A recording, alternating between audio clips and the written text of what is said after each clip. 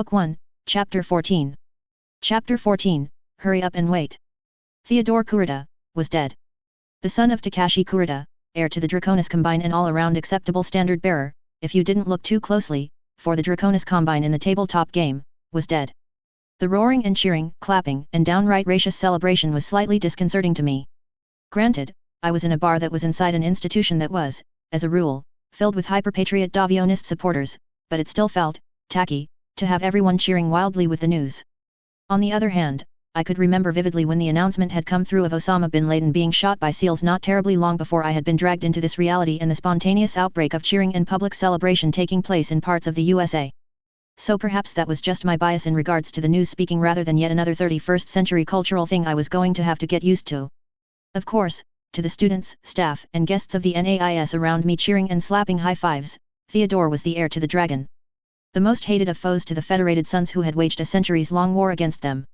An enemy who would continue their eternal struggle to burn down the inner sphere and remake it in their own image, if it meant they could rule the ashes uncontested.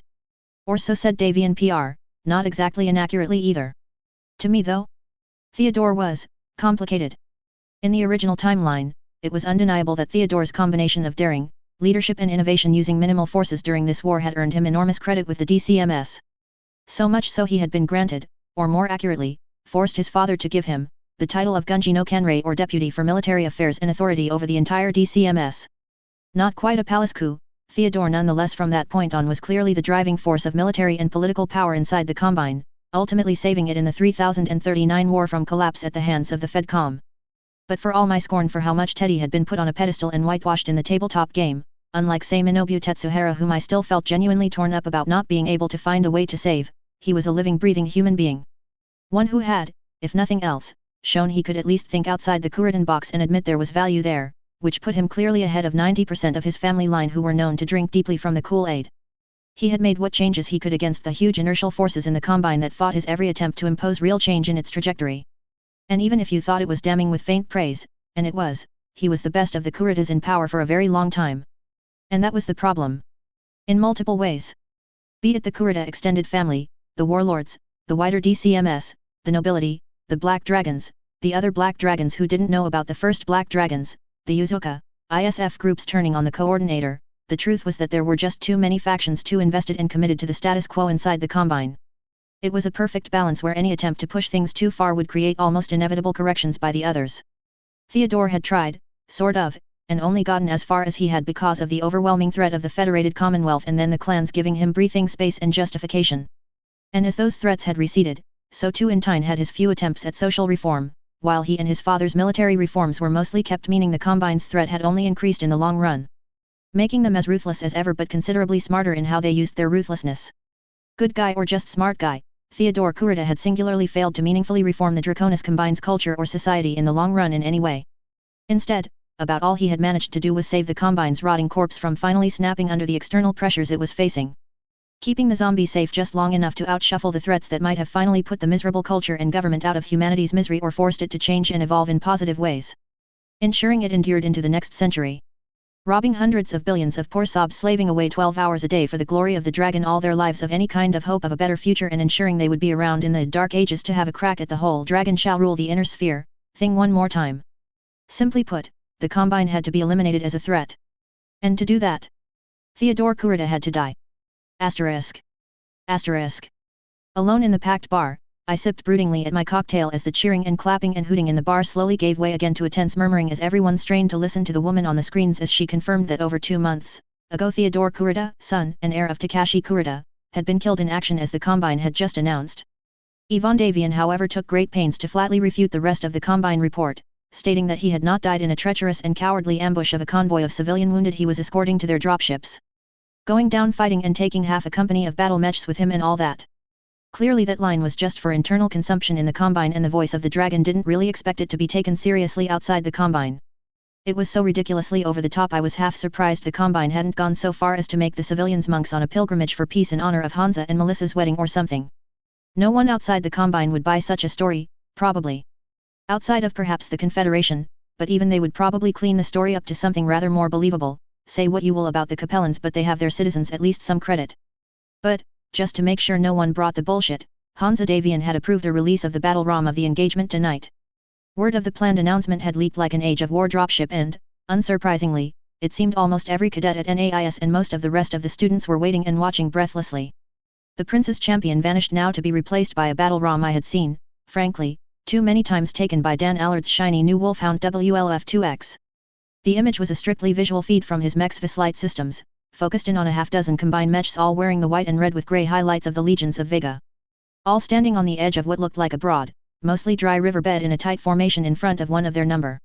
They had clearly been in intense combat, with mud splattered over their paint and weapons mounts blackened from repeated firing, with the telltale signs of armor damage layered on top. And to give them full credit, despite finding themselves surrounded and hopelessly outgunned, they were standing tall and not flinching.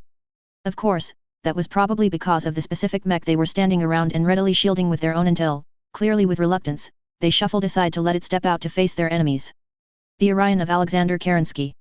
And now Theodore Kurita. The Lastek machine had been recovered by O5P, somehow, from a periphery world the Exodus fleet had dumped a lot of stuff onto on their way out of the inner sphere. I doubted Kerensky of all people had dropped his mech off by mistake, more likely it was meant to be a message that he would no longer need it or something for his followers. Too bad his fucking son didn't take the hint and take up botany or something useful, I thought with a silent snort, glaring at the machine.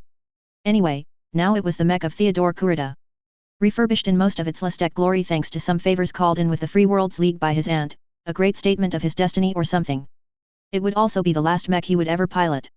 To be fair, Theodore had made the Lyrans work hard to earn this moment against rather stiff odds, the reports I had read made that clear. He had managed to stay ahead of the howls of the pack for a time, but the sheer numbers against him, under vastly more than competent leadership than in the original timeline, had simply been too much. With a brief flicker the video started and a hissed crackle of a radio transmission started. A man speaking in quite fluent Japanese that I didn't need the helpfully provided subtitles to understand, having read them many a time. Tai-sa Kurita. I am Lieutenant Colonel Patrick Cal. You are surrounded and outnumbered with no hope of escape or relief. I therefore must ask, with respect for how well you have fought, for the surrender of you and your men. I promise full honors regarding the fair treatment of prisoners of war. There was a bit of a reaction from the crowd to that I couldn't quite place.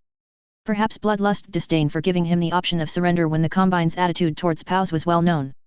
Or perhaps approval that he was being given the option. Of course, the bullshit the Combine called Bushido, which had about as much in common with the real deal of feudal Japan as Mech Warrior 2 had with real mech piloting, made it clear that surrender was not an option, not for someone of Theodore's station and position. If he surrendered or was captured and didn't kill himself, it would immediately discredit him in the eyes of the DCMS, his family, and the Combine's high society, making him irrelevant as a power player and surely make him untenable as the heir. Most mech warriors might be able to get away with being ransomed back to the Combine, so long as they still had their mech anyway, but everyone in the analysis team I worked with on Tuesdays and Thursdays had agreed when reviewing this video that there was no way Takashi could, or would, have acknowledged his son being captured by the enemy and enduring the humiliation of paying a mercenary unit marked for death money to get his son back. But then I suppose the difference between them and us was that at least a good man like Patrick would still make the offer of an honorable surrender to Theodore and mean it. Colonel Cal, my compliments to you and your men. Theodore's voice came back in English, and I couldn't help but feel a chill as I knew that this would be the last time it would be heard, and for all that, it was not angry or defiant or enraged. Simply polite and matter of fact, as if they were discussing the weather, just perhaps a little tired, understandably, as I doubted he had gotten any sleep in the last few days. I must, however, with the same respect, decline your offer. The yellow bird may be the enemy of the dragon, but the dragon and its sons do not turn from facing it. The yellow bird. Theodore's cousin, Yorinaga Kurita, had named Morgan Kell the yellow bird. The mythological nemesis of the dragon. Patrick wasn't said bird, but he was his brother leading the Kellhounds until Morgan got back from Terra. And perhaps that was enough. A Kell and a Kurita.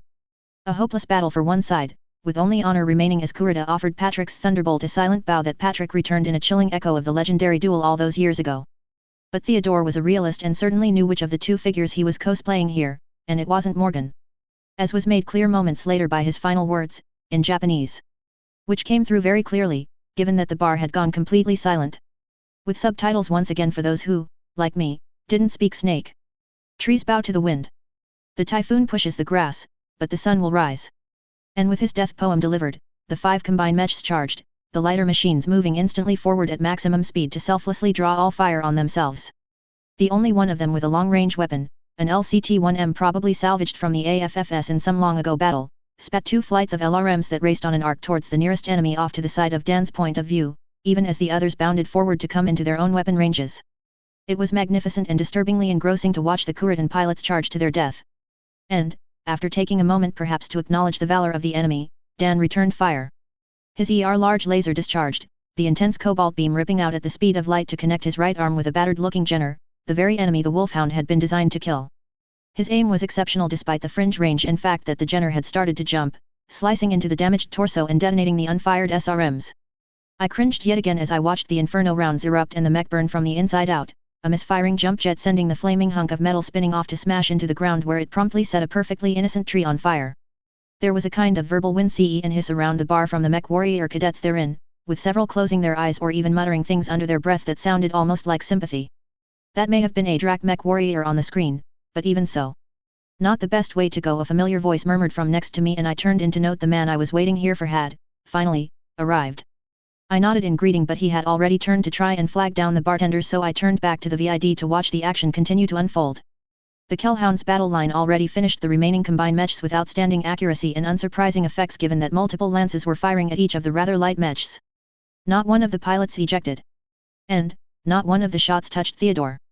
Dan's point of view now tracked around slightly to show Patrick Kell stepping out of line on one side and Theodore in the distance on the other, despite the, inaudible, protests from Salome Ward. Theodore was predictably swift to realize that he hadn't been touched with even one stray missile because Patrick was giving him the honor and dignity of facing him in a one-on-one duel, as he clearly had hoped from their earlier bowing. And seizing the opportunity with both hands, Kurita slowed his all-out charge to a more controllable jog, striding past the wrecks of his escorts. He waited a heartbeat for the sake of decorum for Patrick to reach the valley floor clear of the hounds, aimed, fired. And missed completely. I mean, it wasn't an easy shot. A combination gauze and PPC salvo against an evading target when you were also moving wasn't exactly child's play, and I could very much attest to that, but that wasn't the reason Theodore had missed. Not that the people in the bar knew why, as they simply jeered and clapped mockingly at the miss. In reality, the reason Theodore had missed was probably because a second before firing, as I think Psychosoma had put it back on Space Battles during a Battletech RP, Patrick Kell had just gone up, down, left right on his control stick. Any joy figuring that out? I queried softly of the newcomer next to me as he took a deep gulp from his just-delivered beer after he shot one supremely irritated look at the live feed, now showing Kell's LRMs arcing into the evening sky to crash down on Kurita before his large laser sliced into its chest, my question almost lost in the cheering and hooping like this was some Solaris match. God help me, I think I could hear some of the CMS cadets over yonder actually placing hurried bets with each other. It makes absolutely no sense, the other complained, in a low tone that mixed exasperation with befuddlement in a way I found highly amusing. Glaring at the screen, then taking another angry gulp of his drink. We only have passive vis light, audio and vibration readouts, everything else that should be directly radiating or reflecting from other active sources, it's just not there. It's not even like it's a black hole or null reading, it's like it's transparent. Frankly, he added after taking another gulp as his other hand waved accusingly at the VID, it makes even less sense than you. And that's saying something. I snorted at that comparison, but did so with a smile on my face, not in any way offended. Dr. Ben Buckaroo Banzai, or BB to his friends and students, of which I was proud to say I was both, had been studying the battle ROM since it had been hand-delivered by Pony Express several months back from Dan to his father. He and his best people had, after extensive and systematic study, come to exactly the same conclusion about it as they had come to about me and my unlikely emergence to upset the status quo from a HPG prototype misfire. He had put that conclusion onto the report he hand-delivered to Hansa Davian. Said conclusions taking up exactly one line on one page. Sire, this is pure bullshit. With a postscript highly encouraging Hansa to arrange for either Morgan or Patrick to be encouraged to visit NAIS for a whole fuckload of experiments to be run. There were considerable advantages to being his mad scientist-in-chief to Hansa Davian, one being that you could get away with stuff like that. Honestly, very little seemed to faze the man. I mean, unlike almost everyone who knew the truth about me, BB was entirely at ease and comfortable around me. Even people like Arden and Melissa, I could tell, at times, even if they would surely deny it, would pause and have to think when something reminded them of the reality of my existence and the still daunting questions about what that meant for both them and reality itself. Dream or the dreamer and all that, that was something I of all people understood far too well and tried not to take personally, even if it was arguably a rather personal thing by definition. Such questions, you'd think, would go double for Dr. Banzai and his team, given that they were a blatant person-for-person homage by the original Battletech developers to the movie The Adventures of Buckaroo Banzai. Meaning he and his people were not simply a fictional creation where I came from, but an homage to one fictional universe inside another fictional universe. It should have been enough to give them all headaches.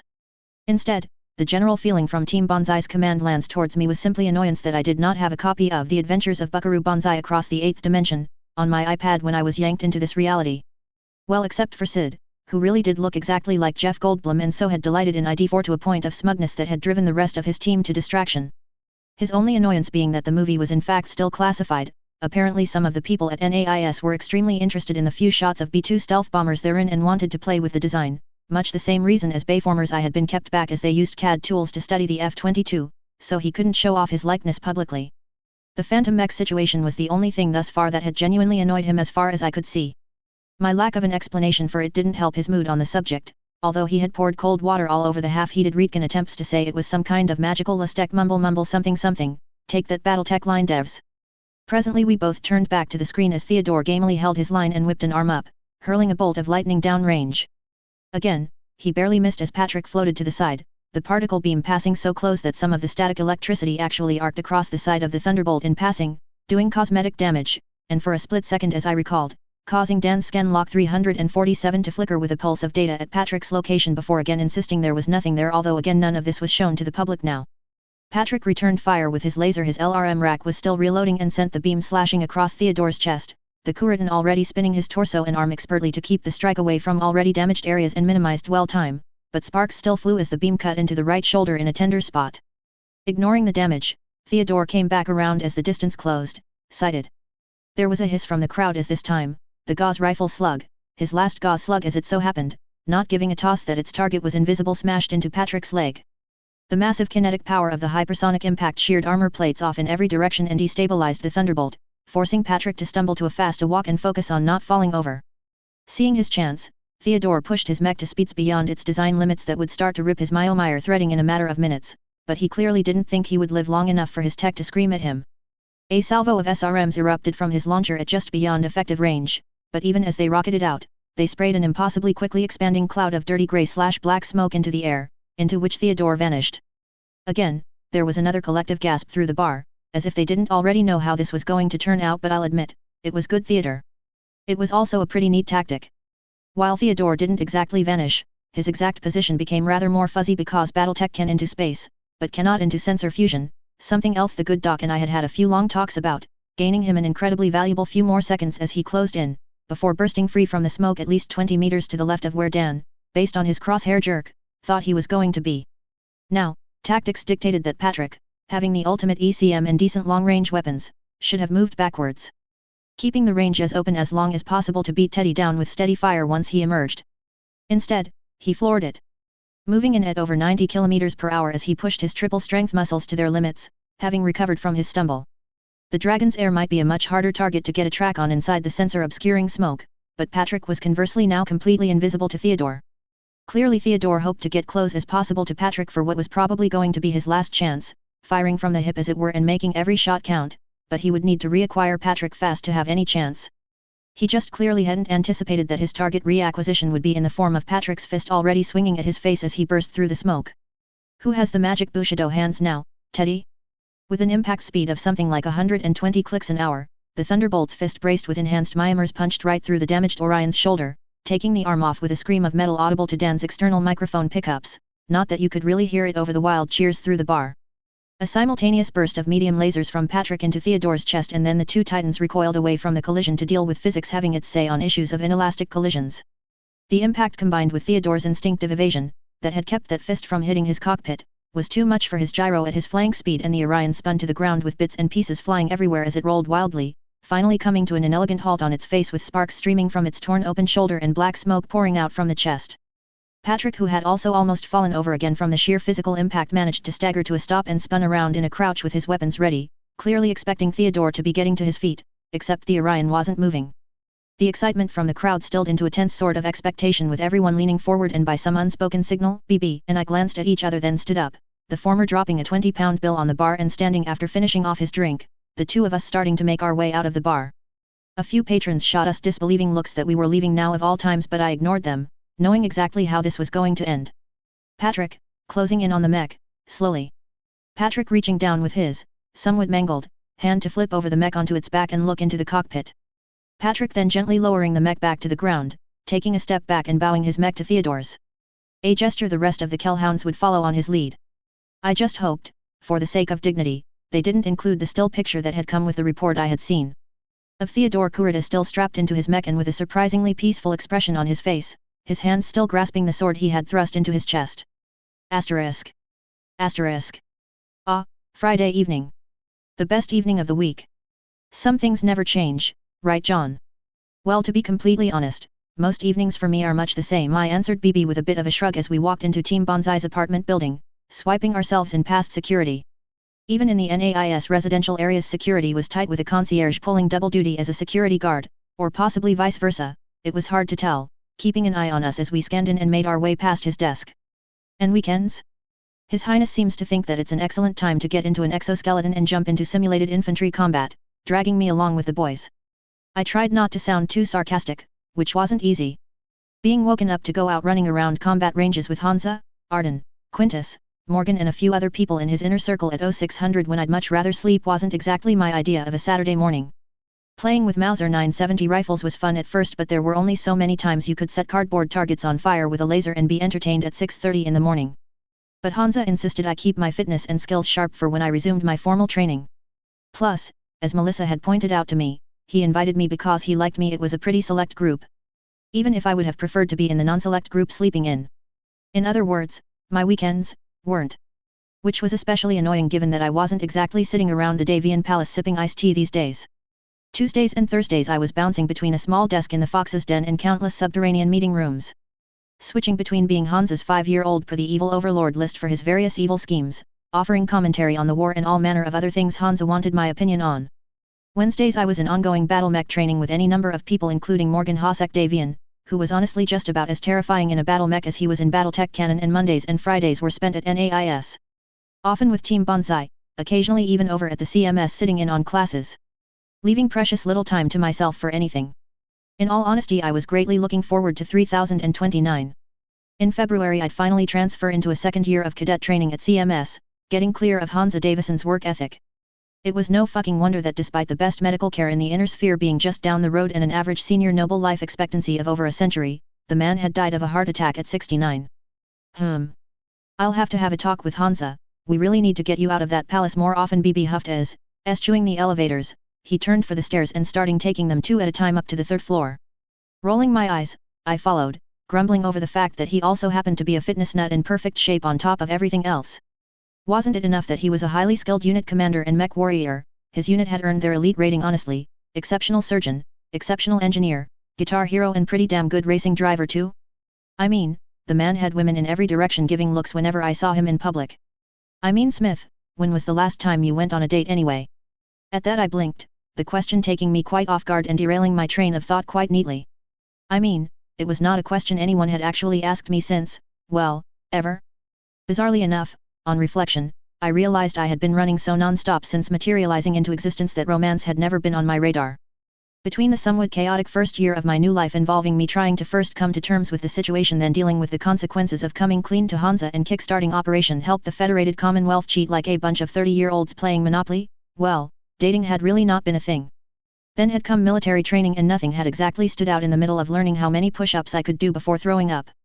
Then the Dragoons, the run into the Fourth Succession War, and now the actual Succession War, which seemed to be going about as well as we hoped but still kept me busy waiting for the shoe to drop. BB took my silence, correctly, as my answer. Well, we've got to see about fixing that tonight, kiddo, he determined as he headed inside and closed the door behind him, clearly planning something. Which was not a threat I took lightly, him being a mad scientist and all that. And damn it, I wish he would stop calling me kiddo. Depending on how you counted, I was either barely 5 years younger than him or over 1,000 years older. After a moment I snorted and shook my head before walking across to my own room. It was a tiny 2-room deal with a single living/bedroom area and a bathroom. My real room was actually a full-scale apartment in the Davian Palace I always felt mildly embarrassed about living in from its sheer opulence. But the practical issues of getting in and out of the NAIS meant that it was easier to just have a spare room here to store all my stuff, and so I was able to quickly strip out of the business casual clothes I tended to wear on campus, picking out my chosen clothes for the reception. Trying not to think about what might happen with a mad scientist planning my love life. I reserve the right to bail on this whole thing if I hear him screaming at any point tonight it's alive.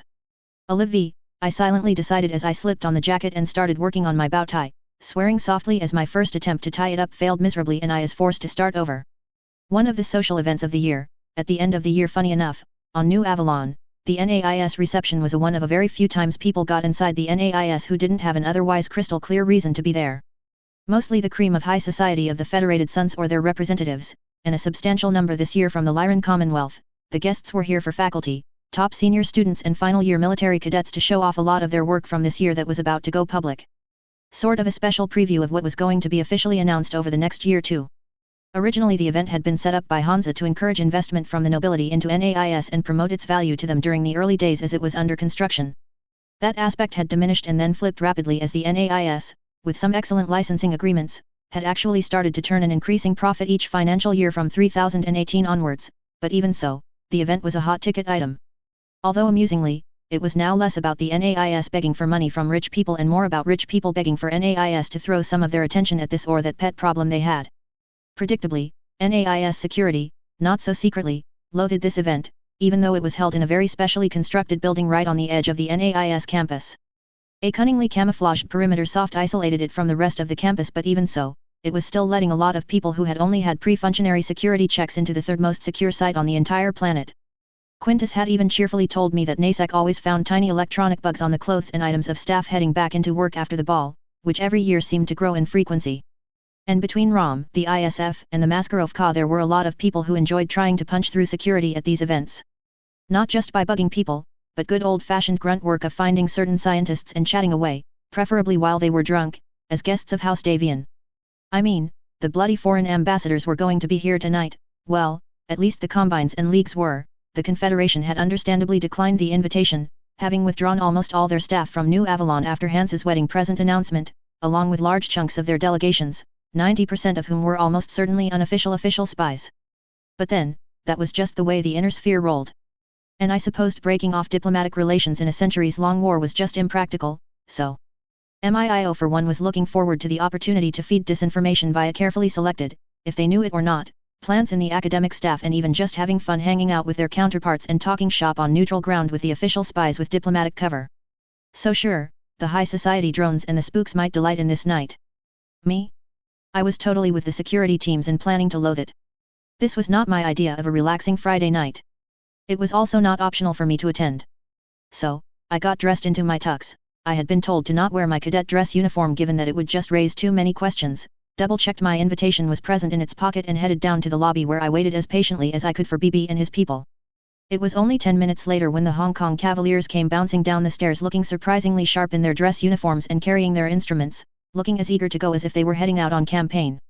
While my musical skills were a bit rusty, I had nonetheless joined in on a number of jam sessions with the band, in between discussions around what I remembered of network-centric warfare concepts, then cloud computing fundamentals, and those times had been one of the few genuinely fun things I got up to these days. But they were well out of my league as musicians, yet another thing they were just that fucking good at, so I'd never actually play with them, so I was just hitching a lift to the place really. Outside, their team bus, yes, his regiment had a modified coach for when the band left NAIS to play across Albion which may or may not be coated in mil-spec armor and may or may not have a weapons locker sufficient to fight off a platoon of dest commandos hidden inside, was waiting for us and other members of his regiment who were going along to work the floor and show off a few of their projects, all busy loading up the last of their gear. But as I moved to follow BB towards it, a man in a suit emerged from the crowd to intercept us. "Ah, Mr. Smith. Agent Corin. Your ride to the party with the prince's compliments." The agent greeted me and gestured to a limo just down the road patiently waiting. I blinked at that, staring at the sunglasses-covered eyes of the impassive agent. No one had said anything about this to me, let alone Hansa, so. Very kind, I greeted the other graciously as I approached while, as casually as I could, my right hand happened to extend with my thumb tucked behind the palm, showing 4 fingers. And almost immediately the left hand of the agent flashed 2 fingers back to me and I relaxed a little. The day count for today was 6. A quick and dirty way to verify the identities of the counterintelligence agents who were responsible for security around the royal family and other critical VIPs. It was hardly foolproof of course, but this deep in NAIS it was a pretty safe indicator to convince me to get into the car, so. I turned and shrugged at BB. "Sorry Dad, looks like I've got a ride." I apologized using the name I had tried to stick him with from the way he looked after all his people and he nodded at me. And then suddenly he grinned. "Oh no. Carry on my wayward son," he belted out. Instantly, everyone in range else joined in, sounding in perfect in harmony. "There'll be peace when you are done. Oh for God's sakes." I turned away rolling my eyes but unable to help the internal smile. I strode to the limo, their voices all carrying across this part of the campus. Lay your weary head to rest, don't you cry no Marie. I barely resisted the urge to throw a one-finger salute over my shoulder as someone who sounded like Tommy Lester started to belt out a bass line with his voice and everyone joined in loudly and proudly, and seriously, was that the sound of women cheering from the balconies on the other side of the road. You make one bloody joke about them being a 1980s rock band, leave them along with your iPhone's playlist, and they choose a song from the 70s. Although I suppose from their perspective, a decade is hardly a meaningful difference of time after near 1,000 years. Well, it's about time. A woman's voice of considerable aristocratic tone huffed as I dropped into the back seat of the limo, turning my taken aback gaze through the rather dim limo to seek out the source of the complaint as the door closed beside me, killing any quick escape. Do you know how long you've kept us waiting here? The source of the complaint snapped again as I blinked dumbly at her. This is a disaster. I'm going to miss the reception line thanks to you. My grand entrance, my moment, ruined forever. Spoiled. All this way and all this effort for nothing. Nothing. And with that final high-pitched cry the woman flung herself back into her chair and her arm up over her face as she started to fret, in an over-the-top sort of way. Leaving me sort of frozen in place with my mouth stuck open. Through sheer willpower I managed to secure my mouth and shifted my eyes around from the dramatically furious aristocrat, who else could it be in that kind of court finery, and with that kind of attitude, to the perfectly calm and amused-looking other aristocrat beside her. This one, I knew very well. Partially from various Battletech sources, but mostly from her pounding my head into the training room floor with great frequency, enthusiasm, and energy on alternate Saturday mornings. Hansa had appointed her as my official close combat, small arms, urban combat, and general worksmith out until he collapses begging for a mercy kill combat instructor shortly after getting back from Terra, because he could be a dick like that. Hi Kim, I tried to greet her, and like a triggered teenager, the woman on the other side of the car from her bolted upright as if shocked by a live cable. Hi? Hi. Hi Kim. The first woman spluttered, her face looking outraged and appalled as she snapped back with whiplash speed from her frantic woe is me, pose to glare at me. Cadet, she didn't quite snarl at me in a way that set my hair on edge. You are speaking with the Countess Kim Sorensen. In the presence of another member of the nobility. You will not speak so informally to her. I blinked at her outraged face then switched to Kim. Sorry, Countess Sorensen, whose perfectly MIO-trained poker face only showed neo-feudal amusement at my situation and offered zero help. And deciding that until I knew what the fuck was going on it was best to tread carefully, I swear to God if BB had set me up with this woman he'd need to invent an overthruster to get back from where I would send him. I offered what I hurriedly recalled would be roughly a correct bow of apology to a noble with a sweep of my arm, holding my gaze at the floor as the limo got underway, and noting that Sorensen's shoes were incredibly elegant yet subtly practical in a way that meant she could easily move in them if needed. My ladies, I stated simply because I had no idea who this was, my deepest apologies for my behavior and tardiness. I do pledge here and now to do everything and anything I possibly can to assist in making your night one you can enjoy in full. There was a long silence only broken by the near-silent fuel cell engine peering under us and I flatly told my body it was not allowed to start sweating as I held that bow. Well, that's all I needed to hear. The unknown noble cheerfully agreed in a completely different tone and I wondered wildly if I had gotten into the car with some of kind schizophrenic cousin that Hansa Davian had palmed off onto me. The Davian we don't talk about. Cautiously I raised my head back to normal and looked over at the other woman who seemed perfectly calm again, but highly amused too. There was something familiar about that expression but I just couldn't place it. Her green eyes and red hair should have been highly distinctive but her accent was hard to place too and, wait. I knew that smirk. I sighed, closed my eyes and thumped my head back on the headrest to glare at the limo ceiling, barely resisting the urge to facepalm as my night suddenly became a whole lot more interesting, in the Chinese way. Well, he just got it, I heard Kim observe, sounding far too amused for me liking. Took him long enough, which I suppose bodes well, the other woman sniffed in response from her side of the car and after taking a deep breath, I set myself and sat back up. I took a moment to marvel at how very much unlike Melissa Steiner Davian she looked until I really focused in on that smirk, like a picture out of focus that caused things to sort of fall into place. Even the very shape of her face was different in a subtle way and her voice lower in tone, somehow. And with that scarlet hair a shade darker than Hansa or Morgan's hair in elaborate styling, she looked about as far from the media saturation of Melissa in her wedding gown or reception dresses on Terra as you could get. Which was clearly the point. Mel, the hell. I sighed in exasperation as what amounted to an evening of walking around a formal New Avalon reception on my own to at least have that experience, turned into something very very different. But on reflection, I realized I had only myself to blame. It still took me aback at times, the way I had found myself in the inner circle when Hansa and Melissa had arrived back from Terra. At first I had concluded my presence was as much as anything simply because as I knew Melissa was here anyway, I might as well make myself useful and help keep her company. But the truth was actually considerably simpler, Melissa wanted a friend.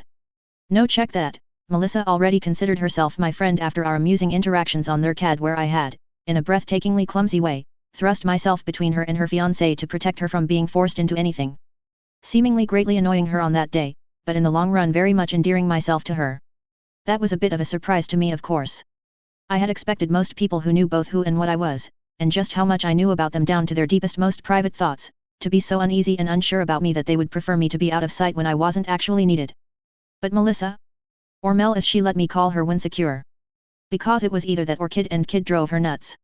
She had simply accepted me for who and what I was.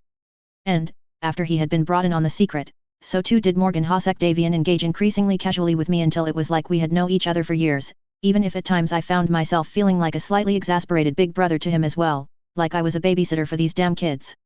Even Hansa himself seemed to enjoy just hanging after a hard day at the office on Fridays, although he at least was not someone who needed overwatch.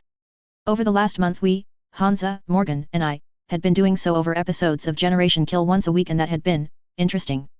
For example, Hansa's hilarious squeeing when Jim Mattis, or at least an actor doing a pretty damn good impersonation of Mad Dog, appeared on screen was endearing. The general apparently loomed larger than life in the service log of his legendary ancestor Arthur Davian. During the Second Soviet Civil War, Mattis had been Davian's immediate superior, the tip of his spear as Hansa proudly put it of the Northern NATO thrust. Arthur's journals were treasured possessions of House Davian, speaking very highly of his CO, and in turn, his co's lauding of his actions had been a very big part of Arthur Davian being made a peer of the realm and starting House Davian off all those centuries ago.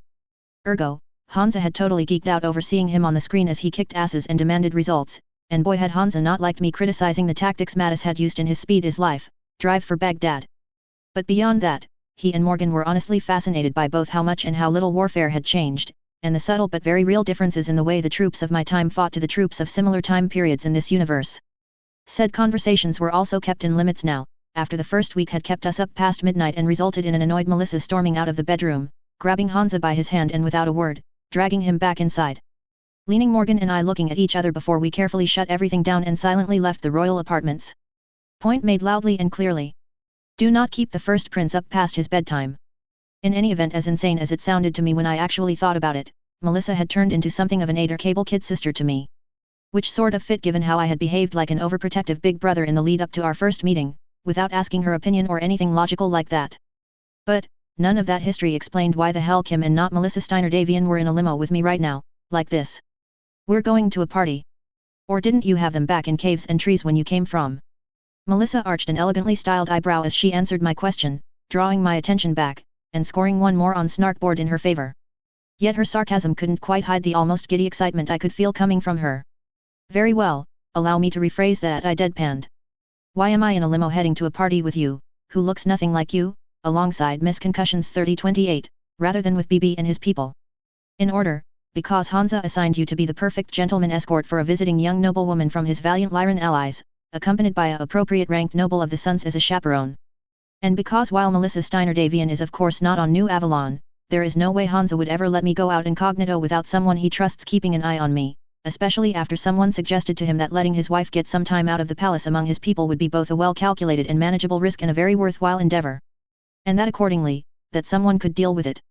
Her tone was still snarky, but the expression on her face was now so infectiously excited and gleeful in a way that painfully reminded me she was only 18 years old, and had spent a lot of her life cooped up in the triad. And I mean a lot of it. So. All right, I sighed. Who are you exactly? Asterisk. Asterisk. From the Lyran Commonwealth, the Baroness Designate of Clifton, Catherine Marsden. The Countess Kimberly Sorensen from Logandale. And Mr. John Smith of New Avalon. The guy announcing our arrival at the head of the receiving line and wasn't fazed by the fact I had no title at all. A majority of the guests at the ball tonight didn't have titles as it so happened. Or even that Catherine was from the Lyran Commonwealth for that matter. As I had heard, a lot of Lyrans had been invited, but they had mostly come in with the Lyran Ambassadors Party. Unsurprisingly by far the largest group and bulging with senior representatives from Lyran Megacorps. All of them looking for access to and partnerships with NAIS, now that post-wedding clauses in the Fedcom treaty around technology access and transfers were kicking in.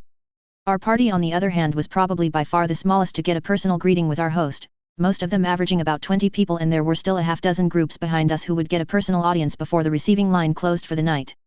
Catherine was hanging lightly off my arm with Kim looming behind us as we started forward.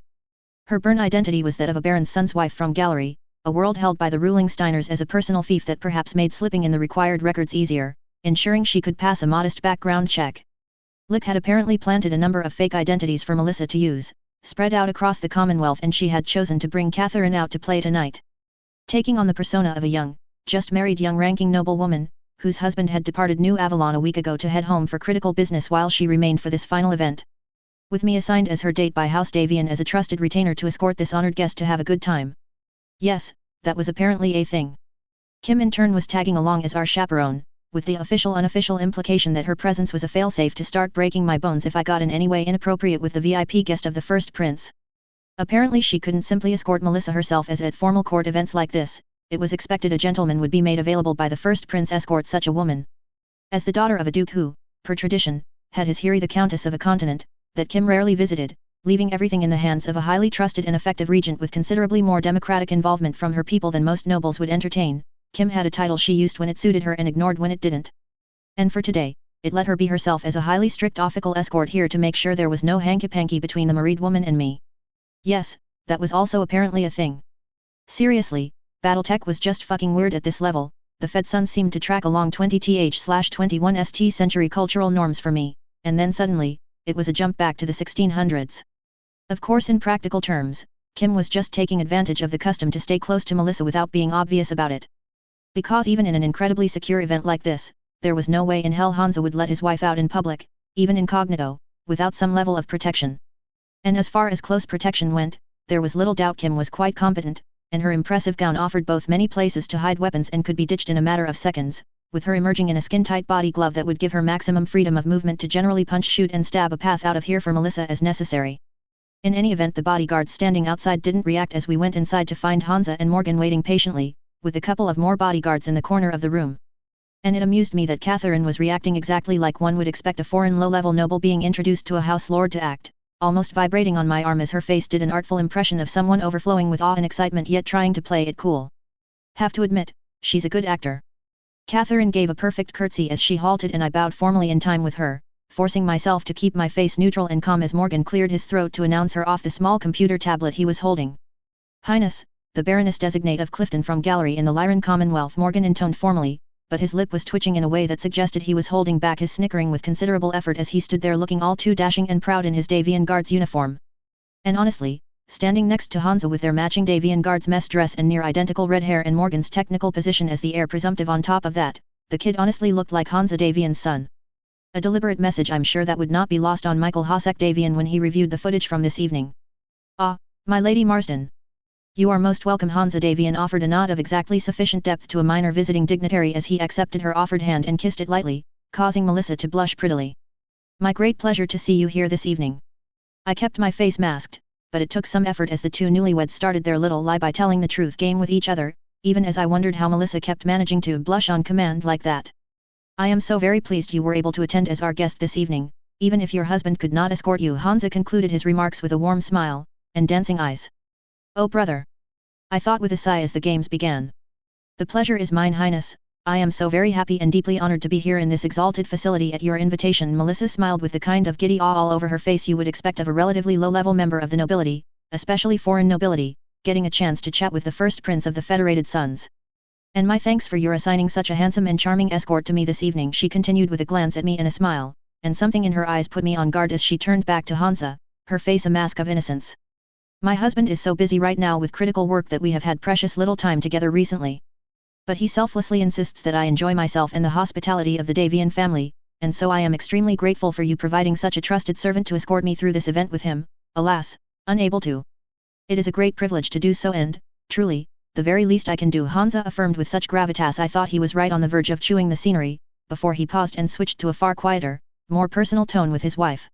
I too know the pain of being separated from one's spouse by necessity, Lady Marsden, and I pray that you and your husband will be reunited openly, swiftly, and safely.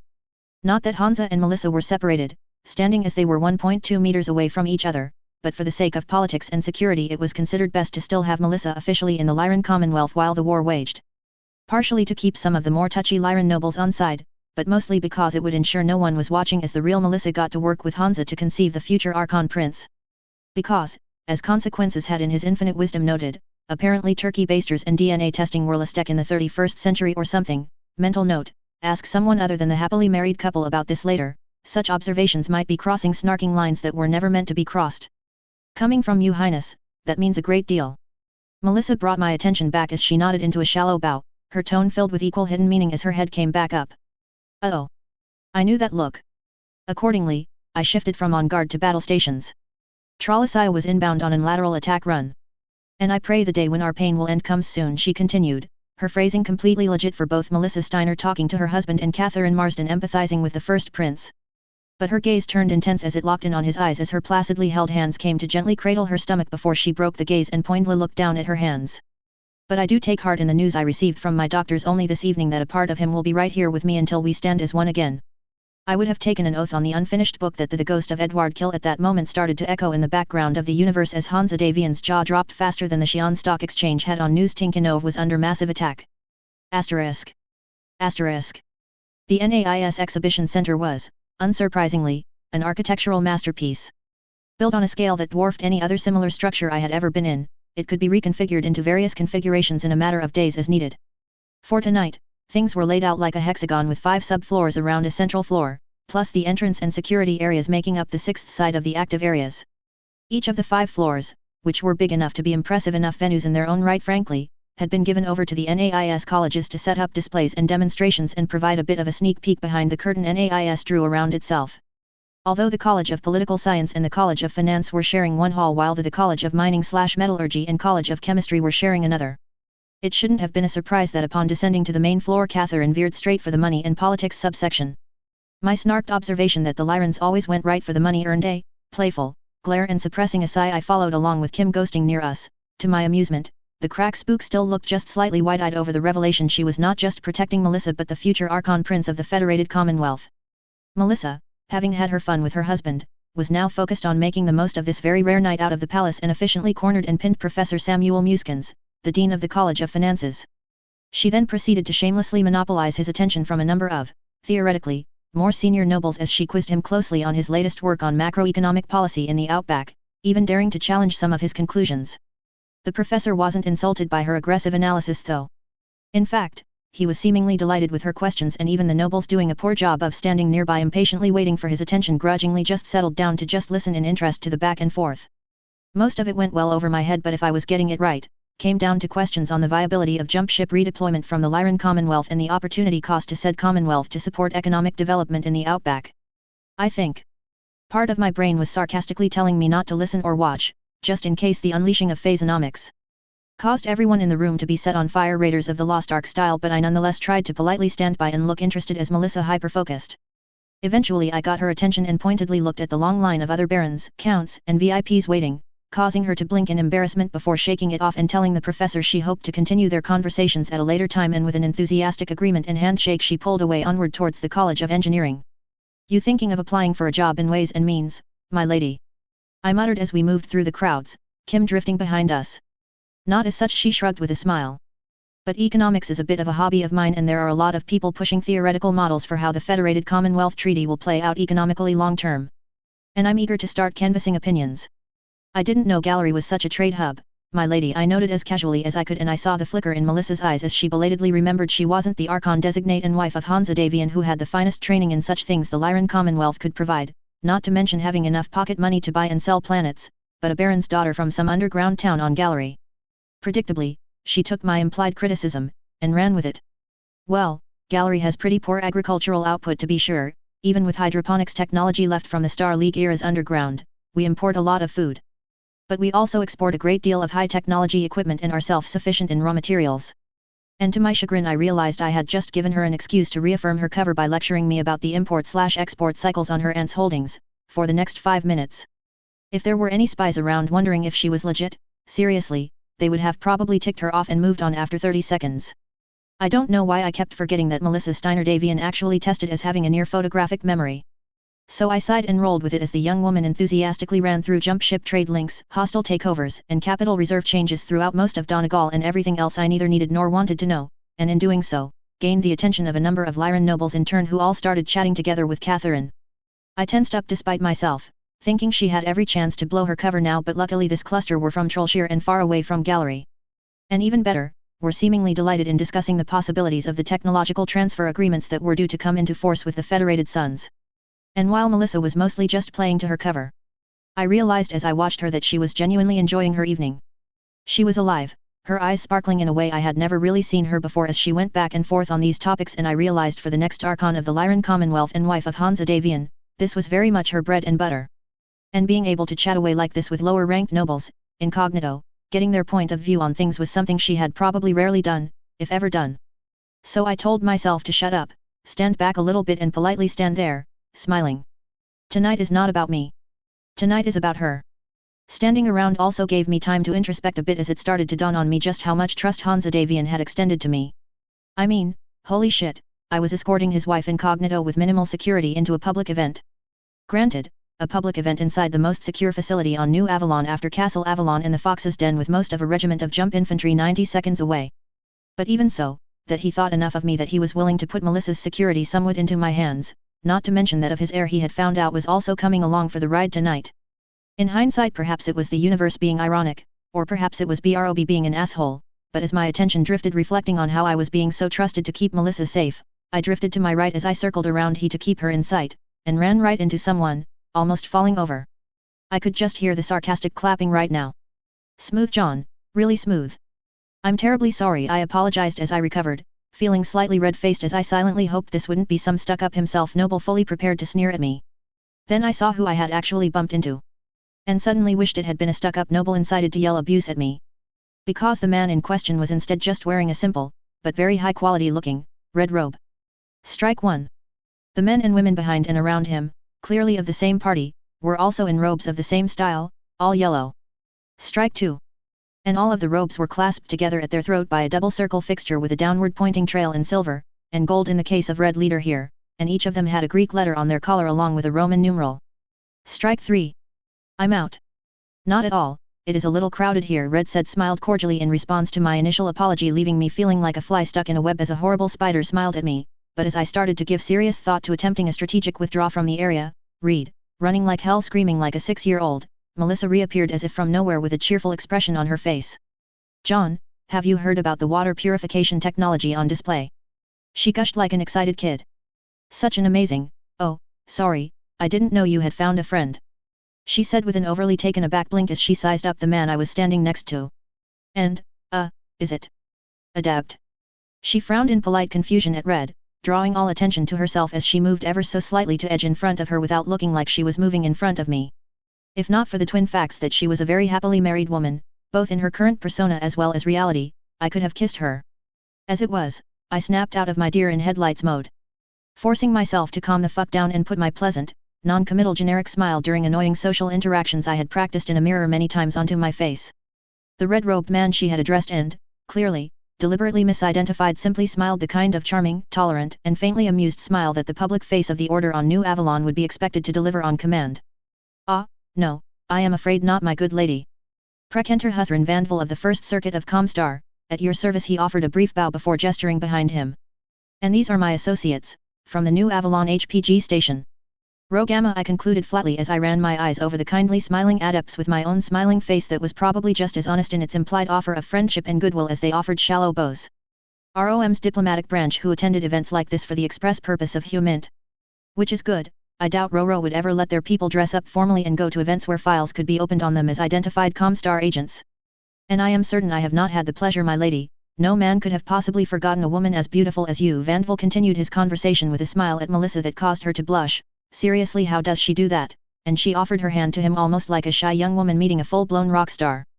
Catherine Marsden, daughter of the Baron of Clifton, from the Commonwealth. She identified herself and Vandval kissed her hand with exquisite manners, and I congratulated myself for not putting my fist through his face then and there, even as a part of my mind wondered if he could be delivering a bioweapon through his lips with a toxin effuser or something. No matter how many times I told myself he wasn't a mani idomini wannabe, probably. Charmed, of course he smiled in a grandfatherly way, and now I was pretty sure he had no clue who she really was, before turning to me. I forced myself not to react, feeling a little safer as I spotted Kim calmly and casually drifting into a backstop position behind the gaggle, her hands folded inside her robe in a way that looked utterly natural but strongly suggested to me she was armed and perfectly ready to make mincemeat of the toaster worshippers if they started anything near Melissa, and damn the diplomatic consequences. And who is your friend? Oh, he's not really my friend. Melissa giggled a little. My husband had to leave New Avalon a little early and Prince Davian was so very kind to assign someone from his household to escort me, she said in a mildly dismissive way, and bless her, she was trying to push me aside as if I was simply a servant, exactly as a snobby young noble would. How typically gallant of the first Prince Vanderville agreed, and he extended his hand to me. Prekenter Huthrin Vanderville, clearly he expected a name. Damn it. Why hadn't Quintus set me up with one? 20/20th's hindsight, I guess. John Smith, I supplied, taking the hand and shaking it firmly, and was that a flash of recognition in the man's eyes? A chill went down my spine even as I kept my face cordial, a chill deepened by the way a couple of the ROM drones behind him suddenly seemed to focus in on me. Well met, Mr. Smith, he smiled, and I felt my skin crawl at the look on his face, like he was genuinely delighted to meet me. Said the spider to the fly. Delighted perhaps to put a face to some ROM file? So very kind of you to escort Miss Marsden here tonight? Spending your evening escorting a guest of the Commonwealth through this event? Clearly Prince Davian has great trust in you, he nodded at me, and with all the jolly tone of a friendly grandfather. On the plus side, I got the feeling that Catherine Marsden had all but vanished from his attention at this point. On the other hand, the reason she had vanished. Don't panic, Smith.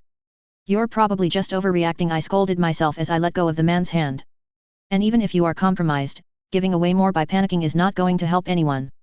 A duty and a privilege, Prekenter, I answered with an abbreviated bow that was somewhat more like a nod as I mentally yanked my own choke chain and forced myself to calm down, once again realizing that against my image of myself as some kind of James Bond super spy, I really wasn't cut out for this kind of work. As I'm sure your presence here comes from an equally privileged duty in service of the word of Blake. Achievement unlocked. Burn the toast, ERS. Kindly said Mr. Smith. I thank you. Vanderville gave me an approving, perhaps even surprised nod.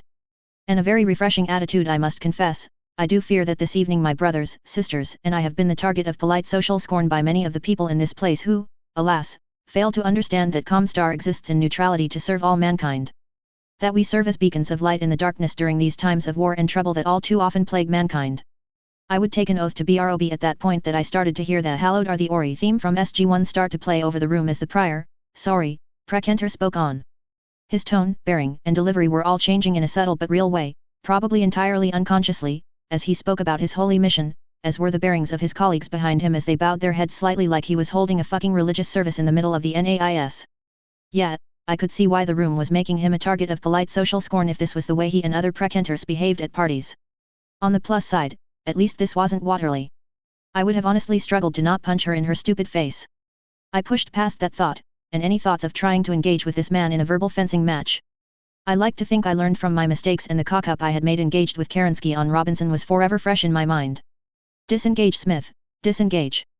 That is unfortunate, but I still hope you have had an enjoyable night. I suggested when I had a second to cut in, and the other seemed to blink, come instantly back to himself, and smile again at me in a way that I really didn't like. Oh, quite so, Mr. Smith, he assured me. Quite so indeed. Then if you'll excuse me, Prekenter, I believe that the Lady Marsden wished to move on to the next gallery and inspect the water purification technology there. The peace of Blake be with you all, I finished with his glance at a nod to the group as a whole as I held my arm out, Melissa lazily sort of latching on as she too offered a courtly nod. And with you, the Prekenter and those behind him replied, seemingly on reflex. And for an instant all looking amusingly nonplussed that I had ended the conversation with that line rather than him as I led Melissa away, forcing myself to keep to a slow, casual pace out of the area. Yet somehow feeling the gaze of Prekenter New Avalon burning into my back like a tag laser even as we faded into the crowd. And are you having a good time, my lady? I asked Melissa, eager to start normal programming again, still feeling my skin crawling from my first meeting with the enemy. The real enemy. The Combine, the Confederation, even the clans were, ultimately, geopolitical, military enemies. Comstar on the other hand, unlike all the other bad guys that started with the letter C, were fanatics above and beyond everyone to all mankind. But of course. Let's move on, I really want to see this water purification technology they are bragging about, she smiled brightly, but for an instant her hand came down onto my forearm and Melissa, not Catherine, gave it a brief squeeze that said without saying a word that she understood how unsettled that little meeting had made me and was offering me her support. I made a mental note to at least double the length of the hug I was going to give her when we got back home. After of course I really washed the hand I had shaken the toaster worshipper's hand with, wondering if Hansa would consider me too paranoid if I asked it to be screened by counterintelligence on the way out for any non-high-tech microphones or something. Asterisk. Asterisk. You know, these are really good, Melissa noted to me as she scoffed down another slider with surprisingly little thought to her royal dignity, making me think she was simply delighting in being able to throw out her table manners for a night, and or pregnancy cravings happened much earlier than in the 21st century. As it turned out, hamburger sliders had come and gone in fads at different points and different names on different planets, cycling from high society to low society and back again, but nothing like them had been seen in the royal courts on New Avalon or their CAD, at least during her lifetime as far as Melissa recalled. My conversations a week or two ago with the Davian kitchen had fixed that right up. Sometimes it was good having entire battalions of servants whose only job was to make whatever the hell you wanted to happen, hanging around. Not bad at all, I agreed as Melissa finished wolfing down her slider and I had to work hard to stop from bursting out laughing at the mess she left on her face, succeeding in so much as I toned it down to a sort of strangled snicker. But it got her attention. What? She demanded with narrowed eyes and I didn't say anything, just handing over the napkin that I had picked up with my sliders and getting my meaning. She hastily went to work on her face before using a conveniently polished brass covering on the wall to check and then wipe her face down some more to clear away the mess, looking hilariously frantic. Oh har, funny very, she sniffed once she had, eventually, gotten the sauce off, but I could tell her haunted aristocratic tone was pure sophistry. She was having a ball tonight as Catherine Marsden, even something as casually funny as getting sauce on her face was just so different to her normal life. She had dragged me in an arc through the entire series of displays put on by the colleges from start to finish and I couldn't help but be slightly awed by her intelligence as I trailed in her wake. I knew she was smart and had been given the finest education possible in the Lyran Commonwealth, but she honestly surprised me nonetheless how broad her knowledge was as she talked like an omnidisciplined student, leaving a trail of genuinely impressed academics in her path. The hall occupied by the College of Engineering, for example, had been, perhaps unsurprisingly, far busier than the money and politics sections. With very little LSTech on display, but lots of other new tech was. Including an example of the triple-strength myometers on display side by side with conventional fibers to show off the dramatic differences in strength, and unsurprisingly gaining considerable attention given how it had gone public with Wave 2 of the AFFS crashing into the Confederation, including just delivered and genuine combat footage from McKinion's daring drop into T-Cograd with him running absolutely wild behind the lines. But by far drawing the most attention was a massive, as in at least 3 stories tall and 100 meters long, block of glorified fusion-powered plumbing, an industrial hostile water purification system that NAIS was almost ready to deploy to select test planets. Using a new artificial compound called Filtrum, an entirely uninspiring name in my opinion for something so revolutionary, the technology shown off tonight had been something of the holy grail for a lot of the inner sphere for centuries. It had the potential to, quite literally, change the lives of 100 billion or more people around the Federated Commonwealth states and probably 3 to 5 times that many around the rest of known human space by providing easy access to purified drinking and agricultural water. Something that, horribly, was far from a given in 3028. In all honesty, it represented probably the greatest contribution yet the NAIS had made to mankind, myself included. Unknown to even most of the project team, it was also one of only 3 active technological projects to gain, carefully washed as new data from the Halstead Station collection, technological input from the Helm Core. Although while the data from Helm had helped solve a few critical problems, the massive thing on display tonight was not a recreation of the late generation hegemony water purification systems, which were near 2 orders of magnitude more efficient, and would be about as much more expensive for that matter and incredibly hard to maintain. This Saab was far bigger, bulkier and less elegant, but it was also tough and relatively cheap. Ragnarok proved to be able to be built and maintained with a 3025 technology base instead of a 2751, with the simple solution of being able to build more and more of the modular units side by side to make up for the relative efficiency difference. Once Filtrum manufacturing was brought up to industrial levels, something NAIS was ready to now look for partners to help them with. The horde of Lyran industrialists concentrated in this room, it seemed they could sniff out money-making opportunities, had quickly come to the obvious conclusion after gawking through the presentation the engineering team had given. Whoever cornered this market with an exclusive manufacturing contract with NAIS would have a royal remit to all but print money for the next 50 years. Accordingly, to my great amusement, and Melissa's clear to me embarrassment, the engineers showing off the technology were effectively under a polite form of siege as the barbarian horde made up of reps of Lyran Megacorps pushed and pulled at each other at the velvet rope line of a castle wall, each fighting with determination to get close enough to deliver their own variant of "shut up and take my Kronor." Clearly exasperated at her countrymen and women living up to every stereotype you could think of, Melissa had grabbed my hand and dragged me off into the next hall, occupied by the College of Military Sciences, as I tried not to laugh. And failed, but at least keeping it at a level of a snarking snickering. We drifted through more displays but eventually came the announcement that Prince Davian was about to deliver his keynote, after which Team Bonsai would rock the place out, so we drifted back into the increasingly packed main hall along with thousands of other latecomers to find the main floor was already pretty packed. However, 3 concentric C-shaped tiers of ascending space adjacent to it were set aside for increasingly senior nobility, and here having a countess for a chaperone was very handy as we were easily able to find standing room on the first of the tiers with a good view of the stage, claiming an empty stand-up table just as the lights dimmed, with fruit juice for all. Kim was on duty and I was in solidarity with the pregnant princess, as a brief trumpet sort of fanfare played, then a voice came over the grand cavernous room. "Lords and ladies, honored guests, the first prince of the Federated Sons," it said, and with a shockingly loud cheering from the crowd, a spotlight fixed Hansa Davian as he confidently strode onto the stage. The crowd's volume was a little intimidating and I exchanged a sideways glance with Melissa, seeing in her eyes that the sheer exuberance had taken her aback as it had me, but a warning poke in our backs from Kim to both of us had us quickly beaming and joining in just as loudly as the roaring, clapping and cheering echoed from the hard walls with the more restrained and polite clapping from the nobility around and behind us. And kept clapping. And clapped some more. Seriously people, this isn't the Combine. Security won't shoot the first person to stop clapping. I thought, but eventually Hansa managed to get things under control. Good evening. Hansa finally started, his face dropping from his famous grin to a much more serious look as he took in the tens of thousands of people around him, his face broadcast above the stage on a massive holographic projection that, as much as everything else, was about showing off NAIS's technology. Tonight's reception was intended to be a celebration. A validation, once again, of the incredible strides the new Avalon Institute of Science has made and continues to make in pushing humanity back from the precipice we danced upon. Tonight, you all need only look around to see just what marvelous progress we have made and continue to make, shoving mankind away from the abyss. He said, earning a new round of cheering and applause that took another good 10 seconds or so to stop. However, as you are also well aware, a great war now rages across the inner sphere. A war that has caught a great many people by surprise, both in the unleashing of it and the fact that Katrina Steiner and I would launch it on the day of my wedding to Melissa Steiner.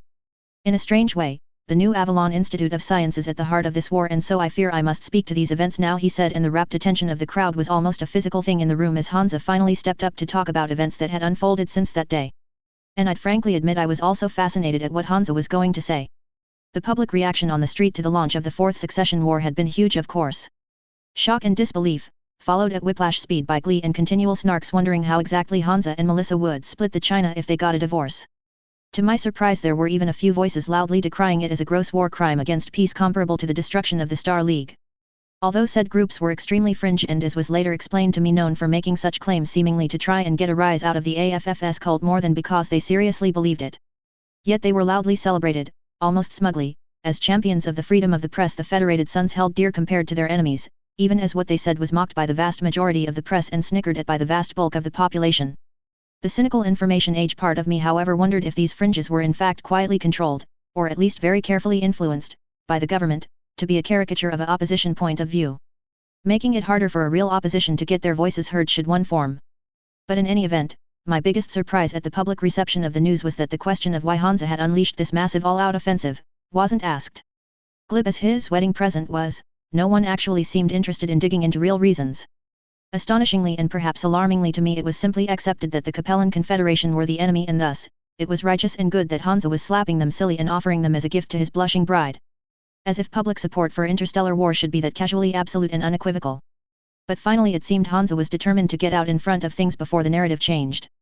And with Wave 2 of Operation Rat coming to a close and Wave 3 accelerating its preparations, it was probably as good a time as any. As I am sure many of the people in this room, across the suns and indeed across the inner sphere expected, in the early years of my reign my attention and desires for military redress were focused greatly on the Draconis Combine. Until recent events took place, I can say I was focused on them, and indeed, perhaps focused too closely on those who had killed my brother. For while certainly I did not ignore the threat of the Capellan Confederation, I clearly underestimated them. It was a grave mistake that almost cost me my life and the Federated Sons far more, he said, causing a ripple of unease, distress, or perhaps just worry in general to flow across the room, tinged with confusion. As everyone clearly paused to try and think about what the hell he was talking about, and came up short. Holy shit, was he about to go public about that? I wondered, unable to help myself as I glanced at Melissa, but her focus was entirely on her husband, so I quickly changed my glance back.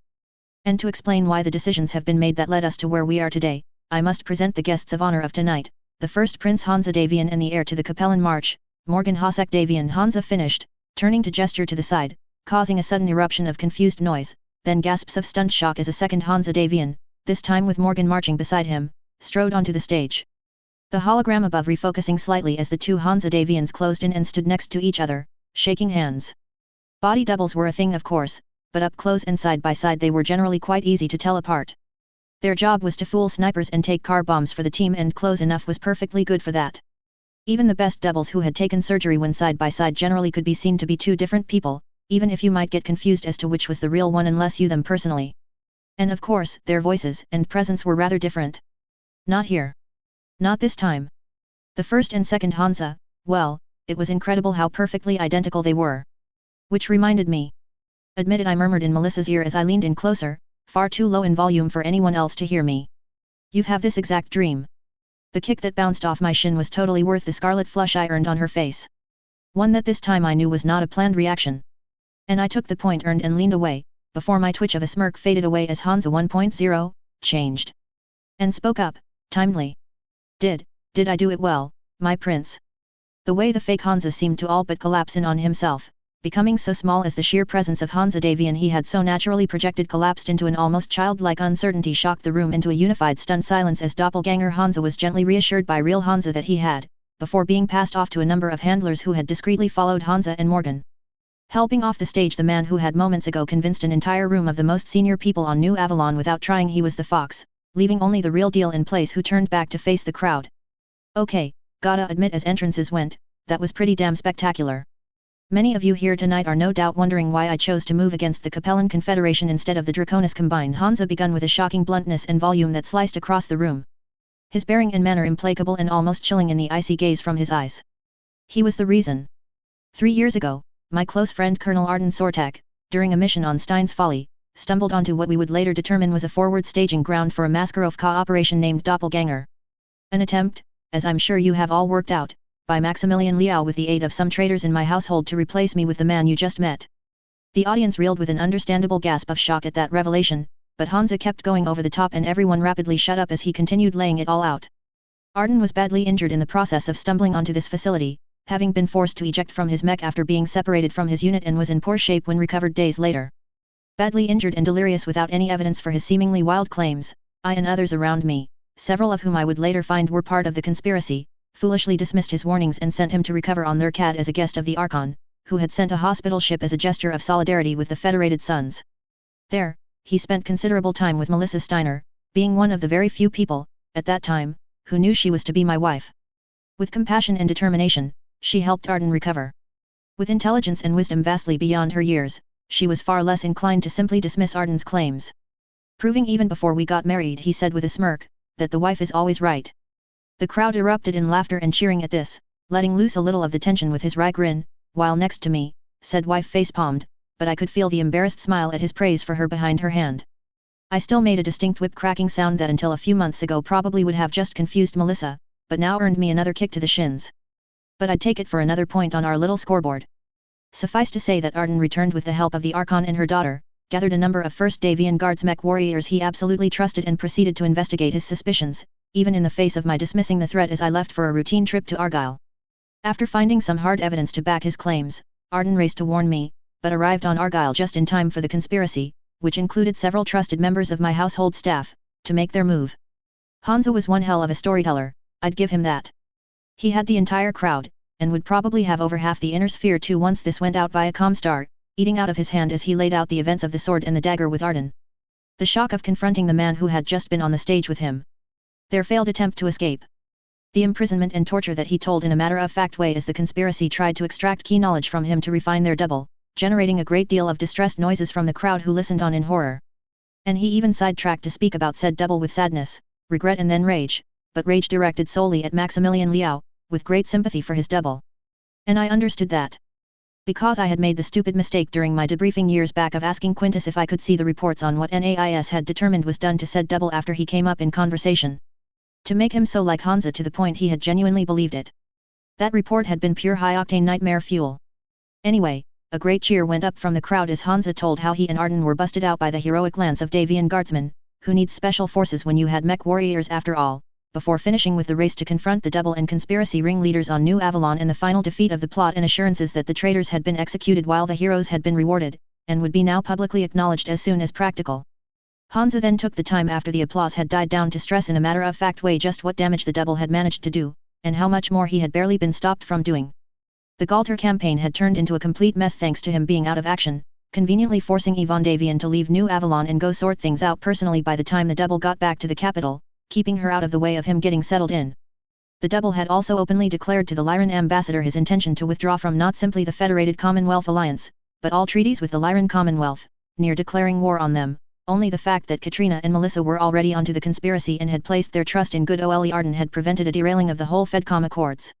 The arrest of several members of the Privy Council for a time, that had been successfully kept quiet by first the conspiracy and then Hansa and said council, had gotten a shocked reaction from the more senior nobles around us, who had not heard anything about this, and pointedly made it clear that Max's pawn would have moved against them. It went on and on. But the takeaway was that Maximilian Liao had come breathtakingly close to destroying the Federated Sons. Or at least to leaving it so weakened with internal strife and chaos the Confederation and Combine could have come walking right in. Probably, I thought grimly, with Michael Hosek Davian making his move and starting a civil war, with both sides being puppeteered by Darth Sidious on Xi'an. In short, it became clear to myself and the Archon that, despite our hopes born from her peace proposal, the Federated Commonwealth states would never be tolerated and allowed to live in peace by the Confederation and Combine. Hansa said. I did like the way he didn't mention the Free Worlds League, an omission I'm sure that would be noted. And while in my heart I had felt the Combine was the true enemy, only a fool turns to face the samurai brandishing his sword while there is a dagger being held right at your back. There was a rumble of agreement and a wave of nodding at the turn of phrase, while I just rolled my eyes at the unsubtle if accurate reference to a certain book probably inserted just to screw with me, but couldn't help but note it was an apt description.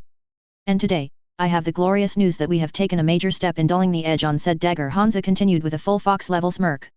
4 hours ago, I received word from Field Marshal George Powell that Tikhanov, the most critical industrial world in the Capellan Confederation, now flies the flag of the Federated Sons.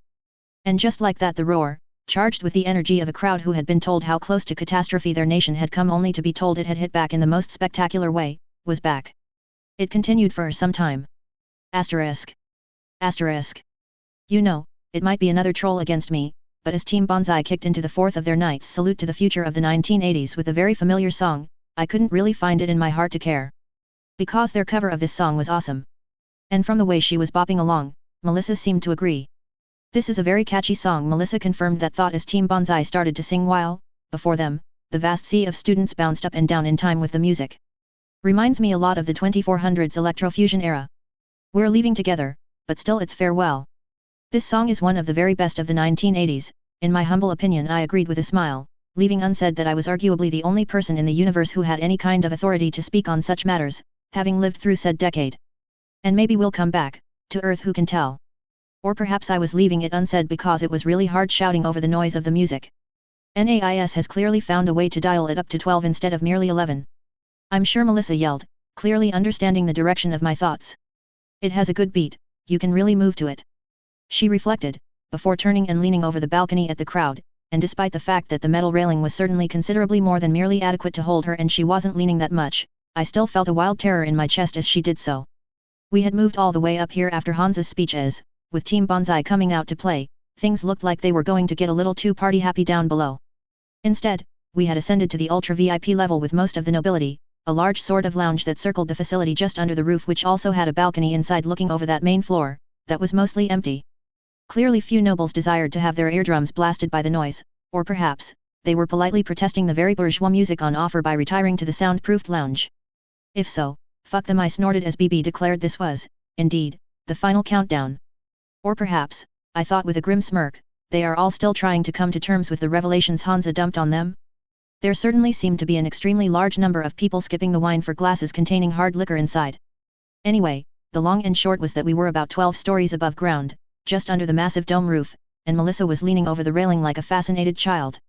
Wearing heels. And causing my body to produce considerable amounts of epinephrine.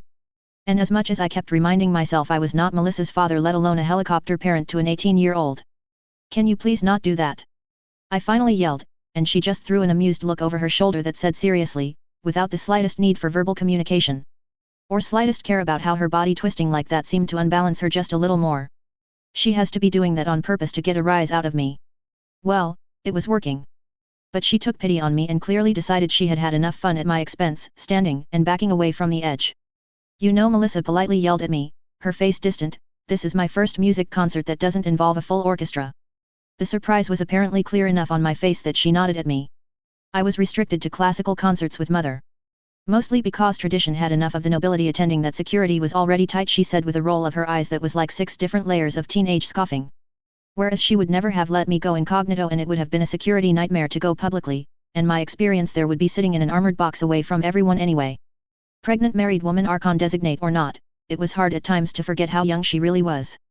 By the time I was 16 I swore if I had to sit through another running of Beethoven's first 6 symphonies I was going to have the National Concert Hall bulldozed when I took power.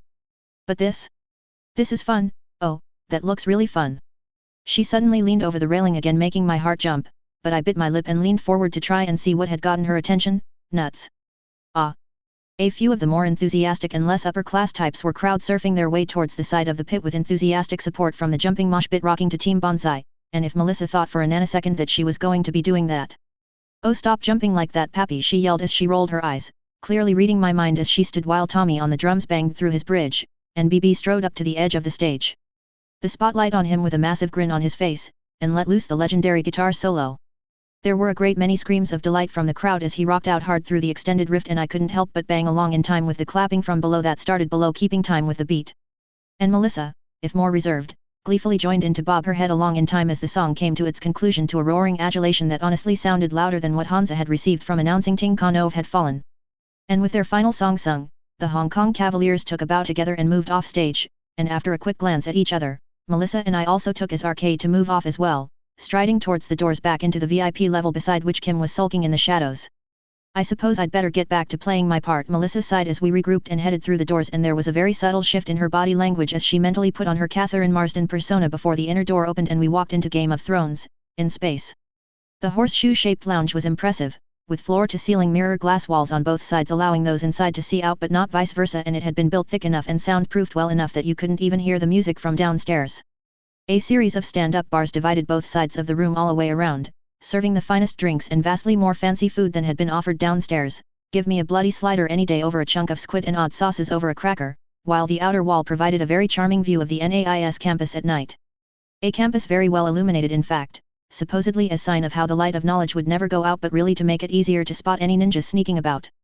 Few people seemed to care about either view, however. They were gathered in clusters, whispering and talking with wide eyes and frantic gestures, and seemingly concentrated on a rather predictable topic: Hansa Davian being kidnapped and coming within a hair's breadth of being replaced by a Liao puppet. Kim and Melissa found themselves dragged into a group of couple of dozen minor members of the nobility from the Crucis March, knights and barons and the like. Probably mostly because 80% of them were young men struck dumb by their stunning beauty, although the clear wedding ring, not her real one but a gold band Hansa had given her for situations where a more subtle style was appropriate, kept people away from Melissa. And as a countess among knights and a few barons, the clear rule was you do not hit on her, she hits on you, so it seemed the kids were eager to just see who they were dealing with and what may or may not be possible. Seriously, I didn't understand any of these rules, and I didn't want to. Instead I kept back from the crowd waiting and watching for any threats, but then, as was proven a short time later, I didn't have any context to know what the hell a threat was. Except people in robes. They luckily were not present. I think. Wonder if they would go home disappointed they hadn't run into Professor Greth Tefier, the lead scientist behind Mum, as I called the HPG project they were still working at. I recalled from House Davian's handbook that Comstar were at least broadly aware that HPG research was going on, and it would be a considerable understatement to say they were not terribly happy about it, but had no real proof to confront House Davian about it. They would probably be even more unhappy, as in Mendu screaming loudly enough to be heard from Terra, if they knew all the scientific data on all K/F technology from Helm had been delivered promptly to his team within a month of Helm, and thanks to that, progress reports had been excellent according to a smug Hansa man who, after my own heart, clearly went to bed with happy thoughts each night of the day he would be able to turn to Quintus and say execute Order 66, sending troops marching into every one of Comstar's stations. Well well. My Lady Sorensen. What a surprise to see you here today. A newcomer said as he interjected himself, and I snapped my attention back and away from happy dreams about battle mechs marching in timed lockstep to John Williams' Order 66 and the Jedi Temple into the new Avalon HPG station, watching as the man stepped boldly not quite into Kim's personal space through the ring of people before looking her up and down in a way that didn't endear him to me at all. And clearly annoyed the young aristocrats who had been talking with Kim and Melissa, but after one look at him they quietly gave him the floor aside a little rather than protest. Meaning whoever this guy was, he wasn't a nobody. Making him a somebody? A half-drunk somebody anyway, I thought, eyeing the mostly empty glass in his hand with the dregs of a golden liquid inside it. Count Vicios. Kim nodded in a friendly enough way, but I could sense her wariness as she faced the man, and with very good reason given who she had just revealed who this was. Count Anton Vicios was the man who had led the crusade to arrest and prosecute Justin Allard on charges of treason, on falsified evidence. With him furious, Justin had escaped his just fate of being executed. Vicios had a loathing of the Capellan Confederation, and Justin, as the son of a Capellan noble, was thus guilty of the loathsome crime of being a Capellan anyway. That was genuinely impressive, even by my standards. An emotional investment only matched by how much he yearned to kiss the ass of Michael Hosek Davian, whom he thought was the greatest anti-Capellan noble around. Of course, that begs the question of why he was here and not on New Citrie's kissing said ass? Because honestly, right now, Hosek Davian needed all the help he could get. For a supposed political genius, he had been having a shocking time of it since he had headed home from Terra. First, he had gotten home a week late due to a highly convenient helium seal failure and a lack of any spare jump ships heading his way, forcing him to wait for repairs to be made. Then on arriving, he had found masses of protesters outside his palace and all across the Capellan March demanding unequivocal support for this war against the Confederation. Attempts by Michael to both try and play the loyal Davian while also not fully committing himself behind the attack on his March's most hated enemy had only made him sound terribly indecisive, and based on the poll numbers I had seen, the Capellan March population were entirely unimpressed. While the polls in turn put even money on Hansa having a statue of him making his wedding toast going up on every damn world across the march.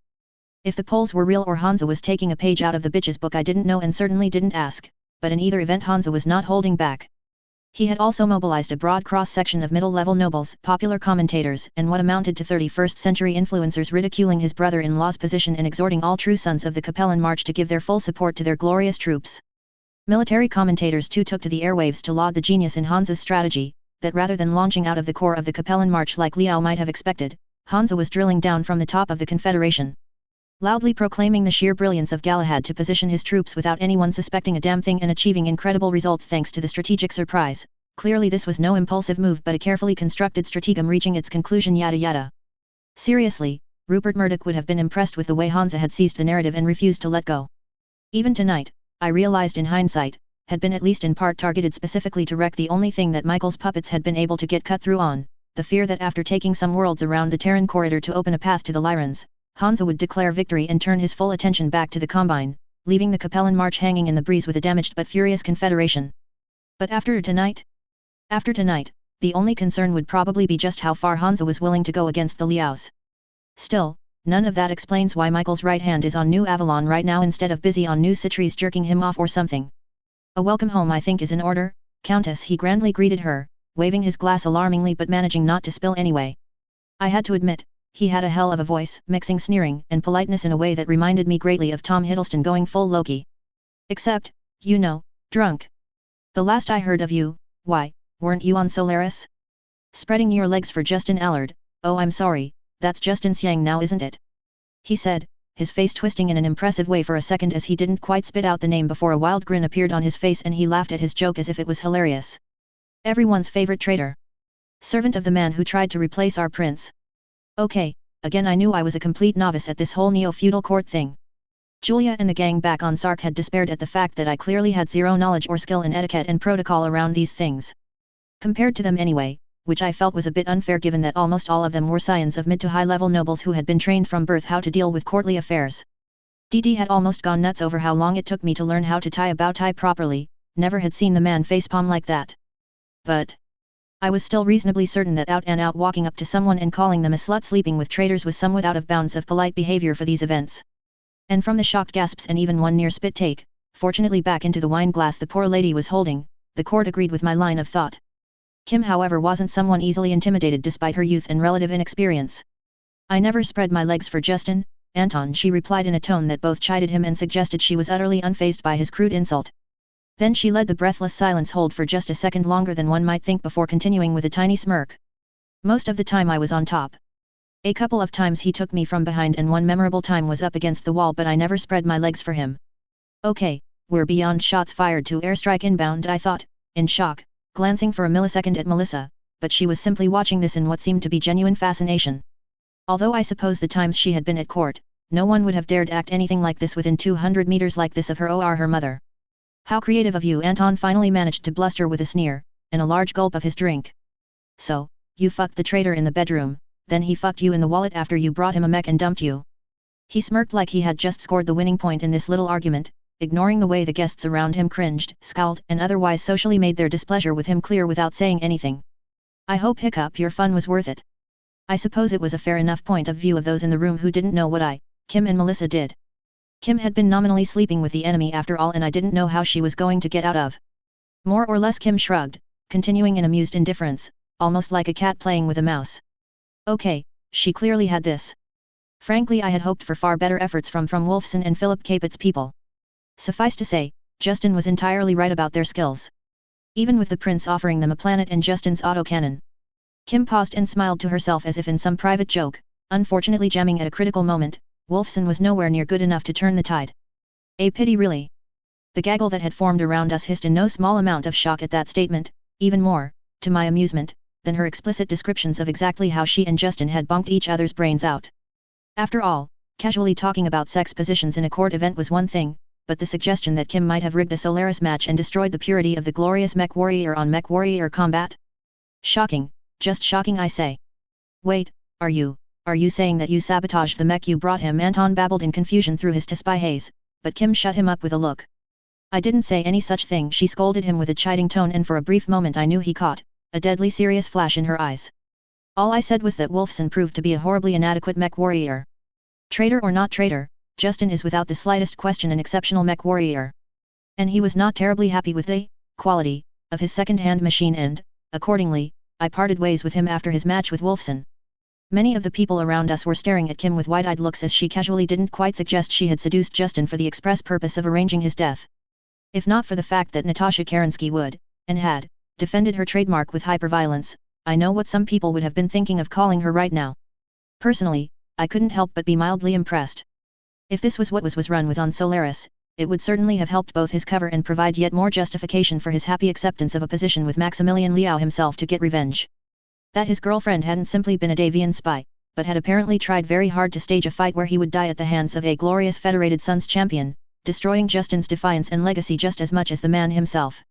On the face of it, it sounded so much like something the Fox would do to eliminate a pest like Justin that people like Sun Shang would no doubt have delighted in the failure, driving Justin into their arms without any work necessary. I also knew that it wasn't the truth. It seemed Cannon was running on rails there for reasons I really didn't want to look into, with his AC/20 failing. Guess they brought the same mech. I'm guessing it was a repair or refurb flaw neither of them had been told about by Quintus, and Justin was just that fucking good that with only 2 medium lasers to his name, he had taken on a mech 10 tons his senior and brutally ripped it to piece. But as far as House Liao was concerned, that Justin won despite his father and or the Fox trying to get rid of him at the hands of a Federated Sons champion.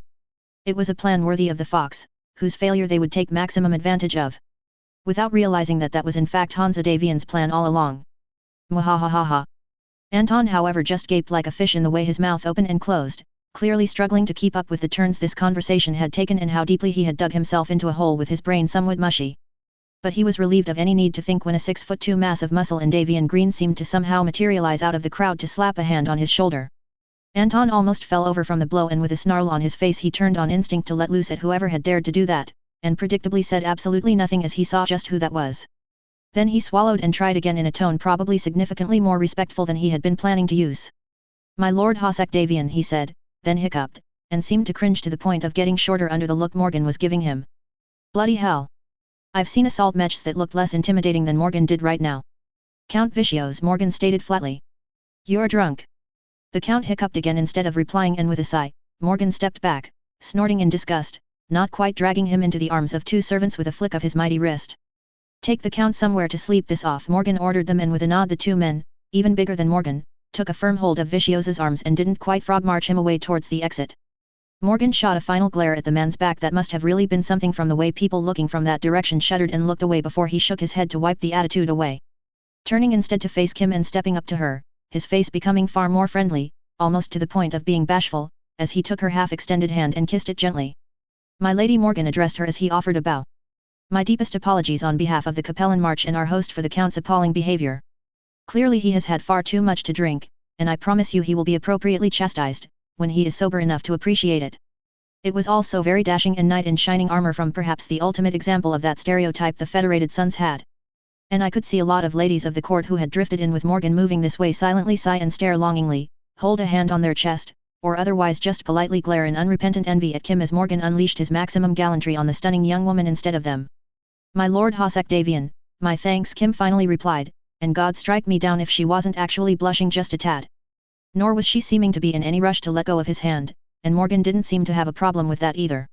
Which was exactly what one would expect of a young woman getting the personal attention of the Federated Sons' most eligible bachelor, and thus might have been put down to a MIIO agent playing her part for those in the know. It wasn't. Melissa, who was subtly smirking like Palpatine doing his "everything that has transpired has done so according to my design" thing right now from the side, had put in considerable effort to ensure she had total control of the rudder on the good ship Kim and Morgan. No, seriously, Melissa clearly thought she needed a project to occupy her time, and it seemed she had chosen Morgan and Kim. whom she had organized the onboarding of them both into the biggest secret of the Federated Commonwealth, aka me, dealt Morgan's understandable issues with the revelations about his father smoothly and with enormous empathy and subtlety organized for Kim and Morgan to start getting in close proximity to each other, by both beating me up on the fucking training room floor. And after the initial awkwardness and ice-breaking had come, them chatting and laughing about their original history and future like it was all a big joke. Kim doing wonders with her smile and spirits, and sparing, have to admit to vindictive pleasure when she came off second best to Morgan a few times, to help lift Morgan out of his perhaps slightly too focused escape of duty, and more duty post-revelations. Then came the two of them hanging without the rest of us around at NAIS. Totally casually and not meaning anything, right? Then they had gone to beat each other up in battle mech simulators, which was almost like a 31st century example of coming over to help with homework, as while Kim was a qualified mech warrior, it was hardly her key skill set, and of course she would take advantage of Morgan's gallant offer to help sharpen her skills, right?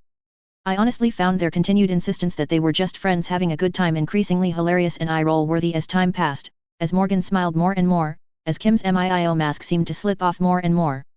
Melissa broke the moment before it got socially unacceptable with a polite cough behind her fist, and Morgan smoothly turned to face her, only a tiny twitching of the hand that Kim had just been holding betraying his emotions.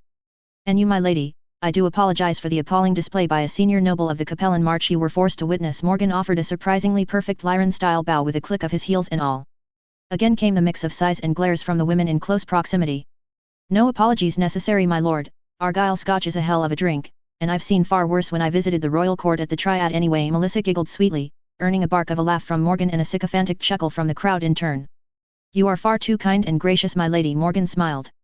"But I must insist on making up to you for this unpleasantness," he said, as his face brightened with a sudden grin. "Now, I do recall when we spoke earlier tonight you mentioned you both hoped for a chance to meet Dr. Bonsai? Well, he has finished his sets for tonight and I was just about to go downstairs and have a word with him. So if you and the Countessa would like to tag along, I would be delighted to introduce you." "Really?" Melissa almost squeaked in shock, exactly like the gods knows how many fangirls he had running after him, blissfully unaware that BB was in a very serious relationship already. "You're serious?" Always. Morgan grinned. Melissa paused long enough to shoot an adorable look at Kim, like a kid begging her big sister to let her pet the puppy, and with a smile, Kim nodded, and that was that, the three of us falling in with Morgan and his bodyguards as we made our way through the crowd. From my place a little back I caught look directed at our group that ran from "all of my hate to you" and "oh god isn't he dreamy and so wonderful" and "OMG she gets BB and MHD. Mostly though I was frowning inside. While Morgan might enjoy playing White Knight to Kim, taking us down to see BB seemed like little more than an in-character reason to get us clear of the crowd with him. I kept my mouth shut like a good drone though as the lift dropped us to sub-level 4, the underground secure garage. The lift doors opened, and I stepped out into enough bodyguards to know Hansa had to be around here somewhere. There. He was standing next to a painfully young-looking captain in the uniform of the Davian Guards with a briefcase attached to his arm via a handcuff. Yes, they still did that apparently, and Hansa gestured us over. "What happened?" Melissa asked, Catherine Marsden vanishing into nothing as she stepped forward to her husband. "Nothing local," Hansa immediately said as he too stepped up to Melissa, the two holding hands for a moment. "But we've just gotten some news from the Draconis March that needs attention. We need to head home, and everyone except you, Agent Sorensen. You can take the rest of the night off. Tomorrow too for that matter." "Thank you, sir." Kim snapped a salute. Hansa returned with aplomb and we all started moving for the car. I however felt more than a little nervous right now though. Kim had been due to legally beat the crap out of me tomorrow, why was Hansa standing her down? Asterisk.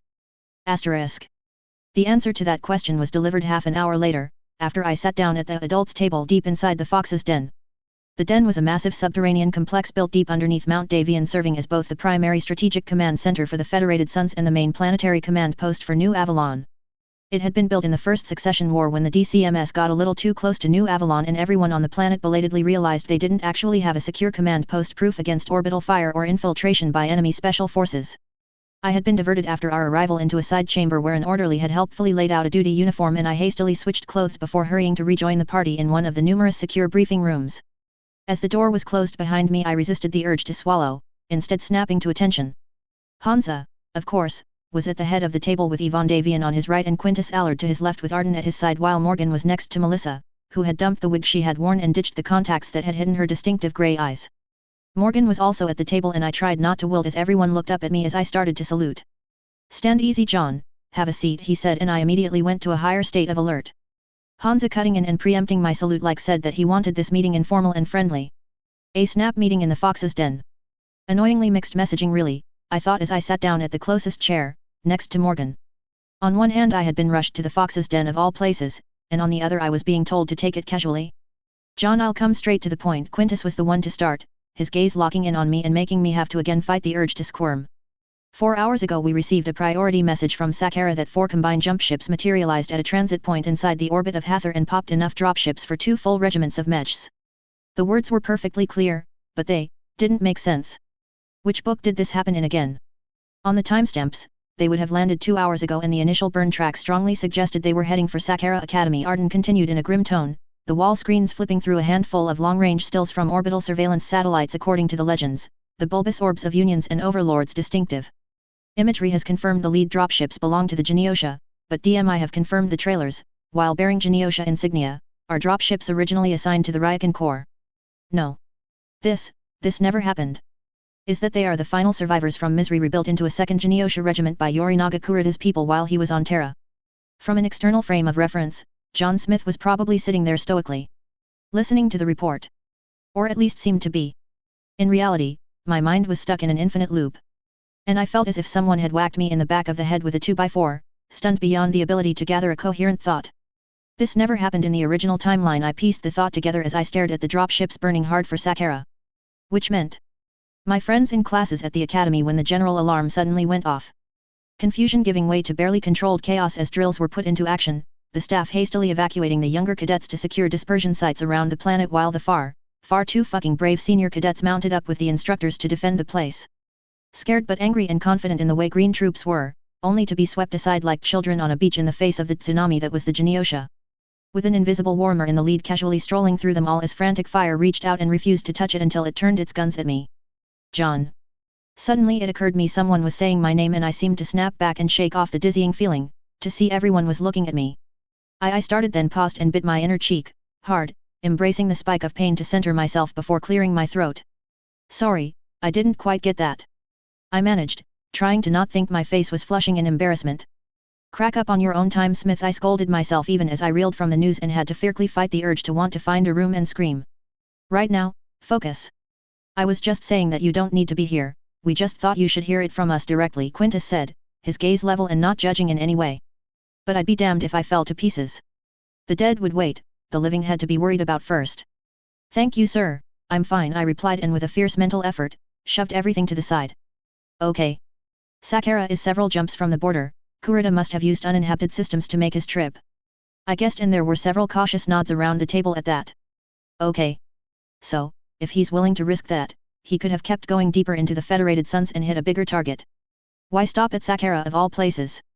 He might be willing to risk a few jumps to get past the border, but the deeper he goes the greater the risk he could lose one or more of his ships in an uninhabited system, or deep space for that matter if he chooses to charge off his fusion drives, Arden pointed out.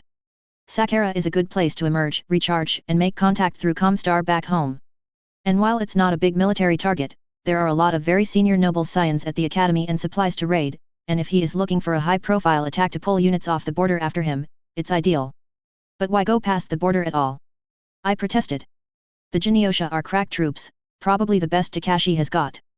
And what's left of the Ryakan are just about as good, and will integrate easily, especially with Yorinaga in command, I pointed out, thinking furiously as I stared up at the large star map showing the Draconis March clearly.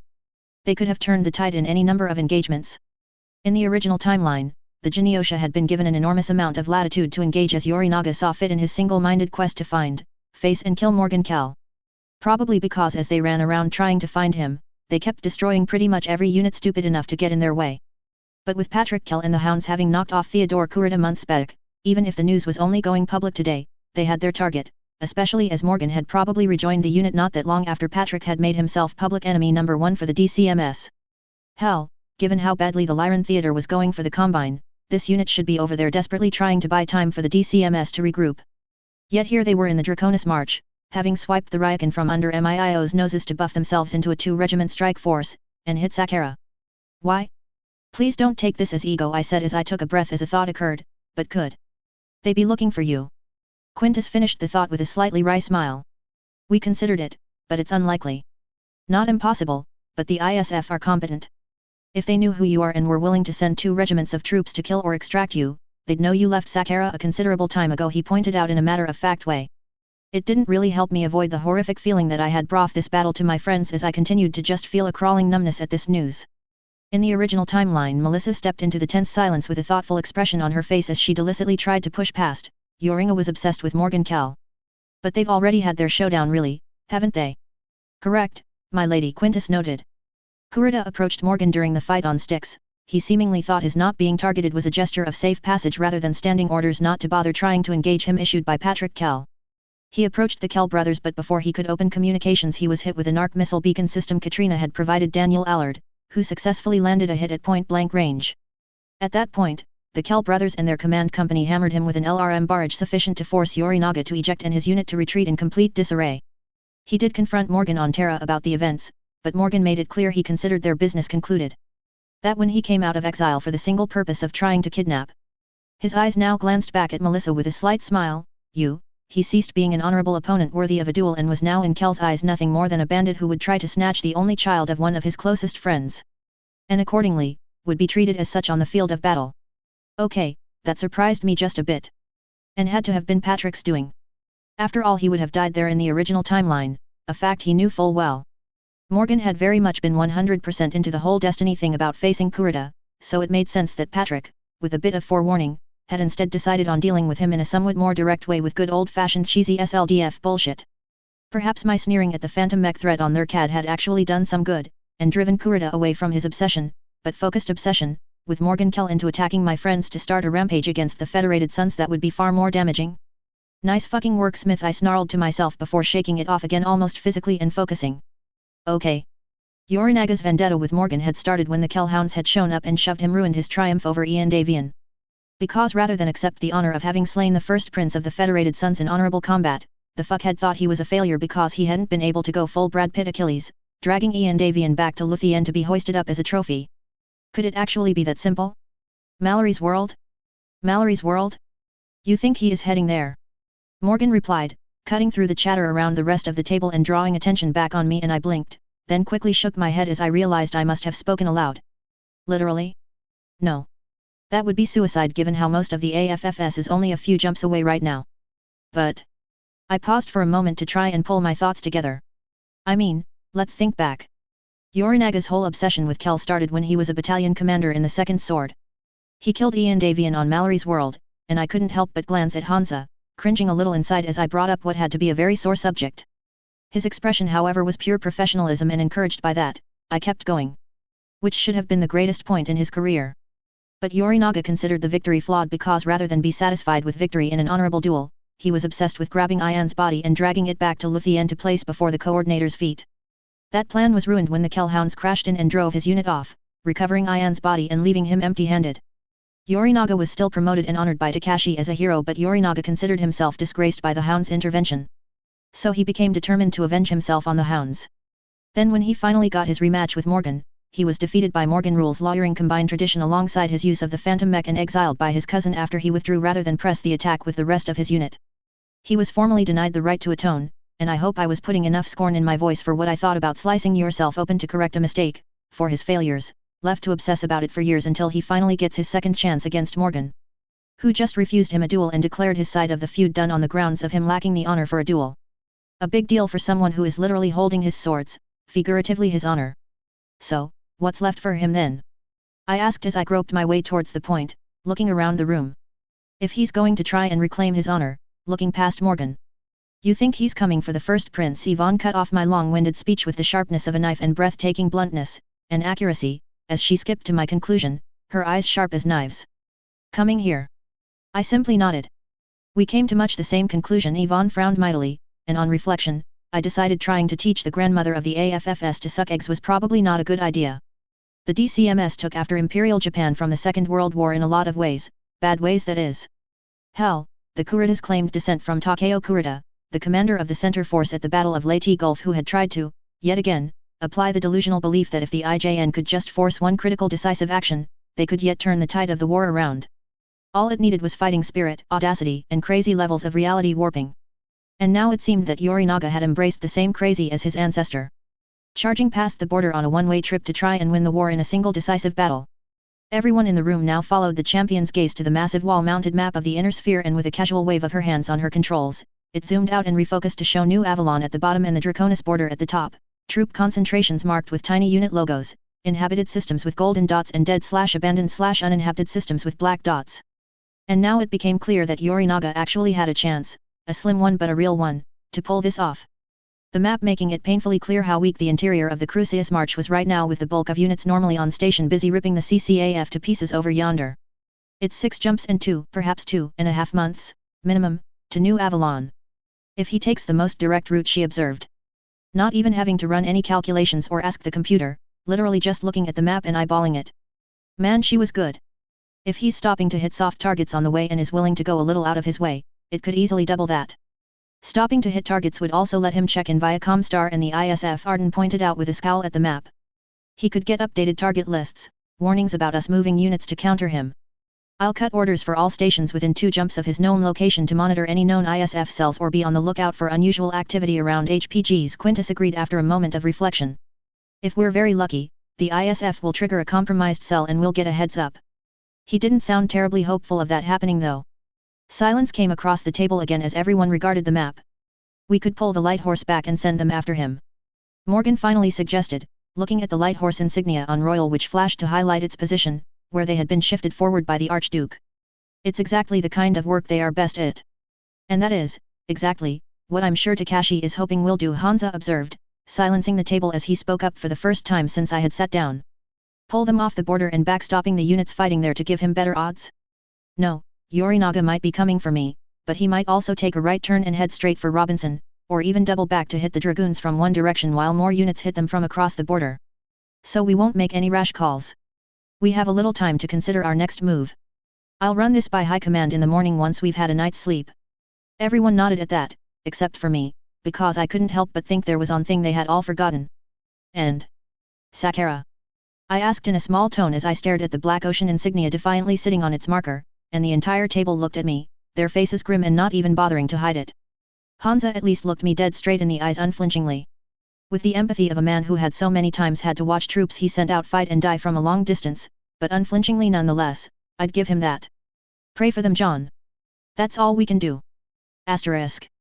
Asterisk. If anything drove home for me the difference between wars on Earth back home and wars here, it was waiting around on New Avalon able to do nothing but pace as the reports started coming out of Sakara over the next few days. Starting at bad and moving steadily to grim, and then horrific. Couldn't the DCMS start one fucking campaign against the Federated Sons without defaulting to war crimes? Granted, the last part wasn't really Yorinaga's fault, much as I wanted to blame him.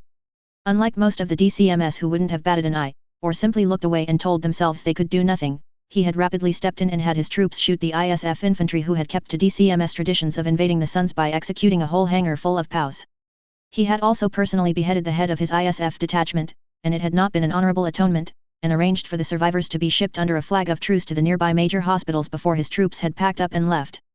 Perhaps understandably, the Federated Sons media wasn't ignoring his stepping in like that, but they were rather downplaying them in favor of pointedly blaming him for bringing the ISF to the Suns in the first place. And all I could do was wait. And wait. And wait some more. Hurry up and wait was something taken to a whole new level in Battletech. Well, that and destroy several punching bags, find sealed soundproof rooms to scream in anger as I vented and otherwise just rage that thanks to changes I had made to the timeline, now I was getting the bad to go with the good.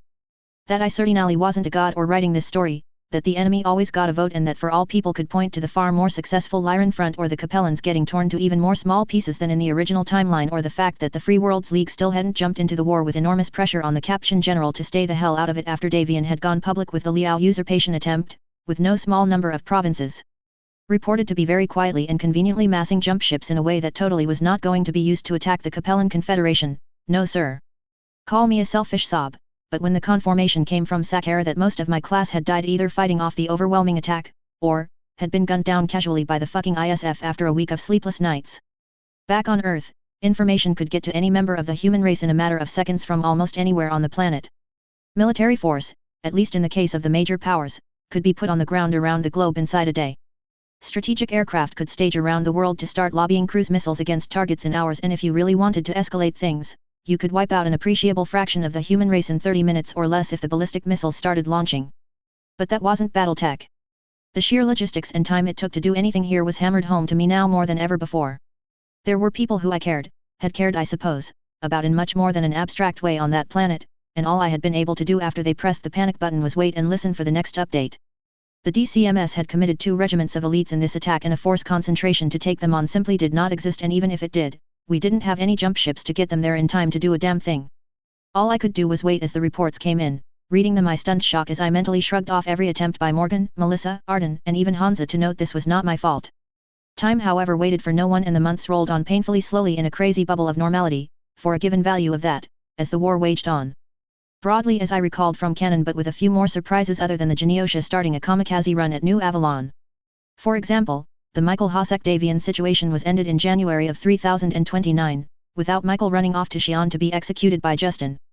Or more specifically, with Michael trying to run to Xi'an, only to find his jump ship was under new management courtesy of a strike team led by one Major Jackson Davian of the Crushers, who was pleased to escort Michael Hosek Davian to New Avalon, where his brother-in-law wanted an urgent word with him.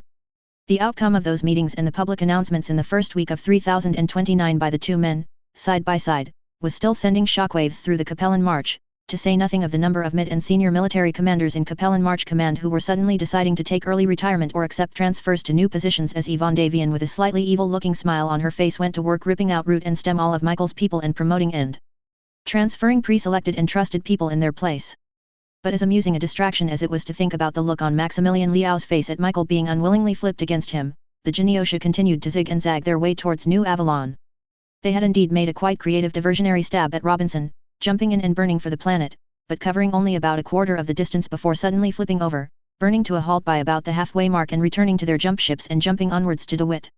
The fake-out tactic was suspected to have been an attempt to flush any hovering reinforcements in a few jumps away, forcing anyone waiting to jump to do so if they were going to get to Robinson in time to intercept. A clever move, but ultimately pointless as we didn't have anything chasing them. My suggestion for stopping them had been more indirect. Scrape together enough 0G light infantry and a couple of dropships from somewhere to drop in after Kurita hit a planet and disable or capture his jump ships. Trapping him on a planet far behind the lines to be dealt with at our leisure, but it seemed that option was firmly off the table. A diplomatic note from the Combine in the aftermath of Yvonne playing Grand Theft Jumpship had first demanded the return of the jump ships stolen from the DCA, but had more pointedly made it clear that any further actions along these lines would have serious consequences to the inner sphere that they felt didn't need to be spelled out. No one wanted the DCMS or CCAF to start blowing up jump ships in retaliation. That kind of activity would spin out of control faster than a Stinger's gyro. And so until such time as the jump ships were sitting completely unguarded over New Avalon with the troops who had been using them all dead, my plan was a non-starter. In any event, Hansa had refused to commit the ELH to a futile stern chase that may or may not be able to catch them before New Avalon. Instead, he had doubled down on his existing plans, sending in the ELH to clean up on Clifton de Four and Breed while deploying the 71st Light Horse Regiment along with the 10th DLC to hit and reclaim Paris for the Suns. A political gesture as much as a strategic one, making sure the Draconis March didn't think he had forgotten about them. And that Hansa wasn't going to sacrifice them for the sake of his capital. The local Combine militia offered only token resistance as Davian and Sandoval looked to consolidate their hold around Galter, scraping up enough ships to move in conventional units to establish a firm presence, while on the other side of the Galter thumb, Wolf's Dragoons, or Wolf's Dragoons as some in the know were now calling them quietly, were getting increasingly impatient. They were still sitting on crossing, waiting for Takashi to send people to play with them, but he had seemed to rage quit his little death match with them, screaming hacks, at their pay-to-win Lastek matches. Reminded me of a couple of bad drops in Mech Warrior Online where I had done exactly that against fucking clanners. Indeed, the lack of follow-up attacks against the goons from the Combine was a bit worrying. MIIO had been watching carefully as a multi-regiment task force assembled on Marlowe's Rift around the slowly rebuilding 8th Sword of Light, and then it had vanished in November. Packing up and jumping deeper into the Combine, appearing briefly at a jump point on Kawabe before vanishing again. The best guess from MIIO was that Takashi had recalled that task force to make haste to the Lyran border as it finally dropped on him that the Lyrans were playing for keeps, relying on the Geneosha deep strike to force Hansa in turn to pull units back, but neither MIIO or LIC had any indicators one way or the other. And if by the new year nothing had happened, Hansa had promised Wolf that he could deploy at his discretion along the Combine/Suns border to go looking for trouble. In any event, Hansa's focus on pressing, dismembering, the Confederation meant the Geneosha had a clean shot to New Avalon. So long as they kept moving and keep moving they did. They were just about ready to jump out of Kirkland in fact, which would put them only a single jump from New Avalon itself. The raid there had been the first really serious clash they had been in, and it had been conducted with Kurita's depressing tactical skill. First, sending one of his regiments to tie down the militia holding the capital while he himself led his own unit in a surprise attack against the Callan Industries facilities, with ISF agents having quietly sabotaged the early warning radars to let his ships sneak in far closer than he should have been able to. Despite a spirited defense, the corporate security troops had been pushed back firmly to the final defensive fortifications around the key factories themselves, which was apparently all the DCMS troops had wanted as they secured the spaceport outside the campus and called in their dropships, loaded up a pretty significant amount of cargo from the warehouses there before the entire force had left the planet in a great hurry. Apparently, they had raided the place for material to repair and refit for their final run on New Avalon, or so said the press, who also wasted little time in sneering at them as little more than pirates. Hansa apparently thought they had been after something else, but had been annoyingly cryptic, even for him, when I asked him what that might be. But whatever the case, it was clear what was left of the 2 units, roughly 1 2/3 regiments of mechs with most of a wing of aerospace fighters and a battalion of armor, would probably be fully repaired and operational when the final stand came on New Avalon. Something that didn't make me terribly happy. And I wasn't alone in that. More than a few people who had cheered the war loudly and proudly were now bitching over the fact that the war was coming straight to them and that Hansa Davian seemed disinclined to throw everything he could in the path of this attack to stop it away from the capital, as he should. The public slapdown from Hansa on that attitude had been Patrick Stewart's speech worthy. Rebuking anyone who seemed to think that the very beating heart of the Federated Sons would show less courage, determination, or will than border words that had thrown back the Combine and Confederation for century after century, a textbook example of how shame and pride in a martial culture could be highly useful levers to pull and push. Even reframing the threat to note so much the better that 2 of the most dangerous Combine units in the DCMS were happy to vanish into the Federated Sons and die here. That the entire Federated Sons was watching, as were their Lyran allies and Concord enemies, and if the capital itself was found wanting, the shame that would be upon them all. And so Rat continued on schedule, without any units pulled back as Liao and Kurita had probably hoped. A slice of the war was now almost on New Avalon's doorstep, and a planet never attacked in the succession wars for all its glorification of war was a sea of nervous energy as preparations were made. Hansa and Melissa had also had their first fight of their marriage when the unstoppable force crashed into the immovable object, as Melissa flatly refused to leave with a careful selection of senior officers and politicians for Marcusson to set up an alternate command post should things go badly wrong. Yet, no surprise who had won that argument. If Arden had still been on the planet instead of heading off to Tikhanov, he probably would have flatly told Hansa not to do something so stupid as that. But, as Hansa was so fond of saying, sometimes true lessons had to be learned the hard way. But while I could understand how worried Hansa was for Melissa, it wasn't as if the planet was in critical danger. The planet had 3 line mech regiments with plenty of supporting forces, 2 of whom rated as elite. The New Avalon Crucis March Militia RCT, plus their conventional forces, were decent troops, and had a lot of hardware, all modern and well maintained. Team Bonsai were excellent, although I couldn't help but remember how in the original timeline the Genosha had torn them to pieces, and I was sure BB was thinking much the same. And then there was Morgan's Davian Honor Guard, who were elite to a person and fanatic in their loyalty, even before Morgan had been put in charge and spent most days vigorously drilling and pushing them as hard as he pushed himself. Throw in 24 mechanized infantry regiments with tank support from the planetary militia, all fully manned and equipped with the latest production run from the factories, and a solid core of semi-retired veterans for officers and NCOs, and we were certainly not lacking for hardware or bodies. Of course, both the March Militia and planetary militia units were scattered across the planet around key strategic targets and cities rather than concentrated.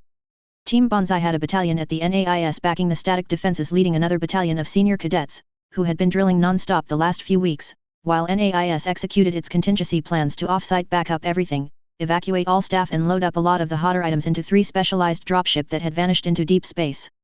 Bonsai's other 2 battalions were across on Brunswick with Tommy, covering the massive industrial complexes there, while Morgan's troops the key, already loaded onto dropships and ready to make a suborbital burn. When Kurita committed himself, they would go full-blood Raven Steel Rain on their asses, with Bonsai and the New Avalon militia following as soon as they could to drown their LZ in mechs. And we had high hopes Kurita wouldn't even make it to the ground, with 3 aerospace wings on and around New Avalon against barely a squadron still intact by best estimates on Kurita's dropships, plus a dozen squadrons of lighter conventional aircraft dirtside for airstrikes. So, on paper, we were ready and would win this handily, if not easily, which made me incredibly worried. Whatever you would say about Yorinaga Kurita, he had earned his position as a commander of elite troops honestly, long before he had told the laws of physics to go screw themselves.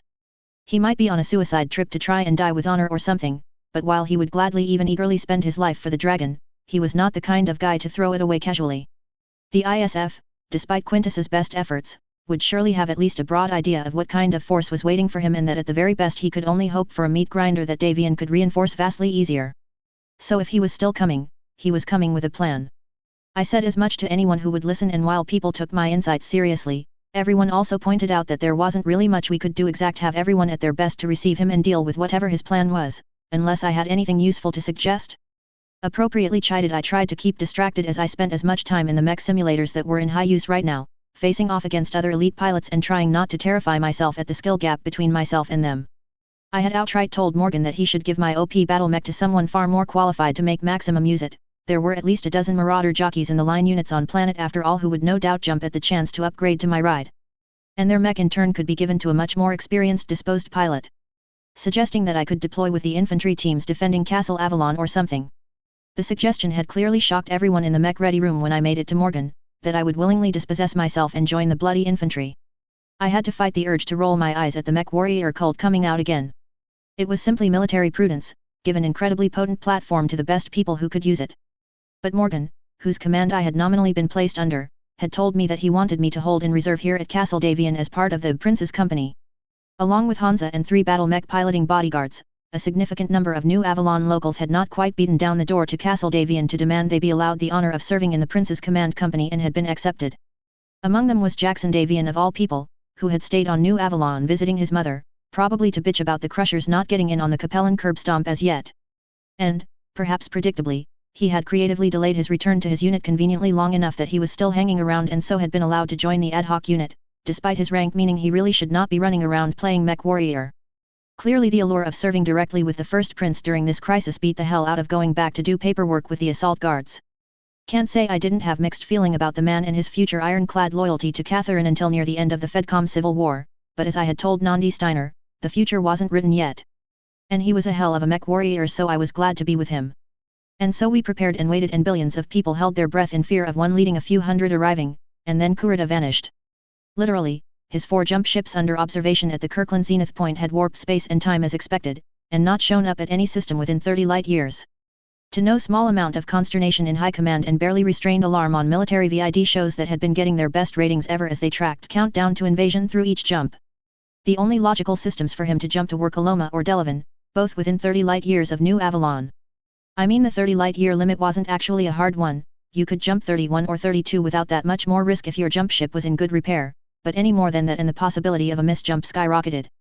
There were not any dead systems within range, but there were easily a dozen uninhabited systems that would serve the same purpose, not to mention deep space itself. While always a risky tactic, it seemed that Kurita didn't want to risk a reaction force at New Avalon jumping him once he committed himself. And that he would make his assault jump to New Avalon from deep space. Or so everyone concluded. Tension rose across the planet in a subtle way, the deep breath before the plunge, as Gandalf had put it in Return of the King, a line Hansa promptly stole for his own press conference as we reached the end of Day 7, with the planet on edge. And nothing happened. Day 8 came, then Day 9, Day 10, and so on without the Geneosha showing up anywhere. Predictably, in the absence of information, speculation exploded and tension rose. Some people hoped Kurita and his merry men had misjumped entirely and were gone, although sensor logs from Kirkland showed the outbound jump signatures were all normal.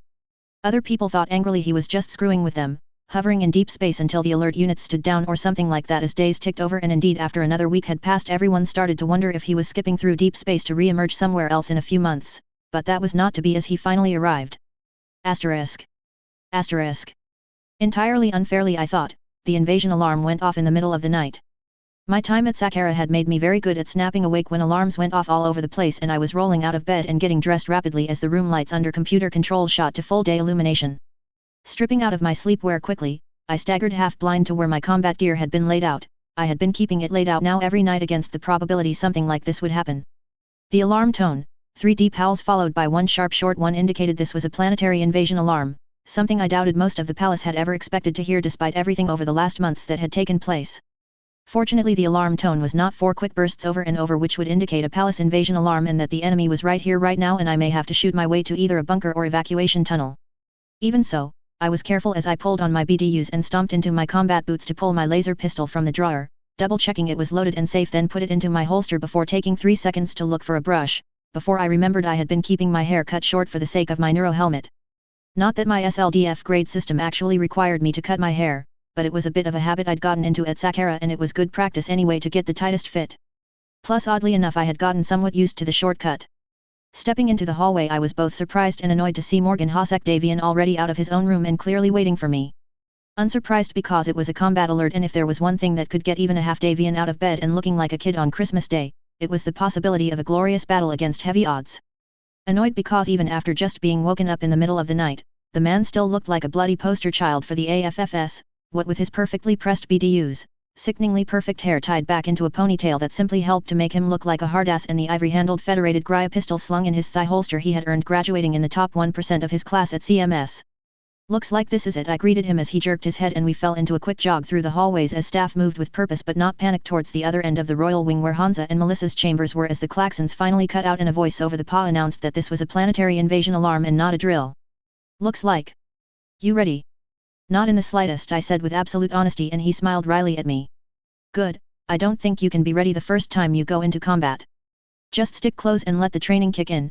You're a better mech warrior than you keep giving yourself credit for," he insisted as we came around the corner, narrowly missed a lot of palace servants looking ashen as they were escorted by palace security towards the access lifts that would take them deeper into the palace.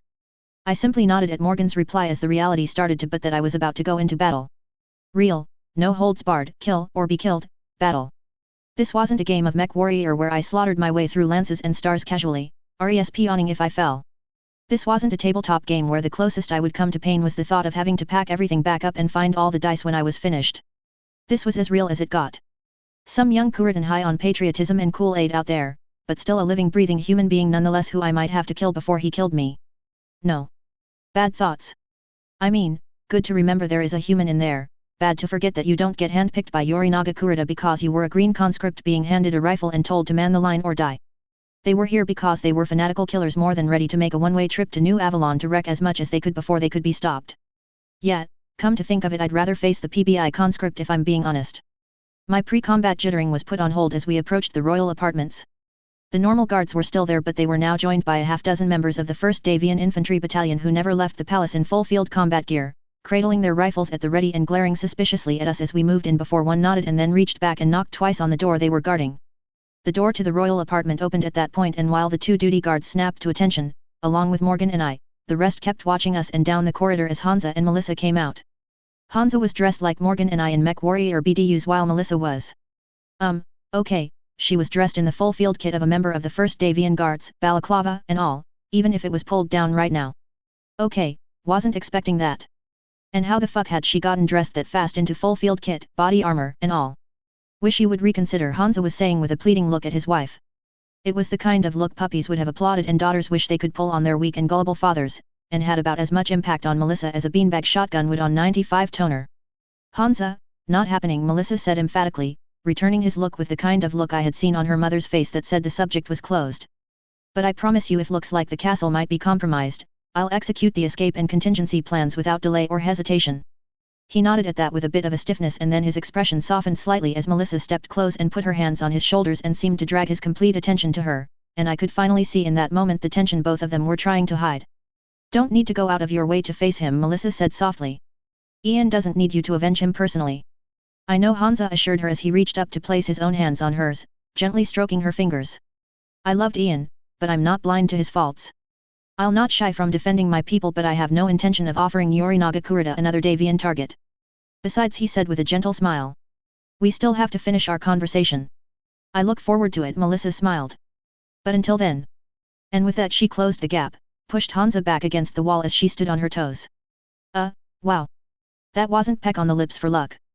Nor was it an appropriate but real kiss from wife to husband. Melissa Steiner Davian had just pushed Hansa against the wall and was full on Frenching him in front of all of us without the slightest restraint or care in the world, and, after a second or so of surprise in his body language, Hansa was pulling her in and going for it full throttle. "So this was, okay then." It was a bit of effort not to snicker, and I glanced across at Morgan, and then couldn't help but snicker as I saw his face was bright red and he was looking everywhere but the happy couple, clearly wildly unprepared for his rulers, acting like a couple of horny teenagers. Finally though, Melissa released the man and stepped back, staring into his eyes as she gently held his hands. "Don't get killed, Hansa," she told him simply, seemingly understanding that war was here and the Federated Sons needed the first prince now, but understanding wasn't the same thing as liking the necessity. And with that done, she backed away, turned and quite deliberately walked away from Hansa to the NCO waiting there, accepting a rifle and helmet from him that she slung on her back and put on her head. And as she pulled her balaclava covering up, she ceased being Melissa Steiner and turned into just another member of one of the roving fire teams who would be patrolling the palace as they escorted her to whatever secure bunker she had been assigned, falling in as the fire team moved out. Our eyes met as she passed me, and behind all the camouflage I could feel the fear. Fear that the man she had genuinely started to move from affection to love with, was going to get himself killed, and then she was past. And I mentally sighed. Well, okay then, that tears it. I guess I just got tagged in on the Keep Hansa Alive team.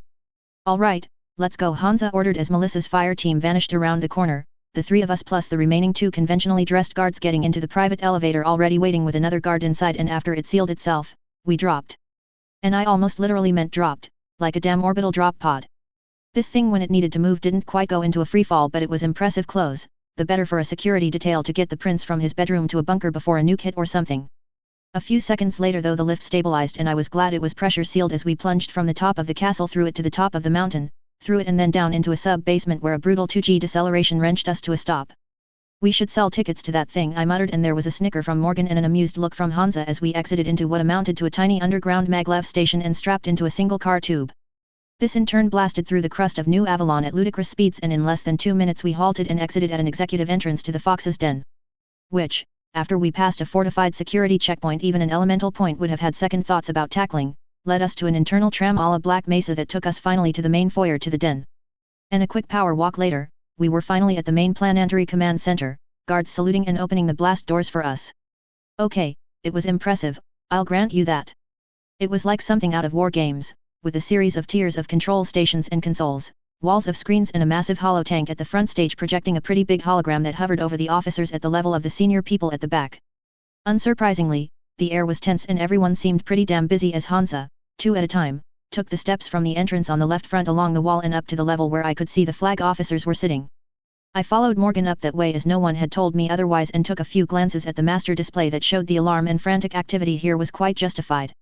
Sitting above New Avalon were 4 Scarlet Diamond tags I knew meant hostile jumpship with a text box attached to them tagging them as 4 Invader-class jumpships. Moving away from them were a dozen crimson rectangles following a scarlet line to the planet of their tentatively projected landing zone, their tags showing them as 8 Union-class ships, 3 Overlord-class ships and a single Excalibur-class ship. Smaller triangles grouped in circles near them indicated fighter squadrons in escort formation with them, with the count looking like about 20, give or take. This was not a drill, this was as real as it got. Highness Ivan Davian greeted the prince calmly as he stepped up to the main command station. The prince's champion had taken to all but living out of the den over the last fortnight, handling pretty much all aspects of getting New Avalon ready to receive and destroy the force coming for it, while Hansa had been the public face of keep calm and carry on and dealing with the political fallout of giving Kurita a free shot at the capital. Per standing orders, the staff otherwise didn't react as they remained focused on their consoles, although a few seemed to stiffen slightly as they realized the boss was here. All 12 dropships have been positively identified as the Geneosha Strike Force. Estimate 50 minutes until they hit the atmosphere at their current burn and course. It looks like they'll be landing on Brunswick, unless they try for a flight around the planet after breaching. Alert fighters are up, the full wings should be up and ready for a close insertion intercept.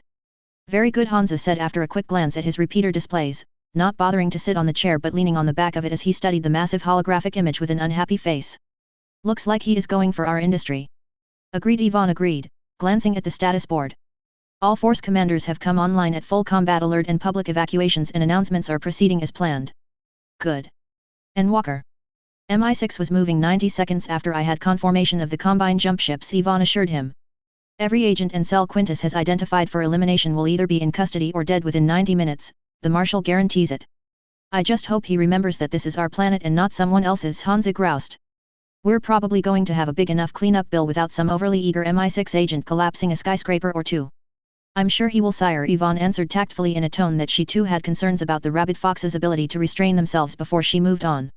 Civilian traffic is a bloody mess, but the flight controllers are clearing it as best they can, trying to get everyone around the planet and down safe from where the combat zone is most likely to be. But, we can expect significant damage from falling debris nonetheless to civilian structures. Hansa's face hardened at that. The den had been built into the bedrock well under the mountain range Mount Davian was a part of and built in the very early First Succession Wars based on SLDF Castle Bryan engineering. It was proof against a couple of angry mechanists unleashing a week's worth of temper tantrum. So too were the factories over in Brunswick, for the most part heavily reinforced and often having the key production lines underground, with expandable structures on the surface. But a fragment of a drive unit or chunk of a side of a dropship landing into a suburban backyard. Commit the fighters once they are massed, try to pin the escort and focus on the Excalibur first, then the Unions. Let's try to crack as many eggs as we can, Hansa said smoothly with a glance at a man in the uniform of an AFFS aerospace general. Accepting the consequences of his decision, moving past it and focusing on defending his capital. At times like this I suppose you had to be cold. Either he risked collateral damage from chunks of dropships coming down, or, he let them get a far better shot at getting a lot more units onto the ground. Not exactly an easy decision, but I'll grant him that he made it quickly and decisively, without hesitation. Sir. The man snapped a salute and turned to start giving quick and crisp orders to his staff as more and more officers started to ascend to Hansa and Yvonne as battle drew near. Feeling in the way, I fell back down a stairwell to Morgan, who had taken over a spare console a couple of tiers lower and is busy using it to obsessively make sure his unit was absolutely ready to launch the second he was back with them. Which was just make work, really. The man had been obsessively making sure his unit was ready to go twice daily, and his people had gotten the planetary invasion alert at the same time as us. But it was a way of dealing with that most universal of military traditions: hurry up and wait. For lack of anything else to do, I joined him, getting a distracted nod as I settled in on a chair off to the side as the timers and clocks on the hologram both moved too slow and too fast, the scarlet icons steadily eating up the distance between the planet and themselves as green orbs of friendly fighter squadrons constricted inwards on them from 3 different directions. If I was reading this whole thing right, then it looked like the hostile track and all 3 aerospace formation tracks would converge right about at the atmospheric interface, which made things interesting. Engaging during atmospheric interface was a bit of a no-go. You generally only got one shot after all due to closing speeds, and trying to breach a dropship's hull in one salvo was always a tall order, even without the shockwave of plasma around them that almost acted like pseudo-shields, tending to disrupt the coherency of PPC blasts, blooming laser beams too much and often scattering projectile and missile fire. Hitting incoming dropships just before or during atmospheric interface, on the other hand, was a high-risk, high-reward tactic. If, like now, the dropships were coming in fast and relying on the planetary atmosphere in part to assist with an aero-braking maneuver to minimize their interception window, opening up hull breaches on them or otherwise compromising their aerodynamics after they were committed could cause rather significant problems. The Robert Davian in later Battletech canon could certainly attest to how playing chicken with a planet's atmosphere rarely ended well after all. It was high risk though, because the timing had to be exact and even a slight shift in maneuvering could ruin your interception like a matador yanking the red cloth away. But as the clock ticked down, it seemed that the defenders would indeed be able to hit the snake formation in a multi-vector assault, with each formation having as many fighters as the entire DC force. The Combine fighters, despite being slayers and shillans, brutal birds with heavy firepower, would be forced to defend themselves, defend their charges, and do so outnumbered 3 to 1 if they split to cover all sides, yet the Combine ships didn't seem to be in a serious hurry to do anything about it. And that bothered me. Everything was unfolding exactly as it should for the good guys. Kurita would be lucky if he got half his ships down. The risky pirate point jump had gotten him close to New Avalon, and his high-speed burn would minimize the interception window, but it wasn't enough. Not with the planet already on full alert, his charge wasn't anything like enough to beat the scramble time. This was bullshit. This should not be going exactly as planned for the defenders. Battle plan and contact with the enemy and all that? Yorinaga Kurita was many things, but most of all, he was good. He had led his men across a third of the Federated Suns with both considerable skill and exceptional agility to this point, as he had worked to throw off any attempt to intercept him. Yet now he was just charging in exactly as one would expect your average Drac out of the book to do. Out of the book, the book. The nagging thought made me frown as somewhere in my brain an association was made in my subconscious. Ah yes, Tom Clancy. Not the entry with a bang verse, but one of his works, his better works. Red Storm Rising. A good book because besides being CO written by Larry Bond, both sides were allowed to show their tactical genius chops, which made for a far more compelling read. One of the best examples I remembered, with unease increasingly turning to a kind of dread as the parallels started to tick up, had been a Soviet naval aviation attack on a NATO carrier group. The Soviets' bombers had come in dumb on the exact vector and timing the USN had expected, with heavy jamming support looking to bravely try and bash their way through and ripple their missiles. The vaunted Tomcat and Phoenix missile combination had been committed and started wiping the bandits off the board exactly like in the war games, to the smug satisfaction of the fleet commander, kill counts handsomely jacking up. Then the sky fell as a Tomcat closed in and saw they had not been shooting bombers out of the sky but target drones. And with the interceptors neutralized as a threat, the real bomber formation, coming in from the other direction, now lit off their targeting radars to reveal their presence, took a good look at the now naked fleet, and fired off 140 anti-ship missiles. I looked hard at the display as the memory in my mind fought to the front. Now, the inbound tracks were not drones of course, but... Morgan, I said softly, and the man in question, who was sitting with clearly barely controlled urges to move /act /do/punch, looked up at my call. Something in the way I was staring at the screen must have gotten his attention though, as his frantic energy seemed to be pushed to the side as he took in something in my bearing or attitude. Talk to me, he ordered, and there was no more Morgan here, just Brevet Major Hosek Davian, who might have been horribly young for his rank, but few people didn't think he could handle it. This isn't right, I said, staring at the chaotic pattern of tracks in orbit and trying to make some kind of sense of it, find a pattern or anything. It really didn't help that the orderly lines of tracks that had been inbound from both of the system's primary jump points had warped, Outbound traffic goosing the throttle a little to get clear and inbound traffic goosing the throttle a lot to abort their orbital insertion for a far higher orbit the hell away from the fight that was about to break out. While in low orbit itself, like a ripple from a stone thrown into a pond, ships were frantically burning away from the region inbound Kuritan ships were going to pass through, with dropships and shuttles hurriedly evacuating low orbit facilities and getting the hell out of the way of the furball about to break out. Civilian traffic control probably having no small amount of headaches trying to stop everyone running into each other. Yorinaga is coming in dumb, and he's not a dumb commander. This kind of frontal assault is just going to bleed him white before he even gets his feet on the ground, let alone force Hansa to face him. He has got to be up to something else here. Well, he doesn't have many options. Morgan pointed out, although I could hear in his voice my comments had made him stop and think. That was good. Morgan in Battletech had a rep of being near as much of a tactical genius as Hansa at his best, and unlike Hansa, he was free to talk to me right now. A straight-in attack from a pirate point is actually his best bet to get to ground, Morgan started to say, but I shook my head firmly, trying to make him understand even as I wondered if I was just being a paranoid idiot. Then what was he up to last week? I demanded in a low, controlled tone. The longer he waited, the better the chance we'd reinforce New Avalon. Why is he going for Brunswick rather than Avalon City if this is him looking for a rematch with Hansa? What if all this, I gestured at the master display showing the green and red icons closing on each other, is just a flashbang? A decoy? Morgan considered, damn it, why did I say flashbang? His gaze hard as he tilted his head and his mind considered the possibilities. It would be very, very expensive bait. He observed, his tone considering but dubious, and my non-Battletech mind moved quickly on that, suddenly making a leap that perhaps Morgan couldn't casually make. Dropship were not jump ships, they were actually replaceable and not less deck, but only up to a point. The unsaid but generally accepted rules were that you more or less left each other's alone in standard rating backwards and forward, and overlords were rare enough that no one would just throw them away, Excaliburs even more so, even if they were, frankly, an overpriced POS. And Kurita had essentially all but sacrificed another 4 invaders, which, the note from the Combine aside, no one would object to being seized, what with being in orbit around New Avalon. Even if it would probably be diplomatic for Hansa to turn them over to Comstar to hold in escrow or something pending a ransom, it was still putting incredibly valuable jump ships beyond immediate use. But this wasn't in any way, shape, or form a standard raid. This was the 4th succession war. And I didn't automatically dismiss the possibility of deciding to throw away these ships in exchange for a stab to the heart of the Federated Suns. This is already a one-way trip, I pointed out, forcing myself to keep my voice calm and steady and not racing along at high speed as I tended to when I got excited and things started to fall into place bit by bit as I talked it out. In fact, all those ships, and the fighters, are expendable directly or indirectly to get his force to the ground. They still have a job to do though. If they fight hard, they can still cripple Davian aerospace cover enough that they won't be able to do much against any ground troops that made it. So obvious question, without ships how does he get his ground? That's it. Morgan suddenly cut off his own line of thought, his eyes going wide, as his fist hit his console's frame with considerable force, a protesting groan of metal suggesting his might have done structural damage with that. I simply stared at him. Okay, he skipped a step in the logic there for me. He transferred his mech units off these ships. He stabbed a hand to point accusingly at the scarlet blips getting increasingly close to the projected combat intercept point, to another ship or ships waiting for him, with a charged jump ship, in deep space. He hissed, his expression flicking back and forth between a bizarre mix of anger and grudging admiration. He then jumped that ship into the system and moved in like any normal civilian ships.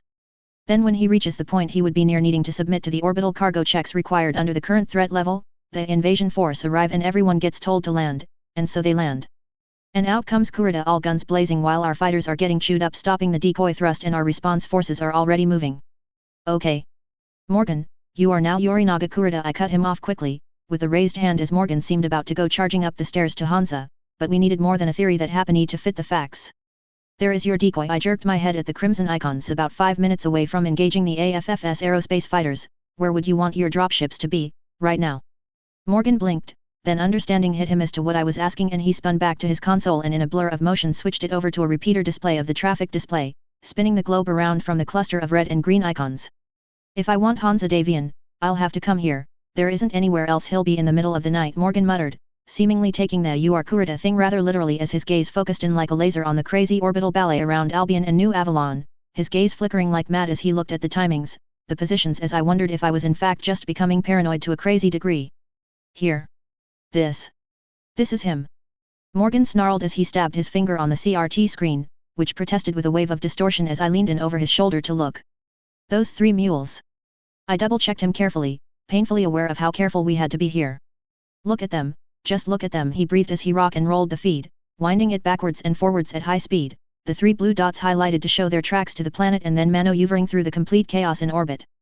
There are plenty of other convoys coming in, they all scattered and then regrouped as everything went to hell. These guys didn't. They held their formation perfectly, line astern, like a military convoy, then turned off their track, through the chaos until instructed to head for their nominal LZ on Rostock, on a route that takes them directly over Avalon City in 12 minutes. As the engagement is raging on the other side of the planet. As I watched that track was getting closer and closer, to here. Morgan and I exchanged a look, and now we bolted for Hansa's desk. 10 minutes and change later as I strapped myself hurriedly into my battle mech, I watched on one of my secondary displays as a live long-range military telescope on the top of Mount Davion showed a picture of 3 Mule-class dropships, exploding as they descended into the stratosphere. The explosion was deliberate, I saw at once. Symmetrical with parts of the ship being carefully blown away by explosives to rip away and show the inside, and as I started my battle mech into motion, following Hansa and the other 10 mechs of his command company to the massive lifts that would get us to the surface, I couldn't help but feel a spike of admiration for the man leading this raid. Trying to land and unload from civilian ships would have been pointless, they simply were not set up for fast offloading like military mech carriers were. It could take an hour or two, which was more than enough time to turn the ships into their graves. Instead, as the ship's skin disintegrated, the camera's point of view zoomed in to show motion inside. Like a rotten egg falling to bits, now exposing the parasites swarming inside. And moments later, by the dozens, silver and grey painted battle mech leapt from the ruined ships into the night sky as Yorinaga Kurita, slayer of Davians and invincible champion of the Combine, finally accomplished that which his family had been trying for a very long time as he led his 2 regiments of the finest mech warriors in an invasion of the capital of the Federated Suns. Chapter 15, The Battle of New Avalon. Part I. Oh Lord, please don't let me fuck up, but feel free to encourage the other side to fuck up as much as you see fit. Asterisk. Asterisk. Estimate enemy Bravo mic count is 150 plus. Projecting drop into grids Echo 3, Echo 6, and Echo 8 through 9. There is still considerable clutter in the air, we think that the DCMS may have released decoy pods with their hull components, expect the picture will clear at -60 seconds to estimated grounding. I listened to the watch officer from the Fox's Den with only half an ear as she ran a commentary on the death falling from the sky towards us, nudging my marauder a little bit to keep in tight with Jackson Davian's archer, technically his mother's battle mech he had borrowed for the battle, as we stomped away from the Davian Palace into the deserted and darkened Peace Park, an irony of a name I'm sure would be pointed out many times in history books going forward. With our company spread out over a couple of 100 meters running at 60 kph, it would actually be quite easy to drift out of formation if I got distracted by the radio chatter. Of course, I didn't really need it. The Marauder line had long been a favorite of battalion and regimental commanders for a very good reason. Even the Monkey model down-tech versions built in the Succession Wars had exceptional communications and sensor gear, making them ideally suited for the role of a command battle mech, and my modified Royal Command variant unsurprisingly improved on that reputation by leaps and bounds. Sure, it wasn't the equal of the legendary Cyclops and its B2000 computer, but it really wasn't that far off either, and the tech was astonishingly intuitive. Granted, I still felt trying to command anything more than a straight mech battalion from a battle mech was the height of 31st century idiocy, but I would freely admit my C3 systems gave me rather outstanding tactical awareness. With that said, a large part of me wished I didn't have the state of the Star League secondary console, given that it was cheerfully showing a rain of scarlet icons with red diamonds ahead of us, the tracks of probable battle mechs in the air heading for the deck. And although the screen didn't show it, I knew all those tracks represented fanatics willingly on a one-way trip looking to gain a kind of immortality through this attack. I grimaced. This was not going to be pretty. Update on tracks Delta 1 through 3, the voice continued as we brushed through a line of trees onto a line of general-purpose football fields, completely ruining the immaculate lawns. Tracks are holding course for terminal impact 5 kilometers offshore, and thermals suggest they have just scrammed their fusion drives. Checking, confirm. We have multiple escape pod launches, CSAR is making them for recovery. Okay, that was good news. The 3 combined dropships that had been ripped open to rain battle mechs down upon us, or at least the crippled hulks of them, were seemingly locked into a controlled crash trajectory into the ocean with their crews abandoning ship, although they were dropping plenty of debris into the air in their path, thankfully mostly small bits and chunks and away from inhabited areas mostly.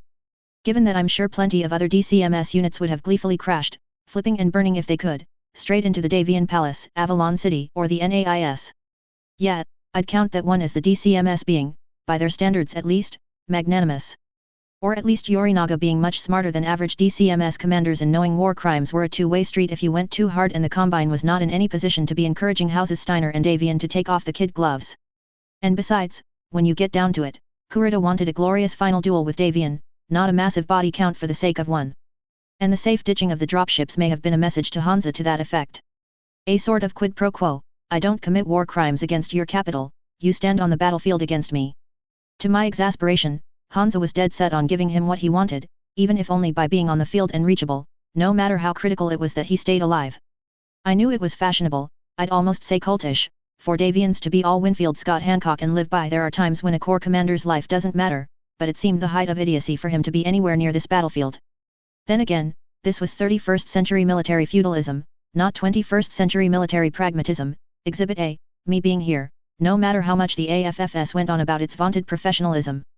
As a feudal lord and a Davian, Hansa was obligated to defend his capital. Especially after making the point several times that New Avalon all but welcomed Kurita on a one-way death wish because the planet would show itself just as determined and hardcore as any border world had through the succession wars and seeing the threat off. So, here we were, running to the sound of the guns, or, more accurately, to a holding point south of the Davian Palace where we were going to wait and see how the situation developed before moving in. The wider AO was shaping up into something like an elongated triangle on my TIC map with the northernmost point being the Davian Palace in Avalon City's CBD. 10 clicks south across Davian Peace Park and the NAIS training grounds was the new Avalon Institute of Science itself, with Albion Military Academy a short distance beyond that. The third corner of the triangle was halfway between both first points but 10 or so clicks to the west where the southern reaches of Avalon City gave way to the mountains that ran west along this part of the continent, Kurita's LZ. In a pure tactical sense, the chosen rally point of the Combine Mechs was perfect. Trying to come down just outside NAIS or the Davian Palace directly would have minimized reaction time, but it would have also exposed his force to the maximum possible defensive firepower from anti-air weapons emplacements. Emplacements designed to rapidly stop flying tanks on suicide runs. Most of his mechs, based on the after-action reports from the planets he had hit, were not designs with integral jump jets, meaning they would be forced to use bolt-on rocket packs to land safely. Effective systems for what they did, but being lightly constructed and, filled with rocket fuel, even shell splinters from flak bursts had a decent chance of disabling one and dooming the mech to be Sir Isaac Newton's latest bitch. Hence, his coming down off to the side like this where he would also have plenty of room to form up free of immediate threats, and still obscure his final target while being close enough to strike quickly. Keeping the initiative without us able to do a damn thing about it. I mean, if we still had aerospace fighters, they could have done horrible things to the falling battle mechs which were near helpless in a drop like this. Or if we had an artillery regiment handy, well, if you knew which grid squares they were arriving in, grid square removal was a perfectly valid option. And while I was wishing for what we didn't have, why not wish everyone in our company was driving Hellstars too? I silently snorted to myself. Or a friendly singing battleship in low orbit. I mean, some heavy naval PPC fire to the DCLZ would be really handy about, now. No seriously, Drakensis, if you are around, now's the time. Well fine then. Guess we'll have to do this the old-fashioned way. Wishes for M6 self-insertion artillery aside, the order of battle seemed to match the expectations, grim as they were. Kurita by our reports would have 170 battle mechs to play with, giving him a glut of forces able to hit multiple locations at the same time if he wished, leaving big questions about how he was going to play this. NAIS was an obvious target as was the Davian Palace. Both were equally accessible across the Peace Park at roughly the same distance, and both were targets likely to draw Hansa Davian out onto the field. Albion was more of a secondary target, and while Avalon City itself had innumerable targets of political and economic value that could be hit, that didn't feel right. I mean, if this had been a sort of light unit, I'm sure at least a battalion of fast movers would have been sent with orders to move through the city and set as many soft targets of opportunity on fire with Inferno rockets as they could for the greater glory of the dragon. But that wasn't why this Kurita was here. Accordingly, we were expecting the main thrust of the first attack to be against the NAIS itself. It was both the single biggest strategic threat to the Draconis Combine in the long term and it held the biggest defensive force in the AO. Kurita would want to crush them as quickly as he could with his full force because if he could pull that off, trashing as much of the NAIS in the process as he could, then he could regroup and look to advance on Mount Davian by daybreak, without the risk of being hit from behind. Standing in his way was the NAIS Defense Force. Built around Team Bonsai's lead battalion, the Hong Kong Cavaliers, they were backed up by a significant amount of static defenses Hansa had quietly installed just in case Comstar had come calling, and a scratch battalion made up of the very best NAIS and Albion final year mech warrior cadets in their machines. Green and untested, they were also to a person volunteers. Aggressive volunteers in fact, who had come dangerously close to insubordination in their insistence to be allowed to join the battle rather than be evacuated to New Scotland with the rest of the cadet corps. They were led by a mix of their instructors and a handful of AFFS officers activated from the reserves, low-level nobility who had kept up with their training enough to be considered deployment-worthy. Mostly to gain access to the AFFS logistics machine for their family battle mechs I'm sure, but they had jumped at the call so perhaps I was doing them a disservice.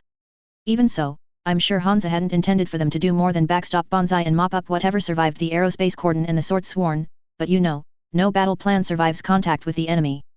2,000 years and Maltka the Elder is still taking everyone to school, I thought with a snort. There were also 2 units from the new Avalon Crucis March militia edging onto my tactical map. One was coming out of the Davian Palace hangar like us, a company of tanks rolling out into the night after us to provide backup and / or a backstop if we fucked up. Over in Avalon City there was a mixed regiment of much lighter urban combat vehicles of various kinds plus 1 battle mech company of trooper mediums for heavy support moving with a purpose towards the enemy LZ from the northwest. Not that they were insane enough to charge it. I hoped. Their orders were to screen the city against intrusion, and even that was a rather tall order for them given their light combat power. Still, in theory, they should be able to pull back in a fighting retreat if necessary.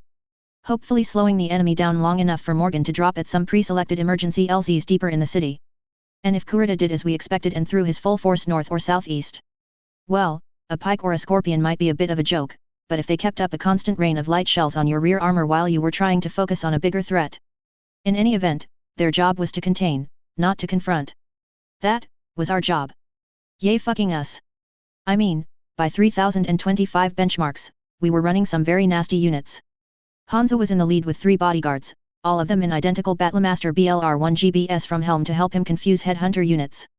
Even by 3060 standards, those mechs were nasty frontline platforms, with near identical weapons to my design and even more heatsink capacity and armor. The second lance was made up of a quartet of CN-9A Centurions fresh off the production line at Korean's factory. No advanced technology, but solid troopers with their pilots drawn from the pool of qualified but dispossessed AFFS mech warriors on New Avalon, who had been almost disturbingly emotional about being given a chance to pilot a battle mech into action again when asked. I'd never get the damn mech cult. The final lance was led by Jackson in his mother's Archer, with me at his side and 2 enforcers piloted by a couple of Hansa's old war buddies from the Avalon Hussars, Johnny and Jimmy, rounding out the unit.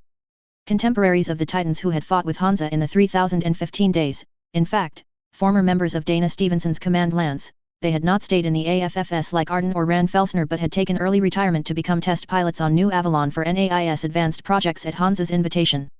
Their sudden arrival had been a surprise until it was found out Arden had, after reading through the events of the Fourth Succession War, tagged them in to keep an eye on Hansa if he was off-world and someone came knocking to New Avalon, and so, without so much as a by your leave, they had dropped in and assigned themselves into his command company, to the prince's tolerant amusement. Privately, they had told Morgan and myself a couple of days ago they were here because, as Arden knew well, Dana would have wanted them to protect Hansa. That Melissa was by all accounts an entirely worthy and wonderful woman who did not deserve Hansa doing something stupid, Arden's words, not theirs, and pulling an Ian Davian. Heartwarming sure, but honestly, I was just happy that their well-known skill next to me meant a better chance of living, rather than having 2 of the hordes of questionable nobles who had been trying to squeeze their way into the last slots in his command company, as if this was a bloody photo op they could leverage down the line. Yet, no. This was never going to be a cakewalk, even before Yorinaga Kurita had played us all for chumps. And now? Well, the enemy had landed in the darkness of night, intact and in concentrated force. A one-way trip where success was not measured by being alive when the guns went silent, but by how much damage they could do before they died. There were dozens of high-value targets in the area whose loss would cause no end of problems for the Federated Sons, which we had to at least try and defend. Fully half of our team were green rookies with reinforcements a considerable time away. Oh, and there were millions of civilians in the region who could easily be targeted in the crossfire, with Hansa Davian himself, the most HVT of HVTs, on the field and running to the sound of the guns. I'm charging right into an XCOM terror mission, I muttered to myself as we waited, shaking my head in exasperation for a moment, then deeply regretting my indirect taunting of Murphy moments later when the watch officer declared the start of the hidden movement phase. Alert! Enemy infantry are attacking the Davian Palace. I say again, enemy infantry, some kind of air mobile force using gliders or parafoils, are halo dropping onto the palace and breaching the upper levels. Estimate 30 plus, they came right out of the damn sensor clutter, we didn't see them until they hit. We have multiple breaches. Ah, so that's where the surviving DEST teams went. On reflection, perhaps it was a good thing I hadn't sat this one out in my bedroom? The watch officer sounded rather outraged at the sheer chutzpah of the enemy in making such a move, and from the hisses over that company feed, I got the feeling that most of the people around me were of the same mind as several battle mechs twisted to look back at the palace still looming over us, bursts of light from the very top that were probably high explosive breaching charges going off visible even from down here.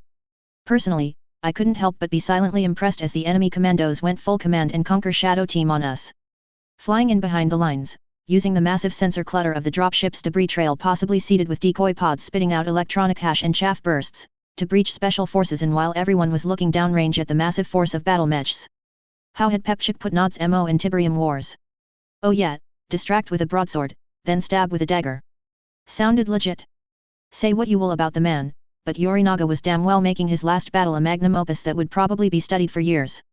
Home plate, confirm Blue Ultimate in effect. Hansa personally cut into the line, and while his voice was as cool and in command as ever, the fact that he had just broken radio silence, albeit by Los Lasercom, told me all I needed to know where his thoughts were going. Melissa. Night 1, home plate, confirming Blue Ultimate is in effect, the man replied after a few seconds, his voice crisping up and putting aside the emotion, as if chided by his prince's calm response. Blue Ultimate I think meant that Melissa's get off-site to a black safe house out of the city plan was being put into operation. There was no real risk to her, given she was deep inside the mountain and the dust were hitting the very top, but... Damn it Smith, stop taunting Murphy. Counter-assault teams are moving to engage enemy infiltrators in the castle and we are sealing the den. Threat status, Zulu the watch officer concluded the report. I dared not tempt Murphy again by mentally dismissing the infantry action as anything more than grandstanding, but unless they had backpack nukes, it was hard to see how they could do much real damage beyond the purely symbolic. A platoon of commandos against an entire battalion of crack assault infantry on their home turf, with plenty of our own special forces teams and entire regiments of elite infantry ready to back them up if needed.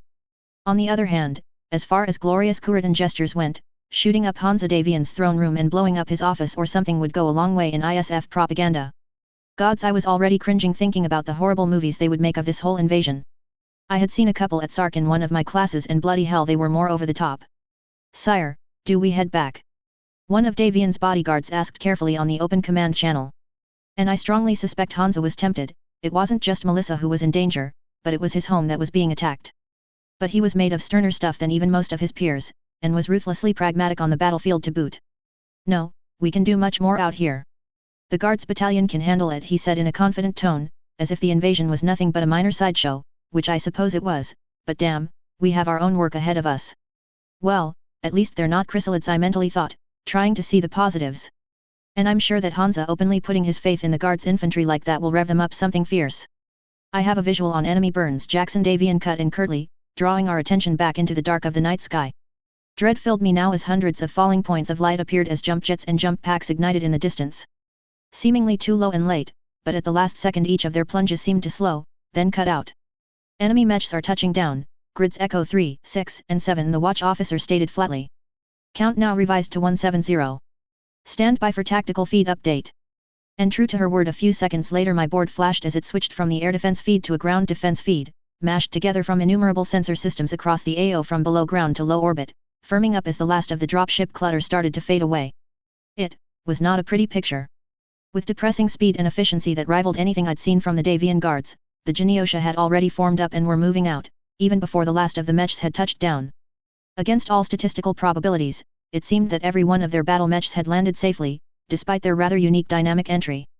Magic Bushido hands or not, that was fucking impressive and reinforced, if I needed any more sphincter clenching hints, that these were some of the finest Draconis mech warriors around from a culture that took Cult of the Mech Warrior to obscene levels. Professional too, they didn't even take a minute to give a few bonsai cheers of praise to the dragon for being the first DCMS troops to invade the capital of the hated yet noticeable Senpai Federated Sons. In less than 90 seconds the picture was presenting to me at least 4 clear units of mechs moving with a dreadful purpose, and faster than they should be moving. Much faster. Hang on a second. Alert, analysis of sensor data is confirming enemy units are moving significantly faster than expected. We have a high confidence assessment that a large proportion of the enemy are running triple strength Myanmar technology. The watch officer confirmed my sudden suspicion and I resisted the urge to scream hacks, down the open line like a Counter-Strike Beta 5 player, Sierra 2000. A stock take of the warehouses the Genyosha had hit on Kirkland confirmed enough TSM refit kits had been looted to just about refit their entire force. But opinion had been divided of if they would send it back to the Combine for analysis and refit, with major arguments at the time about how much the Capellan Confederation had shared with the Combine from Justin Allard's highly successful raiding missions, or, if they actually had the techs on hand to retrofit their force. It seemed we had the answer. It was not the good answer. I had taken cautious optimism, or perhaps just had blind hope, that my mech, also retrofit with the TSM technology as were all the other defenders, would be fast enough to keep the distance open and abuse the hell out of my ERPPCS range, firepower, and mech's freezers to grind down enemies. That, now looked to be rather less certain. Of course, the confirmation that the enemy was using TSM now parked a McKenna-sized elephant on the battlefield for Hansa, and I couldn't help but glance over at his Battlemaster a couple of 100 meters away. If our good friends in the Genosha were all, or even mostly, running TSM, then we now had an option to, as Grand Moff Tarkin would say, crush the Genosha with one swift stroke. But I knew that wasn't going to happen. And I had only myself to blame. Sure, it would win the battle in a minute, but at the cost of robbing Hansa of Operation Lactic, the final act of the Fourth Succession War Hansa had been meticulously planning ever since I dumped my knowledge onto him. I was the one who had loudly criticized Hansa Davian's whole TSM plot with Justin as an overworked and ultimately underperforming gambit after all. Although my objections seemingly had done little but get Hansa Davian in direct competition with himself. And at least on paper, Lactic promised to be spectacular. So, I could see that holding back the catalyst gas was absolutely the right decision to make on a strategic level, and if this was a Battletech RP, I'd probably have made the same one without hesitation in Hansa's place. But, I couldn't dispute that things looked a lot different from the front line. In any event, increasing data was flowing in about the 4 combined units, and I redirected my focus there, where it belonged. A 2 company-sized force was pushing for Avalon City and the light industrial areas nearest to their LZ, much of which was made up of companies subcontracted by NAIS to build useful bits and pieces for them. No doubt the ISF had given them a list of what factories would be the best to blow up. The brigade of the Crucis March Militia was moving forward hard in response, and good luck to them, they were going to need it. A second DCMS force was heading southeast from their LZ, looked like 4 lances worth moving to sweep for any hidden units and possibly push on Albion. The third force was heading north but also shifting east, so I was happy to note, putting themselves in a comparable position to screen the main body and possibly come at the NAIS from the north. And that main body? It looked like a full regiment was on the march, neatly forming into 3 battalion-sized groupings close enough to concentrate, but loose enough to render any long-range artillery or airstrikes of limited use, not that we had either to hand, but they didn't know that. The designs were very thin on lights, mostly mediums, and heavies clearly mounting TSM, or at least their slower mechs had been upgraded, because their formation's ground speed was holding at over 60 kph including assaults, which would put them in contact with the outer defense perimeter at NAIS in 8 minutes. Christ, that was way too fast. Morgan wouldn't be here for at least 30. Hansa Davian, unsurprisingly, had clearly done the same math. And reacted as only a Davian would. Night Company, we're going in. Kick it up to 70 and stay close. Maintain passive posture until I say so, and with that, the Battlemaster in the lead started stomping off. Unsurprisingly, Jackson Davian was right behind him, proving it had to be genetic, in punching the throttle as I advanced my own stride with a sigh that would have done Kif Croker proud, moving across the Peace Park, dodging the numerous monuments there as we headed southeast at high speed. The northern DCMS screening force seemed to be pulling apart now. A company was moving forward very aggressively. It indeed looked certain they were going to try and circle around and hit the NAIS from the north, in conjunction with a mirrored attack from the southern flanking force and the main body, a multi-axis attack. They would split the defenders' attention 3 ways. A lance was trailing them and floating a bit more north, seemingly screening the entire force for anything coming at them from the palace. Like, you know, us. Here however the home ground advantage counted for a lot, and Hansa was clearly eager to make every use of it as we left the Peace Park behind. Between the end of the park and the NAIS itself were the training grounds used extensively by the College of Military Science for exercises. They were covered in all manner of remote sensors at ground level to keep a track on the cadets' latest facepalm-worthy attempt to reenact something they'd seen on a Solaris video, and the buried fiber optic feeds were going straight into the Fox's den, meaning the staff were able to keep very exact track of the enemy without us needing to use any active sensors. With that advantage and running passive, Hansa was able to guide us around a cluster of sensor null zone hills, and right onto the 6 of the trailing lance with perfect timing, accelerating into an attack run as we climbed a hill, edging around slightly as they changed course onto their 7 o'clock. The data feed updated steadily to show that we were chasing 1 catapult in the rear, 2 dragons ahead of it and 1 Vulcan drifting beyond them to the north, clearly the picket unit ready to spot and call down long-range fire if it saw anything heading their way from the palace, having missed us as we slid through the shadows of night. With a deep breath, I transferred the tactical feed into my fire control systems, 4 boxes materializing on my HUD where the enemy would be after we cleared the reverse slope we were charging up. Seconds later a flashing orange circle snapped onto the red box outlining the catapult, meaning I had just been assigned that as my target, and I adjusted my torso accordingly, trying to stop myself from squeezing the grips too tight as everyone called in their readiness. Orders came in, engage assigned targets at acquisition, and my entire world narrowed in on that holographic picture as we crested the hill. It happened, fast. That was what I always would remember. That it happened so fast. No conscious thought, no thinking at all really, as the distant enemy battle mechs materialized, the red boxes on my HUD shifting ever so slightly to fix themselves on the vaguely humanoid things in the distance as my active sensors went online and corrected the firing solution. The floating crosshair of my primary interlock flashed gold as the crosshairs moved perfectly into place, a low tone in my ears confirming target lock. I'd like to say that I hesitated before I tried to take a human life for the first time, reflecting that if I did this, there would be no going back, ever. Realizing this wasn't the tabletop, real people were going to die now. But that would be a complete lie. I'm honest enough with myself to admit that much. I didn't see a man just starting to react in a panic to the sirens no doubt screaming in his ears. I just saw a target like in oh so many mech warrior games or training simulations. The training took over and, to quote Shinji Ikari, I positioned the target in the center and pulled the switch. Twin violet particle beams ripped downrange, their glare briefly washing out the green night vision image as they were joined by 8 other identical streams from the 4 Battlemasters next to me, the collective volley of raw energy smashing into the rear of the enemy at a range just barely inside that a standard PPC should have been able to hit, but for me, was optimal range. The poor bastard didn't have a chance. Even a clan assault Omni would have balked at getting hit in the back by 10 ERP-C blasts simultaneously and a catapult as well a designed machine as it wasn't that. A massive explosion washed my screen at that point for a moment as the unfired racks of long-range missiles inside the mech detonated, tearing the mech apart without any possibility that the man had been able to eject in time. I just didn't think about that at the time, smoothly switching my track as the CPLT icon vanished and my ERPPCs started their cooling and reset cycle. LRMs were already in the air. I hadn't even noticed them being fired, but I tracked them now as their rocket motors burned out high, the missiles tipping over to come falling back to New Avalon with increasing speed as they homed in on their distant targets. Long-range missiles moved considerably slower than PPC blasts, meaning the Dragon pilots had enough time to A. Notice that the catapult behind them was being dispersed in a considerable number of pieces, B. Their EU gear was screaming lock-on warnings at them, and C. A whole buttload missile tracks were heading in rather more than their general direction. Accordingly, I was entirely unsurprised that the 2 dragons immediately split left and right, forcing the missiles to choose a target and spend some of their limited momentum correcting. Then, at the very last second as the warheads plunged down, the pilots pushed their machines to the limit to haul around back at us, accelerating to try and duck under the incoming salvo in a skidding turn.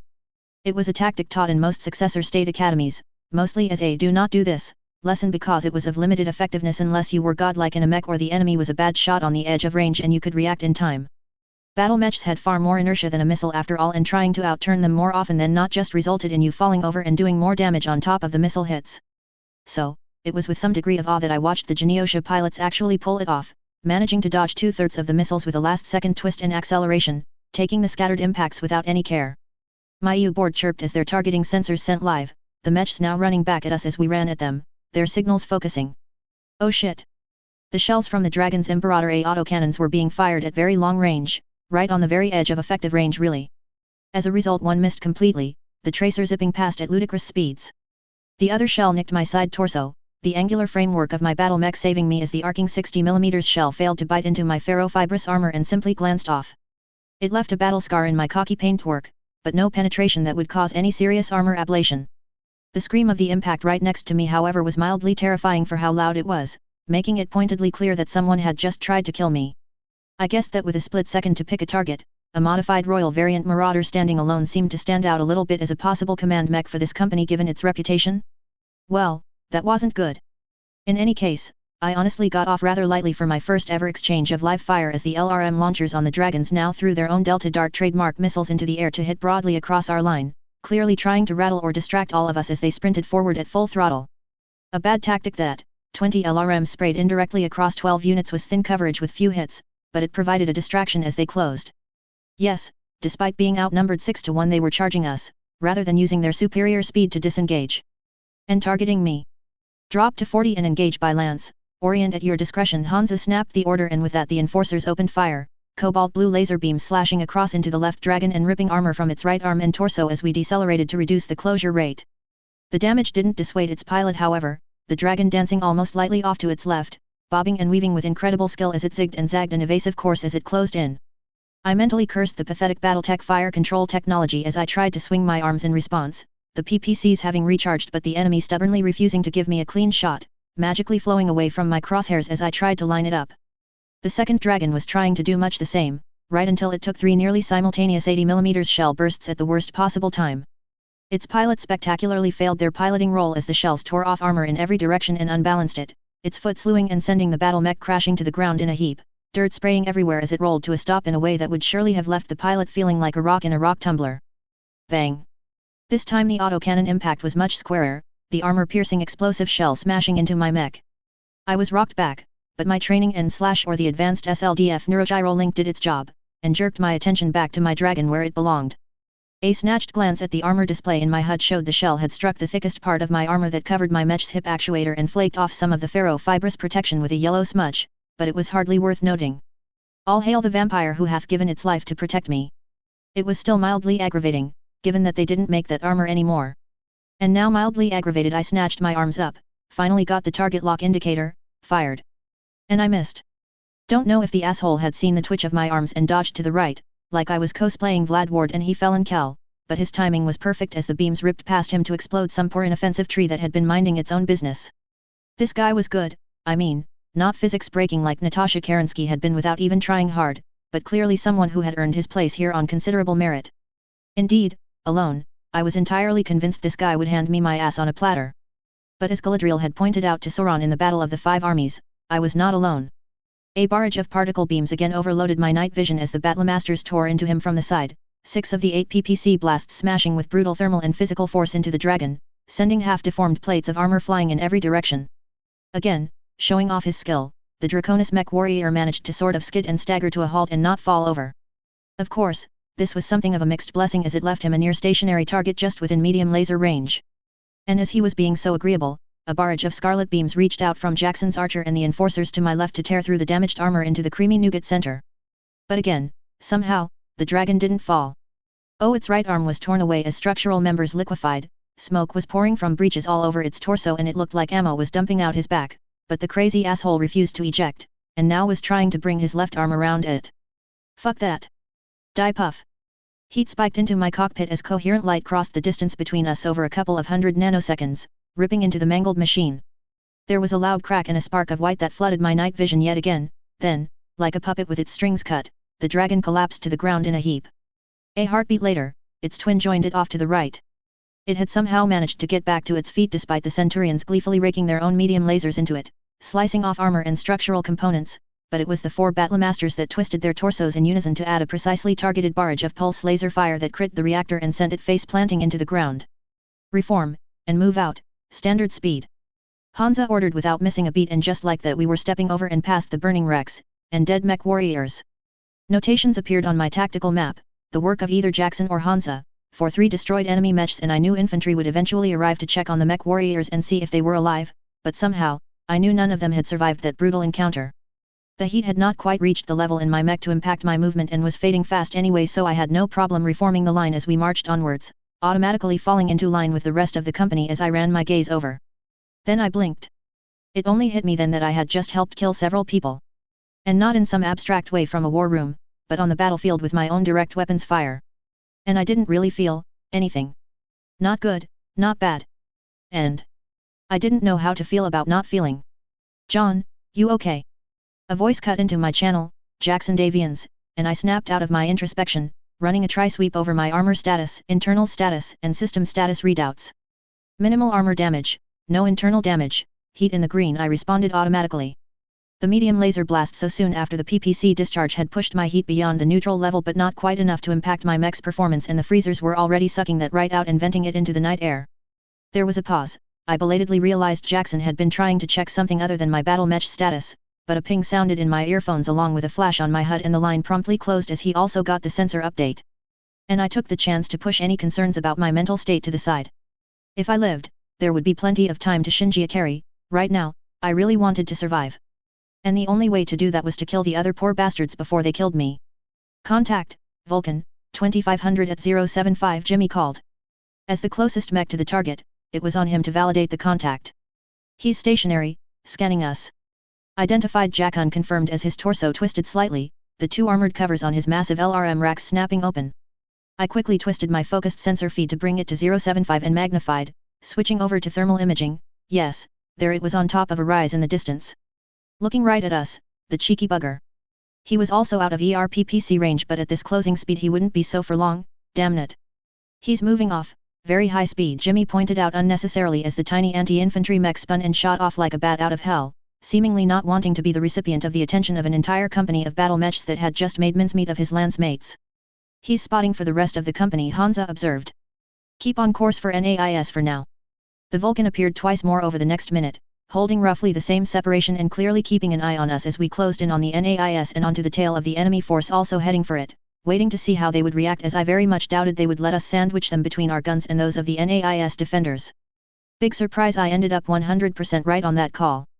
Night Company, be advised the northernmost battalion of the main body is breaking off a company in your direction, and your primary target is shifting course. The distant voice of the watch officer came back, and indeed on the tactical map I could see 12 red blips peel away from that formation on a course for us, at high speed, curving around the extreme range of the NAIS defenses, to come after us. Meanwhile, the unit we were chasing was starting to break off and come around. Excellent, Hansa said, and I could hear that grin in his voice, as if he had been waiting for this. Full throttle, people. And with that, we started to move, pushing our speed up close to 80 kph as we pushed our enhanced muscles to their operational limit as we pressed harder against the enemy we were chasing. Move, counter move, counter move, and so on. It was like a game of speed chess, and now the lead enemy company was edging north, looking like they planned to swing wide around our flank as we charged in before engaging us from there, perhaps presuming we had no active track on them. We in turn shifted our course to intercept, then the Vulcan jumped into the air again, saw our move and that we were cutting the corner, and the enemy promptly kicked into full speed sprint north for a couple of minutes, before starting again to curve to the west.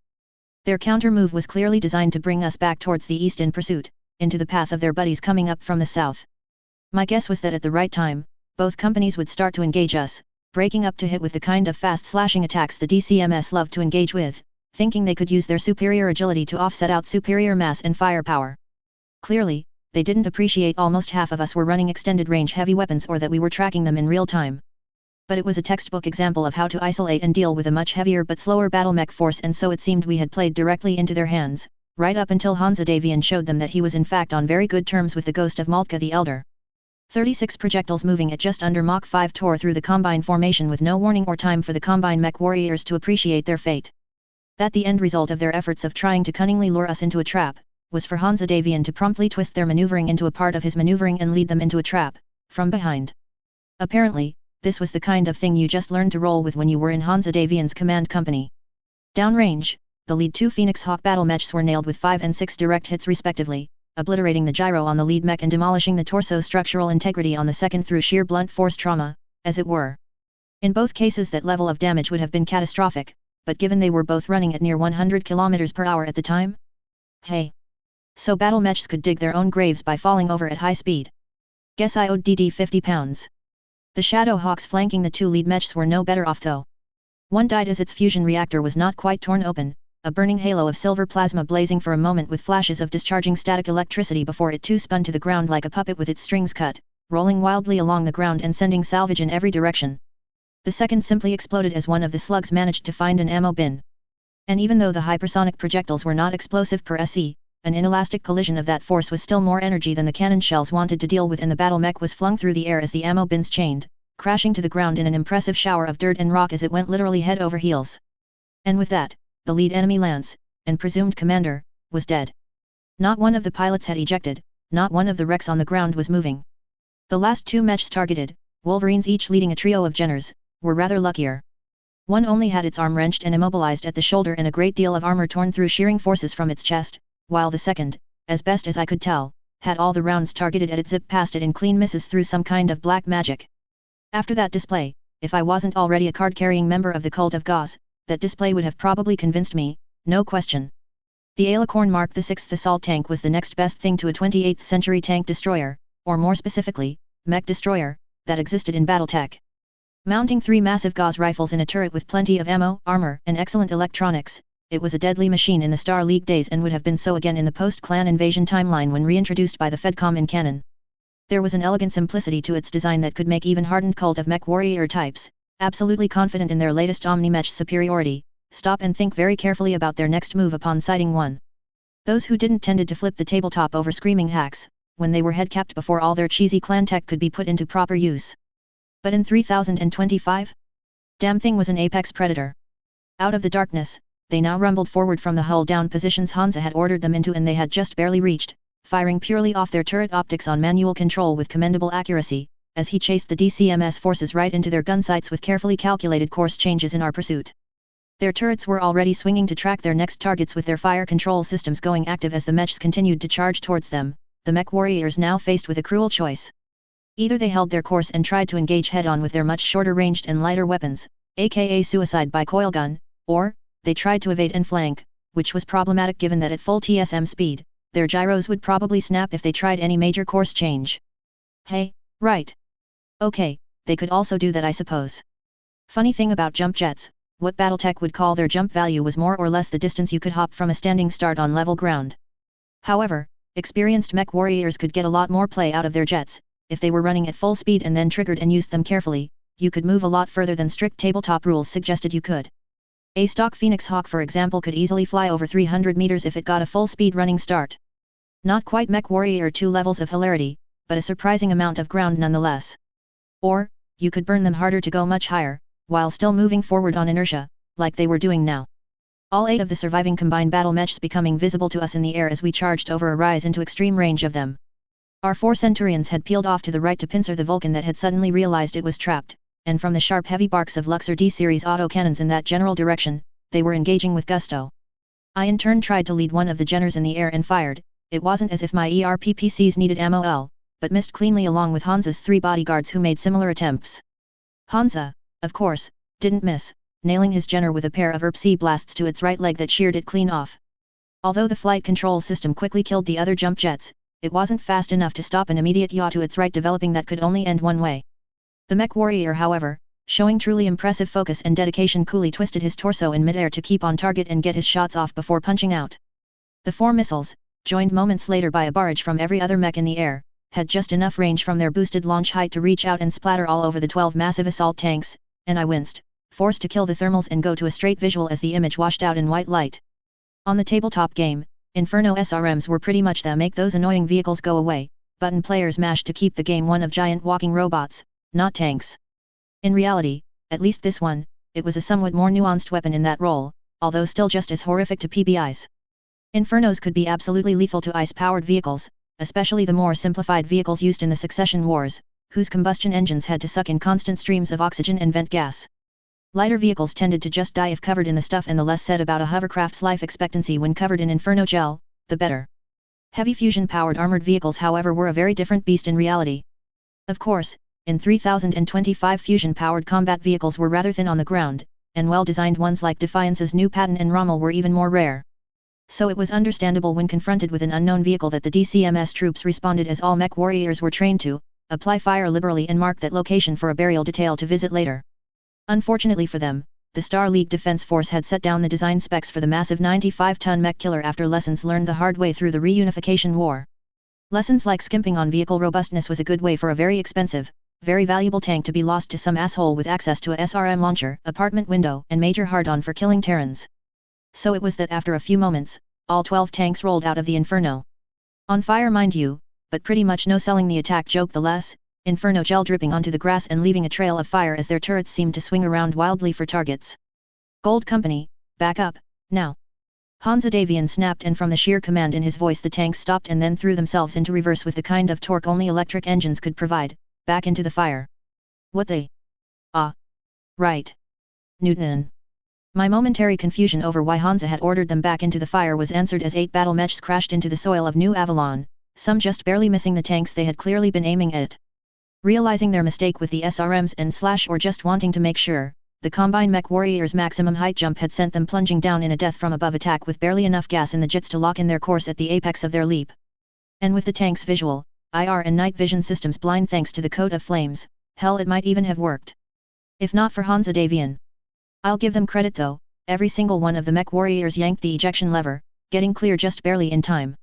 A couple of parachutes even came terrifyingly close to dropping right into the fire before a gust of wind blew them clear, and that was it for these 12 battle mechs. No, make that 13, that Vulcan trying to run to the east had just died from heavy metal poisoning. Not surprising given the sheer amount of depleted uranium the Centurions had just injected into it. Home plate, Night 1, we have 8 hostile dismounts at my position, note for pickup. Hansa called out on the command frequency before switching to us, clearly not wanting to waste time, having dealt with this northern diversion. Knights, stand by to halt and reserve course on my mark, by the left, mark. At that we all pulled our throttles back as rapidly as we could without falling over. I bit my lip as I felt my mech stumble a little on less than sure ground, but held steady as I decelerated into the turn, staying glued to Jackson Davian's side before we finished and pushed the throttle back up to 40 kph. Knights, we are going in with Gold Company. Hansa got back on the radio as the 4 Centurions hastened back over to join us as the 12 tanks in turn shook themselves off and rumbled quickly after us, ignoring the DC mech warriors sort of standing around as the last of the Inferno gel burned itself out, their paint job ruined but their combat capacity unimpaired. Come to think of it, that was interesting. The Dragon pilots had gone all out kamikaze, but these mech warriors had, high-risk attacks aside, been fully prepared to eject rather than die a futile death? I pondered the contradiction before dismissing it in favor of concentrating ahead.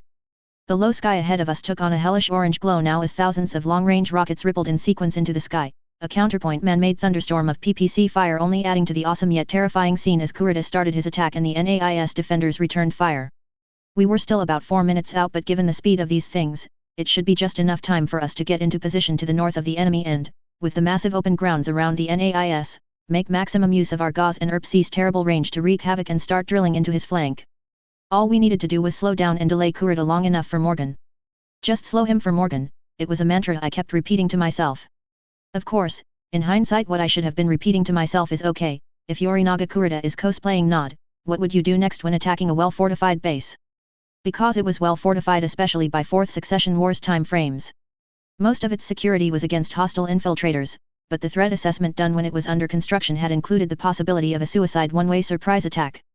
The outer perimeter wall had been constructed specifically to frustrate a battle mech charge, all too high and thick for any assault mech to smash through or climb. The buildings close to the wall had been reinforced grossly over anything remotely necessary even by 31st century mil-spec standards, able to support assault mechs tap dancing on their roofs, and conveniently give a firing platform over the walls as well as the possible results of mad science going wrong inside. And that was just the passive defenses. There were a couple of dozen anti-aircraft turrets on key points along the walls and spread out on high buildings across the entire campus too.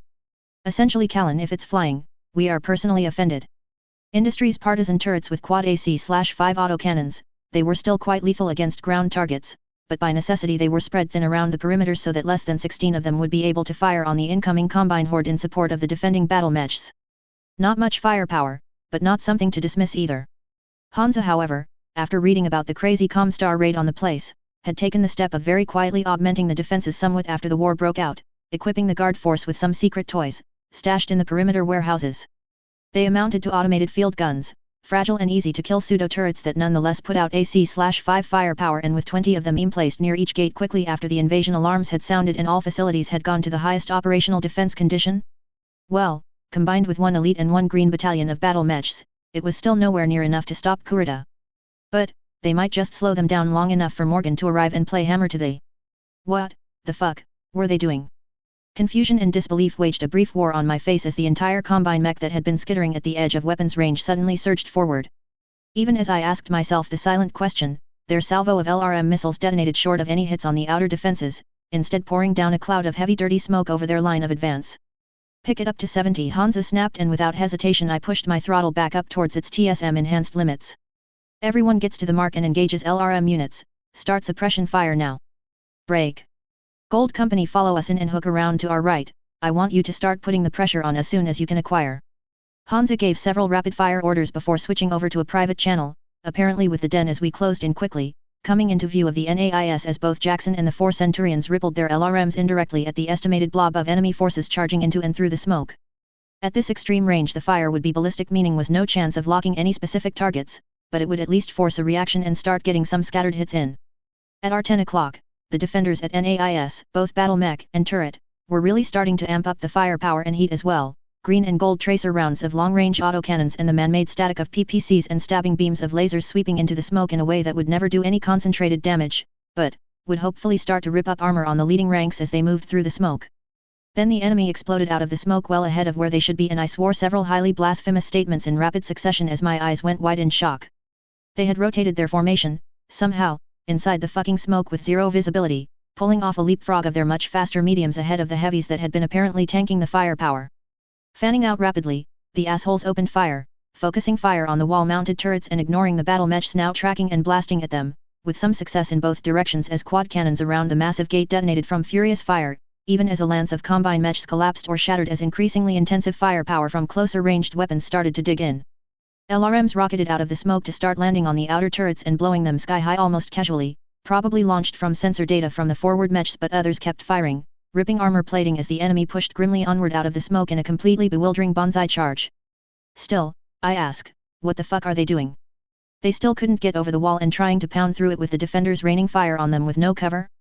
Not to mention they must see us and know we're maneuvering for a clean shot and that we must have backup on the way. When it happened fast. And I mean super fast. As in WTF, I blinked, and it had happened. And I only understood what had happened later on reply.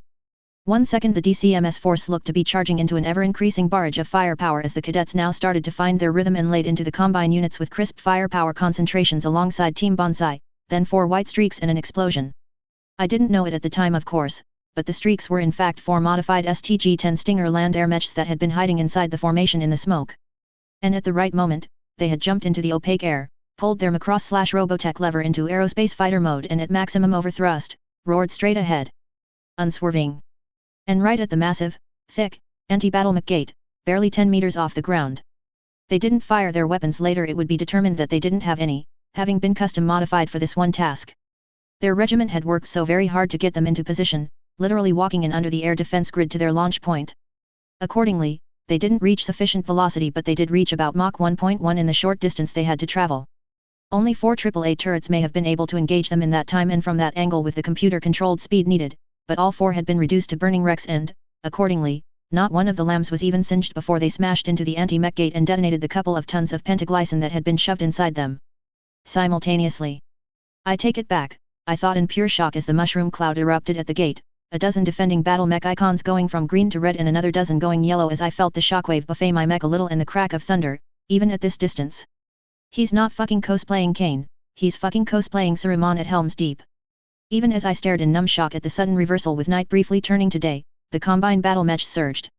The defending unit's fire had slacked off to almost nothing from the terrible force of the impact and the combine units ruthlessly took maximum advantage. Any number of the medium skirmish line took to the air now, leaping up and over the wall and cutting loose with every weapon they had as they charged in, several of them almost detonating in midair as Team Bonsai with the speed of an elite unit got back to its feet and reacted, but many more landed inside even as the bulk of the enemy force rapidly concentrated and reformed into a spear that was about to lance through the gap in the wall. Night Company Hansa Davian's voice came down the line, sounding just as cool as ever. Belay my last. We're going in. Chapter 16, The Battle of New Avalon. Part 2. Even as the explosion from the kamikaze lamb slowly dissipated, the combine formation was moving. The lances in the screening force that had been bird-dogging the defenders took full advantage of the cessation of defensive fire to stop their evasive maneuvering and charge for the breach.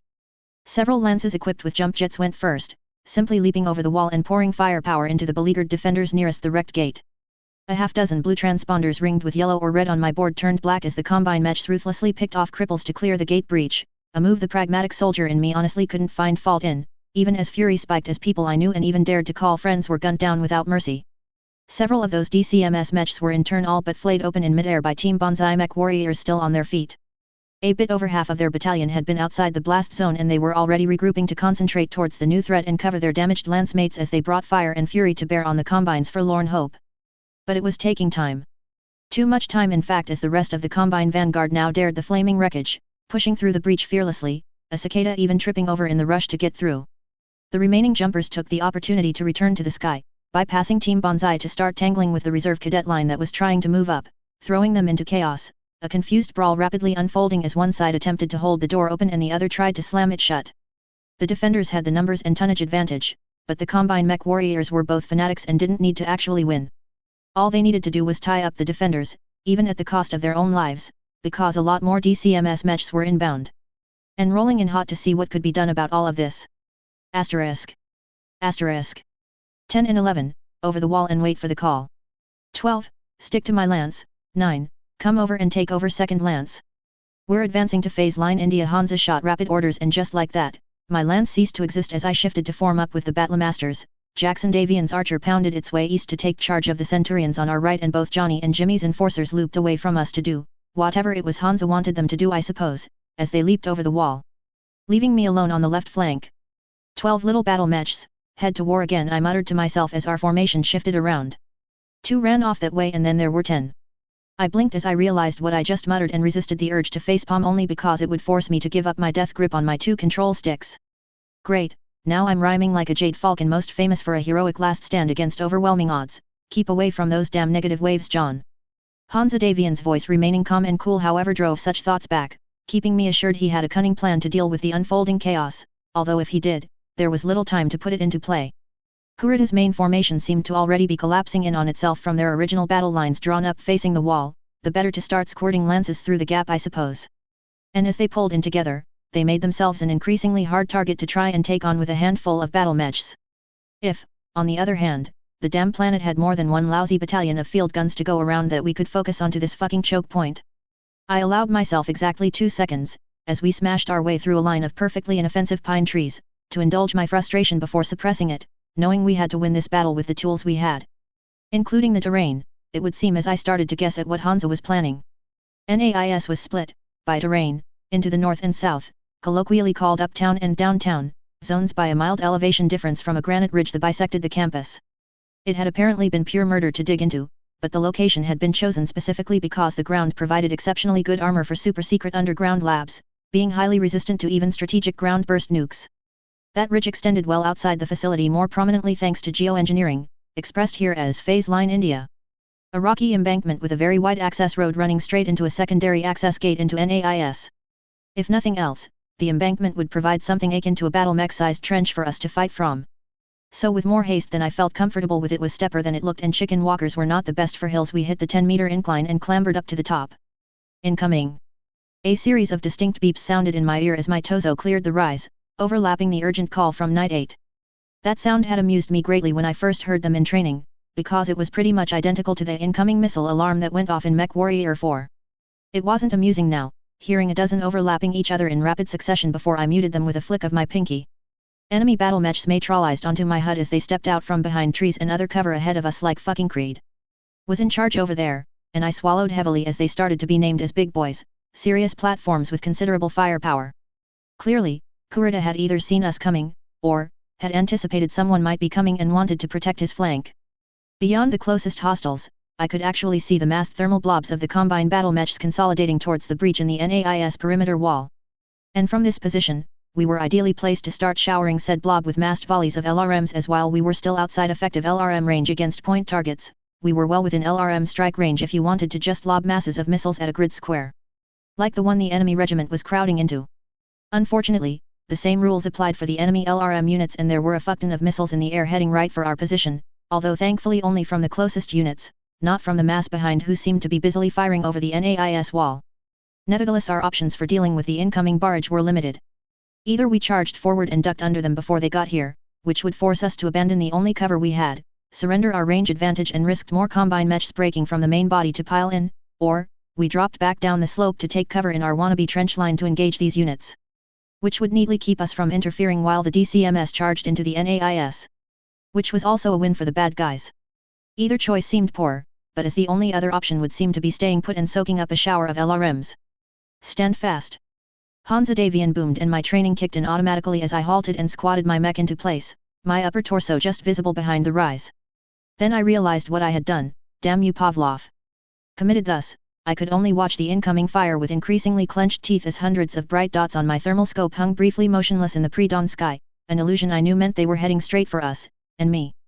And just to top it off, a new buzzing from my sensor board showed a second group of hostile contacts breaking off from the big happy family, reinforcing the others to make it 16 to 10 odds. Great. I cut my angst off as the missiles tipped and dove at us as their rockets burned out, locking my legs and switching my lower actuators to automatic compensation as I braced for impact, taking a somewhat useless deep breath. Then the sky. Well, it blew up. The LRM barrage and the eternal hatred Callan Industries held for anything that moved through the air came together in an explosion of fire, and my jaw dropped as the LRM barrage was all but shredded before my eyes. Belatedly, I realized that the defensive turrets in the northern quadrant of NAIS were still very much intact and, against unguided ballistic LRMs. Always remember, I reminded myself firmly as the smoke cleared and my displays reset to show the incoming combine battle mechs hesitating and slowing to regroup at the casually contemptuous nocelle of their massive LRM barrage. If the tactics look crazy under the CO, they probably are crazy. Crazy as a fox. First lance, lock my target. Second lance, overwatch.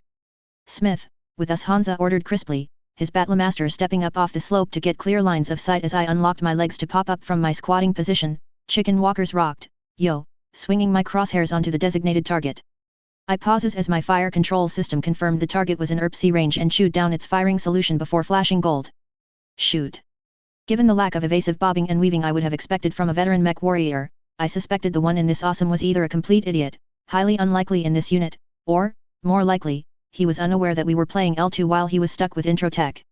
If so, the cat probably got irrecoverably out of the bag when 9 PPC blasts from at least a third again past maximum even remotely effective PPC range reached out to rather casually fuck him up. 9. Because my left PPC just barely missed as I misjudged the way the awesome was rolling in its stride, damn it. Not that it actually mattered much in the end. For all its, well-deserved, reputation as a zombie that just kept on going no matter what you did to it, the awesome had never been designed to stand up to that many simultaneous particle beams. Only the fact that the beams were spread out along its torso probably saved it from simply dying then and there really. As it was, the war machine staggered to a halt in a cloud of vaporized metal and dropped to a knee, steaming coolant pouring from breached heat sinks like blood pouring from mortal wounds. One of the most feared battle mechs in 3025, crippled in a single salvo. God, I felt like such a clanner right now. 2 stars of us, a binary, shooting the crap out of inner sphere mechs with impunity from long range. I was sure Hansa had been hoping to nail the company commander with that salvo, but if we did I didn't see any impact on the enemy response as they charged forward, clearly determined to stop us just parking under the anti-missile cover and raking them with extended range weapons for as long as our heat sinks held out. The pair of dragons and the Lancelot that had been pacing the awesome moved together, breaking to gain space for maneuvering but staying close enough to each other for mutual support as they charged. Following them in, the other mechs on that flank were spreading out to split our firepower while on my side of the battlefield the rest of the force was rushing along the wall in 2 lances and so I focused on them. My sensors marked the slower designs in the rear as a pair each of Thunderbolts and Crusaders while the vanguard was a lighter lance made of a Trebuchet, Kintaro, a Dervish, and a Griffin. All LRM-toting designs temporarily stymied of their primary weapon by the defensive firepower covering us. But I knew once they were close enough, they'd switch to direct trajectory shots that the distant AAA turrets wouldn't be able to engage, and they carried a lot of fucking missiles. First Lance, engage at will. Jackson, nail the dragons. Hansa issued new orders sharply and fire erupted from our line as dozens upon dozens of rockets launched from Jackson's unit, the purple whips of particle beams lancing out of Hansa and his group at the same time, scattering explosions downrange. And with no specific orders, and personally considering it unwise to let the 8 battle mechs running down the wall charge in without taking any fire, I directed my attention, and ERPPCs, at the Griffin that had accelerated ahead of all the other mechs in the best overconfident bonsai charge traditions, fired. And I missed. Okay, either this asshole was some kind of new type anime physics bullshit mech warrior or he was lucky as fuck. Because even as I pulled the trigger, the Griffin sidestepped, while spinning his torso, to let the blasts just sail right past him by mere meters. Hacks. I call super hacks. Then, without missing a step, the enemy mech spun its torso back end. My mech jolted, restraints digging into my shoulders as an electrical discharge crackled along my cockpit window, several of my secondary sensor feeds cutting out for a few seconds as their systems automatically reset from the electrical overload. Okay. I had just come within a matter of meters of taking a headshot. Probably only the fact that the shot was at extreme range meant he had missed the head and the beam did much less damage than expected. This did not feel like a game anymore. Ah, so there's the balls-clenching terror of impending mortality that had been missing from my life until now. Last salvos and back it up. Hansa ordered briskly, snapping me out of my brief freeze as he discharged his own PPCs one last time, slagging the knee joint of the Lancelot despite its best attempts to evade, causing it to crash spectacularly to the ground as it lost access to bipedal locomotion while at TSM-enhanced high speeds. The Centurions on his flank were also smoothly disengaging under modest long-range fire as they fired off a last missile salvo, Jackson dropping back with them onto the slope as he sprayed LRMs downrange, paced by the 4 Battlemasters, as I forced my attention back to the Griffin ahead of me. I was sure I could get one last shot in as my PPCs cycled to ready and I aimed, fired. The DCMS mech warrior evaded the beam once more with his bullshit Jedi-level precognition, but this time I had accounted for that and he ran smack into the second beam as I staggered my fire a half-second apart. I had hoped for a torso shot, but to my surprise, and glee, the beam nailed the front face of the bazooka-like LRM launcher on the mech's shoulder. Hopefully, it slagged the launch tubes enough to foul them and put the weapon out of service.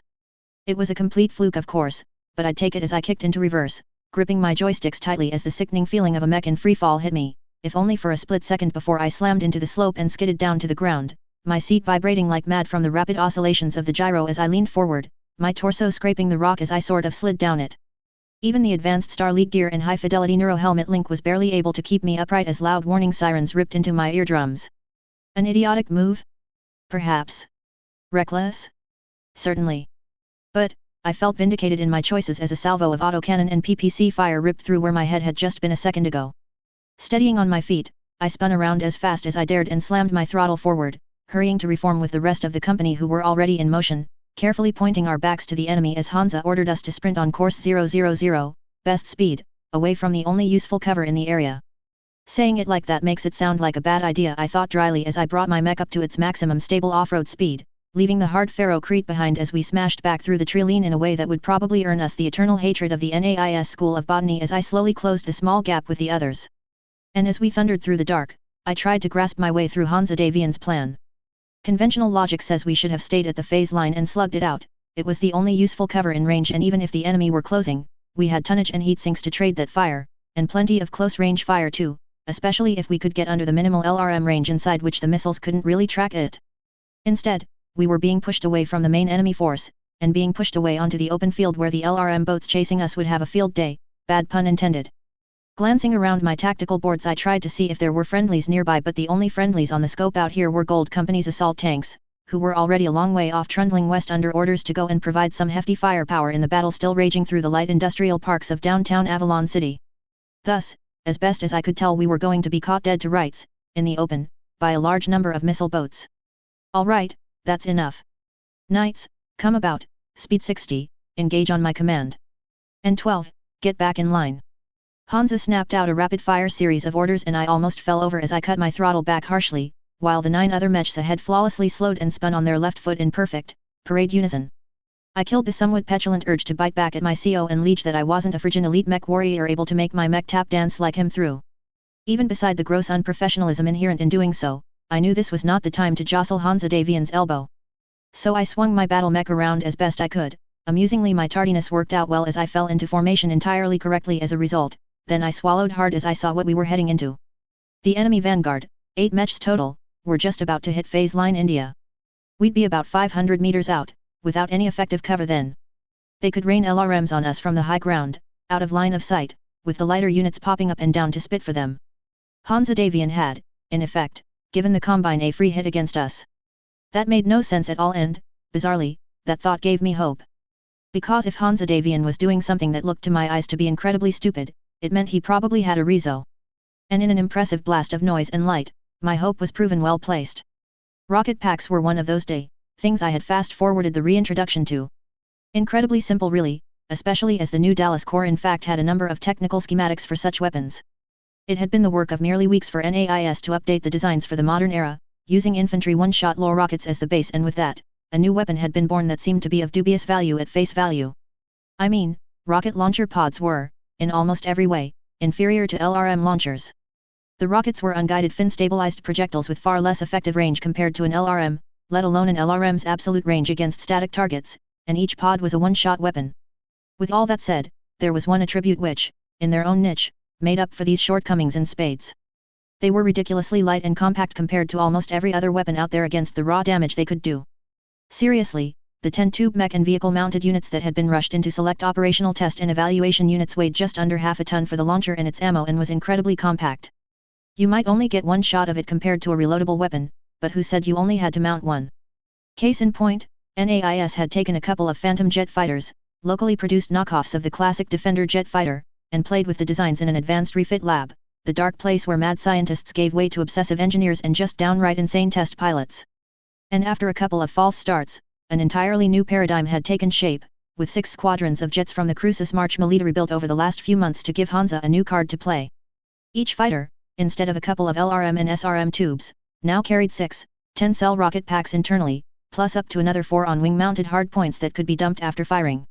100 rockets at full war load, rockets that could be fired a pod at a time, or, could be flushed in one salvo that would have made Maximilian Genius toss off a salute in appreciation. And in their combat debut, they chose the latter option as 2 flights ripped over our enemies at just over Mach 1 and unleashed everything they had. I doubted that much damage was done to the units facing us. 4 fighters making a pass spraying rockets at everything didn't drop any mechs, but it did a spectacularly good job of throwing the enemy into confusion and distraction as hundreds upon hundreds of rockets rained down around and on them like an explosive hailstorm. So much so that by the time the snakes had started to sort themselves out and look to reacquire, they found us already crossing under minimum effective LRM range right at their feet. Shoot! Hansa snapped, and following word with deed he obliterated his chosen target, one of the 2 dragons. It had already taken considerable damage from both earlier sniping and the rockets scattering across it. And even at full strength the dragon frankly had no damn business taking an alpha strike from a Lestec Royal Assault mech. Between blinks, the machine's torso was transformed into something that charitably could be called abstract artwork before it crashed to the ground, brewing up quite nicely as unfired munitions cooked off. The other 3 Battlemasters followed their liege's lead with considerable enthusiasm, carving up first a poor blackjack belatedly looking for more aerial threats instead of what was in front of it, then a second dragon which had its hips and upper torso separated from each other, and finally, a Kilo variant Wolverine. To its credit, the mech warrior in the Wolverine managed a defiant snapshot with his large laser that lashed across Hansa Davian's torso, a split second before its cockpit became a crematorium as the PPCs and lasers converged with lethal accuracy. Then came the price that had to be paid for pressing the Alpha Strike button as all 4 Battlemasters slid to a halt, glowing white on my thermal display from the waste heat saturating their cooling circuits radiators. The cockpits had to be sound as right now, but I was sure Hansa and his people were well used to it, and probably happy enough with the results as 4 hostile contact indicators vanished from my TIC map. Even so, I held my fire as I came to a halt on their flank as the temporary 5th member of their lance, watching for any threat trying to take advantage of their temporary incapacity as weapons fire erupted everywhere else in every direction. Jackson Davian might not have had the sheer power of the assault mechs to work with, but that didn't seem to faze the veteran battalion commander. All 5 of his mechs opened by focusing their direct firepower onto the Phoenix Hawk anchoring the Combine's flank. A 1K model according to my warbook. The added protection over a stock version didn't seem to help as withering laser and autocannon fire flayed its torso open and cracked the reactor, but perhaps it let it stay upright just long enough to unleash a vengeful alpha strike of its own that amputated one of the Centurion's legs at the knee. Even as both mechs fell, Jackson's lance shifted fire, sending LRMs in shallow arcs over the ridge to smash into the front of the trebuchet. Just barely outside minimum LRM tracking range, the lighter missile boat took a hell of a battering but somehow held its ground and returned fire, joined by the Dervish. The return salvo looked quite pathetic in comparison, but moments later they were joined by far more LRMs that slashed down over the DCMS mechs to splash on and around the AFFS mechs in reply. Clearly the lead mechs were spotting for their big brothers further back, and happily, both the spotters were ignoring me down here. So much the better, I mentally shrugged, starting to bring my gun arms up, at which point the reason they were ignoring me became quite clear as a PPC blast ripped into my left arm and my good friend, the Griffin, materialized out of the smoke of the missiles crisscrossing the sky, arcing gently towards me off the ridge in a blaze of jump jets. Conclusion: in about 3 seconds, those 2 very solid-looking feet would be firmly planting themselves on my ribcage. I didn't remember deliberately swinging my arms and flipping the lower arms up, so I was holding both of them up in front of my cockpit, a move that had been hammered into me by Morgan over the last couple of months. But, I suppose that was exactly why he had taken the time to force me to repeat the move again and again until I could do it in my sleep. Because my arms were suddenly up without me having to think as I braced my feet. Bang! My 75-ton battle mech took the attempted DFA directly to both arms, driving them back into my torso, and just barely missing smashing into my cockpit. My gyro promptly did its I give up alarm that sounded suspiciously like the original NES Mario died chirp, and all I could do was hold on for dear life as my battle mech spun to the ground with an almighty crash, my head bouncing off the side of my ejection seat. Ouch! I think I might have actually been out of it for at least 4 or 5 seconds because the cacophony of the crash suddenly ended between blinks as I shook my head to try and push through the sharp pain. The world seemed to spin wildly at 90 degrees, making me think I might have a concussion despite the padded neuro helmet, until I realized the mech was on its side and I was strapped in, now lying parallel to the ground. Funny thing, as a much younger kid I fondly recalled the virtual world pods, for those few glorious years they had been around in Sydney. And how I and my friends were all of the unanimous agreement how much cooler they would be if they were mounted on something that would spin and move them around, letting you feel the mech stomp and get knocked over and so on. With some new perspective on that matter, I was confident in saying Kid Smith was full of shit. Pushing past the disorientation, I sought out the diagnostic board and felt some relief that there was no critical or major damage indicators, just more yellow spots on my armor board. The lower arm components of the Marauder line were heavily reinforced, hence my using them to shield myself, and it looked like they and their guns were intact.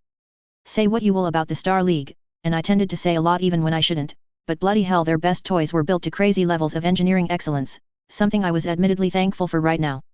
12 is okay, I'm getting up, I called out over Lance channel in case someone was worried about me.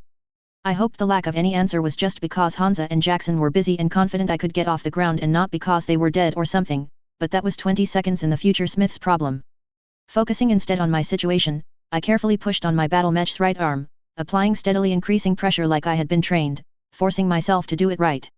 A creaking and groaning chorus reverberated around me as weight shifted, and a worrying clang suggested something had fallen off, before my mech moved, rolling forward with a bit of a crash onto my front. Focusing, I pulled my legs into a crouch, flexed the ankle joints, then pushed back briskly but not forcefully with my arms as my instructors had taught me. My mech hesitated as it tilted back, and then all of a sudden it rolled onto its feet, moving fast enough that I had to lean forward at the torso to stop from crashing onto my back. Arms on the ground, I suddenly looked like a giant turtle that had pulled itself into its shell. And as blood started flowing around my body in the correct way relative to gravity, everything felt much, much better.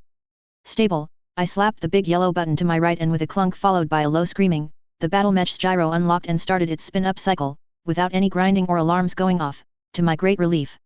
Veteran mech warriors may be skilled enough to spin up the gyro and stand in a single smooth motion, but I knew my limits, and that here and now was not a good time to push them. Smith, on your 7. Hansa Davian's voice sharply cut into my thoughts and I immediately cursed 20 seconds in the past Smith's decision to take it slow, bringing my holographic HUD back online which showed me. On the plus side, the Griffin looked like it had landed brutally. Unsurprising that, a failed DFA attack tended to end up badly for the mech warrior attempting it, as my trainers back on Sark had needed to beat into the heads of some of the more Yahoo cadets after simulations. This cocky bastard's flying kick deal had ended worse, seemingly deflecting off me to smash into the Pharaoh Crete face first with a lot more momentum to deal with. Yet even as I watched in growing alarm, the thing was just now getting back to its feet, like some kind of fucking final video game boss you thought you had killed that came back twice as pissed. Had.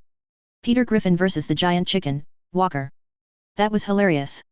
Then it actually struck me, for reals, that I was actually in genuine mortal fucking danger, with the fanatic Kuritan was in my rear arc. Shit. Profanity done, my eyes raced across my controls, knowing it would be at least 10 or 15 seconds until I could move, and a side glance at a bunch of Battlemasters on fire suggested Hansa had his own problems to deal with. Crouched like this, I couldn't twist my torso to bring my arm-mounted weapons into play, I was a sitting duck. At least its PPC was sparking in a very unhealthy way and the LRM Rax tubes looked fouled enough that firing them would be a very stupid idea, but its battle fist was perfectly intact and its fingers were flexing ominously as it stomped towards me with an unstable gait that told me its gyro was damaged, but not enough to keep it from moving over to punch through the back of my mech and rip out that expensive bits inside. Or me.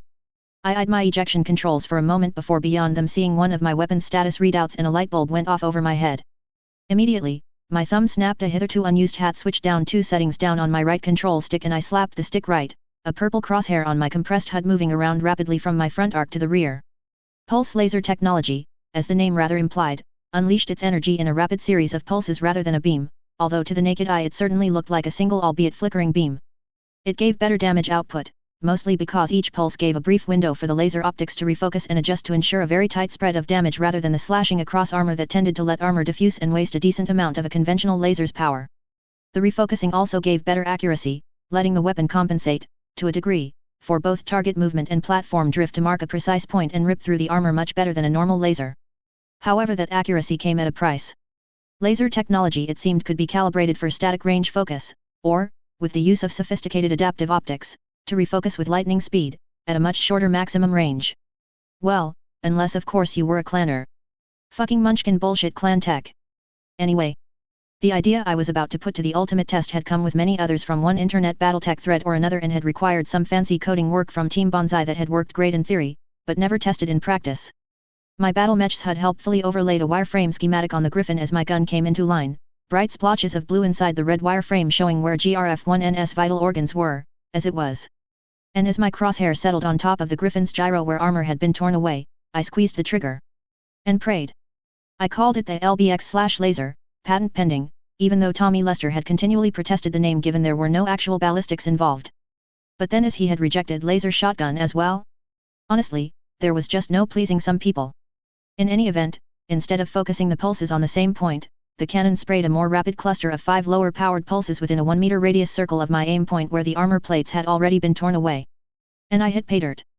The Griffin stumbled as its gyro tore itself to pieces, the war machine crashing forward onto its arms with black smoke pouring from its chest, landing heavily, then, to my sheer astonishment and mild awe, after a beat the crazy bastard mech warrior started to try and crawl towards me on his hands and knees. Maybe I shouldn't have made that Family Guy chicken fight pun, I thought in shock. But then with a beep my own gyro finally signaled it was ready and I leapt to my feet and floored it, barely dodging its left hand as it reached out to try and grab my ankle. Feeling slightly bewildered at the Combine mech warrior's seemingly suicidal determination to come to grips with me, I moved off, looking for something else to shoot even as the Griffin gave up the pointless chases shut down. Happily, 2 volunteers immediately presented themselves. The trebuchet was down, but it had been replaced by 2 beefier thunderbolts who had more than picked up the slack in firepower, but were certainly taking an impressive amount right back in their faces from Jackson Davian's group, both sides being in range of all their weapons and just engaging in an all-out slugging match.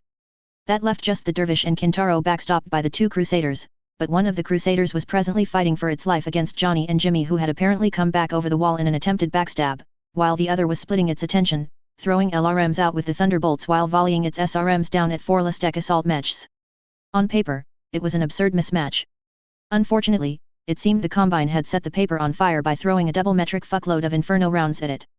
Even freezers had to obey the laws of physics, and if their radiators were fucked up by the hell gel, the heavily energy-dependent flashbulb mechs were stuck trying to vent the earlier heat from their alpha strikes. And with the Combine mechs running through their SRM magazines as fast as they could reload their tubes and damn their heat sinks. The prince's bodyguards had shifted their formation to try and shield Hansa, but in doing so they had given the game away for which mech was the most important, and the Combine had reacted at once.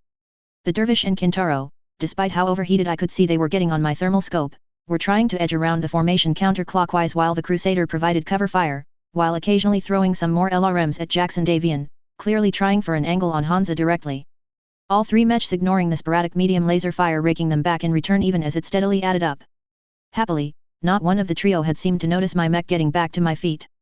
Warning klaxons went off and my heat indicators snapped straight from the green zone into the yellow zone as I discharged my weapons at less than 100 meters range into the side rear torso of the dervish. Perhaps it had seen me and simply dismissed me in the fog of war as a standard marauder? Inside minimum PPC range, the MAD 3R would arguably be a threat that could be ignored for a time in favor of doing as much damage as possible to the assault mechs while they were incapacitated. If so, however, I'm going to guess the mech warrior deeply regretted his decision when both my ERPPCs and 4 medium lasers slashed in on his already damaged side with the kind of hideous focus my more advanced fire control made possible. There was an old joke back on Space Battle's design threads that case wasn't about saving the mech warrior, that was just a bonus. The real benefit was about saving as much of the precious battle mech as possible for when the salvage teams came looking. Or as Gunter Deadeye had put it in Mech 2, Mercs, kill the meat, save the metal. I saw firsthand now just how horrifyingly that played out at point-blank range as my salvo, barely slowed by the armor, poured straight into tons worth of unfired munitions. And without case technology to try and direct the force of the explosion out pre-weakened structural panels, the reinforced outer shell became its own worst enemy as it instead channeled the eruption into the interior of the mech. Chaining between blinks with other ammo bins until finally it became too much and the mech was torn to pieces under the force of several tons of ammunition going up, sending chunks of torso and limbs, and probably half-vaporized Combine mech warrior, to batter me with terrific force, staggering me backwards. It was a valuable lesson about staying a safe distance from ammo bombs when they went off. Even more so because, as it so happened, the blast and impacts also did a very good job of hiding the fact that other, rather more dangerous things were hitting me from a different angle until Betty cut in to yell at me. Warning, armor depletion. Left torso, left arm, she called as the aforementioned sections on the display strobed orange and red as I belatedly realized I was being fired upon.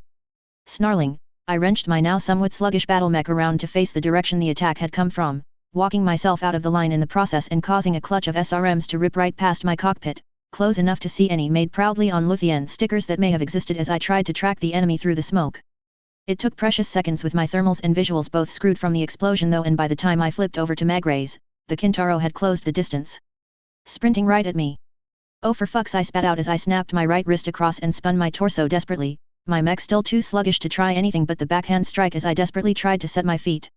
Crunch, bang. And with that, there was that horrible freefall feeling followed by what felt like a Highlander crashing on my ribs, and I was down on the ground. Again. The wind was knocked right out of me this time and I gasped for air in pain as my head throbbed, but I had no time to waste.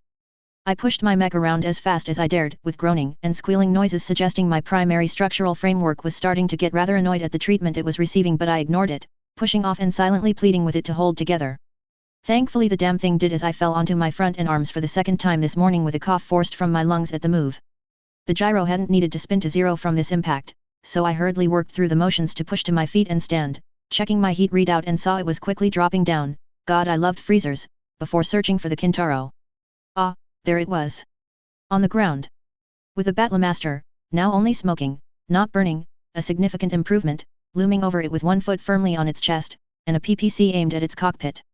Oh, and both the PPC's muzzle and the Kintaro's cockpit were smoking and the battle mech was not showing as an active threat anymore on my HUD. The first Prince's bodyguards, hand-picked mech warriors from the Brigade of Guards, did not fuck around with his safety.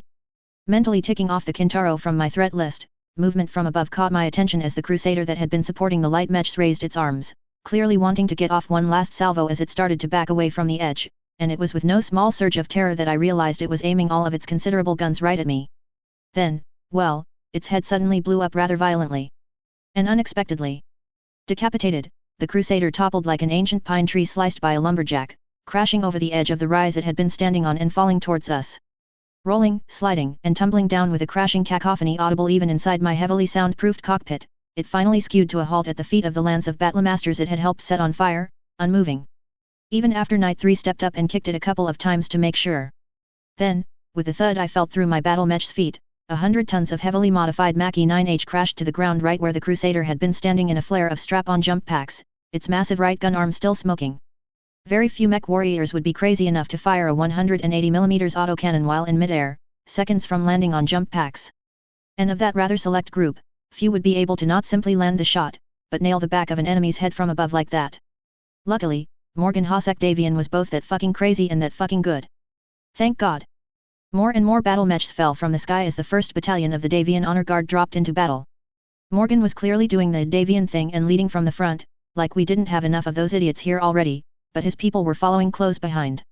Sheets of laser fire from them ripped mercilessly into the two combined battle mechs still standing. Looks like Johnny and Jimmy had already polished off their crusader without any trouble, and tore them to pieces with neither mercy nor hesitation, but not before the thunderbolts got off a final spiteful salvo off as they went down that snapped the left leg of Jackson Davian's archer and sent him spinning into the ground. I involuntarily inhaled sharply as it went down and did not move, but relaxed moments later as a profane tirade on my lance channel assured me he was very much alive. Sounding both pissed off and embarrassed, and probably terrified of what his mother would do to him when she saw what had happened to her prized battle mech, but alive nonetheless. And I'm sure his mother would forgive him the mess made of her mech, given that she wouldn't be burying yet another son who had given his life in the service of his prince. Morgan, nicely done. Hansa complimented his nephew, the battlemaster stomping up the slope as the Davian guards formed up smoothly into first lances, then companies as they fanned out and secured the immediate area, checking on downed mechs. Knights, regroup and call your status, reverse order, that means you first Smith. 12 I obeyed after a glance at my status display, ignoring both the hand holding from the first prince and the way I was shivering slightly, my hands shaking slightly on the tightly held controls. Damn cooling vest was overdoing things it seemed, despite how stuffy my cockpit felt. Heat nominal, no internal damage. Moderate armor depletion in some areas, all weapons operational. Johnny and Jimmy seemed to have taken very little damage at all, but had burned through all of their autocannon ammo while Jackson sounded more than a little miffed at having to report immobilized and combat incapable as he climbed out of his mech. 2 of the Centurions were down, the other 2 mostly untouched and running half ammo. And aside from a badly scorched paint job and a few antennas and external fittings burned off, the prince and his bodyguards hadn't taken much more than some mild armor damage and were ready, even eager I'd say, to get on with the fight. With nothing else to do as Hansa switched frequencies to talk with Ivan Davian, I decided I might as well make use of all my battle mech's impressive command systems to get a big picture view of the battle, realizing I had become so focused on this fight I had lost track of the big picture. Yet again, proof of why command battle mechs and commanders being on the front line was a friggin' stupid idea. Then any feelings of relief that I had managed to survive this battle vanished in a second as my displays refreshed. Hordes of red DCMS mech indicators were already well past the breach and spreading out across the map of the southern part of the NAIS. And as I looked up in shock, building after building was already exploding into fire. Chapter 17, E = MC2. Something between 2/3 and 3/4 of Kurita's main body managed to get through the gap in the NAIS perimeter by the time Morgan was ready to bring them directly under fire. Morgan's original battle plan, throw that on the planet-sized mass of military plans that had not survived contact with the enemy, had been to deploy his force right on top of Kurita.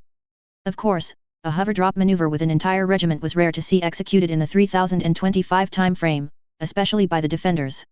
Partially because it was quite high risk both in execution and if the enemy realized what was happening, partially because only the most elite units generally had both the training and equipment on hand to do it. Few commanders would also have the stones to drop onto another elite unit as opposed to grounding further away and advancing to contact. Morgan however had mercilessly drilled his swordsworn for months in the technique, putting them through both simulated and real drop maneuvers until the poor troops were probably dreaming about falling through the skies. And with the enemy out of position and divided, it would have been a textbook perfect drop that Indrik Boreal himself may have given an approving nod to, if not for the minor fact that he had needed to divert his battalion north to pull his uncle out of the fire, literally and figuratively, at the last second. In Battletech however, Morgan Hosek Davian had been said to be uncannily good at adapting on the fly to changing situations on the battlefield and turning them to his advantage. I saw the first hints of that today as Morgan deployed, crisp orders streaming out as he read the battlefield and anticipated the flow of combat. While he dropped directly to stop his uncle, and me for that matter, getting char-grilled, he sent 3rd Battalion down to the east, to enter the NAIS in a more conservative drop that would let them get into NAIS without enemy interference, keeping a piece on the board in reserve. 2nd Battalion, however, he had kept more or less on target, if not right on top of the enemy anymore, dropping close to the gate where the DCMS were trying to push through. Of course, this also meant Morgan had divided his force in the face of the enemy. That was one of the biggest no-nos in warfare according to every military textbook, and one that all soldiers were conditioned to jump on faster than your average Lyran on a loose 100 kronor bill they saw on the footpath. Taking advantage of the Davian mistake, a battalion of Janiosha who would never make it inside had assembled and charged off right at 2nd Battalion's LZ as they came down, clearly wanting to engage them in isolation before they could link up with 1st Bat and press on the wall. Intending to buy enough time for the last of their comrades to get to safety inside and slow the Davian counterattack. Of course, even at near numerical parity, this Omega Battalion had to know the odds were not exactly on their side. 2nd was Morgan's Big Stick, made up of a company each from the Davian Assault and Heavy Guards plus a company of the Lyran Royal Guards handpicked by Katrina, while the DC unit was made up of mediums with a couple of heavies and a lance or two of lights. Even so, the odds of survival, or at least dragging out their deaths and inflicting as much damage as they could for as long as possible, would be much higher if they could engage 2nd in the kind of mobile freewheeling battle the DCMS preferred rather than a slugging match pinned against a wall. Indeed, they might even have felt a brief moment of genuine hope as they came into the visual range of the center company they were aiming at, and they saw it was made up of Banshees. Honest to God, Banshee 3ES. Assault mechs with the firepower of a medium mech, they were a bit of a joke only seen in third-tier units where any battle mech was better than no battle mech. To the DCMS mech warriors, they must have looked deliciously for all the world like a ceremonial Lyran unit on the Federated Sun's capital pressed into service for the emergency, what given their immaculately perfect Royal Guards dress paint contrasting against the Davian Guards' far more utilitarian thermal-suppressing field camo. And indeed, on paper, if the DCMS could smash through them first and fast, they might just have a chance to split the heavy and assault guard companies from each other, then wheel and engage those units with superior numbers in the kind of mobile running fight Yorinaga's people excelled in. It wasn't a crazy bonsai charge though, or perhaps it was, but, executed with undeniable skill, professionalism, and purpose. Executing a formation change with parade ground precision as they oriented on the Lyran battle mechs and accelerated, shaking out into a tight wedge that made it hard to miss hitting them but conversely let the Combine troops concentrate a massive amount of firepower forward, making their intentions clear. A logical tactic, wrecking ball through the Banshees with massed fire tactics, then wheel either left or right to engage one of the flanking Davian companies in isolation. Sort of double divide and conquer, continually reducing the overwhelming might of the Swordsworn down into manageable chunks where you could bring local superiority to bear in an outstanding display of taking an enemy's mistake and exploiting it ruthlessly. Really, the only problem with the tactics was that they were exactly what Morgan had hoped they would do. Explosive bolts fired as the Banshees came to a halt and the trap was sprung, Vismod coverings painstakingly attached with thousands of man-hours of tech work at NAIS flung away like Neo flinging open his long coat to reveal, guns. Lots of guns. A barrage of particle bolts and gauze rifles had slammed into the tightly packed DCMS force at range with crushing force, knocking out a half-dozen battle mechs and causing the entire Combine formation to shudder as it tried to avoid crashing into itself like an upset house of cards. To their credit, again the Combine mech warriors reacted near instantly with the mechs on the edge of the formation spreading out and returning fire as they tried to cover for the rest of the unit, but it really wasn't any use. Shrugging off the scattered return fire, the Lyrans fired as soon as their weapons cycled without any concern for heat, carving into the beleaguered center of the enemy formation as swarms of LRMs started to rain in from the flanks into the Combine mechs trying to engage. The Davian Guardsmen now pressed in at a full FOMO sprint, clearly affronted at the idea that the Royal Guardsmen would steal all the kills, expertly collapsing the kill box collapsed around the enemy. By the time Morgan arrived with both his battalion and Hansa's people in tow, the slaughter was all over. Third lesson for the day, massed formations of assault and heavy mechs were fucking terrifying in how rapidly they could dismember lighter units stupid enough to put their head on the block in front of them. Wasting no time, Hansa had reformed and wheeled around, sprinting back to the NAIS as fast as he could. And that was when it happened. A transmission had been broadcast from inside the NAIS over a general channel. A transmission in the unmistakable voice of Yorinaga Kurita, giving voice to a haiku in English. The circle is closed. Return to the beginning. To find the ending. Was it a death poem? I had no idea. Was it ominous? Just a tad. Pretentious? Oh god, yes. Did it piss Hansa Davian the fuck off? You betcha. The prince took up the implied challenge and smashed his battalions through and over the breach in the perimeter like the mother of all battering rams, only to find Kurita wasn't even bothering to try and hold the other side of the wall against pursuit. No, the bastard had marched straight into the heart of the NAIS and unleashed his people with clear orders to spread out and go full first succession war on Hansa Davian's pride and joy, presumably as much to gain a reaction out of the first prince as to destroy the critical strategic facilities. Starting with the massive campus of the College of Engineering and flinging infernos around like fireworks on New Year's Eve. Well, if he wanted to get a reaction out of Hansa, he had succeeded. Once again, a first prince of the Federated Sons and Yorinaga Kurita had squared off, although ironically with Kurita in Ian's place as the combined troops kept working to slip away and buy time in a hopeless battle. The Jinyosha were not standing their ground like many of their idiotic not one step back peers may have, but were performing a fluid defense with immense skill. Smashing their way in and out of buildings to surprise the advancing guards, hitting the spearheads before falling back as they played out space for time using tactics that also happened to smash and burn the NAIS at the same time, fucking Japanese efficiency hard at work. Making the tactics devilishly effective was surprisingly effective radio and sensor jamming that had started up as the combined troops had come into contact with the honor guard, making a hash of tactical radios and sensors inside the urban jungle as the snakes weaved their way through it. While initially countered by the NAIS communications network being tied into the Battlenet, that had only lasted until a burning 20-story building in the College of Finances had collapsed and done something to the underground conduits that rooted in that area. Yet, idiotic design with single points of failure still happened even in the 31st century at the NAIS of all places, and Murphy remained equal opportunity. Go figure. The communications network had died along with the main power grid, not simply cutting the meshs off from each other at any real distance but cutting everyone off from the Fox's Den Star League era computers that had been mashing together a complete tactical picture together. In that moment, Command Mesh's tactical displays had switched from a crisply rendered image of where everyone was into a fog of war, and the enemy was making maximum use of it. The words "slippery fucking snakes" seemed to be in use an awful lot by company commanders right now as Hansa split off from Morgan, leaving him in charge of one flank while taking the lead on the other to compensate as they adapted to try and pincer the enemy. The paradigm had shifted when 3ND Battalion had arrived and cut into the dance, checking the Combine's vanguard as they pushed, literally, through the materials engineering laboratories, rocking them back on their heels in a sudden barrage of firepower. Having landed on the eastern edge of the campus grounds, Major Greendavian had expertly maneuvered the much more mobile battle mechs of the 3rd, 5th, and Light Guards through the NAIS. The lighter and faster medium mechs had hit with exquisite timing, many leaping from rooftop to spot for fire support lances just as the Jinyosha had been about to push out and into the College of Chemistry. Their sudden intervention throwing the combined troops back on themselves in confusion. For about 15 seconds. Give or take. Asterisk. Asterisk.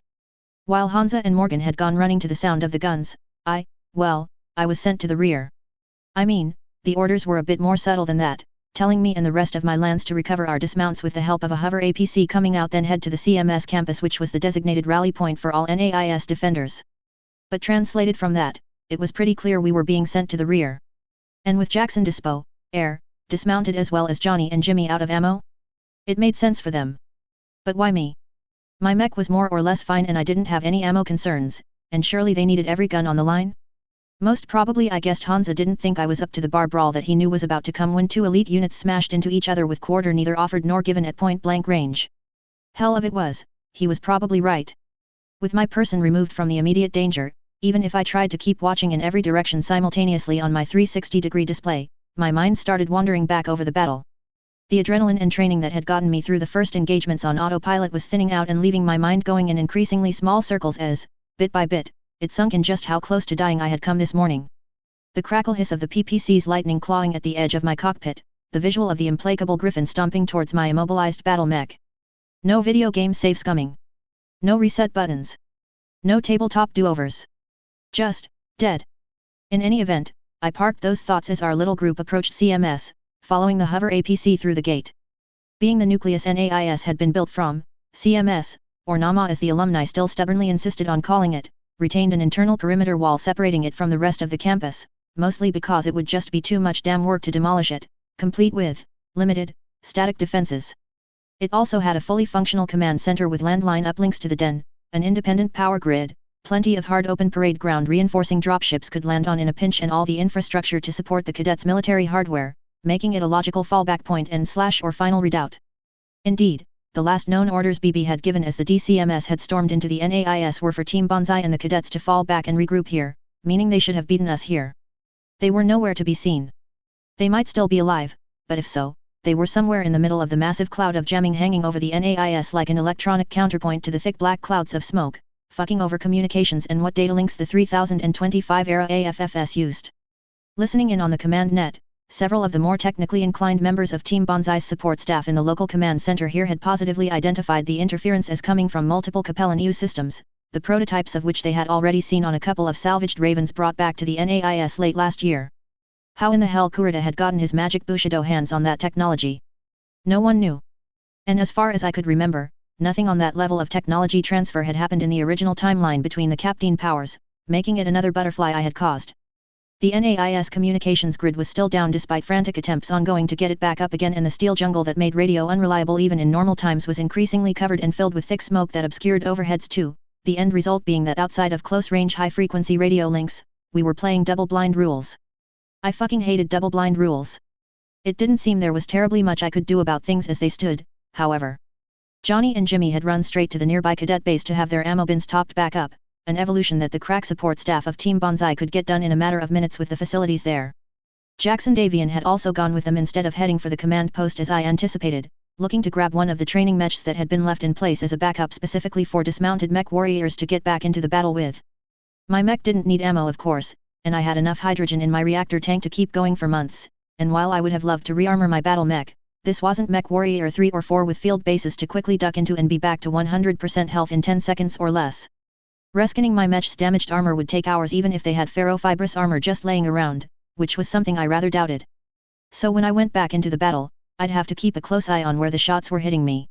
If I went back into the battle, I fidgeted a little then as I stood with my mech on the outer perimeter wall, next to an autocannon turret diligently scanning for any hostiles, feeling a little disquieted, or possibly disgusted, with myself at how appealing the idea of not going back into battle sounded. When so many people, including the balance of friends I had in this universe, were fighting and risking their lives out there.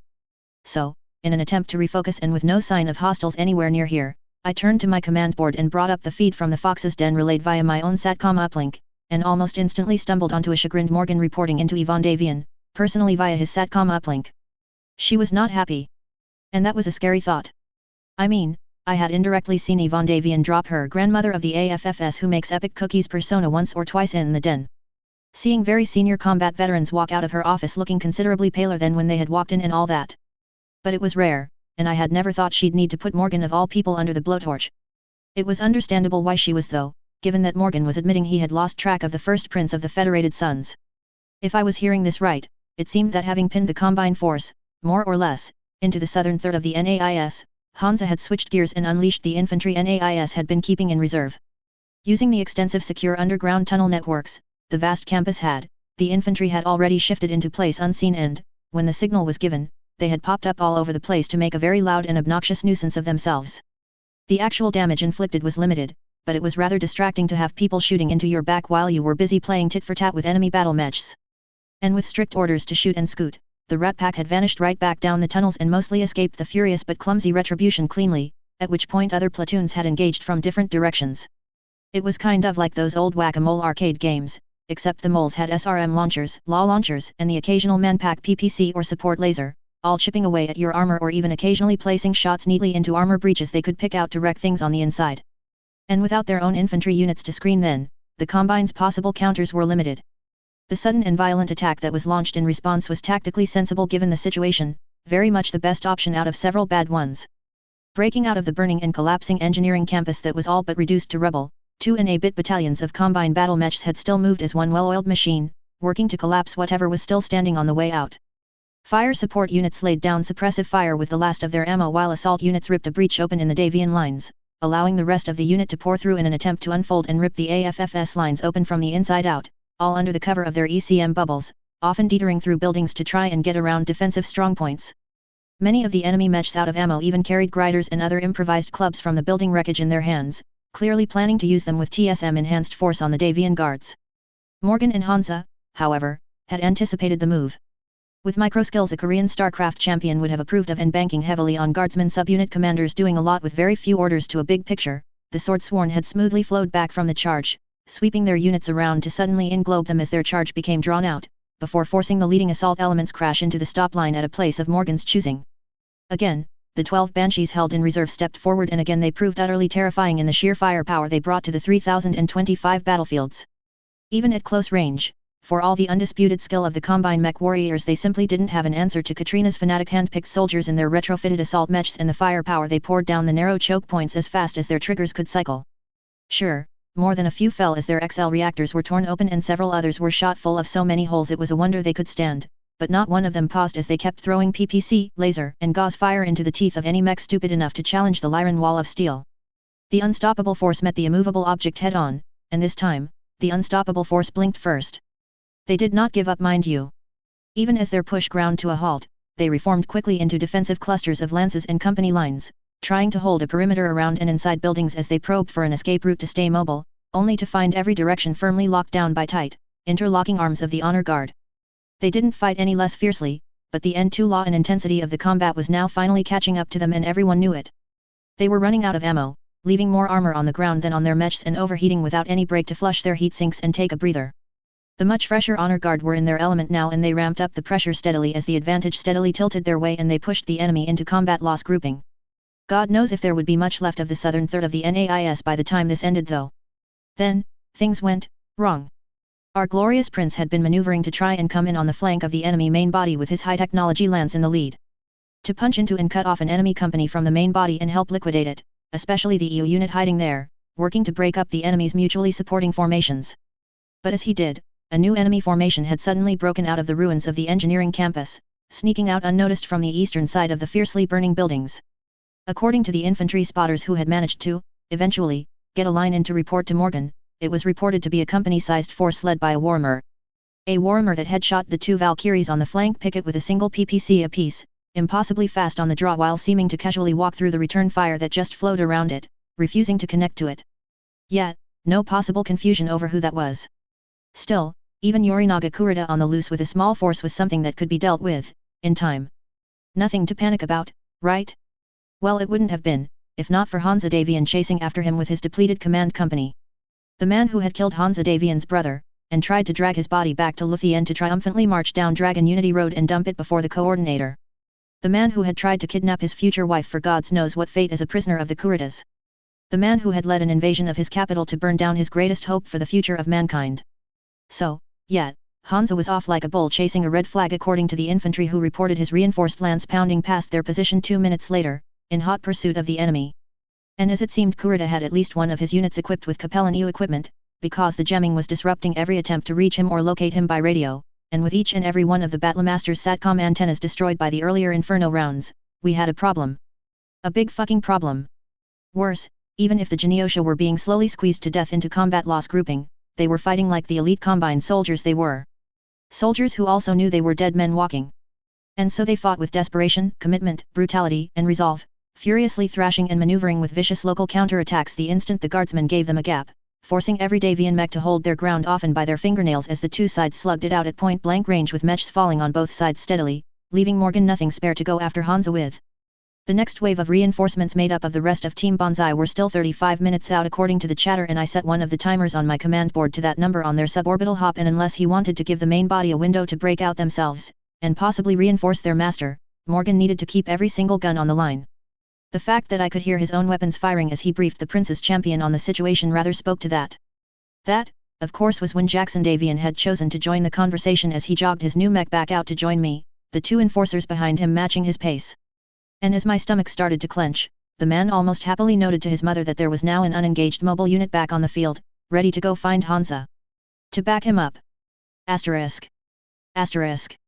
You know, standing in the middle of a street in a war zone, perfectly still, with no cover in a damaged battle mech was not the way I had anticipated my life unfolding after I had decided to tell Kim Sorensen the truth. Indeed, I had thought that in all probability I'd be locked into a gilded cage once Hansa understood my true value to him. Living in perfect luxury, but very quietly as I was pumped for information. Something I had accepted at the time because of my decision to do the right thing, a consequence that would be well worth it in the end knowing the cage would eventually unlock, and that it was really a pretty damn nice cage. And then I could live out the rest of my life in both freedom and ridiculous neo-feudal luxury in the happy knowledge I had made a difference. And things had played out exactly along those lines, for about a month. Then Arden had insisted that I go to Helm with him, and from there to Thurkad with the overwhelming physical proof that I was the real deal, at which point things had gone way off track. Specifically, the power duo of Katrina and Hansa had decided to put me into the AFFS, rather than locked in a room filled with female Canopian stereotypes as I had sort of been looking forward to. Because they wanted to see what I was really made of. I mean, sure, I had sworn my loyalty and service to Hansa on the grounds of believing in the Federated Commonwealth, and what I had given him was unequivocally beyond price towards that end, but that was me just sitting in an office somewhere throwing information at him. And perhaps Hansa knew me better than I knew myself, or my attempts to suggest and highlight things had made it clear I wanted to do more. That I wanted a seat at the table to watch the story unfold? Or perhaps he just wanted to see how far I was willing to go. Hansa and Katrina were both very well known in Battletech and here in reality as people who had zero tolerance for people refusing to take risks or make sacrifices for the good of the nation in favor of protecting themselves. Of dismissing people who talked a big game, then quietly walked away when the going got tough, be it on the battlefield, in the political arena or even in civilian life. Or to put it more bluntly, talk is cheap, even talk that gets them Star League memory cores. And in my case, it was true, talking had cost me little and gained me, nominally, much.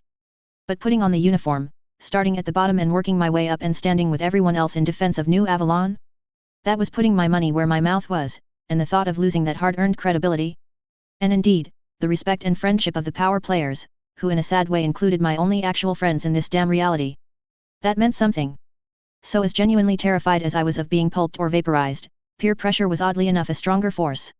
Or perhaps, I was standing my ground because deep down I knew that this clusterfuck on New Avalon was my fault. I was the one who had provided both the helm cache and knowledge of Kurita's re-emergence onto the stage of the inner sphere. Setting up Morgan and Patrick to ambush him on Styx, an event that had both humiliated Kurita and left him in search of a new direction in life. Followed by Morgan pointedly eviscerating him on Terra with a scathing denouncing of his character, fully deserved mind you, and making it clear he considered their thing done. I was the one who had provided all the information that dictated the actions of Takashi, as hilarious as hearing about Hansa casually dropping the existence of his grandchildren on him had been, which in turn had caused his cousin to wash his hands of the coordinator, sending him on this one-way suicide trip to find Hansa. I was the one who had snorted and rolled my eyes at the threat of Yorinaga Kurita back on their cat all those years ago, openly mocking him as being any kind of existential threat to the Federated Commonwealth. I think those were the exact words I used. Words that had seemingly caused a pissed-off nemesis to say hold my ambrosia, to Zeus to prove that yes, Yorinaga Kurita could in fact become an existential threat to the Federated Commonwealth. I was responsible for this mess, or at least a large part of it, although I flat out refused ownership of Hansa Davian fucking playing at Inigo Montoya. And that wasn't ego or self-pity, but simple fact. None of this would have happened without my presence and interference, I had the books to prove it. For all the good I had done for the good guys, I had to take the bad with it. Or, as Morton Solus may have put it, my intervention. My knowledge. My actions. My responsibility. And if I truly, honestly believed in the Federated Commonwealth, Hansa Davian had to live and I had to find a way to clean up this mess. No matter how terrifying the idea of running towards either the number 1 or number 2 warmer driver in the inner sphere was to me, without Hansa Davian this whole house of cards would collapse, and God only knows what would happen then. No reset button, no do-overs, just a Humpty Dumpty sized mess. Hence, why I was standing in the middle of a smoke-filled 4-way intersection, glaring at my secondary screen and mentally telling it to hurry the fuck up. Because Hansa fucking Davian had taken the whole my responsibility thing too far in the other direction as he charged after the enemy leader. Not accepting that sometimes responsibility meant sitting in a command bunker out of the battle because you were the ultimate key man risk and if he died, it was all over and thus he had no fucking right to be risking his life like this. And not just because it meant that we had to now risk our lives to find him. My battle mech was equipped with a bleeding-edge communications system even by 28th century standards. Less tech in comparison to what was built today, at least outside of the Kerensky cluster. It had been designed by the hegemony engineers to try and counter the increasing proliferation of things like the Guardian ECM suite on the late Star League battlefield, which had made it increasingly hard for command mechs like mine to maintain open and active data and communications links across the battlespace from ground to orbit, serving as a mobile communications node. Standing still like this served a purpose, providing the maximum stability as a number of small antennas wiggled this way and that way, tasting the electronic screaming in the air around us and with just a little luck. Ping. Bingo, I thought silently as my tactical board updated and a yellow circle appeared on it, shrinking steadily as my system crunched the location of one of Kuritan EU units. Trying to localize a jamming unit like this was supposed to be impossible, of course.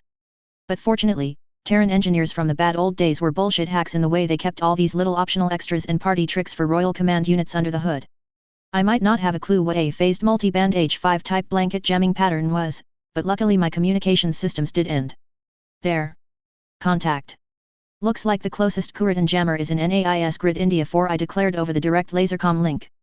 As genuinely impressive as the EU gear was for something the Capellans had built from first principles during the Third Succession War, my battle mech had been designed to deal with far more advanced and powerful technology from the Star League era. Bonus, it seemed the DCMS were running with their IFFs active, configured to work through the gemming. And with my system filtering out the gemming, bingo. I couldn't read the encrypted data, but I could localize the signals. Looks like it's part of a lance of 4 mechs. Good work, Smith. Jackson Davian came back at once via the lasercom links my mech was mediating. We'll move in and clear the jammer and see what we can find once it's down. Let's move up on 20th Street until Crucis Drive, then we cut across and engage. Everyone stays passive until either they react, or we get line of sight. How copy? 10 Jimmy conformed. 11 Johnny was only a second behind. 12 I signaled my readiness. Before I could find a way to talk myself out of it. Here we go again. Execute, Jackson ordered, and with that we were on the move, running down the smoke-filled yet otherwise perfectly intact streets, the smoke holding a somewhat sinister orange glow from the massive fires raging to the south. Running passive with the smoke chopping down on both visuals and thermals, with mag rays all but useless and seismics swamped with hundreds of feet stomping around, and the Kuridan jamming now working both ways. Well, we were definitely playing double-blind rules, and I was cheating like mad, also in the best traditions of double-blind rules. The enemy transponders were not moving more than a few meters here or there, meaning they were holding position right in the middle of NAIS's modest commercial district. They certainly didn't look like they were adjusting to meet us as we closed in on the final turn. Had we gotten the drop on them? Alright, here we go. Keep it tight. Smith, nail their jammer first if you can localize it, I don't want it slipping away. Weapons free. There was a surge of nervous energy through my body as I double-checked my long-range weapons were armed and ready to fire as we approached the corner, and I took a deep breath. With our current spacing, Jimmy would go out first, then me, then Jackson, with Johnny bringing up the rear, the main road having just enough room for us to fit side by side across it. And as I burst from the side street hot on Jimmy's heels, I brought my targeting systems up to full active status as I swung my guns down range. I swallowed heavily. 400 meters away, just barely visible in the smog to my active sensors, a Kuridan lance was holding the next intersection, their computer-generated images materializing onto my HUD. They were all stationary. Actually, a Centurion was really stationary, seeming to have lost most of its leg and being propped up against the corner of a building. A Marauder stood next to it, facing west and firing at unseen targets through the smoke, looking like it was running hot as all hell on the thermal scope. A Dragon was behind them, also facing that way and pumping autocannon rounds downrange, and my HUD immediately tagged it with a crimson "This is the asshole with the ECM gear, alert." Rather more importantly though, a hunchback much closer at only 200 meters in a rearguard position was already spinning to bring its guns, including that great fuck off and die bazooka on its shoulder, towards us as we stormed out of the side street. My instincts screamed at me to hammer it before it finished turning while I had a clean shot. But I didn't. I had my orders, and so I brought my crosshairs past it into line with the unmoving Dragon projection and squeezed the trigger the second they turned gold. Both my ERPPCs discharged cleanly and 2 whips of purple light snapped downrange with their distinctive hiss. The Kuridan mech warrior was, thankfully, a fraction of a second too slow to switch his ECM modes back from broadband area jamming to the self-defensive ghost mode that might have screwed my fire control, and the 2 shots arced through the smoke to smack into the stationary unit's rear/side torso clean. Purple fingers of lightning clawed around and through the armor plates, and in a sudden white flash, something inside did go boom. I was hoping for a reactor hit, but while the mech staggered, it certainly didn't die. What did die, however, as if a switch had been thrown, was the ECM bubble as all the warning indicators on my HUD vanished, indicating that I had nailed the bulky Capellan EU gear. I didn't have much time to gloat, because even as I blasted the Dragon, the hunchback had been spinning around to face us, harmlessly dispersing the laser beams raking over him from Jimmy across multiple armor sections as it did so, before, to my complete lack of surprise, taking aim at the biggest target on the battlefield. AKA, me. Of course it's aiming at me, I thought angrily as I violently yanked my battle mech to the side in an evasive sidestep as Jimmy pushed forward, the frantic high-pitched beeping alarm of a hostile fire control lock leaving me only the hope that just maybe the Combine mech warrior might have gone through all 10 shots in the. New alarms went off as a 180mm autocannon shell crashed into my torso and detonated, proving that no, it hadn't used up its ammo. My instinct to sidestep had probably just saved my life though, as the shell crashed into my right torso rather than my cockpit, but hit at the exact same height, making it abundantly clear the DCMS mech warrior had just tried to go full boom, headshot at me.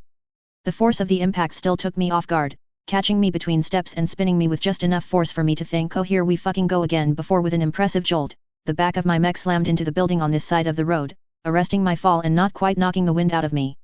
Surprisingly, the building's facade didn't collapse, and I shoved back off the building, taking a split second as I did so to look at the damage indicators on the corner of my HUD. Good news, no penetration, the armor belt had absorbed the massive blast. Bad news, my right torso was now glowing a very bright red. That one hit hadn't penetrated, but it had shattered the primary armor glacis, leaving that side of my mech wide open to any further attacks with anything heavier than an automatic rifle. My left torso, which had taken damage earlier from the Griffin and the Kintaro, was also glowing, albeit a lighter orange. It could probably take one medium laser hit if I was lucky, with only my central torso still showing green. Simply put, any real hits to either my left or certainly my right torso would probably punch straight through. And while I didn't have any ammo inside that would violently go boom boom, this wasn't the tabletop, and if an enemy hit either of my side torsos with the right angle, they'd shoot right through the wrecked areas into my fusion reactor or gyro, and even a fluke ricochet could deflect into my cockpit from the side or behind. All this took place over a matter of seconds, and as I shoved off the building, wondering why the hunchback hadn't followed up the autocannon with its lasers, the fact that it had just crashed to the ground, its chest torn open and on fire, might have something to do with that. Turned out 2 enforcers and a chameleon could put out quite a bit of firepower if they really wanted to, especially in this point-blank slugfest as they pounded past the wreck and up the street, the enforcer's autocannon muzzle still smoking. Smith, status. Jackson Davian's clipped voice cracked into my ears, barely cutting through the noise, and I blinked, then belatedly hit the master alarm reset switch to kill all the warning sirens. I'm operational, no internal damage, I answered, reflecting in a twisted sort of way that at least my damn hands had stopped shaking. Well, I'd take the small favors when I got them. Good. Tuck in behind us, target the dragon and wait for the shot, he ordered before switching channels. Obediently I throttled up to follow, frowning at what I saw on my now much more clear sensor systems. The enemy marauder had spun and shifted to put its back to the damaged Centurion in response to our presence, squaring off seemingly against us to protect it, but it wasn't firing. Possibly because it was reading so damn hot on my thermal scope it didn't want to risk firing and melting something? Or possibly because the final enemy mech, the dragon, had done an about-face and was charging at flank speed right down the road towards us. And 9, 10, and 11 were sprinting right back at it in turn. Playing chicken with battle mechs rarely ended well. This factoid had been hammered into me during battle mech training, repeatedly. And with a combined closing speed of something around 170 km per hour thanks to everyone, except Jackson's training mech, but it was fast enough to keep up on its own, running triple strength muscles in their legs. It would be less than 10 seconds until everyone smashed into each other here, and at 65 tons, that dragon had a lot of kinetic energy to go kamikaze with. But these were elite mech warriors, so even though the distance between the two was decreasing faster than Maximilian Liao's sanity, I adjusted my aim ever so slightly with each step as they closed, merged, then at the last second Jackson barked an order. Ah! Right!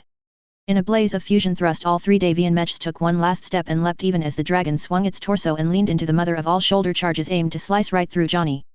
It hit nothing but air instead as the Davian mechs casually hurtled over it with a light touch of their jump jets and then, for shits and giggles, opened fire on the startled marauder, laser fire ripping into it in midair followed by autocannon fire as they landed, all without missing a step as they charged right at it. The move clearly took it off guard as it fired its PPCs on reflex but missed everyone as the weapon's impacts spoiled its aim, setting a nice coffee shop I had come to like on fire, to my considerable annoyance. The dragon meanwhile should have by all rights and the laws of physics fallen flat onto its face. It didn't. Somehow, in a massive spray of asphalt chunks and its left arm catching the front of the buildings down the side of the road and ripping a great gash along them, fuck I liked that bookstore, the thing managed to skid and slide to a halt, on its feet. Genuinely impressive piloting, that left it stationary precisely 177 meters from my battle mech as I too came to a complete stop, my crosshairs having tracked it all the way through its not quite fall and glowing the pulsing gold of a solid weapons lock as it came to a halt. I decided that this was probably what Jackson had meant by wait for the shot and squeezed my close-range trigger group. All 5 of my lasers discharged cleanly. My chosen target point was center mass, the enormous chest of the dragon that jutted rather prominently thanks to the oversized fusion reactor that gave the design its trademark speed and agility. It was also technically the most well-armored point on the mech, but I could see plenty of burn marks and impact craters suggesting it had already taken more than a few hits and all my lasers together should have enough energy to penetrate. And with just a little luck, rip into this fusion reactor or the gyro and knock it out of the fight. Except right as I pulled the trigger the Combine mech warrior ducked. He must have thought that I was going for a headshot. If so, the irony was sickening because as I squeezed the trigger, the tiny enemy cockpit dropped into my crosshairs, dragging the claws of coherent light upwards as they sliced into the torso, carving straight into his cockpit, and it was all over before I realized what I had done. The auto-ejection system on the Dragon activated in the milliseconds between the armored cockpit canopy failing and the cockpit being subjected to megajoules worth of thermal energy as my pulse laser punched through, but as fast as the electronics gave the order, the explosive bolts and chemical thrusters took their own sweet time, and by the time it launched into the sky, I tried very hard to convince myself that I had not seen a person desperately and uselessly trying to slap out the raging fire all over them as the Human Torch rocketed out of sight behind the buildings. No matter how many times I had told myself over and over that this was not the tabletop or a video game and these mechs were not giant robots, it was just so very easy to fall into the trap of thinking you were shooting machines. Not people. Smith, status. Jackson's voice cracked into my head and I seized the voice like a lifeline, snapping out of it and realizing with a glance at the clock that I had been standing still in a combat zone for over 10 seconds. Jesus Christ, Smith, focus. You can Shinji Ikari later. Other people need you. Dragon is down. Moving to rejoin, I replied, my voice sounding a bit strained to my ears as I pushed my mech into a brisk jog and tried to refocus downrange, making a notation on my tactical map for a downed enemy mech with an ejected pilot. The enemy marauder was also down and not moving, but the Centurion that had been hiding behind it was dragging itself forward on a gimpy leg along the building it was leaning against, clearly wanting to try and take the fight to us. Its autocannon arm was hanging limply, and it looked like its armor was mostly on the ground, yet rather than do the sensible thing of punching out, the mech warrior was edging forward. The three mechs facing it were holding in moderate cover to let their sinks flush, giving it a poor angle, but it fired anyway, sending LRMs and a pair of laser bolts scattering around Jimmy to minimal effect as I drifted across the road and focused in on the near stationary enemy from optimal PPC range, aimed, fired. Both my PPCs hit dead center, and Jimmy took the chance to lean just far enough from cover to add his right arm autocannon into the mix, the combined salvo ripping into the exposed core of the Centurion. Its thermal signature spiked sharply before the battle mech sort of folded over on itself and crashed to the ground as structural members were severed, and I throttled up quickly to rejoin, moving without saying to the rightmost position as the Lance broke cover and approached the downed battle mechs in a skirmish line. As we came together, the cockpit on the medium mech popped open and the enemy mech warrior emerged brandishing, were those satchel charges? And a sword. Then to my sheer disbelief, the asshole dropped to the ground and sprinted straight at Jimmy, the closest mech to him, and although I couldn't hear him, I could see him screaming "Bonsai!" as he ran brandishing his sword. A burst of 12.7mm machine gun fire from Jackson's 2 Gatling guns stopped him before he made it 3 meters. And by stopped him, I mean turned him into a bloody smear across the road, leaving me gawking at the mess. The complete futility, the waste, the death before surrender attitude. A whole star empire cosplaying the worst parts of WW2 Bushido Japan all over again, which had about as much in common with real feudal Bushido as Mech Warrior 2 had in common with battle mech piloting, had been sort of darkly amusing in a fictional universe because every story needed a designated villain faction. But seeing the consequences to humans in real life of Urizen Kurita being a fucking hyper weebo nutter who ensured generation after generation was raised from birth chugging the Kool-Aid. A priority alert from my command board thankfully tore my attention away from the sickening chunks on the street, and I glanced across at said board to see it had recalibrated again with the local ECM unit down end. I swore in shock before slapping the control to switch the feed into my HUD, confirming, yes. Just as Jackson had hoped, the removal of the CU unit had opened a hole in the enemy net. Night 9, I now have Night Leader's transponder on my scope. The chameleon out my window jerked around to face me at that news. Thank God, where the hell is he? Jackson demanded. Good question, I thought as I squinted at the readings. The transponder's headers included lat/long coordinates that my computer was trying to match to its tactical maps, and he was moving, so, there. Grid Oscar 7, looks like he's moving towards Mallory Park with Knights 2, 3, 4, 7, and 8, I declared as my display refreshed, this time in a bad way. And it looks like he's pursuing a bunch of DCMS transponders. That was a problem. And from the profanity Johnny just threw out on the Lance frequency, everyone else probably agreed as suddenly that damn haiku Kurita had thrown out a little while ago became clear in its meaning, a meaning Hansa had clearly figured out well before I did. The circle is closed. Return to the beginning. To find the ending. Mallory Park was less a park than a forest, a carefully preserved section of the private reserves of the Davian family that NAIS had been built upon, with the main student dormitories and accommodation buildings at NAIS high around it. It was, almost a private little slice of nature, and it just so happened to be named for the world one first prince of the Federated Sons had died on, in battle against Yorinaga, to say nothing of being the world Yorinaga had lost his first revenge duel against Morgenkel with a few years later. Much as I hated this guy, I had to admit that unlike almost every other member of House Kurita, he sure as hell had a sense of panache to have found a way to bring everything full circle here like this.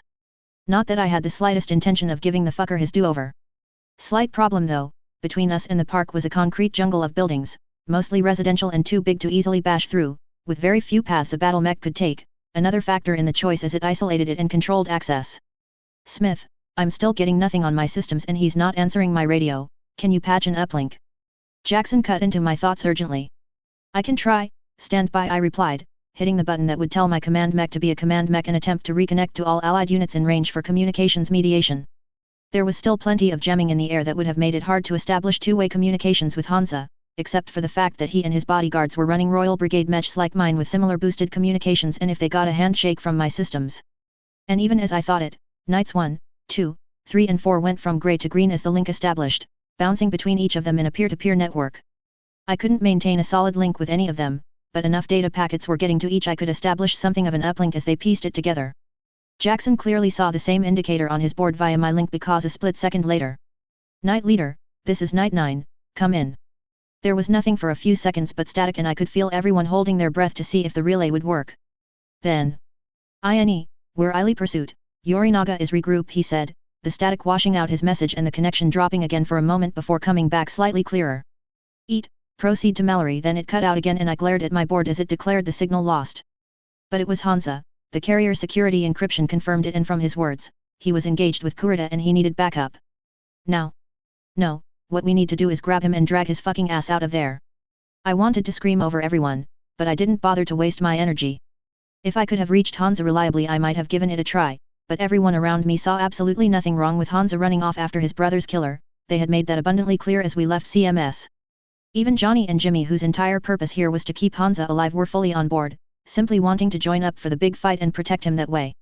Oh, I was totally telling on them to Arden. Arden. In hindsight, I wonder if that was why Hansa had shuffled me off to the side? Because he knew I'd have no problem sighting Galen Cox and Arden Sortek and blowing his battle mech snee joint out the second he started to chase off after Kurita. Boss, we can skip over the top and go straight in. Johnny cut into my growing frustration at Hansa. Even as I reminded myself in the original timeline, he had also done a full Leroy Jenkins over to NAIS and taken on the Death Commandos single-handed in a rage at the affront of them attacking his capital. We've got hard roofs here, and if we go up and over, we can be at the park edge in 4 minutes flat, ready to jump Kurita even before the boss reaches it. Agreed. Jackson cut in sharply. Right. Smith, you're going to have to try to follow us on the ground. 10 and 11? Up and over. Go. Jackson urged, and with that all three battle mechs leapt straight up in defiance of gravity like fucking Superman to vanish over the roof of the building above, leaving me standing in bewilderment with a mouth hanging open that was trying to find the words to object to the sheer clusterfuck things had become as Jackson Davian abandoned me. The only solace that I could find being that if Hansa did survive this stupidity, Melissa was going to make him pay for a very long time for breaking his promise to not run off. And I had great confidence in her ability to make him suffer.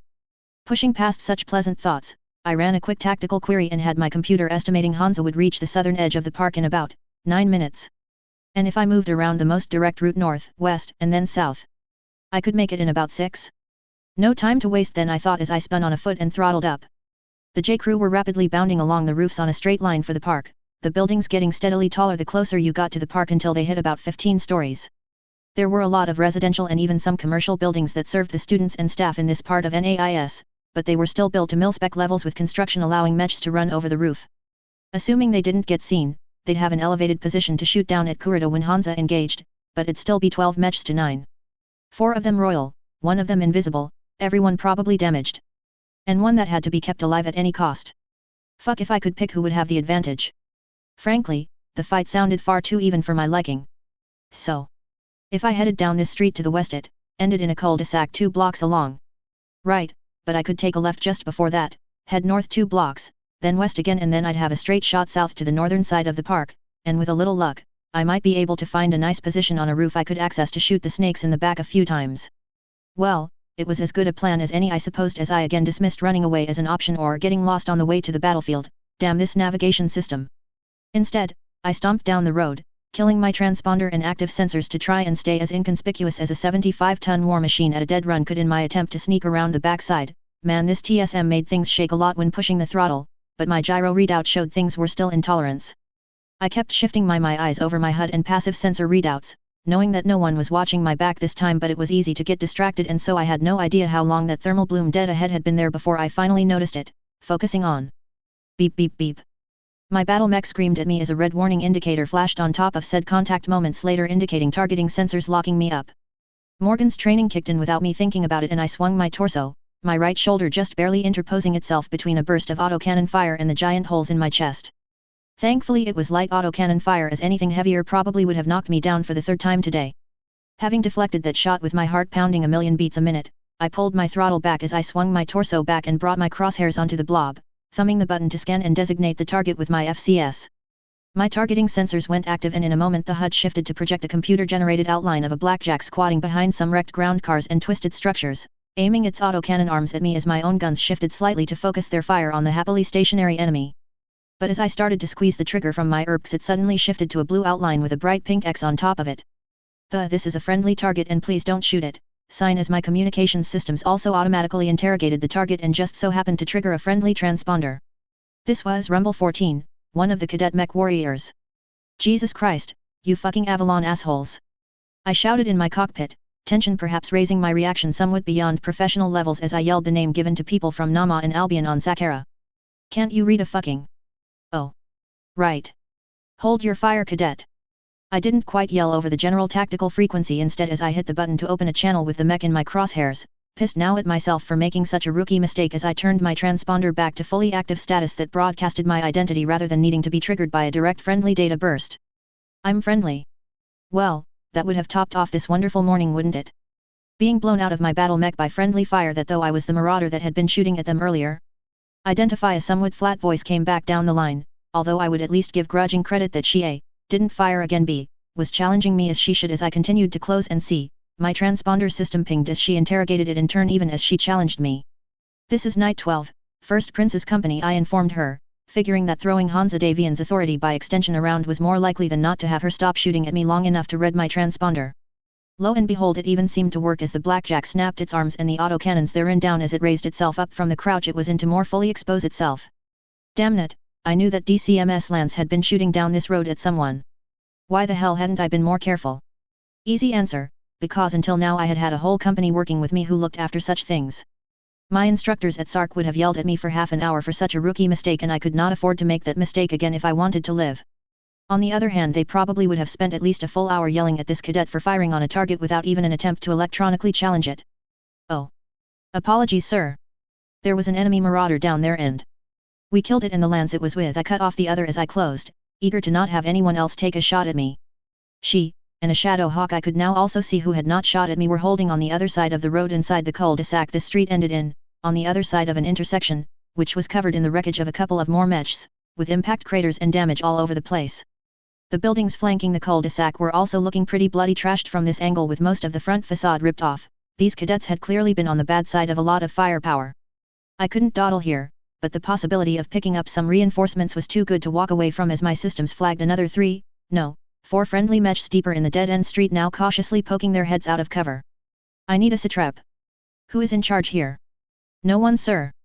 We, our 6 mechs, are the only ones who made it this far to my knowledge out of Rumble, and we have no officers left, sir, she replied in a tone so steady yet emotionless. Well, it was rather creepy. But then, 6 mechs total, out of 36. Little fucking wonder she sounded like she had the 1,000-yard stare right now, Jesus Christ. I knew Hansa had been against sending the cadets into battle specifically because putting cadets, no matter how talented, against elites was just asking for a nightmare. And that losing a huge number of cadets who otherwise would be scattered across the AFFS to bulk up units and steadily learn to become useful combat veterans and eventually the next generation of key leadership in the AFFS officer corps, would just be giving Kurita another victory. He had been convinced only to go so far as to allow a very small hand-picked force of final-year cadets led by reserve AFFS officers to stand up a force, with the vast bulk of the cadet corps otherwise evacuated to military bases on New Scotland.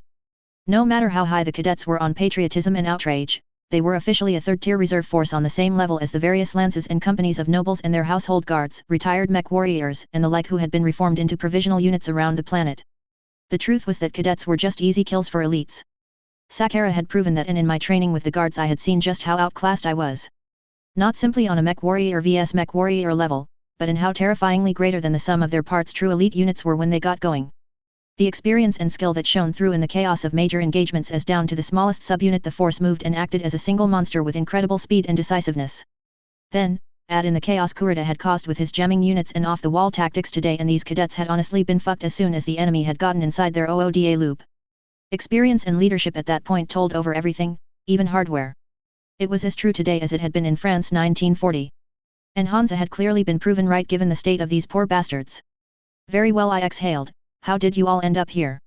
Sir, everything, it went to hell when the gate fell, a new voice cut in, this one flagged as Rumble 18 and coming from the Shadow Hawk after an uncomfortable bit of dead air from Rumble 14. Dr. Bonzai issued a general order for us to withdraw while Team Bonzai, what was left of them anyway, screened us. First company was tangled up, but a lot of us in second got clear as we moved further west, then north. I have no idea what happened to third. But that Combine Lance chased us all the way here, but we were keeping ahead of them until the missile boats opened fire from the north and took out Cadet Lieutenant Hall and Cadet Harris. We took cover here from the missiles, then that Lance caught up and, well, we were trapped. I thought we were finished. I know we should have tried to counterattack, sir, but no. Holding in cover was absolutely the right call, Cadet. You people did good, I assured them all with a glance around the shattered area, not wanting any of them to think I thought them cowards for doing something smart like finding cover when outnumbered by superior numbers of enemy units throwing massive firepower downrange. Especially given that except for the Blackjack and Shadow Hawk, all of them were running lights. If nothing else, you're staying alive pinned a full enemy unit in place keeping you contained and out of the battle. My voice trailed off as something they said finally clicked. Missile boats? Hang on, there weren't any missile boats in the lance we just nailed. Cadets, you said that Lieutenant Hall was destroyed by missile fire, from the north. I asked, glancing at my tactical board which was not showing anything but the cadets in close proximity, with a bad rash of red contact lost markers now across Night Company's transponders. Of course, the lack of contacts might simply mean that the DCMS mechs were hiding passively in the trash returns from the EU units that were still making life completely impossible for any passive sensors inside this urban jungle. But even so, there was no reason for Kuritan mechs to be this far north unless they had broken off from the main body and headed that way shortly after entering the NAIS, and why the hell would they do that? Missile boats were really not terribly good in a close-range urban fight on their own, unless you used fucking clan tech, so why had they run all the way out here? Picking off units retreating to the CMS made some sense, but there was no way they could have known that was our rally point, could they? Affirmative sir, another cadet, Rumble 22 confirmed in a painfully young voice. From about a block north of here. They were shooting high-low with indirect LRM fire, damn accurate fire too. We never saw the mechs, but the volume was incredible. It blew Lieutenant Hall to pieces, but a minute after we got in cover, the missiles stopped coming. We couldn't really tell what was going on through that jamming and the fire coming in from the east keeping us pinned, but I saw seismic shifts that might have been them moving off to the west. And then it all clicked as the last pieces of the puzzle fell into place. The Kell brothers had defeated Yorinaga last year by pouring LRM fire into him from ambush. Using an arc beacon from Helm to bypass the phantom mech threat, pounding his warmer into scrap in a storm of fire he had been genuinely lucky to escape from. And that after all but inviting him to walk through the battlefield, unchallenged and stand before Morgan as if he was indeed offering him the formal duel to the death as he had dreamed and hoped for all these years before dropping the hammer on him. Of course, that brutal put-down had been about the Kell brothers, more Patrick than Morgan, demonstrating contempt over his obsession for a rematch and an honorable duel against Morgan. Because he was, as I had pointed to both Patrick and Katrina years ago, entirely unworthy of one. What with taking whatever dishonorable steps he saw as necessary to force Morgan to stand against him. Be it trying to kidnap Melissa Steiner, cheering on plans to assassinate most of the Kellhounds in their sleep to goad Morgan into action, or just outright cheerfully threatening to blow up a dropship filled with civilians if Melissa wasn't turned over to him post-haste. Let alone the fact that ultimately this all came down to the fact that he was just butthurt about not being allowed to drag Ian Davian's body behind his mech down a parade on Luthien to present to the coordinator and only had to settle for killing him in a fair fight. Minobu Tetsuhara, this guy was not. So, having been burned twice now by the Kells using the Kuritan fetish for honor duels against him and humiliating him twice, it suddenly became clear to me that it was incredibly sloppy of us to presume he still wanted that. To assume he had learned nothing from our tactics to knock him out and that he had come all this way just hoping for third time lucky they won't rules lawyer or cheat their way out of this.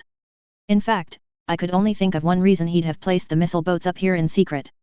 Malloy Park, I realized in dawning understanding, wasn't exactly symbolic of his desire to redo the duel, this time with Hansa for Ian, but we were supposed to think it was.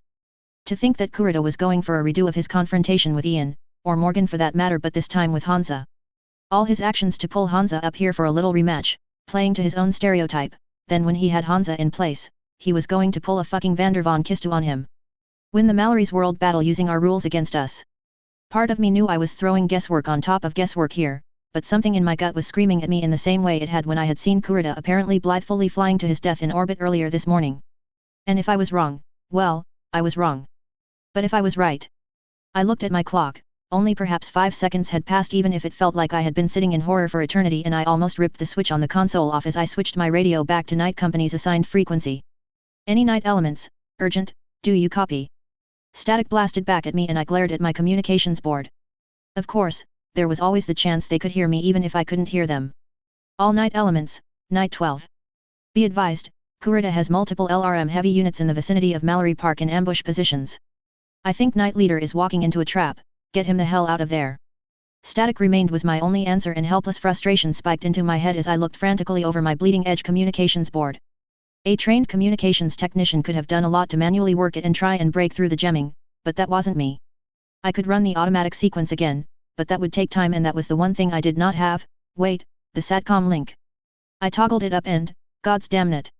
Apparently, my SATCOM antenna had been trashed from that hunchback's attempted headshot and I hadn't even noticed.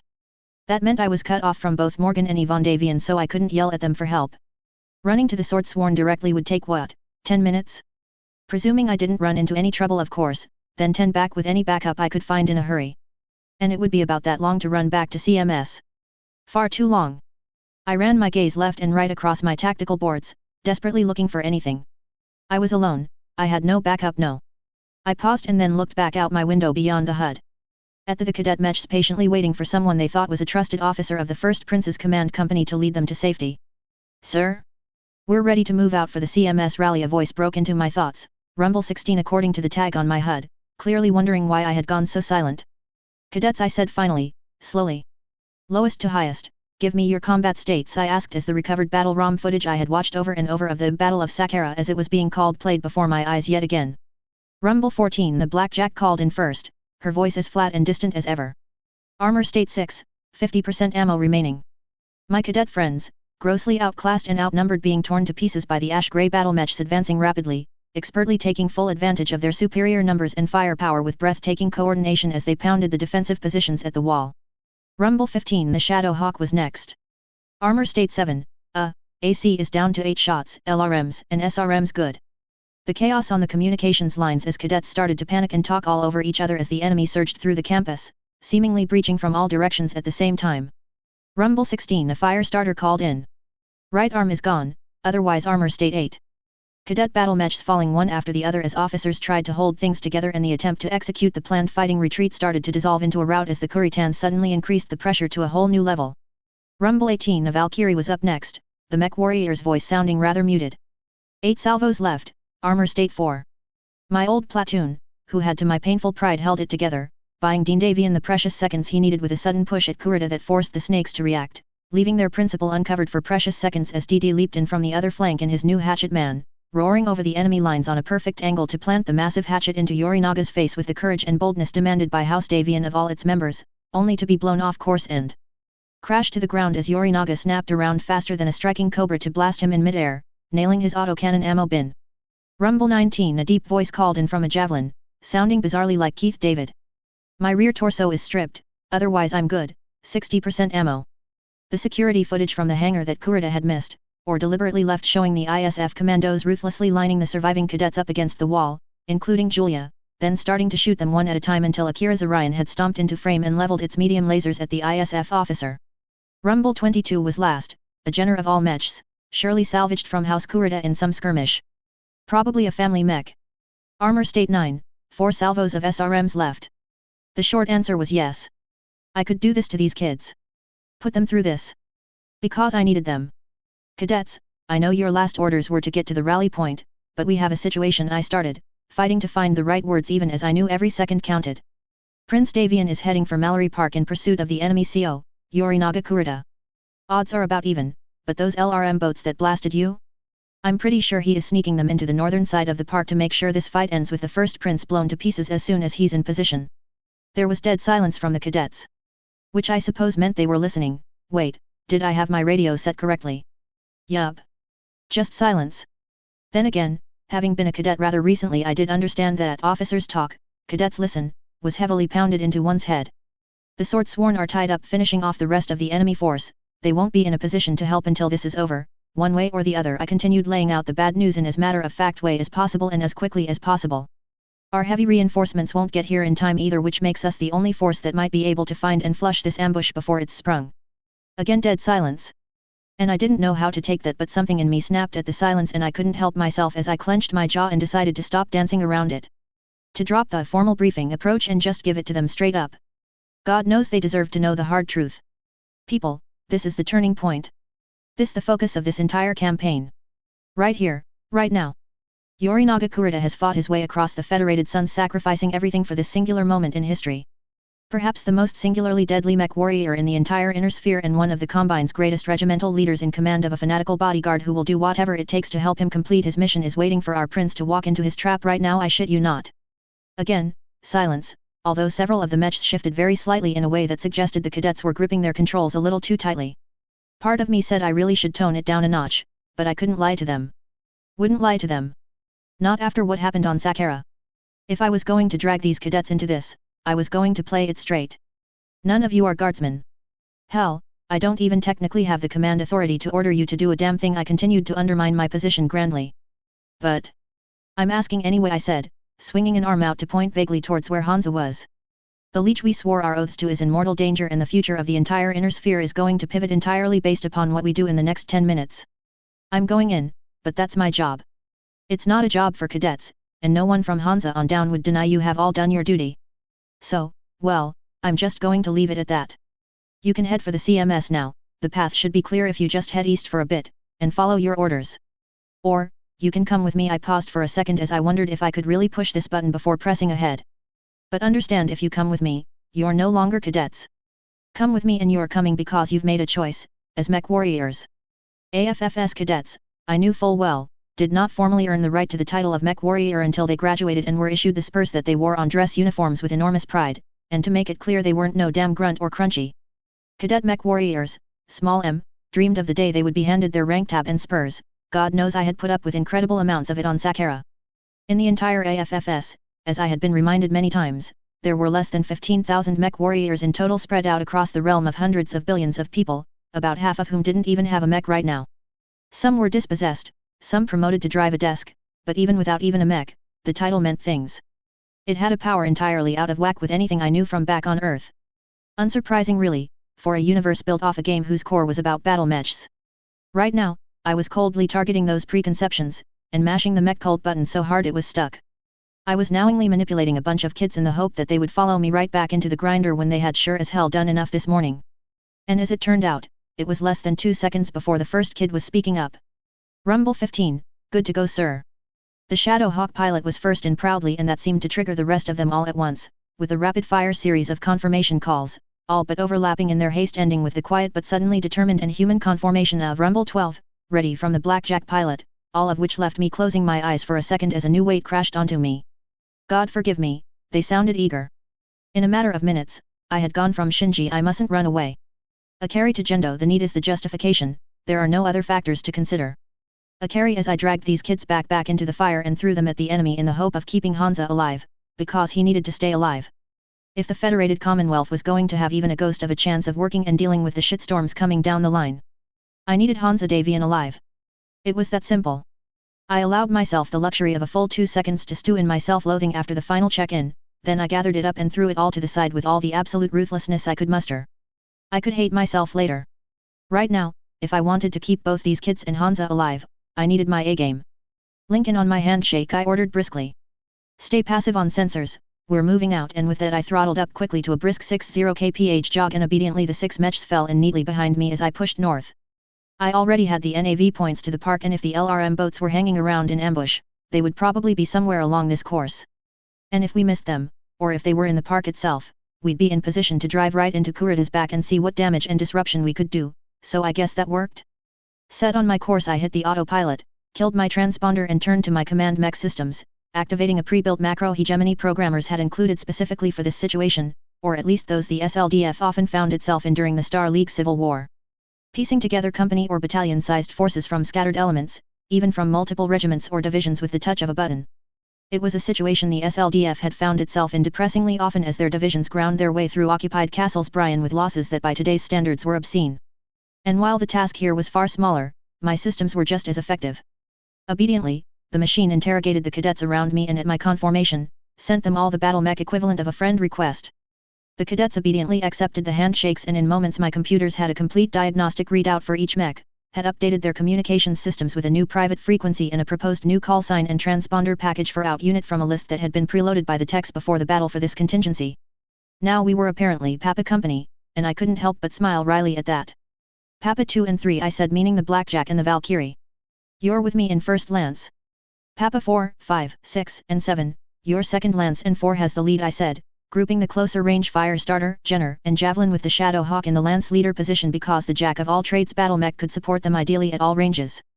Everyone but me also had jump jets which could be useful, as I tried to frantically come up with some kind of plan, any kind of plan, rather than go seat of my pants, but right now all I had was seek and destroy. Well, there was something to be said for the KISS principle, I hoped. There was a chorus of acknowledgements back via lasercom, and I turned back, disengaging the autopilot as we moved quickly. I switched modes on my passive sensors regularly between visual, night vision, mag-rays/UV and thermal, looking in vain for any sign of friendlies or enemies, but there was nothing. No man's land. And if the enemy were out here, they were rigged for silent running because I wasn't getting a peep from my communications board's LN systems as we rounded the first turn carefully to start moving west and found nothing. One turn down. The long road looked clear out to where my passive sensors couldn't penetrate the bloody smoke. Not wasting time, and personally thankful that Thunder LRMS hadn't been invented yet as I remembered one brutally long urban tabletop game against an asshole Capellan player who delighted in dropping them on every god's damned intersection, we throttled up and glanced at my tactical map, zooming the scale closer and rotating it. We were now heading straight west and in about 2 minutes would be directly north of Mallory Park at the only mech-sized access road into it from this direction. The logical place for the missile boats to wait in ambush was somewhere between that point and the park because they'd be close enough to cover the entire ground with their missiles, far enough away to be hidden in ambush yet still able to advance directly into the battle pretty quickly if called. That seemed to leave a lot of possible ground, but Inner Sphere LRM launchers indeed had a minimum range like in the tabletop game, a consequence of the way the launchers were built and the missiles were kicked out to prevent fratricide, with a preset minimum arming distance to allow the missiles to stabilize as they rippled, often bumping as they launched and no one wanted them blowing up in your face. There was thus a defined minimum bubble needed if you wanted to launch your LRMs, especially indirectly, and the streets around here with their tall buildings were poorly situated for it. In fact, the only real place outside of the park itself from this direction you could put a missile boat and give it an effective field of fire while still keeping it out of sight and not skylined. Here I thought as my battle computer ever so helpfully ran the problem, turns out positioning units and calculating optimal positions for a given field of fire of certain weapons was something command mechs were supposed to do, shading most of the area in red, with just a couple of green positions. By far the most promising was a block north from the park, screened by a final line of buildings from direct observation. It was really a number of buildings sort of linked together belonging to the Biomedical College, but on its rear the central building had a large loading dock area with a switchback ramp up multiple levels to a large rooftop car park or storage area that would give a perfect but hidden field of fire over the entire park. And if I was calculating this right, Kurita would already be in the park and Night Company were only a few minutes behind them. Team Bonsai's 2nd and 3rd Battalion were still well over 15 minutes out and I still couldn't help but wonder where BB was. They couldn't all have been trashed, could they? Alright Papa, we're going to check out this building. I dropped a NAV point on the building in question as we pounded down the road, the kids 2x2 behind me. The enemy might be there. If so, we engage and hold their attention on us so they can't fuck with the prince. If not, we press forward to the park and see what we might be able to do there. I was really hoping the later would not be the case. We'd surely get torn to pieces in short order if we hit Kurita's main force with a half-dozen light mechs. But as the legendary Commander Otama had said, sometimes you just had to roll the hard 6. Stay close and pace me until I give the word. I finished and with a flash of signal acknowledged lights, we were off. 2 minutes passed in a blur of buildings in my green night vision mode as the counter continued to tick steadily down, the tension rising in me with each step as I kept working through my logic and found flaw after flaw after flaw with it, but found I had no better ideas because if I was right. Finally reaching the designated NAV point, I eased to a stop with the cadets stacked up behind me like a SWAT team without needing to be told before shifting my battle mech out a little from the building that was blocking a line of sight on the Biomed building. Extending my right arm just far enough out of cover so the forward-looking sensors on it could take a peek. I didn't know to be terrified or elated at the fact that my gut, well, my SLDF issue battle computer anyway, was dead on the money. Standing atop the building were 4 thermal contacts that, from the neutrinos being sniffed out by the mag-rays sensor, were 4 active battlemech fusion reactor sources. 4 active fusion contacts confirmed atop the roof, stand by. I passed back by lasercom, switching modes to raw visual and trying to get an eyeball on them, but I just couldn't make out anything through the damn smoke unless I went active, which would instantly let them know I was down here, but it seemed that Murphy took some tiny amount of pity on me then because a gust of wind happened to whirl it away the smoke from there as I was watching. Well fuck a duck. Catapult. Trebuchet. Whitworth and an archer. That was enough LRM tubes between them to make anyone's life miserable. No wonder the cadets had thought the sky was falling, I thought as I pulled my arm back. Alright. I mark 4 mechs on the target building. 1 catapult, a Whitworth, a trebuchet and 1 archer. I relayed as my battle mech automatically updated the contact markers and passed them back through the company links to the friendly fire control systems. The catapult was, in my opinion, arguably the most dangerous mech here. 2 15-rack missile launchers and 4 medium lasers for a secondary battery. Solid armor and a lot of jump jets too. It was a killer of light mechs as much as a long-range missile platform and we needed it dead fast before it maneuvered clear and started engaging on its terms. First Lance, you're with me. We'll step out of cover and hit the catapult first, time on target. Second Lance, the instant we move I want you up and over. Do whatever it takes but get in their faces under LRM range and make it count. I'd recommend you knock out the trebuchet first if we manage to nail the cat. Above all, keep mobile, razzle-dazzle but don't take stupid risks. The objective is to keep them contained and out of the big fight and for fuck's sakes watch that archer's fists if you get close. With TSM he'll punch right through you. Everyone ready? There was a chorus of painfully eager acknowledgements and I glanced at my timers. Hanzo would reach the park in as little as 30 seconds. I didn't have time to overthink this or worry about the flaws I could already see in the plan, it was the best I could do because we had to go now. Alright mech warriors, in 3, 2, 1, mark. I ordered and with that I took several long steps out onto the other side of the road and swung my guns up, Papa 2 and 3 pacing me. 360-degree HUDs actually made it hard to sneak up behind a mech if you were at the same height. But as these guys were quite high up and we were behind them, there was a good chance we'd be missed this low for at least a few seconds as we stepped out and took careful aim. Of course, going active on our targeting scanners kinda made the point moot anyway. Papa 3 fired first, her 10-shot LRM launcher thanks to the height difference just barely in effective range, throwing a salvo of missiles out that snaked over and zipped almost straight up before tipping over and down in a tight arc that would terminate in the back of the catapult, and to my mild surprise Papa 4 added his own 5-tube launcher to the salvo without asking a split second before he started his leap into the sky with the rest of second lance. Papa 2 joined in a few carefully calculated seconds later as the missiles curved through the night, her light autocannons each spitting a 5-shell burst of 40mm cannon fire with great precision as I last of all squeezed the trigger for my arm-mounted weapons. I was well within range of all my guns, but wanted the minor but real added accuracy benefit from my arms to make this count. Time on target was a tactic that had originated with artillery units in WW2, to try and ensure as many shells from artillery units arrived as possible in the shortest window of time like a hammer rather than a steady rain. It had been adapted with the evolution of the Battletech paradigm of large numbers of differing weapons with different propagation speeds. The stalkers we had picked up from Helm even had an automated fire control system that would synchronize missiles with lasers for maximum heat-efficient impact. And if you pulled the tactic off, it could be quite devastating, if you hit of course.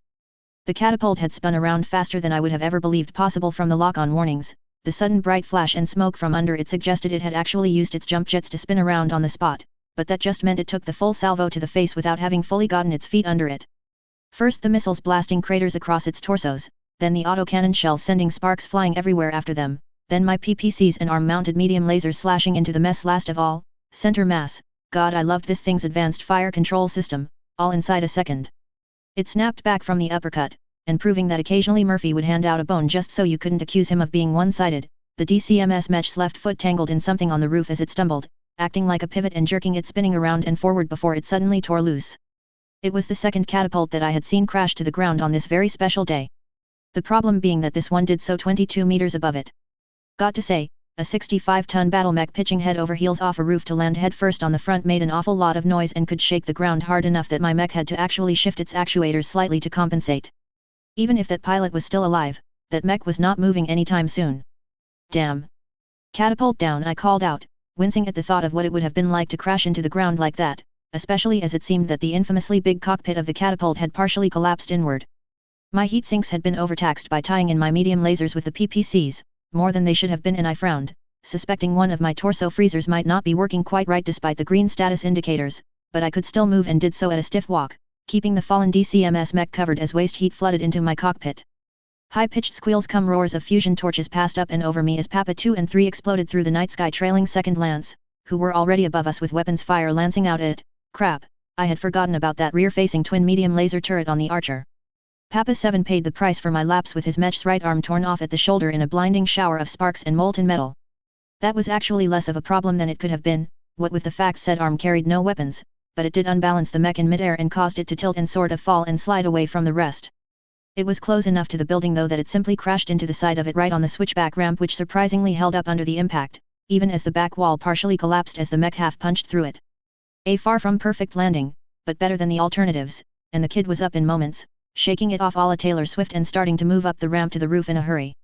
Crimson laser beams backslashed across the sky in reply, a massive barrage from the remaining 5 jumping mechs that focused on the trebuchet, trying to knock out the enemy mechs with their opening salvo. Only about 6 or 7 of the medium lasers impacted and carved into its rear torso, but it was enough, and its left side erupted in fire and shrapnel as the LRM magazine therein exploded, the missiles ripping into the heart of the missile boat and spinning it to the roof an unmoving corpse. Trebby down. Papa 5 reported in a somewhat gleeful, breathless voice as the lighter mechs landed around the Archer and remaining Whitworth like a pack of raptors from Jurassic Park. I had no line of sight, I had walked too close to the building for that, but my systems tracking things pinged an alarm on top of the projected image of the Archer through the building as my people landed, a missile launch alarm. I wondered what the hell it was doing. Firing at this range would have its missiles spray uselessly everywhere. Which was exactly what it wanted to do, as it so happened. A massive cloud of grey smoke from more of those damn smoke LRMs erupted as the missiles indeed scattered everywhere into thick clouds of grey crap that flooded out and rolled over the edges of the building in a rapid wave, changing the rooftop car park in an instant from a shooting gallery with the two combined mechs at its heart into a knife fight in a telephone box with blindfolds on. Jump out people, don't play his game. I didn't quite yell down the line and waited anxiously for long moments as there were a rapid series of explosions and weapons discharges through the smoke, then was thankful to see 1, 3, 5 mechs leap backwards out of the smoke, pulling back to the roofs of nearby buildings, then clenched my teeth as Papa 5, the fire starter, came staggering backwards out of the smoke, its torso a twisted sparking mess from what I suspected was a hell of a right hook, pitching the side of the roof even as its pilot yelled out something about burning. Fire exploded around the fire starter's head as the mech warrior did the smart thing and punched out, and my breathing stopped for a second as the ejection seat almost smacked into a building thanks to the off-vertical launch, but it cleared it by a nanometer, rising up and away to where the mech warrior's chute could safely deploy even as the fire starter itself smashed to the ground and shattered. Turns out playing mech games on the tops of buildings was dangerous. 5 just burned the Whitworth, switched to thermals and let him have it. Papa 4 snarled over the company channel and the Shadow Hawk matched words to action as it unleashed everything other than its LRMs, joined by Papa's 6 and 7 firing their own SRMs into the smoke, with the distinctive crackle of missile warheads going off above me. So before being punched off the roof by the archer, it seemed the fire starter had blasted the Whitworth with its flamethrowers, heating its skin up enough to be seen clearly on thermals, even though the obscuring smoke. That was actually pretty fucking ninja. Perhaps the Avalon assholes weren't quite as useless as rumor would have it on Sark? Focusing my attention back, I grit my teeth as Papas 2 and 3 abandoned their rooftop positions as a barrage of LRMs came pouring down to plaster the places they had moved to. The indirect fire from the 2 DCMS mechs had gone near straight up and down. And while that got past the range issues, it did telegraph the unguided attacks and give my people plenty of time to evade, back down to the ground as the only easy escape they could make on depleted jets until they could regenerate. That shifted the odds upstairs now to 2 against 3, and in that window, the Whitworth made its move. Leaping out of the smoke and jumping southeast across the gap to where Papa 4 still squatted on a roof awkwardly, even as lasers lashed out at the Jenner and Javelin from the cloaked archer in both directions, making them flinch behind air conditioning plants and communications towers. It looked like the Whitworth had taken more than a few SRM hits, but at point-blank range, the damn DCMS mech could trade blows pretty evenly with the Hawk, and I was willing to bet that the Geneosha pilot was more than up to the task of nailing my second Lance leader in single combat.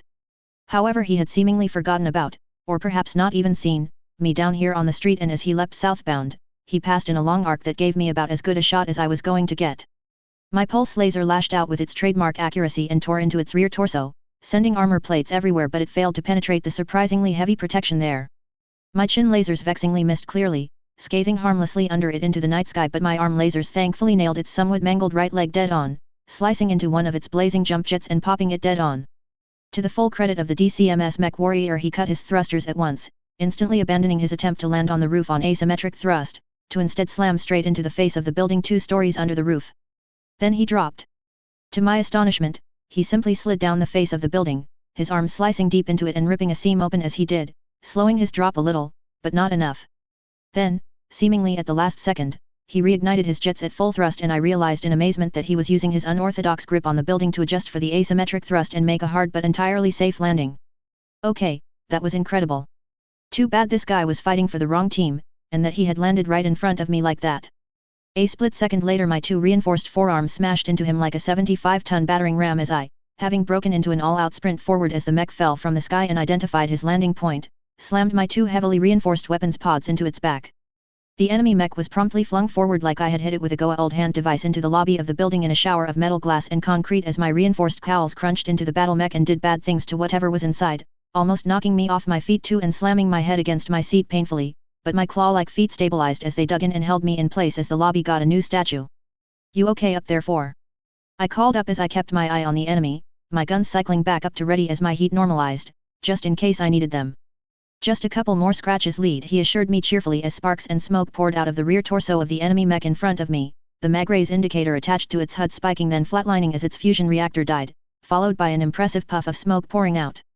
That was good enough to call it a kill. And not gonna lie, there was something really satisfying about me thumping the shit out of one of these guys for once.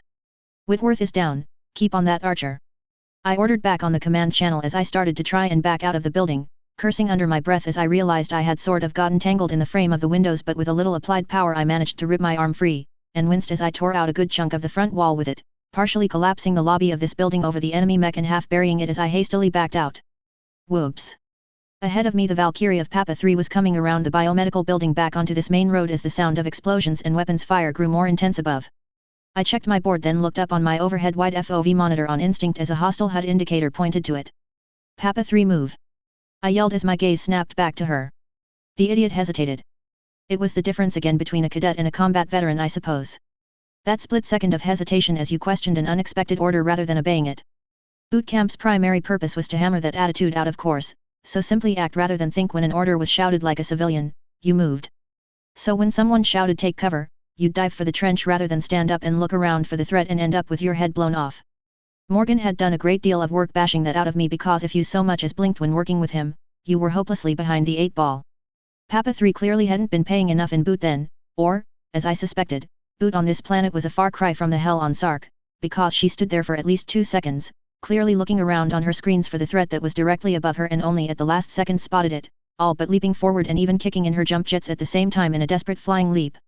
Too late. The Archer didn't hit her dead on, but 70 tons dropping near straight down into a DFA was a lot of mass and a lot of momentum that tore her legs open and pinned her in place, just in time for the falling heavy mech to blow up. I reeled back from the shockwave as windows blew out up down left and right around me, thousands upon thousands of chunks of glass swirling like snow in the wind around me as I wrestled with my gyro and, not for the first time this morning, praised the advanced Star League era neuro helmet that kept me upright even as I wondered if I had just lost the first person under my command. 3. Report status. There was some static then a slightly groggy voice came over the channel and I couldn't help but close my eyes for a second and let a shuddering breath out in relief as her voice came through my headphones. Proving I hadn't gotten anyone killed, yet. I think. I'm. A cough or two I'm okay. But my mech is toast she reported and I walked forward, carefully, into the smoke from the explosion and picked my way through the wreckage on the ground until I found what was left of her. The Valkyrie was at least nominally intact but looked to have been blasted forward a dozen meters with its feet torn off and its armored skin flayed from it like House Bolton had dropped by. Beyond it in the middle of a pretty impressive crater, what was left of the Archer was a tangled wreck only barely recognizable as a battle mech at all with spot fires all over the place and the buildings left and right of it bowled in modestly from the force of the detonation. Good to hear. 3. If you can make it on foot, the nearest downstairs access point is in the underground loop station 3 streets north of here. I can make it sir she cut in showing she was paying attention to her tactical map and standing orders. While most of the NAIS infantry were to the south helping grind down the main enemy force, there were patrols all through the underground campus with electronic surveillance active and any door being opened would have a fire team there quick smart to either pick up dismounted mech warriors and take them to safety or skin any snakes trying to slither their way underground. Correct. Get under cover as soon as you can I ordered before pushing past the wreck as her cockpit popped open, seeing all my timers were now at 0. Everyone else, good work but we're advancing to the park and going passive again. Lights flashed in acknowledgement and the indicators on the 4 other battle mechs switched back to Emkin mode as I powered down my own active sensors once again. There was surely a chance that the combine mechs here had gotten off a signal that they were under attack, but with the blanket jamming and speed of our attack, perhaps, just perhaps. Well I'd take all the hope I could get as we crossed the last few hundred meters now to the edge of the park at a brisk walk, feeling I was marching right into the eye of the storm. And speaking of that, I reached over and flicked a very specific switch on my secondary systems board to the on position. Just in case. Laser mount 1, offline. Laser mount 2, offline. Reconfiguration in process, stand by. Betty said as status and diagnostic data flowed along a secondary screen as I tried to fight my fear over what it would mean if I had to use this mode. Salome Ward had validated the technique in quiet testing with Dan Allard against Morgan and Patrick Kell on Summer over the last few weeks along with some other suggestions, so I wasn't going in blind, but my U-board snapped me out of it as we approached the end of the road where it terminated in a wall of tall pine trees marking the edge of the park, and as I shifted my attention to the board my tactical systems went crazy as they picked up contacts in every direction, weapons fire in every other direction and target locks all over the place as explosions and fireballs ascended into the sky up above the treeline along with the flashes of weapons fire and staccato crashing of explosions. I'm not sure what I had been expecting really. I suppose in my head I had sort of expected to arrive at about the same time as everyone else and witness a final ham-to-ham combat exchange between Hansa and Yorinaga. A battle of words and a statement of intentions and all of that crap one normally expected in major Battletech events, followed by a cunning game of speed chess verbal sparring and a final showdown where the good guys of course, carry the day? Possibly including a gunship rescue. Well either I was late, or, perhaps more realistically if my tactical boards were right, we had an all-out brawl underway as Night Company and Yorinaga's command company had run into each other and let loose without bothering with any pleasantries. Until today, this park had been a carefully preserved pocket of the woodlands NAIS had been built on which I had often enjoyed taking walks in on the days I had been at NAIS and between classes or meetings. Now? Now it was a war zone filled with contacts exchanging point-blank broadsides while all but justing as they spiraled around each other on my tactical map, shouldering smaller trees out of the way and ducking behind bigger ones as they raced around in a master class of confusion under the tall trees, ducking in and out of clearings. Fuck me. Papa 4 I think spoke for all of us as we took in the mess relayed to him via my communications system as we sort of halted at the end of the road, behind the wall of trees. Although he sounded more impressed than fearful really, and I didn't know what to make of that. Form up, I ordered as crisply as I could through the sudden spike of terror that this was the Pro League and I was strictly Bush League but charging in anyway. 2 by 2 on my flanks, 50 meter spacing. We're going straight in. Stick to me like glue and pivot on my moves. There's smoke and ECM all over the place, so pick up your visual scanning and shoot what I shoot as much as possible, and for fuck's sake if you get a visual on a warmer your targeting systems insist isn't there, call it out. If I go down, 4 has the command and don't hesitate to use your speed if we mix it up. Everyone ready? Everyone said they were with crisp professionalism that made me wonder if the poor fools thought I actually had a damn clue what the fuck I was doing here. A couple of senior NCOs at SARC had given me the advice of fake it till you make it for us soon to be junior officers when the time came to lead our first group of people and we realized we didn't have the first clue. Because it was critical that everyone on the battlefield knew the officer both had a plan and knew what they were doing. Even when they didn't. Especially when they didn't. Stay passive until I give the word, let's move out. I called and lowered my center of gravity slightly as I punched through the treeline with enormous cracks of ancient pines splintering, no doubt moving my name even further up the hit list the botany department was drawing up, forcing my way through into the more or less clear space on the far side I knew was there. And saw an atlas blazing the red of a hostile unit in my HUD dead ahead, already at the close range that the AS-7D was rightly feared it. It was however also facing the wrong way and firing its LRMs into the air at someone down range. Pop the atlas. I didn't quite yell as I pulled my alpha strike trigger the instant my crosshairs came into line with the enemy, without even waiting for a formal lock. Both my PPCs, my chin lasers and the pulse laser discharged and heat poured into my cockpit as I pushed my cooling loop well past its limits, a warning siren howling in my ears that my battle mech was recommending an immediate shutdown as green smoke, vaporized coolant I realized as my eyes watered, meaning I must have popped a heatsink that wasn't showing on my damage board hissed around my mech from breaches in my torso and blocked my visuals with the superheated mist for a few precious seconds. I slapped the override, clenching my teeth against the scalding heat despite my coolant vest's best efforts. Annoyingly, this damn battle mech had come with an SLDF mech warrior suit, but it had been several sizes too small for me, so and some lucky shrimp in the heavy guards had called dibs. So I just tried to breathe through my nose like the training said to as my mech shuddered to a halt and directed my attention at the enemy, and despite the incredible heat in my cockpit, I still felt ice pour into my veins as my visuals were restored. The Atlas, like most mechs and tanks, had a heavy armor bias with the balance of protective metal focused on the frontal aspect.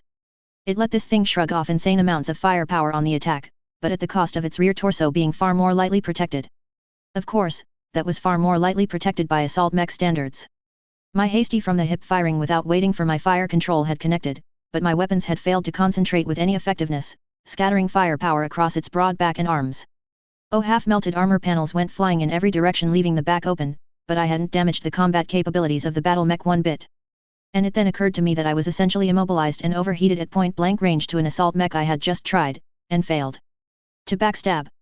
Just like that raven in the mech commander intro who had been ordered to poke a smoke Jaguar Timberwolf in the back, had done so, under extreme protest, and in the horrible silence afterwards, the clan Omni-mech had sort of twisted slightly on its torso to look at him, as if saying, "Did you seriously just do that?"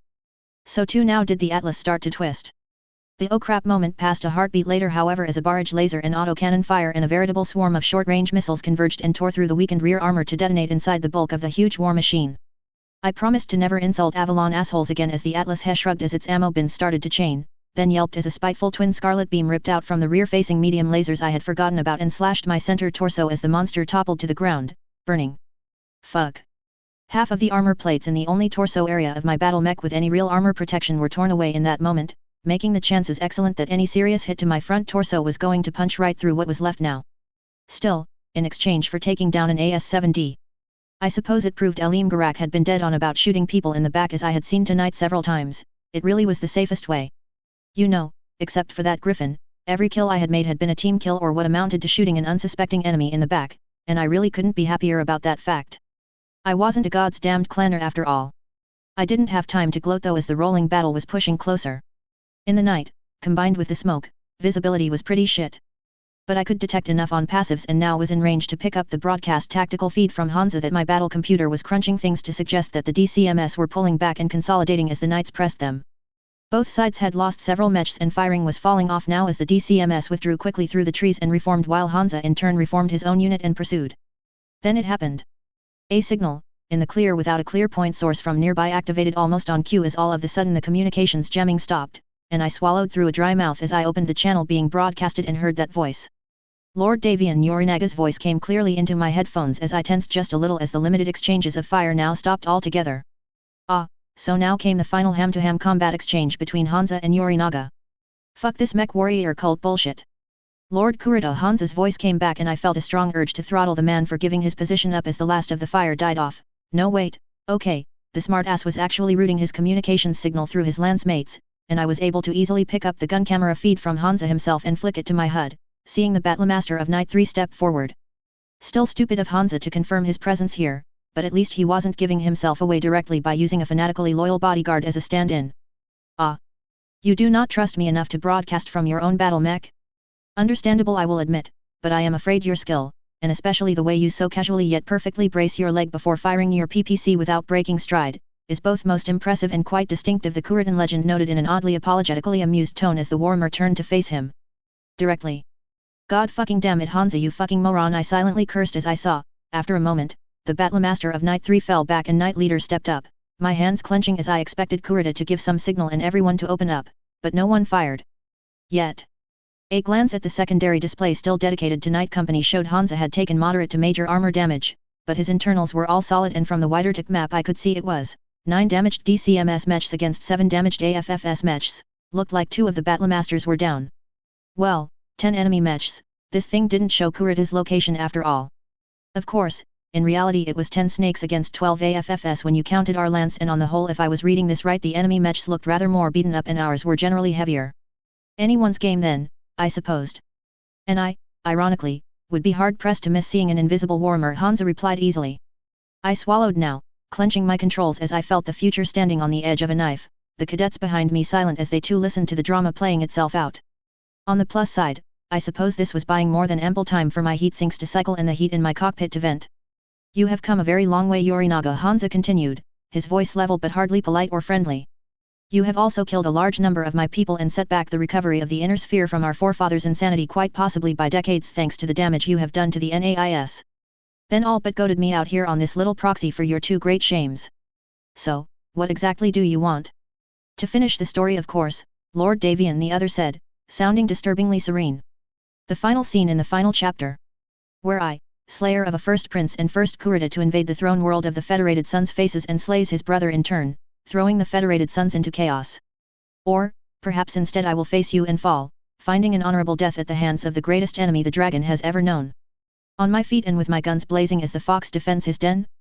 This story has played out for some time Prince Davian, but when one comes to the last page, it is time to close out the book. Jesus Christ, this guy is full of himself, I muttered to myself, glancing around my boards looking for anything and everything to decide my next move. Both sides' forces had frozen in place glaring at each other with Davian, and I presume Kurita, having edged a little into the open to be visible to each other. Any move I made risked setting off one or the other side. I did however take a second to reactivate my long-range communication system and set it for relay mode, my command systems relaying my battle computer's tactical picture to anyone who wanted it. Hopefully it would be picked up and relayed to Yvonne Davian, who would hopefully take one look and tell Team Bonsai to burn out their drives if necessary, but get their asses over here. You've truly learned nothing from Styx, have you? Hansa finally observed with sheer contempt lacing his tone, sounding like he was genuinely insulted by the offer being put to him. Or, from your 10 years hiding in that cave? Because here you are, again, twisting a battle, a war even, to serve your own personal ends.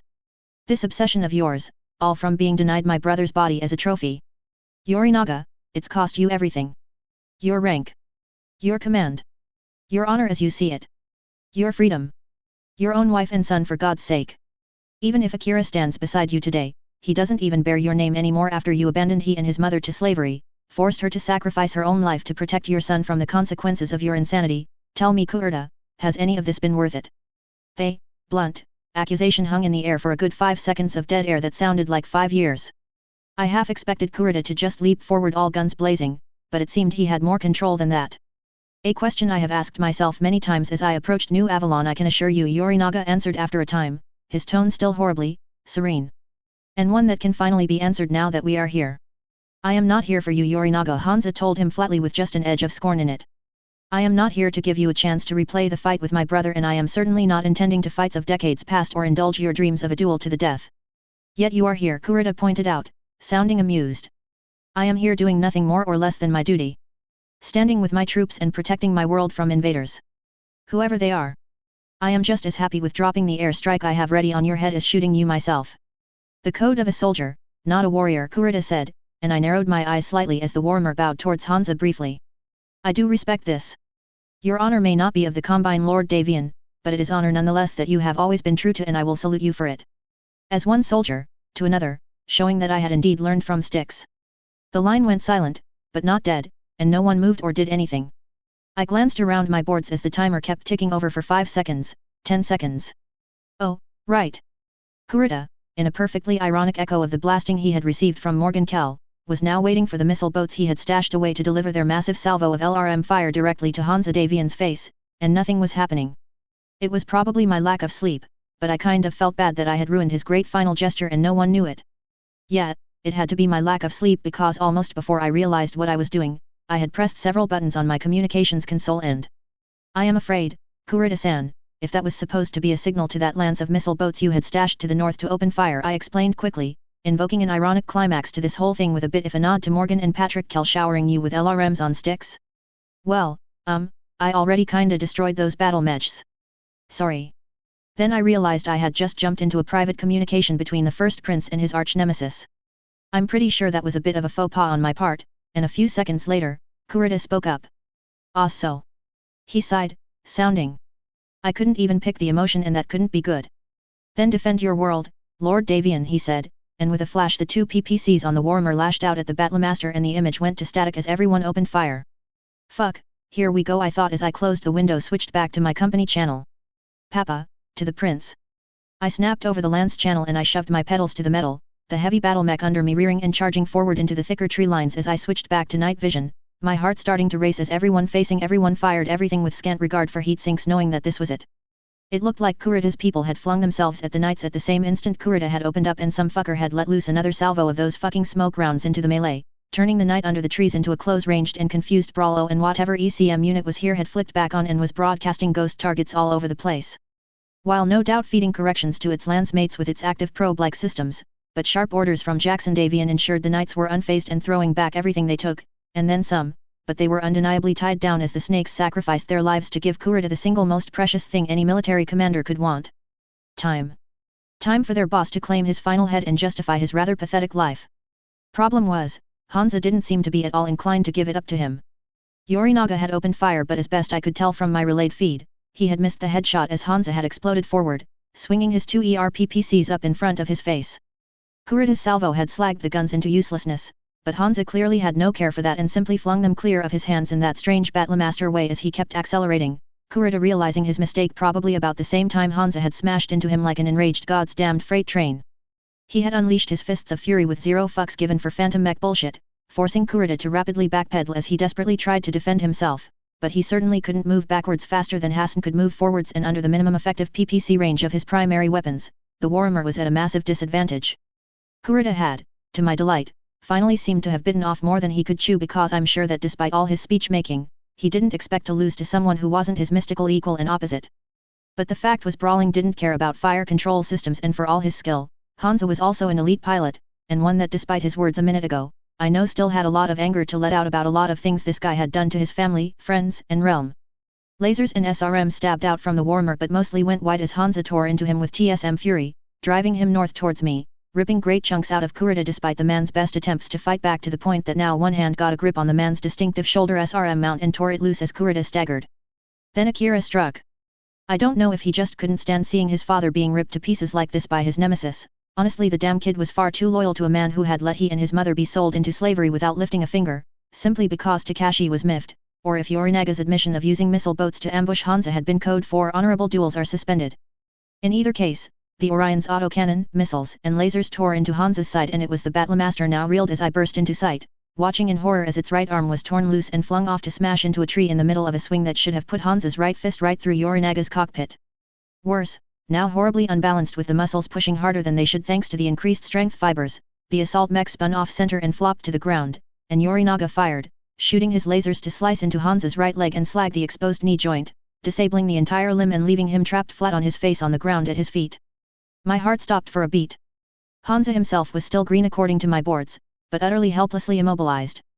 "Kill that Orion!" I bellowed the order to the mech warriors with me and with a roar over their loudspeakers for some reason that sounded like Avalon. But was hair-raisingly fearless and furious, they charged past me straight for Akira as we smashed through the treeline into sight of the enemy. Firing somewhat recklessly to draw Akira's attention, they did the job well, Akira spinning around and stepping back from the battle with the first prince as the lasers slashed across his side.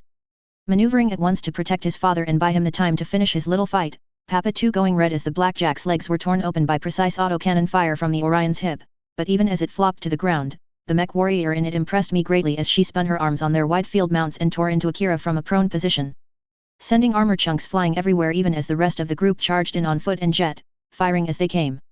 That was as much as I saw before trees came between us, and I focused on my target, pressing and holding a very specific button on each of my control sticks and praying that this would work as well as Daniel Allard insisted it had in his reports to BB.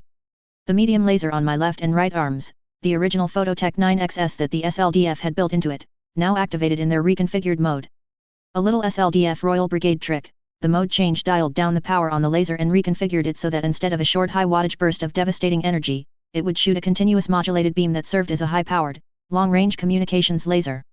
Capable even of pinging low-orbit dropships if necessary, at a good 10 to 12 megabits.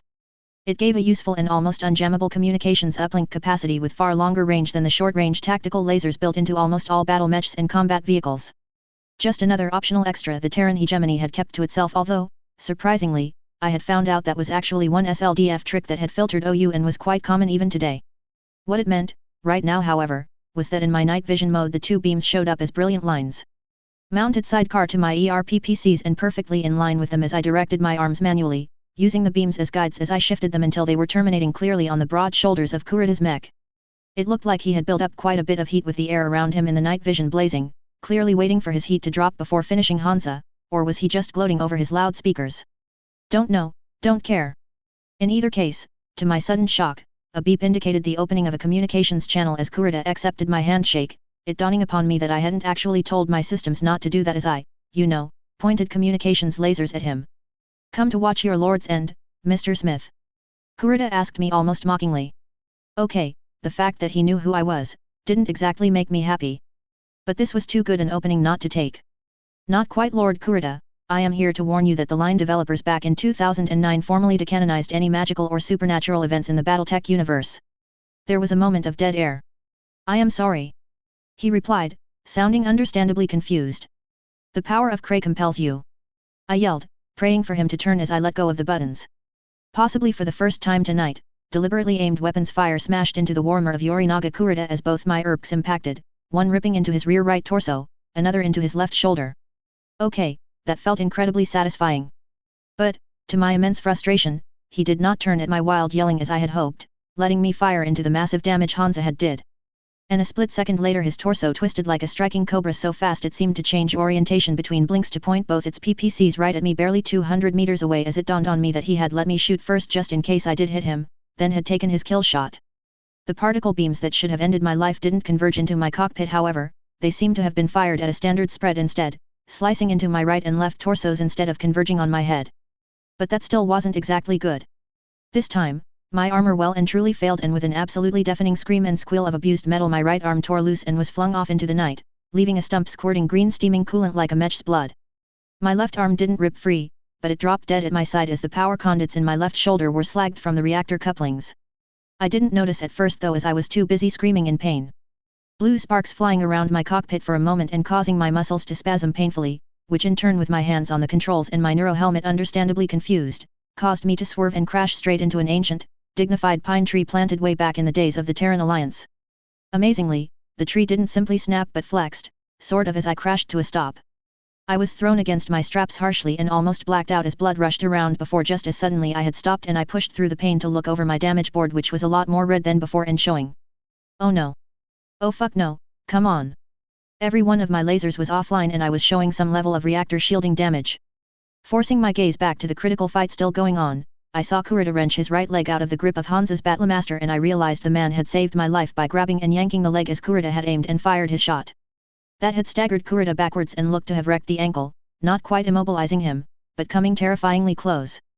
The use of his PPCs again had clearly pushed him right to the limit of his heat curve given the smoke pouring out of his joints, but this wasn't Nasakan and his sinks were still steadily pulling him back as he now aimed and blazed away with his machine guns. His lasers looked wrecked, Hansa flinging his hands up over his large cockpit to try and deflect the fire as behind me Akira still fought with two of my lance mates. I'd lost the javelin too. As soon as Kurita's heat went down, he had Hansa cold. Which left me only one option. Kurita was barely 100 meters away though, and while I wouldn't be able to get up to more than 30 or 40 kilometers per hour in that distance, there was an option to make the bang as big as possible. Saver. I said, or tried to. I had to clear my throat and cough before trying again, noting I was coughing up blood for some reason but pushing it to the side. Sovereign. I tried again, and the computer beeped. Verify identity by voiceprint and neuroscan. Arm self-destruct sequence alpha on primary triggers. There was a soft beep and Betty spoke. Warning, auto-destruction sequence armed. She warned me and I nodded distantly as I grunted to pull air in through slightly winded lungs and squared my shoulders. Battlemech self-destructs were not something programmed into contemporary machines. Officially because the lower quality of fusion reactors built in this era had far more safety systems and construction were optimized for ruggedness over power, making them much harder to be forced into an overload. Which was actually true. It was also true that they could still do it with some creative settings and hardware removal, as Kai Allard Liao had proven in his legendary "Oh no, fuck you," of the Jade Falcons on Twee Cross, but the real truth, according to Morgan Hossack Davian anyway, was that in the halls of power, there was little to no interest in making it easy to blow up mechs deliberately or lose incredibly hard to replace fusion reactors lightly. Mechs were valuable, mech warriors, less so. There was an unwritten but real agreement on all sides of the succession wars that it was far better for everyone involved if battle mechs did not blow up if at all possible and thus could either be salvaged back and forth, or, held for ransom back to the other side for cold hard cash in the case of family-owned machines. And giving mech warriors the option to blow them up casually was thus not in anyone's interest as, after all, you could always just pull your damn sidearm and blow your head out if you didn't want to risk capture against a foe. Luckily, the SLDF who had built my battle mech had a rather more practical mindset about these things, and especially about keeping Royal Command technology out of the hands of the lesser houses, and as Kurita's heat was dropping steadily to where he would be able to risk one last strike that would probably cook him alive and blow his ammo, but take Davian with him, I knew I had to act. With a sudden final shove far riskier than my previous attempts to get up that one last time had my gyro scream in protest, my mech which had been playing disabled suddenly wrenched itself up drunkenly and started to pound its way straight in at the warmer. Missiles ripped into my rear torso as Akira, who had clearly been keeping an eye in my direction despite having Papa 4 busily trying very hard to punch him to the ground, sprayed a salvo at me, but I trusted in my more or less untouched rear armor to take one hit, and even though I staggered and the last of my armor went red, it held as his LRM scattered and I closed in and squeezed, and held very tightly, all of my triggers. Immediately, a booming, intimidating voice came out of my external speakers at full volume and my cockpit fell to a hellish red glare. Oh yeah, I had forgotten about that code I had put in. You have failed. Sovereign thundered as with a screaming hissing my reactor pushed into a state of overload, more and more power building up in the inner torus as I thundered right for Kurita, the mech turning its torso again sharply towards me without letting go of the machine gun triggers and spraying light shells into my torso, that smashed already smashed components and did absolutely nothing to slow me down. Zombie mech, bitch. I thought gleefully as, with his ankle mauled by Hansa, Kurita found himself unable to move as heat started to build to unbearable levels and I engaged my autopilot, then let go of my triggers as I dead reckoned the timing. We will find another way. Releasing control. Technically that was Harbinger of course, not Sovereign, but I don't think either Reaper would have minded the shout out. My cockpit canopy exploded and the ejection seat under me was blasted into the sky with a screaming roar. I'm pretty sure I had passed out for a second there though as seemingly between blinks I went from the explosive bolts flinging my cockpit away to looking down on the forest and buildings beyond it as I ascended into the smoke on a 1-2G rocket of fuck your spine. And then for a split second all the buildings I could see ahead of me went white and dazzled me. It was like a giant camera flash had just been used and there was a loud crack and roaring even as the ground under me got increasingly indistinct through the smoke. Then the seat stopped trying to drive my ass into my spine and up into my skull and for a few seconds it was like a glorious weightlessness that let me take a deep breath as I was flung clear of it. Then with a new jerk that forced my ass back out of my head, the air out of my lungs and all my blood into my feet, the chute snapped open above me and I was swinging through the smoke-filled air and really hoping that Akira wasn't going to take a shot at me for that whole crash tackling his father away from Hansa and detonating a fusion reactor on top of him thing. The wind was stronger than I thought and I was drifting away from the combat zone, but turning and getting a hell of a view of the parklands as I did. Then with a roar and painfully bright flash that made me wince and remember my eyes were no longer protected behind armored glass, a pair of victors descended through the sky on blazing fusion thrusters, dropping right into the middle of the mess. Painted in the black with silver highlights of Team Bonsai and with a whole gaggle of lighter mechs in the same color Sahim dropping behind them, I was finally forced to look away as a Union smashed through the smoke, making a hard full thrust landing on the very northern edge of the park. What was going to be a textbook perfect touchdown instead became the mother of all wedgies as the urban canyon I was dropping into channeled the massive gust of hot air caused by 3,500 tons of fusion torch blasting air displacement right into my chute, yanking me forward before catching and snagging on a convenient street light, my straps swinging me like a pendulum around to slap me full body straight into the face of a building before I could do anything about it. Everything in my chest hurt now. I recoiled from the impact and sort of stabilized hanging from the light pole rather stunned, then the chute slipped clear off the light pole and I was dropped unceremoniously the 3 meters to the ground, feeling my right ankle give way in a way they shouldn't before I fell face first to the ground, and everything went blessedly dark. Chapter 18, Aftermath. Yorinaga Kurita, mech warrior of the Draconis Combine, Bane of House Davian and right hand of the dragon, stepped into the new Avalon Institute of Science and allowed himself the reward of 1 full second of personal pride even as his companies kept moving through the breach at high speed, moving with haste yet precision towards their targets as he counted them off. The burning wreckage of the battle mechs of both the cadets who had fought to stop them and his vanguard were scattered all over the area, and he let his own personal pride pass and a sense of decorum take its place as he offered a small bow to the wreckage, honoring the sacrifice of the brave sons of the dragon who had without flinching been first to take the walls of the enemy position, opening the way for the rest of them. The few remaining cadets were still trying to fall back and being hounded by the remains of his own vanguard, the last of the mercenary troops fighting bravely but entirely futilely to buy them time to disengage as the fresh troops overwhelmed them in short order. But he knew it would only be a limited time until heavy Davian reinforcements arrived, led by him, and so he throttled up as the last of his battalions passed him, on his own track. He led from the front of his command lance, as he should, both for reasons of duty and out of the practical reason that his abilities meant defenders may waste their munitions trying to shoot him. Truly he had little to fear from single enemies, but he had learned his lesson on Sakara, where that brave Davian cub had come closer than any other man to ending his life with a bold strike worthy of his family name, staying with his lance. Even so, by taking the lead with his lance, he correctly set the example of advancing without fear as. Then the world took a sudden turn as his mech bucked wildly. He was flung forward against his harness with great force, and it was only through extremely ingrained training and reflexes that he was able to snap his long arms up so as to not drive them straight into the ground and risk bending them as with a terrific crash his warmer slammed into the ground. How terribly undignified! Tai-sa! The shocked and alarmed voice of Narimasa Asano crackled in his ears, thankfully on the private channel they shared. Are you all right? What happened? I am fine, he assured the other, instinctive checks of his status showing that while he had been shaken, no critical damage was shown, and so he started to return to his feet. And I am not sure, he added, then paused as his mech shuddered and he almost fell over again, until he realized his legs were tangled, in a cable, stretched across the road. Someone had just tried to trip his mech over? His gaze tracked the cable across the road, back to a sign? A sign he was almost certain had not been there before.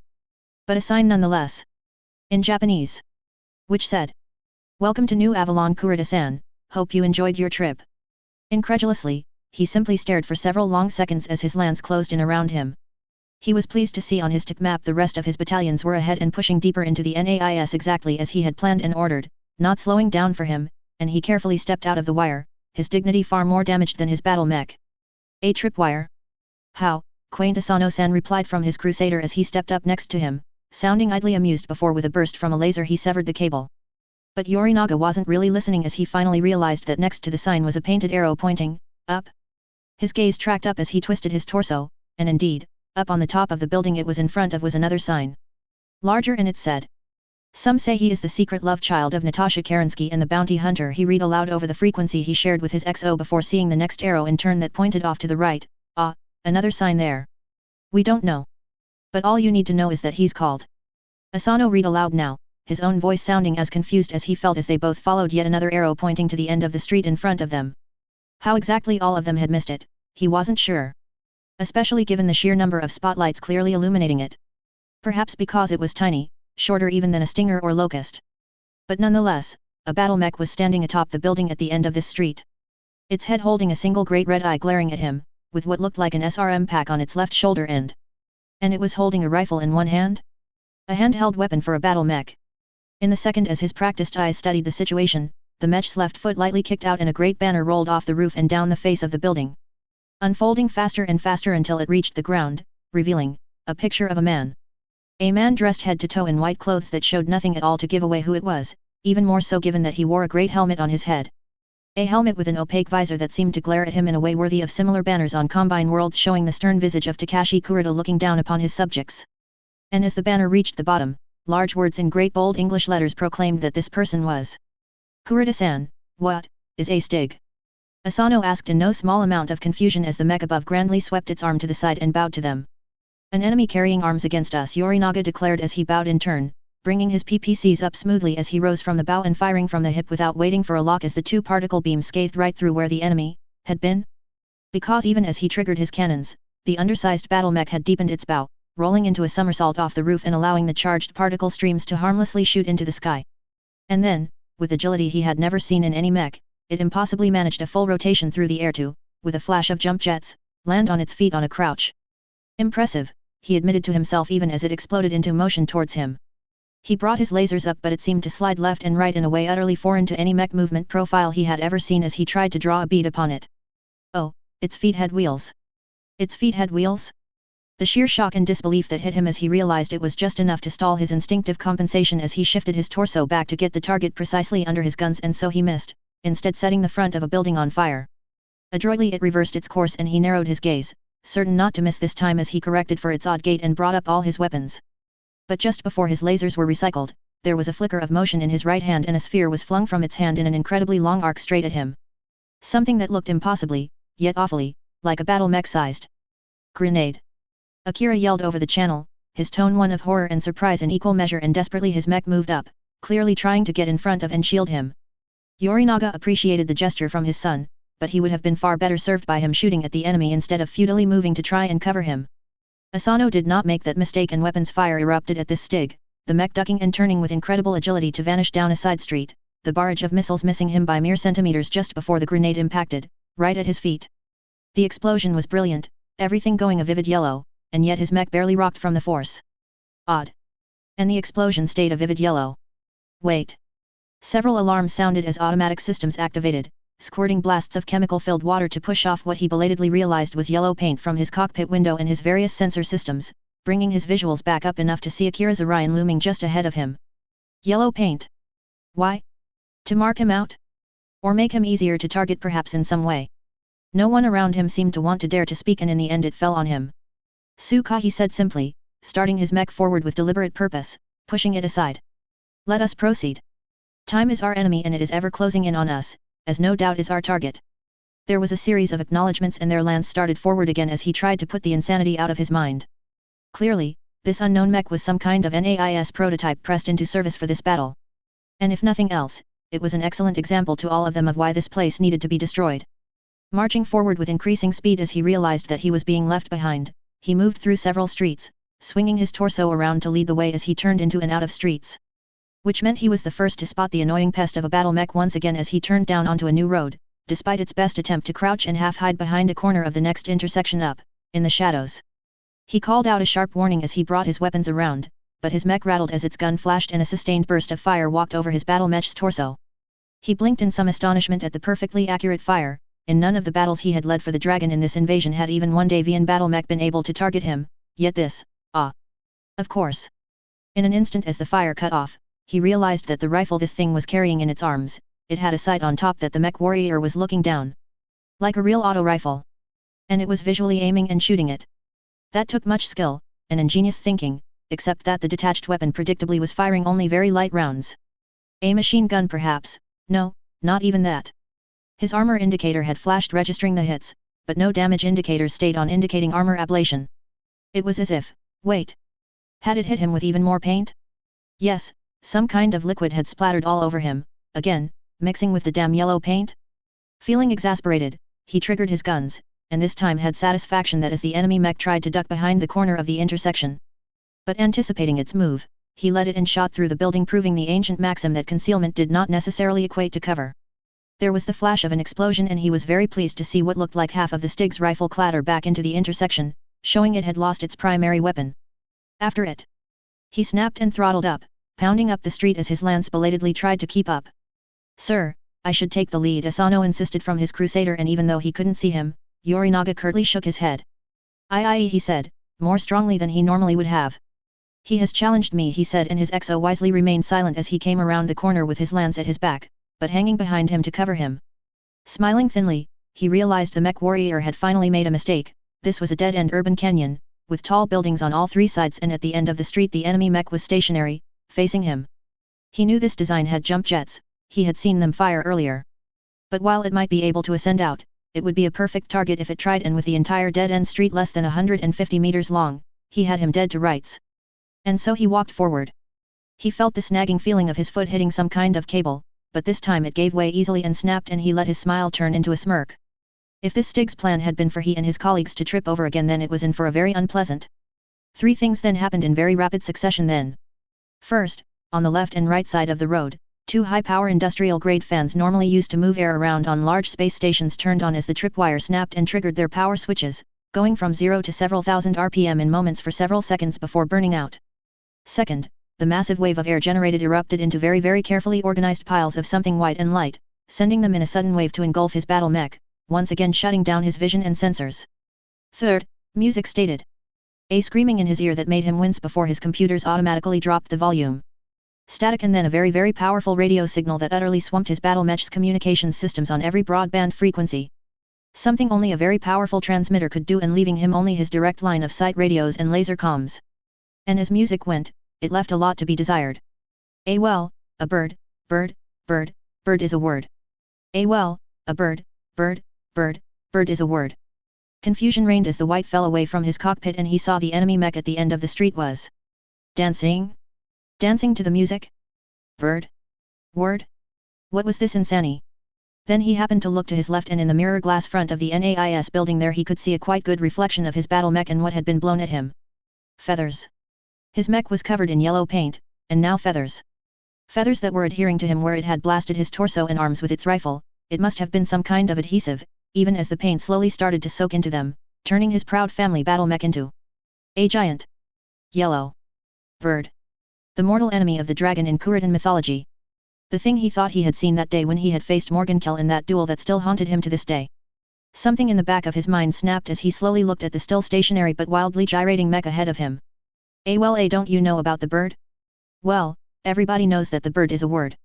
The alpha strike that erupted from him was joined, without his permission, but he didn't really care, by a similar salvo from his lance, and the end of the street exploded into fire, the fury of the dragon unleashed and sending a massive cloud of fire and smoke pouring into the air. And a second later, with a loud clunk, a large chunk of metal landed at his feet. The head and upper torso of the enemy mech. Victory. Even though that damned music was still playing. No. Not victory. Unless his firepower had been so ferocious as to compact the enemy mech into a two-dimensional piece of flat metal, he was very sure that this was not his opponent but some kind of cut-out decoy.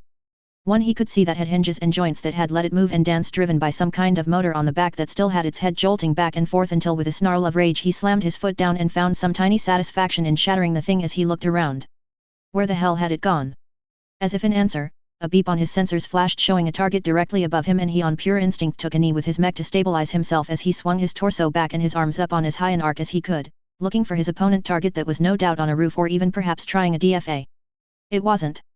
Through the clouds of smoke he was able to see the enemy mech was ascending up into the heavens at speed, waving at him in sheer impudence. But, that was not what had his attention.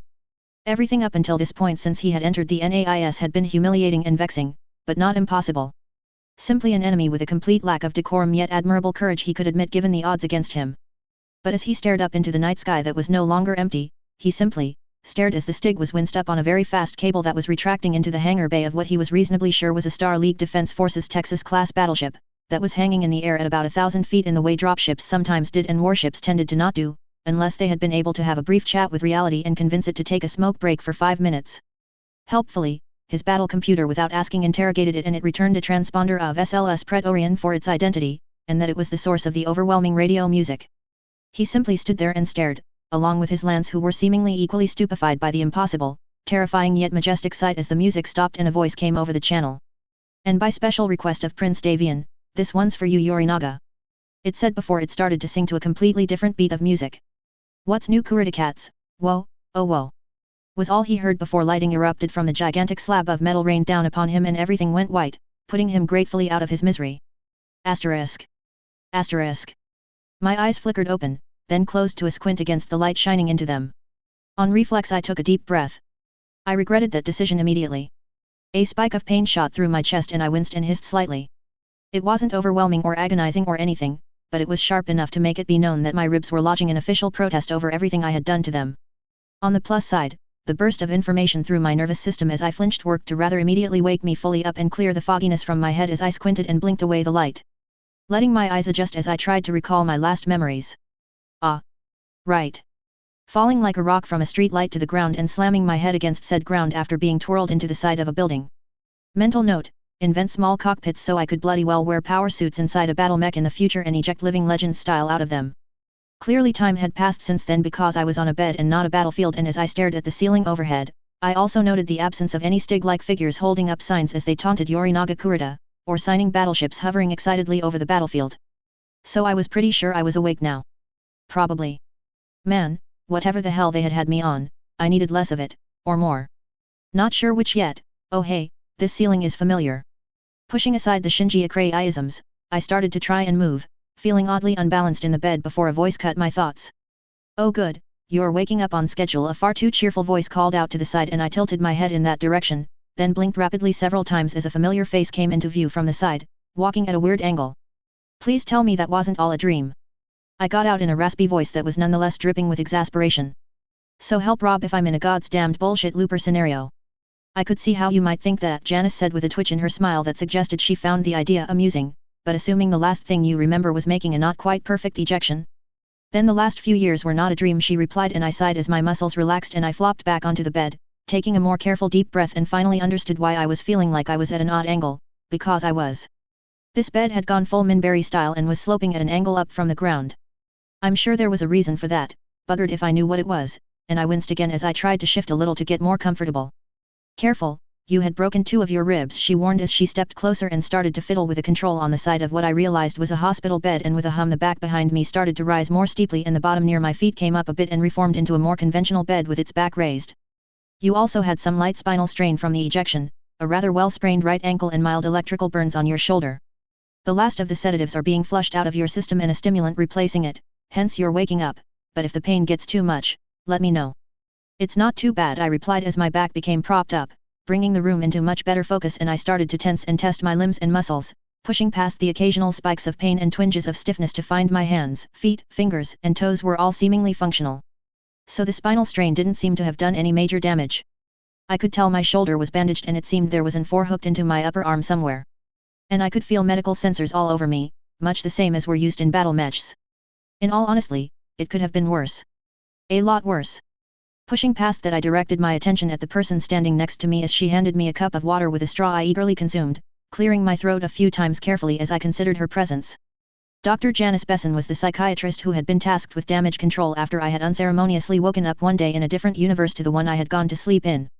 Dealing with my, understandable I think, denial over the events in question and working to get me back to being a functional member of society after I had come to accept it. Being treated to a bunch of mechs walking down the street in front of you followed by a fleet of dropships taking off tended to do the trick.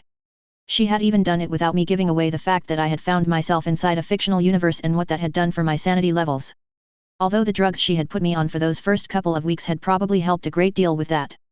I had completely lost touch with her shortly after being let loose into the real world, when I had admitted everything to Hansa Davian and fallen into a MIIO black hole. After returning to New Avalon from my adventures on Helm, Thurcad, and Sakara and spending a few days each week at the NAIS, I had thought a few times about trying to get in touch with her. Even just dropping her a line to say hi or let's catch up for coffee or something, but every time I had considered it, it had brought back some rather unpleasant memories of those early months in this universe. In short, I had pussied out. Well, she was here now, and why was that? So it's good to see you, Janice, but I have to admit I'm a bit surprised you're here waiting for me to wake up. I tried to move my neck then, only to find resistance, and I realized belatedly I was in some kind of light neck brace or restraint stopping my head moving much. Annoying. But probably there for a reason. I glanced around as best I could and saw I was in a hospital room, and from the style I was indeed sure this was NAIS. A far smaller room than the one I had been in last time, which had been a set of apartments generally used by visiting nobility, but then even having a private room given the aftermath of the battle when I'm sure space was at a premium was a sign that someone was pulling strings. Probably Quintus Allard, wanting to make sure if I talked in my sleep, no one would be listening. Prince Davian made it very clear he wanted someone to keep an eye on you when you woke up to answer the questions you were likely to have, she explained as she finished bringing me to a full sitting position, took my empty cup before she went out of line of sight for a second, the brace preventing me from following, but she returned moments later dragging a stool and carrying a folder to sit down next to the bed. And given our previous interactions, Quintus Allard volunteered me. Yeah, this was definitely about the no talking and sleep thing. My condolences, I replied in a deadpan tone as I realized that Hansa was clearly still around to give orders and felt a bit of relief that my efforts hadn't been wasted, something that would have been greatly exasperating really. I seem to have found myself volunteering for a great many things since we last talked, I admitted, oddly feeling tired despite just waking up. Things that have led to, well. Do you regret volunteering? She asked after I trailed off before pausing and shaking her head off my look and holding up a hand. Sorry, force of habit there. Actually, John, I put my hand up to see how you were doing. You fell off the grid, and all the MIIO liaison here would tell me was that you were fine and working with them now. Then you show back up in the First Prince's command company of all places as a full-blown mech warrior. I have to admit that was a little unexpected. Still, I'm very happy to see that you've more than landed on your feet, ejections aside. It's been an interesting road, I reflected with as much understatement as I could put into my voice, thinking about my crazy path to this bed. Janice was of course cleared on how I had arrived in this universe, but as far as she and almost everyone who knew how I had come here understood, I was just a temporal fish out of water from a slightly different 21st century. A fascinating curiosity, but nothing more than that. Only, at last count 14 people in the inner sphere knew the complete truth about me and included 2 House Lords, with the rest almost entirely made up of direct reports to said House Lords and incredibly trusted associates. Well, and a gaggle of mad scientists in Team Bonsai. Some of whom might even still be alive. But I take it from your statement Hansa Davian is still alive. I refocused myself, shifting slightly to try and get comfortable. Very much alive, Janice nodded. As is Morgan Hossack Davian and Jackson Davian and Papa Company? I asked, trying to keep my voice steady, although I was rather sure my urgency and angst shone through at that question. Then I realized she probably didn't have a clue who the hell I was talking about. They were the unit. The powers that be expected that you would be asking after them, she said as she passed over a couple of sheets of paper I hadn't seen her holding, and I forced myself not to snatch it from her as I accepted it and quickly started skimming through the brief report therein. Hansa, or more specifically whichever staff officer he or Yvonne Davian had tapped for this, had written a neatly condensed status report on each of the people in the company, clearly for my eyes, and I distantly made a mental note to thank them for the gesture. 2 of the kids were flagged as a little banged up, but thankfully nothing more serious than my own injuries with broken bones and the like. The remaining 4 were already back at CMS enjoying what amounted to a leave where you couldn't actually leave until things got back to normal. 3 of their mechs were trashed but salvageable, while 3 were dispossessed with total constructive losses. Still, I rather suspected they would be on the priority list for either an upgrade to one of the bigger DCMS mechs that was going to be salvaged, or a fresh build from one of the factories on New Avalon after, helping to save the First Prince. On the other hand, well, Royal Command battle mechs didn't exactly grow on trees, and Helm's other 3 sister mechs to mine had long been shipped out to operational test and evaluation pilots. And as I, Rob Willing, wouldn't be anywhere near the front line in the near future, I wasn't on any kind of priority list for a new mech anyway. Making me, dispossessed. I honestly couldn't care less. But I had a sinking feeling that I'd get yet more of that "oh no, you're dispossessed? You poor bastard" attitude that had driven me nuts at the academy. With people thinking they had to walk on eggshells around me lest I have a mental breakdown at the overwhelming shame and stigma of no longer really being a mech warrior. Still. In the end, I could live with it if it meant Hansa lived too. And if my first command had not resulted in me getting a bunch of cadets I had manipulated into the battle getting killed under my orders. You're thinking about how you manipulated the cadets into joining the fight, Janice observed almost idly, and I blinked, then shot her a look as I handed the paper back, huffing slightly. I don't think I ever told you how bloody annoying your ability to read people's minds was, did I? No, but if I could read minds you wouldn't need to, would you? She pointed out sweetly as she put the papers back into the folder and slotted it into her folio. I gave her my best level stare. She returned it and I sighed, irritated at her utterly unassailable logic. Okay, you win that one, I admitted. Janice, I manipulated those kids. Cadets, she interrupted me, with somewhat atypical bluntness, her eyes narrowing slightly. They were not kids. They were soldiers, so don't denigrate them like that. You were not born here, so I don't think you appreciate just what that means to. I know exactly what it means to them. I cut her off in turn with a not quite glare to mask my guilt. The status, the honor, the expectations upon them to be won, and I pressed every one of those buttons to drag them back into the fight. I didn't quite snap at her. No, John, she corrected me calmly after a few seconds. You simply did your job, and they did theirs. None of them were conscripts, nor were they children. Every single one of them was an adult who had sworn their service to the AFFS and knew they were joining to face and kill the enemy in battle, which was going to happen inevitably. If not today, then tomorrow. Every single one of them, she punctuated the words for emphasis, stepped forward to do their duty. It was a very nice speech you gave them, and I'd be curious to know what 20th or 21st century movie it was actually from, by the way, but if you think that it was enough to convince a bunch of scared children with war machines to do something they really didn't want to do. She paused and shook her head at me once. If anything, from what Cadet Stengovich told me, she was convinced she had failed as a mech warrior in her first exposure to combat and had made a mockery of her family's legacy. And that it was you who redeemed her of her failings by giving her a second chance. Failings? That's crazy. I cut in with no small amount of exasperation. She and the rest of the cadets got rumbled by a tactical genius leading a horde of elite mech warriors. That they were able to even stay alive as long as they did is. Oh, very well done. I rolled my eyes and sat back into my bed chair thing, not quite sulking. Annoyed at myself for falling so neatly into her trap. If I admitted their skill in staying alive against the impossible odds, then I could hardly think of them as helpless children or deny that they were trained soldiers of the AFFS, could I? I thought it was too, she agreed lightly as she held my gaze, drilling straight through my self-indulgent moping. All of you undeniably went above and beyond the call of duty, even by Davian standards, but it was your, and their duty nonetheless. A great number of people with vastly more experience on the battlefield have judged your performance and seem to very much be in agreement with that sentiment. And they wanted me to drill that into your head before you got caught up in some kind of guilt loop, given events. Were you always this direct? I muttered at her, then narrowed my gaze in consideration and looked back up as her words caught up to me. Hold on, what exactly did you mean by given events? Ah. Remember when I said you were the hero of New Avalon? She asked and I nodded, as best I could anyway. And she opened her folder again and this time, she handed over, a folded up newspaper. Amusingly, 1,000 years hadn't managed to kill the newspaper off. Its popularity had seemed to wax and wane over time, but throughout the Third Succession War it had been very much in vogue, differentiating itself from other media mostly because with sphere-wide information only coming into even the biggest planets and VIPs thereof a few times a day, and often with days or a week between HPG signals for other worlds, they took the time to do detailed reporting and analysis that gave them a distinctly professional air missing from VID news. Well, that and, you know, Battletech, where the old joke about taking a horse ride to catch your interstellar flight still held true off worlds like New Avalon, in places where global data nets were often non-existent. News, often transmitted between jump ships and then to planets along their shipping chain, was often reprinted on local presses under license agreements with capital and regional capital worlds. Which meant that this copy of the New Avalon Herald, considered the flagship newspaper of the Federated Suns, was printed on at least 300 Federation worlds and even on a few dozen Lyran and even a number of Free Worlds League planets.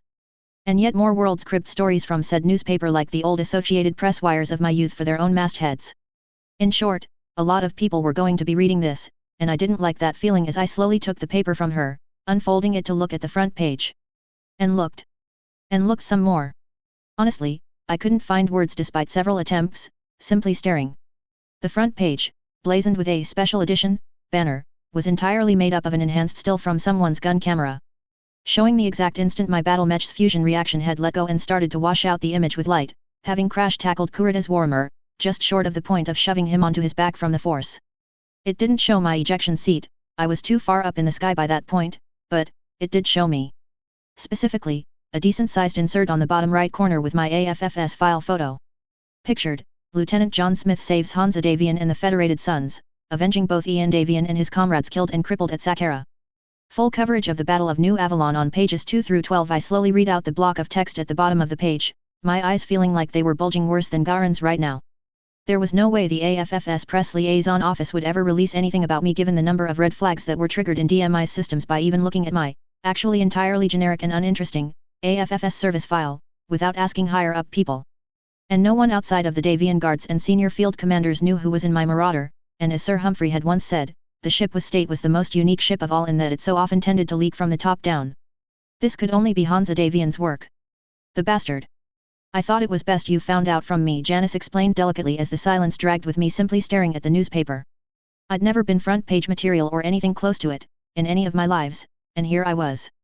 Very literally on the front page of an interstellar newspaper. It was, jarring. And my brain had annoyingly seemed to have forgotten how to form words. When I said you were the hero of New Avalon, I really wasn't kidding, Janice pointed out rather unnecessarily into the silence, clearly trying to prod some kind of reaction from me, but my mind was elsewhere. Perhaps this was karma coming back to me for all the fun I'd had springing the surprise on the dragoons? If so, fuck it. Still totally worth it to see clanners' faces twist like that. Pretty quick work on the paper's part to get this information out this fast. I finally managed as I glanced at the picture, figuring this was in fact probably from the first prince's own gun camera given the angle. Damn, I had cut that explosion a little fine if he was that close when I cooked my mech off. Less than you might think, John, Janice replied, and something in her tone made me pay attention, almost sheepish. It's actually been 5 days since the battle. I blinked at that. 5 days. I repeated her words after a long, awkward silence. I've been unconscious for 5 days. What the fuck? Sedated? Yes, she nodded. After you were picked up off the ground by an infantry team and rushed here by the medics, you went in for some very minor surgery on your spine. Nothing serious, it's actually a pretty routine procedure to make sure there is no long-term damage from an ejection compressing things. But they took the opportunity to fix your ribs. The gel they used is new tech and incredibly effective, but it requires you to be very still to let it set and be metabolized by your ribs to fully repair the bone. It's much easier to just immobilize you chemically. And unless you like being fully aware and awake but unable to move a muscle in your body. She paused, giving me enough time to shake my head slightly with wide eyes and make no secret of how horrifying that sounded. Then keeping you unconscious was far easier. So, wait, you're saying my ribs are healed? I asked in some bewilderment, and at her nod, I breathed in a bit. There was pain, but it wasn't anywhere near as bad as I thought it might be. So I did it again. And again. My clear disbelief earned me a bit of a snort from the doc, who crossed her arms in front of her with an almost disbelieving expression in her face. Really, John? So being transposed from an alternate universe and pulled 1,000 years through time is perfectly possible, but ribs being healed in a week is completely impossible. Yet, I had no comeback even in the ballpark for that. Fair point, I muttered, processing the fact that most of a week had passed without me knowing. A darkly suspicious part of me suddenly wondered if Hansa had wanted me on ice for that time so he could set up this whole propaganda bullshit and get things moving to a point I couldn't stop them. I repeat, bastard. Magnificent bastard perhaps, but still bastard. Presently Janice glanced at her watch and frowned before standing up. John, sorry to say, but if you are okay, I have to get going. I have a session with a number of cadets in 5 minutes, she noted, and I nodded and gestured at her to proceed. I wasn't going to spin out of control or anything. I think. Leaning down, she pulled a small satchel up from the floor, and from it she pulled out a noteputer. The thing still looked and felt to me like a mid-90s laptop, although I noticed in interest this one had a built-in Verigraph security system on the side. I had seen them used in the den but never had one issued to me. They were incredibly expensive and rare, mostly jealousy guarded Lestec hand-me-downs, meaning whatever was on it had to be classified for my eyes only, and I felt a slight chill as I accepted the device, accepting it as carefully as if it was a live bomb, grunting at its weight a little. The doctors will be back in about 15 minutes to get you up. You have a kit bag in the cabinet over there, she gestured to the small cupboard in the corner with one hand even as the other reached back to gather her hair back into a simple ponytail, pulling an elastic off her wrist at the same time, somehow, to lock it into place in one smooth motion. And as she did I couldn't help but notice how frazzled her hair looked. And apparently orders will be delivered to you sometime this afternoon, hopefully with a hospital discharge. She paused for a second as she gathered her things, regarding me with a close gaze, and didn't quite make me squirm. It was good to see you again, John, she added after a few seconds. Just, try to stick the landing next time, all right, John? I couldn't help but laugh at that, trying to push past the pain in my chest now that I knew my ribs had been apparently glued back together or something, and that I probably wasn't going to make things worse. I agreed with a nod, and she nodded back, picking up her bag and starting to head out, but I felt compelled to call out to her as she moved off. Oh, and Janice. She paused before reaching the door and looked back, and I had to think for a second. It was more obvious now that I was thinking about it, but she looked tired. I got the feeling she had been awfully busy the last few days, and clearly still was, but she had still taken time out to check in on me. That meant a lot. I didn't have that many people I'd call friends, and fucking Kurita had just run a wrecking ball through those I could. So. Well, I just wanted to, say thanks. Not just for being here today, but for everything. I get the feeling you've been just a little busy over the last few days, and it means a lot that you still took the time to, be here. I tried to awkwardly thank her for what she had done for me.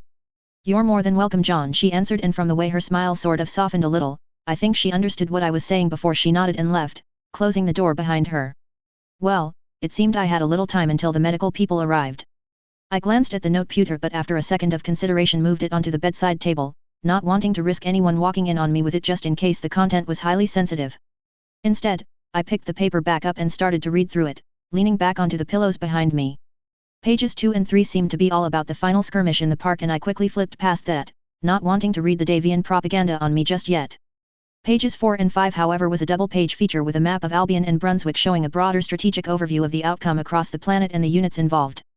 The final count in the summary box was that Yorinaga Kurita had attacked New Avalon with 182 battle mechs, 15 dropships, 21 aerospace fighters and several Draconis elite strike teams numbering about 30 to 40 commandos in total. In addition, a handful of ISF cells on New Avalon had gone active, luckily all under watch by MIIO, resulting in some running firefights across the planet, short-lived as they had been with the force that was brought down on their heads. The Davian defenders had met them with one full regimental combat team, one independent mech regiment and one mercenary mech regiment plus several militia units, and the Dest team that had crashed into Mount Davian had been confronted head-on by the permanent infantry garrison from the 1st Davian who never left the place. Who had proven, once again, that contrary to what Hollywood and its modern equivalent said, even elite special forces soldiers tended to get their asses handed to them when confronted by 10 times their number of much more heavily equipped and well-trained assault infantry on their own turf. Even so, the 1st had taken stiff losses with almost 80 dead or wounded. And entirely unsurprisingly, not one of the Dest commandos was taken alive. In fact, all the units involved in the defense had paid a high price for our victory. The Crucis March Militia RCT had gotten off relatively lightly on the RCT level, losing only a company of battle mechs and a few mixed companies of other ground forces, mostly trying to protect the light industrial areas outside NAIS proper. Most of the rest of their combat commands had never even been engaged, scattered across the planet as they were. One combined dropship had managed to semi-crash land in the parking lot of Lycombe Davian Introtex facilities at Yukron and tried to fight it out as a giant pillbox, shooting up the place until the militia had brought in field guns and simply blasted the damaged ship into trash. None of the production lines, safely buried underground, had been touched, but the ancillary support and administration buildings were going to need more than a coat of paint before things got back to normal. And someone was going to figure out how to remove thousands of tons of dropship wreckage from the parking lot. I suspected it would take more than a tow truck. The conventional fighter wings of the local militia had done sterling work, their rocket strafing attack on the bulk of the Genosha had done a hell of a job in sandblasting armor off a lot of battle mechs. But even that brief low-level pass over the main body had cost them 16 jet fighters and their pilots, as the elite combine troops had reacted sickeningly quickly to return fire at the almost unarmored aircraft running Mach 1 at treetop level, a situation where any hit or loss of control was going to send you cartwheeling into the ground with no hope of correcting. The Swordsworn had taken pretty stiff losses too. Despite all their advantages, the enemy were still among the best mech warriors the Combine had to offer, with absolutely nothing to lose, and had gone down swinging. Only 50% of the Honor Guard's mechs were fit for service, in so much as they needed standard repairs but were functional. Of the mech warriors, only 14 were Kia but 40 were listed as WIA, over 50% of the personnel. Hopefully, most of them would recover. And then there was the grim news. The holding force made up of Team Banzai's 1st Battalion and the Cadets Reserve Battalion, who had taken the full force of Kurita's charge and kamikaze fighters head-on. Wrecked was probably the kindest thing I could say based on these reports. A half-dozen members of Banzai's 1st Battalion were listed as Kia, and I clenched my teeth as I read through the names of several people I considered friends, fighting off the tears that tried to push up onto my face. BB himself was listed as WIA with most of the rest of them but 3 names. It was almost like BROB had mashed together the defense of NAIS in the original timeline by Team Banzai plus their utter curb stomp at the hands of the Genosha on Northwind into one unholy clusterfuck. Inhaling and exhaling, and embracing the spike of pain in my chest to try and wrestle the angst back under control, I pushed past that section and glanced at the Cadets Battalion's corner of the page, and immediately wished I hadn't. I knew they had gotten brutalized given what the cadets, had told me during the battle, but it seemed every one of their mechs bar the 3 damaged units from Papa Company plus one other lance that had managed to get clear had been knocked out as TCLs. Incredibly, only 4 mech warriors were listed as Kia, but a staggering 20 were listed as WIA, which meant only 8 mech warriors had made it out more or less clean. I shouldn't have been surprised. The combination of the communications disruptions, the huge difference in skill between cadets facing their first battle and the hand-picked elite of the DCMS when everything had gone tits up. Simply put, the cadets had been completely out of their league. The AFFS infantry on campus had also lost over 50 people, with 10 times that many wounded. But for all that, they had been rightly singled out as showing incredible courage and skill to knock out 8 battle mechs and inflict damage all out of proportion to what infantry were expected to be able to do on the 31st century battlefield, forcing the enemy out and straight into the arms of the Swordsworn. Even so, the losses made me remember my suggestion originally that I give my mech to someone else and join the infantry that had been flatly refused by Hansa, and wonder what might have happened if he had taken me up on it. Pushing on, I flipped through the next couple of pages, snorting in a sort of amusement at the state of the Davian throne room. The 3 thrones on the dais had clearly been introduced to a shaped charge or 2, the huge and ancient Davian flags hanging behind them had been set on fire and badly burned despite the best efforts of fire suppression systems, and the framed texts of the treaties that had brought the Federated Suns into being signed by Lucien Davian had been rather deliberately sprayed with kanji that, according to the translation from the paper, roughly meant the eternal dragon owns all of you eternally. Or something along those lines. I guess it lost something in the translation. Seriously, 1/10 for effort there, boys. You had one chance to make a history-defining troll of House Davian, and that was the best you could do? See, this is what happens when you let political officers try to troll. I shook my head and flipped the page and chuckled. Showing that the Federation was always willing to poke fun at itself in a time of crisis, there was a cartoon of Hansa Davian, standing in the smoking ruins of the throne room, looking horrified. With a speech bubble thinking in horror that Melissa was never going to stop asking for new drapes now. Cute. I sort of kept scheming, but my mind drifted more as I considered the outcome of this. Sure, Takashi had gotten an internal propaganda victory out of this mess. I'm sure the footage of the Davian throne room being trashed would become omnipresent in internal Combine propaganda for years, but that was about all he had gotten. The damage to NAIS was the single glaring dark spot, but I had a sneaking suspicion as I schemed some of the shots and commentary that Hansa was having it dramatically played up for the sake of Comstar. I knew for a fact that everything in any way irreplaceable had been evacuated weeks ago along with the key personnel, while these reports were hinting at the opposite. And while Kurita may have thought that he could take out Hansa and derail the Federated Commonwealth, and had come more terrifyingly close than I like to admit, in the end he had failed. In short, this had been a failure for House Kurita. Not a complete failure, and as failures went it was pretty spectacular, but a failure nonetheless that Hansa was no doubt going to make lemonade from both internally and externally. I dreaded the thought of what my role in that might be. Any further thought, however, was cut off by a brisk knocking at the door. "Come in." I called loudly and the gaggle of medical staff came in, right on time. I tried not to think about how some of the devices they were pushing on trolleys or carrying looked just a little sinister. Scolding myself and noting that these were professionals here doing a job, which wasn't to inflict pain on me, I sat up and set the paper aside. Asterisk. Asterisk. Well, that had been fucking painful. The medical staff, it turned out, were professional, thorough, and merciless. Cunning too, they had lured me into a false sense of security with a lot of housekeeping first. Checking my vitals, asking me the usual questions and gently poking at me before removing my neck brace, medical sensors and the 4, and letting me go to the bathroom when I realized I really needed to go. Then, they had brutalized me. Starting by removing the bandages over my electrical burns on my shoulder, poking them, then spraying something that stung like a motherfucker. I kept reminding myself, as I clenched my jaw, the fact that I could feel the agony was a good thing because it meant the burns were only shallow and hadn't damaged any of the nerves or deeper tissues. But Blake's balls, it fucking hurt and made me glad I had the thick blanket of the bed to bite hard, as they finished by replacing a new waterproof adhesive bandage on top. I wonder if this was some kind of tradition for mech warriors who lost mechs. A kind of ritual punishment for such an incredible disgrace, just missing the crazy woman ringing the bell shouting shame every few seconds. Or perhaps even the modern-day equivalent of the Greek slave whispering in the ear to note that all glory was fleeting and you were only a man. Making sure the mighty mech warrior understood how badly they had fucked up, by making us understand that we were still meatbags and not titans of metal and Myanmar. Seriously, I already knew all that. Can we stop now? The thoughts provided a useful distraction as I suffered through the pain, but then, pain meant you were alive. And I knew full well there were a lot of people who would have given anything to swap their injuries for mine. And yet others whose families would be soon enough getting a priority HPG message they would have probably dreaded the possibility of receiving since their family member declared they were enlisting in the AFFS. So I shut up and sucked it up as they proceeded to run me through a whole lot of stretches and other tests, making my body twist and move, doing what amounted to some minor chiropractic or adjustments or something. Eventually, they reached the end of their work and sounded pleased, finishing by injecting me with a mild painkiller that took most of the edge off, thank God, but they also warned me to take it easy walking around for the rest of the day.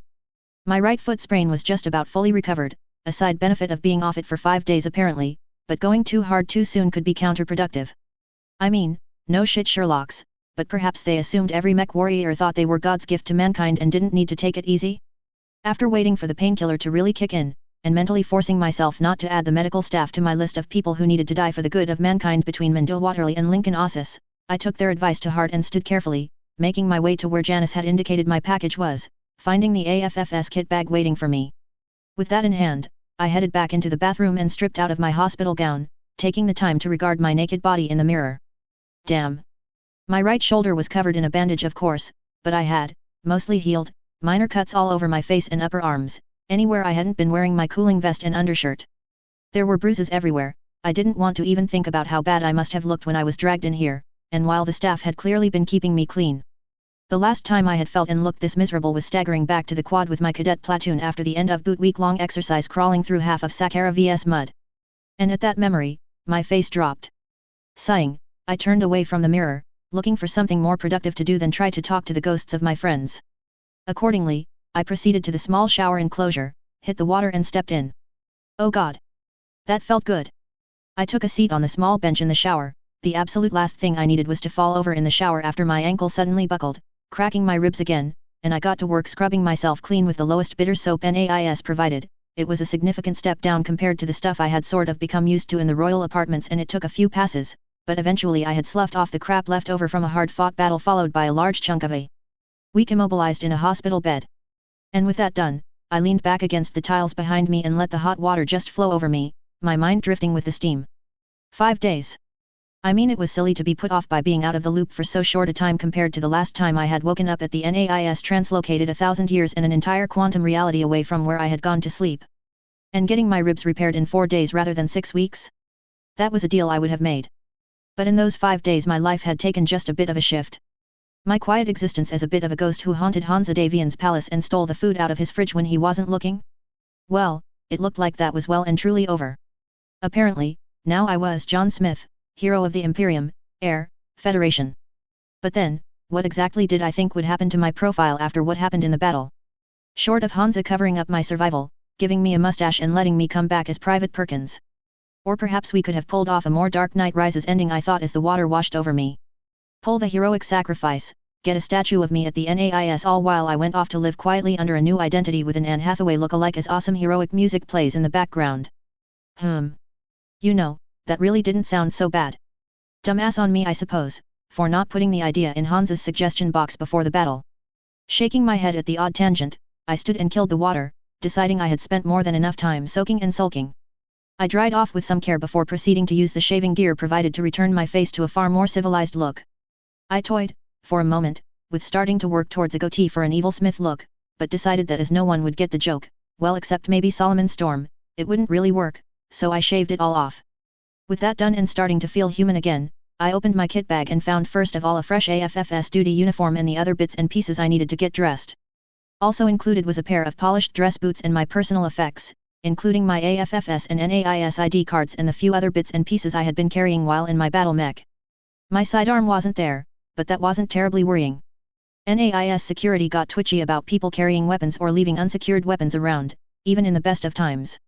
And these were not the best of times, I'm sure, for the campus. I couldn't help but grin in the mirror as I pulled my trousers on, thinking about the look that would be on the face of Bob Horst when he came to work the day after the raid. The head of NAIS Interior Security, Horst had the, admittedly thankless, task of maintaining security on a campus that was half top-secret government R&D and half the top university in an interstellar empire which was known to have incredibly creative students always looking for ways to have fun. Imposing order, keeping bored kids from doing stupid things, like pranks that might have DMI commandos responding with loaded weapons, was a thankless job even at the best of times, but coming to work to find a Jenner sitting in his office. Pulling on the undershirt, carefully so as not to do anything to my burns, I slipped on my dog tags and then picked up the standard duty uniform/BDU jacket to slip on over the undershirt, catching sight of the left shoulder board in the mirror as I buttoned it up. It was no longer blank, but edged with a gold metallic thread, which reminded me I was no longer a cadet or a subaltern. Now I was a lieutenant in the armed forces of the Federated Sons. My commissioning had been somewhat jarring given that Hansa knew exactly what I thought about people getting promoted rapidly beyond their ability. I had had enough conversations with the prince and his inner circle where I had denounced Alexander Kerensky as the most social general of all social generals, given that he went from a butterbar to the commanding general of the Star League Defense Forces in about 11 years, thus explaining the complete lack of the strategic competency you'd expect the commanding general to have, and I thought he would avoid that with me of all people. In theory, AFFS Mech Warrior training took 2 years from boot to deployment. Officer training stretched it out to 4, although officer cadets at academies spaced out both aspects of their training over that time. Often with the 4th year spent as part of a practical field cadre that could very well see itself on the front line. I had only completed a little bit over a year's worth of training total, 1/4 the total training time. Before Arden Sortek had yanked me to go and help him slap Jamie Wolf. And while I had spent most of another year sitting in on carefully selected NAIS classes when I could, in between doing desk work in the Fox's Den or playing a punching bag in my battle mech for Morgan, it still left me grossly underqualified in my judgment. 50% formally trained if I was being charitable. I had in fact hoped to continue classes at CMS at the start of this year to get back on track with a formal education. That, hadn't happened. Hansa instead, just before the new year, had formally commissioned me as an officer in the AFFS and put me to work part-time in the Fox's Den. Then after 4 months instead of the traditional 6, shortly before Kurita had popped in, he had promoted me to lieutenant. And given me my spurs, very real spurs for my dress uniform, which mech warriors earned when designated as ready for field deployment. It had taken considerable effort on my part not to throw them back at him and demand to know if he had lost his fucking mind. Well, that in the presence of a half-dozen other senior officers in earshot not cleared to know why I might feel the need to do so. Or expected to get away with such gross disrespect to the first prince. He had justified his decision to me later, not that he had to justify shit given that he was, you know, the marshal of the AFFS and had absolute authority to promote anyone to any position he wanted, on the grounds that I had apparently proven myself as an officer who didn't need the training wheels rookie kids half my age did. I mean, the difference between a subaltern and a lieutenant was really just a question of recognition, but it was a recognition that said officer was fully trained and ready and had shown he or she could handle their commission. But worse and more surprising to me, none of the normally level-headed people around Hansa disagreed with the decision. Morgan, who was already brevetted to major and was commanding a bloody regiment, had been unsurprisingly unsympathetic given the weight on his shoulders, although I thought that it was an unfair comparison given A, his shoulders were fucking insane in how broad they were and B, he had been preparing and training his entire life for that role with the typical Davian exceptionalism bonuses stacking in his favor to the point he was legitimately better in simulated battalion-level combat than experienced AFFS field officers. But even good old level-headed Yvonne Davian had told me, bluntly, when I had quietly tried to protest to her, that Hansa had commissioned me because he had concluded I was ready. And she concurred. And the things I didn't know right now were of no immediate import to my current role, being things I could pick up later if necessary. Ergo, get back to work, because she was expecting my annotations on the Draconis Combined Situation Report within the hour. But I could have a cookie from the jar on my way out. And that had ended that conversation. Shaking my head slightly at the absurdity that was my life and how even the most professional military in Battletech still felt like a game of noble privilege with exceptions to every rule anywhere you turned, I finished getting dressed and left the bathroom, leaving my boots off for now as I returned into my room. I locked the door, closed the blinds and after consideration took a seat on the edge of the bed whose back I raised as high as it would go to sit against on the grounds that the table and chair looked horribly cheap and uncomfortable for someone as tall as me. The authentication sequence on the noteputer was tedious, being forced to let a tiny needle stab my finger to get a blood sample it could sequence and check against the recorded verigraphed identity, followed by booting into a charmingly simplistic operating system that again made me cry out for iOS or Android. Hell, I'd settle for Windows CE at this point rather than this primitive POS. Then again, exactly how many tablets back home came with DNA-level biometric authentication? The noteputer pinged as it authenticated and opened and I found it was loaded with the standard offline messaging system used for transferring electronic documents via courier. Which was a statement in of itself, such tablets were at a premium with sealed orders being hand-delivered to field commanders after all. Opening said app, I found the messages were gibberish but once I entered the 10-digit hash code that Quintus had forced me to memorize, the messages shifted into clear text. And it looked like the first was from Katrina Steiner? Well, that's unexpected, I thought, wondering with a frown why she of all people would want to send me a message from the other side of the inner sphere. Well, I wasn't going to find out why just staring at it, I thought, eventually, slightly reluctantly, opening the message and starting to read. John, her message started in typically direct fashion. Many years ago on their CAD, you might recall I told you exactly what I would have been prepared to give in exchange for what you had brought Hansa and I that day. I snorted at that. Might recall my ass, it wasn't every day you were told a mother, who was the de facto high queen of an interstellar empire, would have been willing to offer her daughter's hand, aka the crown princess, in marriage to get her hands on what I had offered. Especially given that I knew better than most people just what Melissa meant to Katrina. And yet, despite that hint, you remained entirely indifferent to seeking any kind of reward or compensation for what you had done for us. I continued to read, almost hearing her sharp voice in my head. I admit that I found your attitude, your intransigence, almost beyond my ability to comprehend. My obligations as a house lord for rewarding, and indeed, publicly rewarding exceptional service with exceptional recognition is absolute.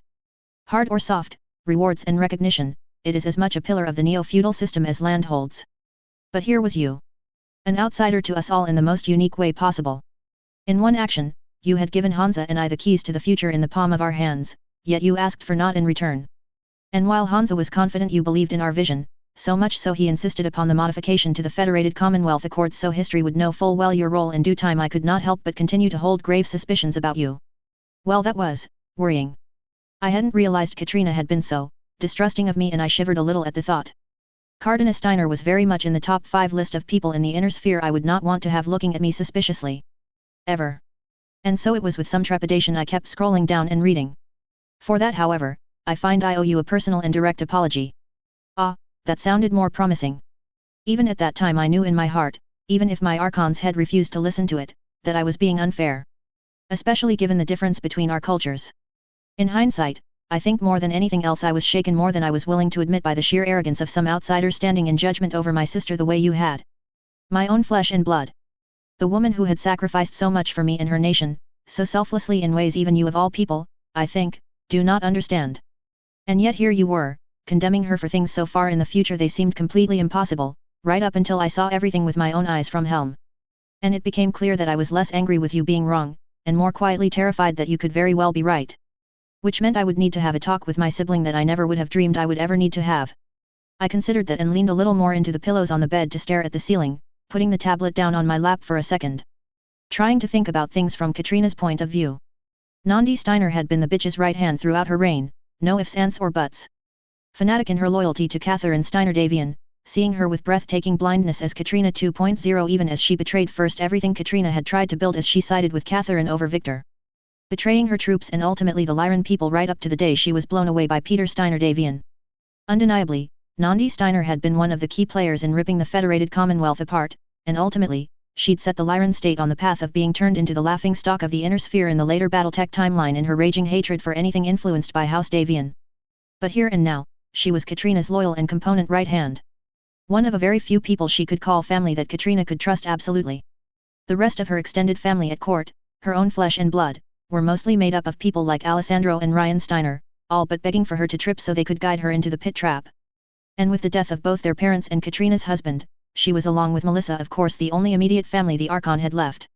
And on reflection, I had kinda barged into her life without warning and perhaps a bit too casually condemned her sister as the right hand of the woman who would kill Katrina's daughter to seize the throne of the Commonwealth and do unspeakable crimes to keep her there.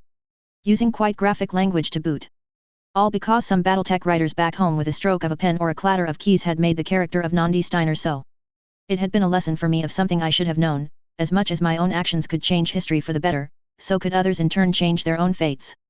That they were human beings, not mere words on a page. In my heart-to-heart with Nandi on their CAD, I had been slightly nonplussed to see in her eyes what my revelations had done to shake the person who I had always seen as defining the word implacable. It had started to dawn on me then just what it meant to wake up one day and have me there, like some ancient medicine man in the village tribe lifting a long shaking finger to point at her and pronounce her as the curse who would bring doom down upon us all as everyone looked on in horrified belief.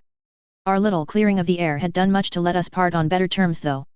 With a handful of quotes from Back to the Future and Terminator in a handshake, I'd managed to make the point clear, I think. That there truly was no fate, but what we made for ourselves, and that the future had not yet been written for any of us. And that I owed her that future. But oddly enough, through all of that, I hadn't ever really thought about Katrina. The sister. Not the Archon. Shooting the messenger, as it were, was childish of me. Katrina continued as I managed to drag my attention back to the letter and force myself to keep reading. Unworthy of your efforts on our behalf and entirely unworthy of my station. The role of Archon is not to shy away from hard truths or difficult decisions simply because I don't like them. Your character was clear long before you arrived on planet in the way you stood up to Hansa Davian quite directly on the subject of my daughter's agency, a gesture both she and I took considerable notice of, I can assure you. The friendship that she has come to value so highly with you from that has been a great personal comfort to me when I often think of her on New Avalon. Knowing she has someone she can and has turned to as a friend. Your escorting her, incognito, to the NAIS social meant the world to her, more than any of the shiploads of wedding presents given to her on Terra. And indeed, as you awaken from the end result of those events that were set into motion that night, I find I must thank you again as a mother and future grandmother for what you did in this battle. Reading between the lines of her and Prince Davian's messages over the last few days, I strongly suspect my daughter placed upon you a grave charge of keeping her husband alive as the one sane man that may have driven you to the extreme actions you undertook, and if so.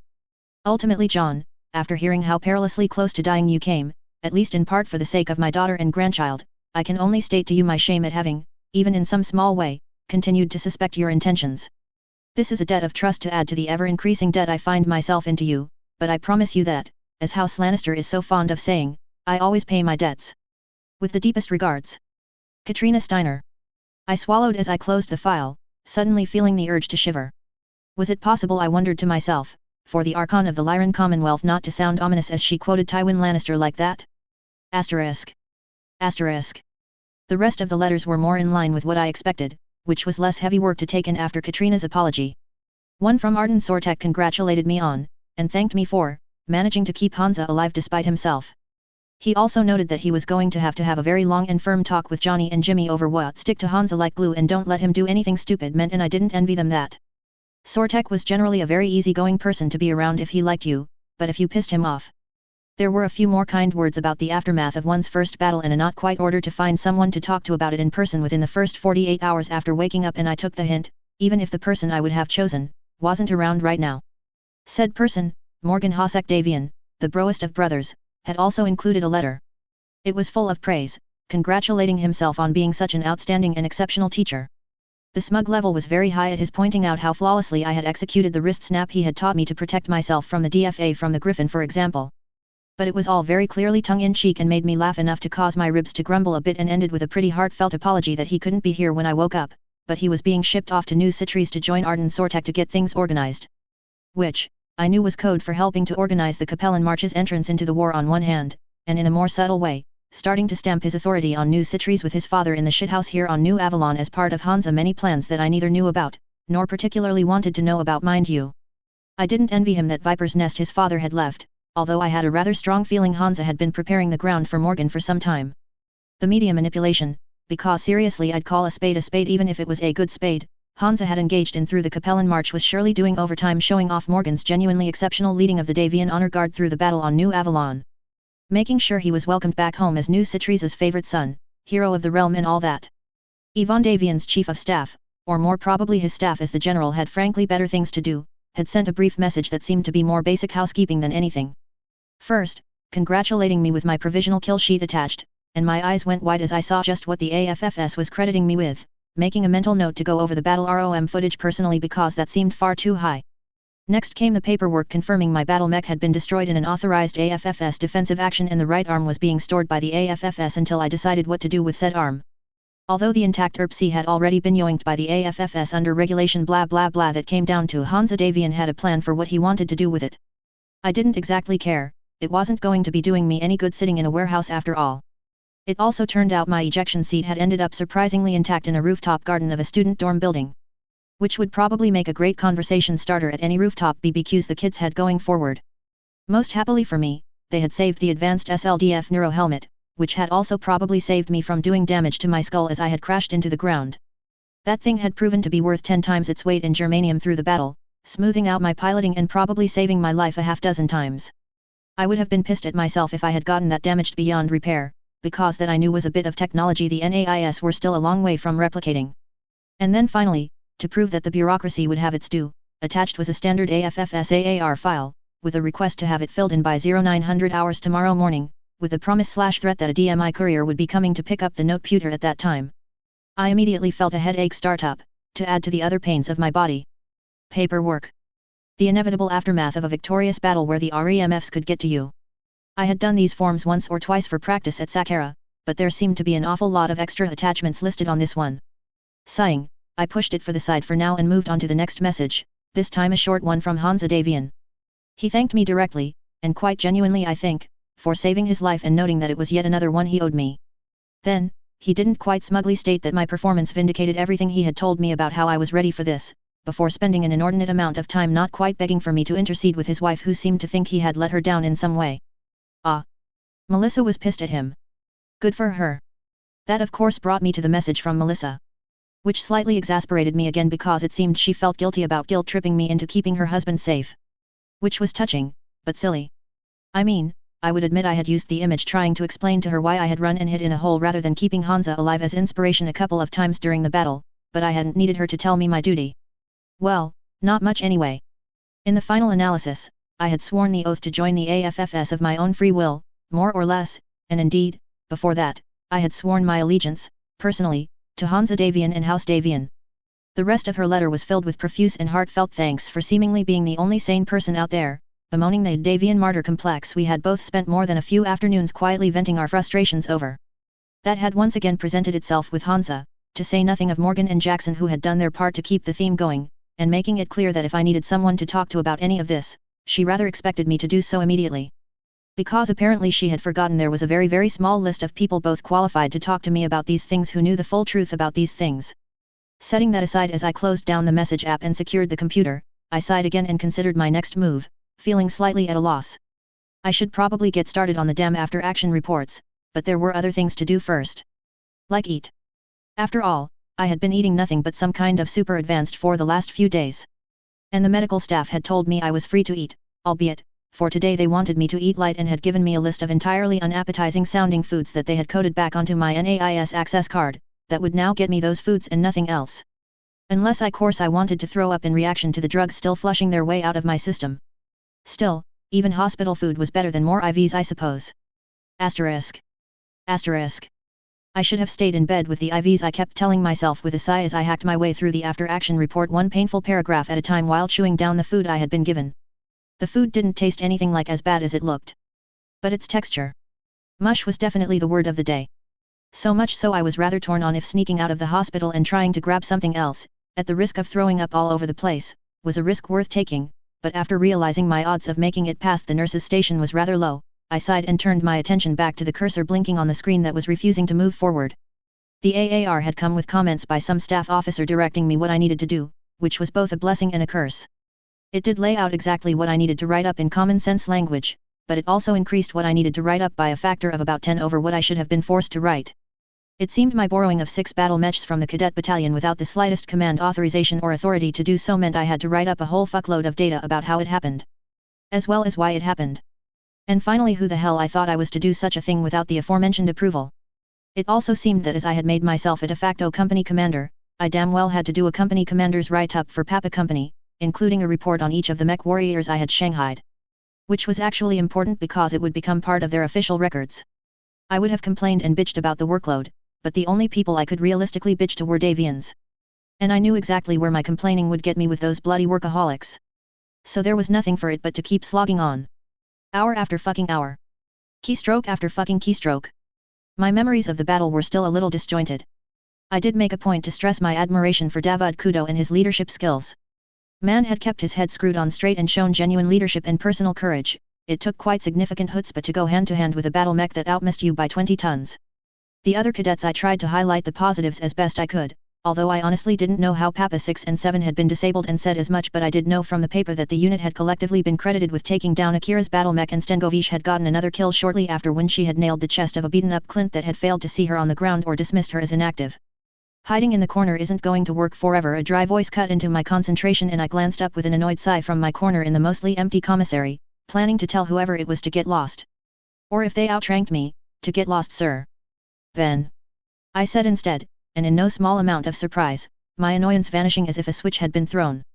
I started to come to my feet, but Dr. Ben Buckaroo Banzai gestured at me to sit as he limped over. His right lower leg was in a cast, hence the limp, and he was walking with the aid of a metal cane in his right arm.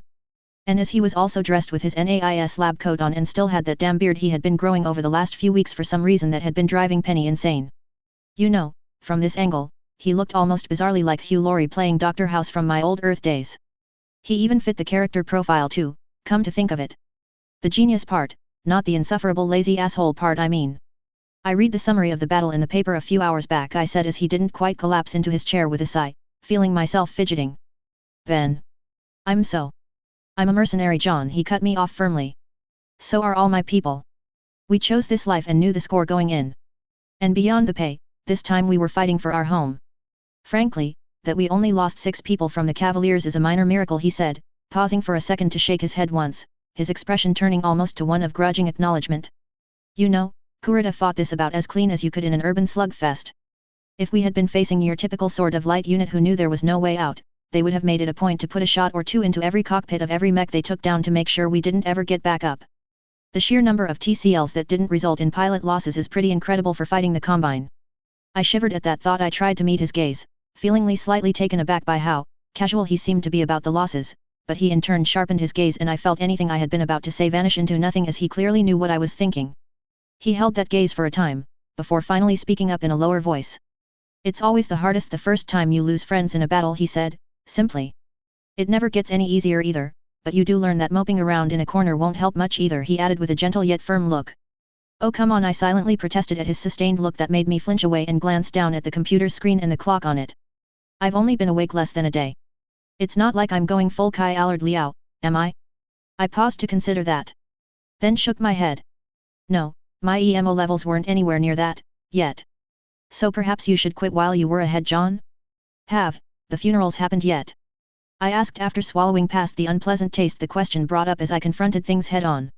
Or was that just mush reflux? No, they're this Friday. He shook his head once.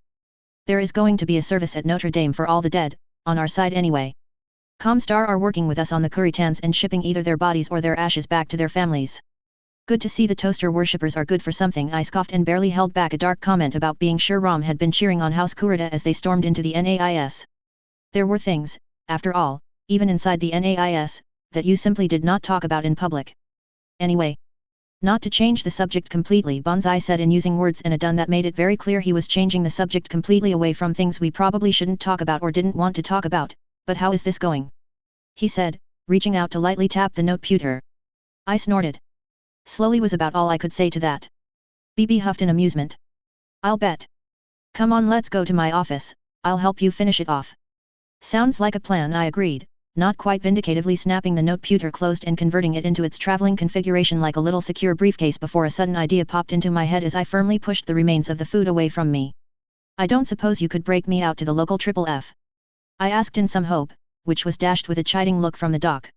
The only thing that would be more likely to make you throw up than that would be taking you for a spin in my new hover racer prototype down at the test track. He shook his head as I followed him out the door. The drugs they used to keep you out, and those that woke you up for that matter, need the rest of the day to be fully flushed out of your system, or you'll throw back up what you eat outside of medicated food in about 60 seconds. Not that most people can keep that fast food crap down for even that long, he added under his breath, and I simply rolled my eyes. As incredibly cool as it was to have a friend like BB who looked simultaneously like a mad scientist, cyborg cop, and Section 31 admiral, the man was a hell of a food snob. More so than blue bloods in the Davian Palace. Well, put someone to work on fixing that, I muttered, earning an amused huff as we made our way to the lift, both of us walking a little slower than usual, that horrible mush annoyingly seeming to stay down very well indeed when I really wanted to throw it back up. I mean, why the hell would you spend all that R&D money making horrible food stay down so well, rather than fixing drugs that made you want to throw up real food? It crystallized a long-held belief of mine that hospital food was as bad as it was entirely to make you want to get better and get the hell out of the hair of the hospital staff. I stepped into the lift as it arrived and we descended, all the way to the sub-basement. There, BB led me through first several secure doors, then manned security checkpoints where our IDs were checked carefully and logged before we were allowed into the rat warren of tunnels under the NAIS. Waiting at this particular gate was one of the golf cart-like vehicles that was the choice of transport around the 100 clicks of tunnels sized for vehicles, and we got underway quickly, BB filling me in on what was going up upstairs as we drove. Apparently the College of Engineering was going to need to be rebuilt from the ground up, and the setbacks, especially for a lot of civilian projects, were going to be painful and take years to even begin to rectify. The College of Mining and Metallurgy was going to need half of its buildings reworked but was less impacted, although an out-of-control fire had gutted most of the College of Chemistry. I'm sure there was a joke there somewhere, which was another major blow.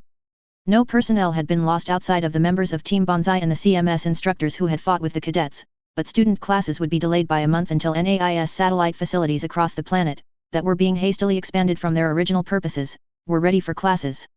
All up, it would be at least a year or two before the physical damage at NAIS was really made good, and the second and third order disruptions would last for a year or two beyond that. Which was actually interesting, as the paper I had read had been very determined to suggest the disruptions would last for at least 5 years or even 10. A fact that BB confirmed was the story MIIO was going with. Partially to lay the ground for the next phase of the Shadow War with Comstar, and partially so Hansa and Katrina could flush a lot more money into the rebuilding program that would be laundered into new black compartments elsewhere. Because you might as well use the opportunity. But there was no doubting in my mind this was a major setback, where every god's damned year we wasted trying to push technology back to the Star League or beyond was another one lost on the doomsday countdown to the clan invasion. You may ask me for anything, but not time was still just as valid a saying today as it had been in Napoleon's era. Fucking snakes. We talked about the cleanup operations. The actual cleanup would start next week, once the salvage and EOD teams had finished their sweeps, BB looking like he was a little bit glum from what would be needed going forward. Trying to cheer him up, after a moment I eagerly suggested that he should make sure going forward that time-lapse cameras were set to record the cleanup and then new construction. When he asked why, I pointed out that it would be awesome if in a few years from now, when we had the footage, if he and the Hong Kong Cavaliers would release a music video of "We Built This City on Rock and Roll," by Starship, using it to showcase the NAIS rising from the ashes. Suggesting it needed to include at least one Atlas with an enormous construction hard hat on its head and painted in black and yellow construction paint, cheerfully bobbing along as it ripped down walls and loaded rubble onto dump trucks. Interposed with time skips of the time-lapse videos showing the buildings soaring back into the sky and bopping construction meshes. At that point BB told me he'd consider it, looking at me like he was wondering if the drugs I had been on were having unexpected side effects. PFT. Last time I tried to cheer him up. And it would have been awesome. We built this city on rock and roll. Shortly after that conversation petered out, we arrived in BBS office and I got back to work. He was a big help getting me through the report, so much so that at first I didn't notice that he was using this opportunity to walk me through the engagement, offering his straightforward observations of my decision-making and actions through the battle. He often found ways to put them into a new context I hadn't quite considered, especially where the cadets were concerned. Critiquing some of my decisions constructively while letting me work through them, praising others and querying me on my insights until I finally realized he was as much debriefing me as helping me write my debriefing. When it finally clicked and I asked him when Melissa had asked him to step in and check on me, he hadn't even shown the slightest hint of being fazed by the question. Noting that as Hansa and Melissa were away, with the former to my amusement apparently spending the last 4 days all but crawling on his belly as he groveled to earn his wife's forgiveness for some perhaps rash decisions in the battle, and Yvonne Davian was busy holding down the fort, Morgan and Arden were off-world, well, there was a bit of a shortage of qualified people to do the job. So, yes, she had called him and asked if he would be so kind to check up on me and debrief me to make sure I was okay. And his final conclusion on the battle? Simply that if I ever got tired of working for Hansa directly, he would be more than happy to offer me command of a lance in his unit, with an eye to moving me up to a company slot as soon as I got up to speed. Coming from Ben Bonsai, who would never offer such a thing lightly or to simply make me feel better, well, it made me feel that maybe, just maybe, I had managed to at least do good enough by the cadets I had led, who had fought like true mech warriors. And I finally said as much, falling right into the trap. Because then he said that it was quite good that I had finally realized that, opening a box at his feet to pull out a small wooden box with a familiar crest of a red fox inlaid on the lid, as well as a shrink-wrapped package of clothes. Giving me a sudden sinking feeling. Asterisk. Asterisk. The NAIS had plenty of auditoriums across its campus, which was hardly unsurprising for a place that was, at its heart, a giant university. This one was in the NAIS base hospital, one of the 4 major hospitals on campus, dedicated to treating AFFS wounded. And while normally the large room would be used for lectures on the latest recovered LSTEC procedures and technology in treating wounded soldiers, this time it was actually filled with wounded soldiers. Specifically, the entire 4th-year Mech Warrior cadet class from the CMS and Albion. Just under 200 cadets strong in total. The cadets in the front rows, those who had actually fought, were often sporting bandages and casts of various types. At least 2 had lost limbs, and BB had told me earlier that 2 more were still in induced comas and so not here. Plus the 4 dead members, who had seats deliberately left unfilled, each with a Federated Sons flag draped over it in somber memory. But most of them were here and listening in rapt attention. Behind those who had fought, the rest of the 4th-year cadets sat. Those who had not made the cut to participate in the battle, be it because they didn't own a family battle mech or, bluntly, because they were not good enough to be allowed to face off against Combine elites yet. I had feared that the battle would drive a schism right through the cadets. Between those who had fought through the battle and those who had been evacuated to New Scotland, but I was clearly very wrong about that. Marshal Grentha de Burden, the head of AFFS Education, who was the keynote, even spoke to it. She had first warmly congratulated the cadets who had fought in the battle, but then she had addressed the cadets who hadn't fought. Noting that they had passed an arguably more brutal test of character, being ordered to wait on the sidelines while their friends fought for their lives. To follow their orders as their commanders spent the lives of their friends to win the battle, an order they may well have to give sooner than they thought. But today was clearly primarily about those who had fought. I had spent a lot of the evening and night lying awake in my bed after heading back to my room, trying to work on what the hell I was going to say to all these people after dismissing the idea of being petulant and telling Hansa to give his own damn speeches. In the end, it was what Janice had said to me that got me writing. Her not quite mocking me as she pointed out that mere words couldn't have gotten a bunch of terrified kids to charge after me into the fire. Even now, I was making subtle adjustments on the paper as the event rolled on, fretting a little as I realized this was really, for all intents and purposes, my real introduction to public life, and wondering if I was going too far. A round of applause broke out and I glanced out as I noticed that the marshal had finished her speech. Her NCO aide, Master Sergeant Dirk Kentrick, moved to the lectern, and once the crowd settled, he started to call up the cadets one by one. A couple of them needed a touch of help to get up the stairs, but every single one in turn marched up to the marshal, came to attention, saluted and shook her offered hand before she talked briefly with each of them, without the microphones on, keeping it personal. Then she was handed their spurs by her NCO and presented them to the cadet in question with a handshake and smile. Some of them, okay, many of them, looked like they were on the verge of crying as they received the coveted item before they turned and saluted all the other officers on the stage, shook the hand and exchanged some more words with their company commander from the battle before having their official picture taken with said marshal and commander to the applause of the crowd. And with that done, the cadet left the stage as the next was called up, the cycle starting all over again. This unsurprisingly took some time. The cadets were also being called up in order of their battle call signs. Which meant that everyone noticed when Sergeant Kent Rick went from Rumble 13 to Rumble 17, skipping over 3 members of Rumble Battalion in the audience. Cadet Stengovich, whom I had found after searching from my place hidden in the darkness, had actually started to stand when the marshal called out what she thought was her call sign, quickly sitting back down, exchanging glances with the 2 cadets next to her who had been also skipped over, and the 3 more further down the line as they were also skipped in turn. Their combined oh crap looks were actually somewhat amusing, as it was obvious they were being skipped to be singled out for special attention. 2 words no cadet ever wanted to hear from an officer. Let alone a flag officer. I took a moment to check my reflection one last time in a convenient mirror as Rumble 31 hobbled off stage and couldn't help but frown slightly as I adjusted my collar. The jacket was pressing down a little bit uncomfortably over the bandages on my shoulder, even if the painkillers were taking care of what would have otherwise probably been a distracting throbbing. The dress uniform itself was utterly plain, with nothing except the red shoulder boards that identified me as a lieutenant and a mech warrior, well, the color and the spurs on my boots for that matter, on it. But that was it. It was in fact the absolute minimum you could wear and still be in compliance with AFFS regulations. I had a strong feeling that most people who looked at me would just assume I was hiding my real identity rather than genuinely being a complete noob who hadn't even earned a single decoration in my life. It was a common move by DMI officers to deny the enemy information after all. Even more so because my sunburst vest and trousers weren't the blue/grey color of the standard AFFS dress uniform, but a brilliant white. That was a privilege exclusive to one brigade alone, and only when their regiment was home on New Avalon.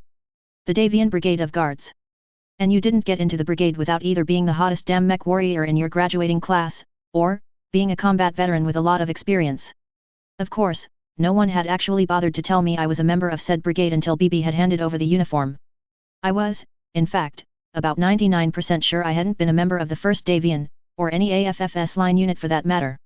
But it seemed someone had tweaked my service jacket while I was unconscious to show I had been part of the 1st Davian all along. Now, if that was to make Hansa look a little less stupid by technically being able to claim that a member of the 1st Davian Guards had heroically saved him and thus they hadn't outsourced in their primary duty, above and beyond even the rest of the brigade, of keeping the 1st Prince alive? Or perhaps the Davian Guards simply wanted the glory of my suicidal charge appended to them. Well, who the hell knew? Okay, Hansa knew I suppose, but he wasn't talking. And would probably do that annoying just as planned smirk if I had bothered to bulldoze my way through Milnet to ask him, before hanging up on me. Although it was rather vexing to me that I hadn't been told this until after I had finished my report, I could have saved a lot of typing if I could have written 1st Prince's Company in 1st Davian Guards, deal with it as my justification for doing whatever it took to save Hansa Davian. We could get away with that a lot more than other units. In any event, I now marched out onto the stage once the marshal looked over at me and nodded, the footsteps of my polished boots almost deafening in the silence. My head held high. I couldn't see anything looking straight ahead as I was, but I did hear a reaction. Sort of a massed intake of breath? Or perhaps that was just the air conditioning and I was overthinking things and letting my ego get away from me. In any event, I came to a halt before the marshal and snapped a salute to her and by extension the other officers behind her. It was returned both immediately and with frankly far too much respect in the length they held it for given our respective ranks, before they released it. That done, the marshal gestured me wordlessly towards the podium and I moved there, handing the polished box I was carrying off to the sergeant who accepted it, letting me reach up and click the button on the small microphone clipped to my collar, turning it on as I finally let my gaze sweep the crowd before me, slightly taken aback when I saw them all staring at me. Okay, I think I had their attention. Now to see if I could keep it with this Frankenstein's monster of a speech I've pieced together. Alone I dropped the word without warning, letting it ring through the room. I mean, it wasn't anywhere near as awesome as whoever Ziratol's voice actor had been in Legacy of the Void, mind you, but I think it worked well as an opening to grab attention. It is said that mech warriors stand alone on the battlefield, I continued, and there is some truth in that. To equal a single light mech, it takes by conventional reckoning at least a platoon of conventional infantry, with the right weapons. Standing side by side and working together to become something much greater and far more deadly than the mere sum of their parts. Covering each other, fighting for each other, spilling their blood in the mud as titans brawl around them, for only together can they hope to project a similar level of power. I let that sink in for about 2 seconds, reminding everyone hopefully of just what it took to be a PBI in the 31st century before continuing. The same is true for a tank, I carried on smoothly. Armor might very well match the destructive force of a battle mech with its own tactical advantages and disadvantages, but a tank can only be fought by a crew. Artillery? Still the king of the battlefield after thousands of years, doubt that and you will die very quickly. Yet it is reliant on an entire kingdom of people all the way from the front lines to the logistics depot to bring its terrible power to bear effectively and accurately. Still had the attention of the entire cadet corps, so I sharpened my gaze slightly accordingly as I focused it in on all the newly minted mech warriors directly in front of me. A mech warrior is not unique because of some greater level of courage or heightened nobility or superior skill, I said, now letting my tone drop. And anyone who thinks any of those things needs to stand up, hand back their spurs and walk out of this room, right now, I said rather more harshly, daring anyone to do so with my gaze. Okay. I might have been crossing a line here. I knew full well there were those even in the AFFS who did think that mech warriors were just plain better people than other solidars, but you know, fuck 'em. The better ones utterly disdain such stupidity, and the prince's rather vague instructions had been tell them what they need to know. So I would. And if Hansa didn't like it? Well, Hansa Davian of all people should know better than to give me open-ended orders like that. Unsurprisingly, none of the cadets stood to approach me, so it seemed none of them were keen on giving their spurs back. Amusingly, I thought I even saw a couple of cadets sort of clutch them closer at my ultimatum. So then I continued with a tilt of my head. What makes mech warriors unique in the annals of ground warfare? I'll give it to you in one word. Trust. Okay, now I think I could see a couple of the officers in the audience nodding. Good sign. Cadets, understand clearly that it is the sheer trust that is extended to us that sets us apart from the rest of our peers in the armed forces. We are given command of the most uniquely flexible and lethal killing machine ever devised, in the history of war, and we are given the authority to use it on and in trust. Because once we're sealed up, alone inside that cockpit, it's all on us, I said, punctuating those 3 words with raps of my knuckles on the lectern that thudded like a drum around the room. There are no checks on our actions, bar those we bring with us once the neuro helmet is on. These spurs you have been given are not simply decorations out of some quaint nod to the ancient cavalry, they are the symbol of your promise to the people of the Federation. Of a pact that you have now made. Not simply that you will use this weapon in their defense, but that you will think and you will adapt and you will lead while doing so, because there is no one else in that cockpit to hold your hand and do it for you. It was of course to a large degree pure ego, but it was also more true than some people like to admit. The very existence of pirates in battle mechs preying on the fringes of civilization was proof of that. A single battle mech in even half-decent repair could give a single person otherwise unprecedented ability to cause misery, death, and destruction in the 31st century on a lot of planets. Or conversely, a single battle mech could give a single person the chance to make a bigger difference than at any time before in military history. And when they did. All of this, of course, brings me to the reason I am here today with you, I continued after an appropriate pause, getting my tone back to business-like. Among you there are 6 cadets who have vindicated that trust in a quite spectacular fashion. 6 cadets, who showed resourcefulness, devotion, leadership, and sheer toughness more in line with what might be expected from veterans in the Davian Guards. Cadets whose actions directly helped save the first prince himself and allowed us to carry the day for the Federated Sons. Cadets who it was my privilege and honor to lead back into the fight, and they are Cadets Stengovich, Taylor, Bixby, Kudo, Hall, and Rajai. Cadets, front and center please, I ordered, and with that the cadets in question stood and made their way, as quickly as they could, an immediate spontaneous round of applause and cheers from their peers chasing them up onto the stage. A curt gesture from the Master Sergeant had them forming a line facing my podium, and I studied them all carefully. They seemed to be trying to be as calm and serious as a cadet should be in such a situation with this many officers in close proximity, but were betraying their simultaneous excitement and terror in a dozen different ways as they looked back at me. And I had to ruthlessly shove aside my first impulse of again decrying them as kids, given how young they looked. Instead, as the crowd quietened, I turned to face them, hefting the official bits of paper and unfolding them, calling attention to orders and, what they. I had not anticipated the officers on the stage to my left snapping to attention like that, or the entire crowd of cadets and staff in the audience getting to their feet quick smart too. Along with the 6 cadets, of course. Hey. Looks like I really needed to review my AFFS regulations. That wasn't actually what I thought that meant. But for now, I just rolled with it. Hell, it certainly looked more impressive anyway. Pursuant to AFFS Field Directive 3029-6612-Echo 4, I read, holding the very high-quality paper up clearly. It is the decision of the Marshal of the Armed Forces of the Federated Sons that Cadets Michelle Stengovich, Justin Taylor, James Bixby, David Kudo, Alexia Hall, and Miguel Rajai are to be granted the active status of fully qualified mech warriors of the Armed Forces of the Federated Sons. It sounded like, and was, standard AFFS text really. Except for the words the Marshal of the Armed Forces of the Federated Sons. There was exactly one person who went by the title of the Marshal of the Armed Forces of the Federated Sons, as opposed perhaps to being a Marshal of the AFFS. And from the way all 6 cadets seemed to somehow grow a few centimeters in height in real time, each of them had realized it as well. And with the almost a whisper of hushed awe through the room, as much felt as heard, well, their comrades got it too. I have in my career with the AFFS been privileged to witness many examples of heroism in the field. I continued to read Hansa Davian's letter, thankfully printed and not handwritten. The man had frigid horrific handwriting. However, I must note I have never witnessed a half-dozen cadets charging out of a trilene, with all guns blazing, to throw themselves without hesitation or equivocation at the most elite of the DCMS. Yet as impressive as such courage was to watch, I must state for the record that I found significantly greater reason to justify awarding the coveted title of Mech Warrior upon you all in the actions you as a group took when confronted with Lieutenant John Smith earlier in the evening. I had to pause here to fight the twitch trying to fight its way onto my face at the next lines, but managed to keep it to a dry sort of smirk. No, Cadet Stengovish, I continued, glancing at her briefly, I do not mean your attempt to shoot him when you saw he was heading right at you, although I confess that there has been many a day those of us in high command have been tempted to do exactly that. I read and paused to allow the entire room to loudly snicker and laugh, at me I hoped, giving the poor cadet a wry shrug that I hoped told her I wasn't holding any kind of grudge over that whole thing, before moving on. Specifically, I refer to the moment each of you chose to disregard your last orders and instead followed Lieutenant Smith back into the fire. The truth is that neither I nor the AFFS want Casper drones. We want soldiers, soldiers who think. To be a mech warrior on the battlefield makes you the ultimate arbiter of your own choices, and far too many of our peers through history have failed to stand up and be counted when it counted. That all 6 of you could do so before even graduating? That gives me the greatest of hopes of the kind of character both you and the rest of your year's classmates will be bringing to the AFFS in the years ahead.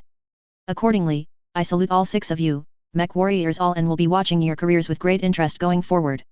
For now, I leave it to Lieutenant Smith to present the symbols of your status to you along with some small tokens of my personal thanks for your actions in the battle. Signed. I finished, glancing up and folding the paper closed, Hansa Davian, Duke of New Avalon, Marshal of the Armed Forces of the Federated Suns, First Prince of the Federated Suns.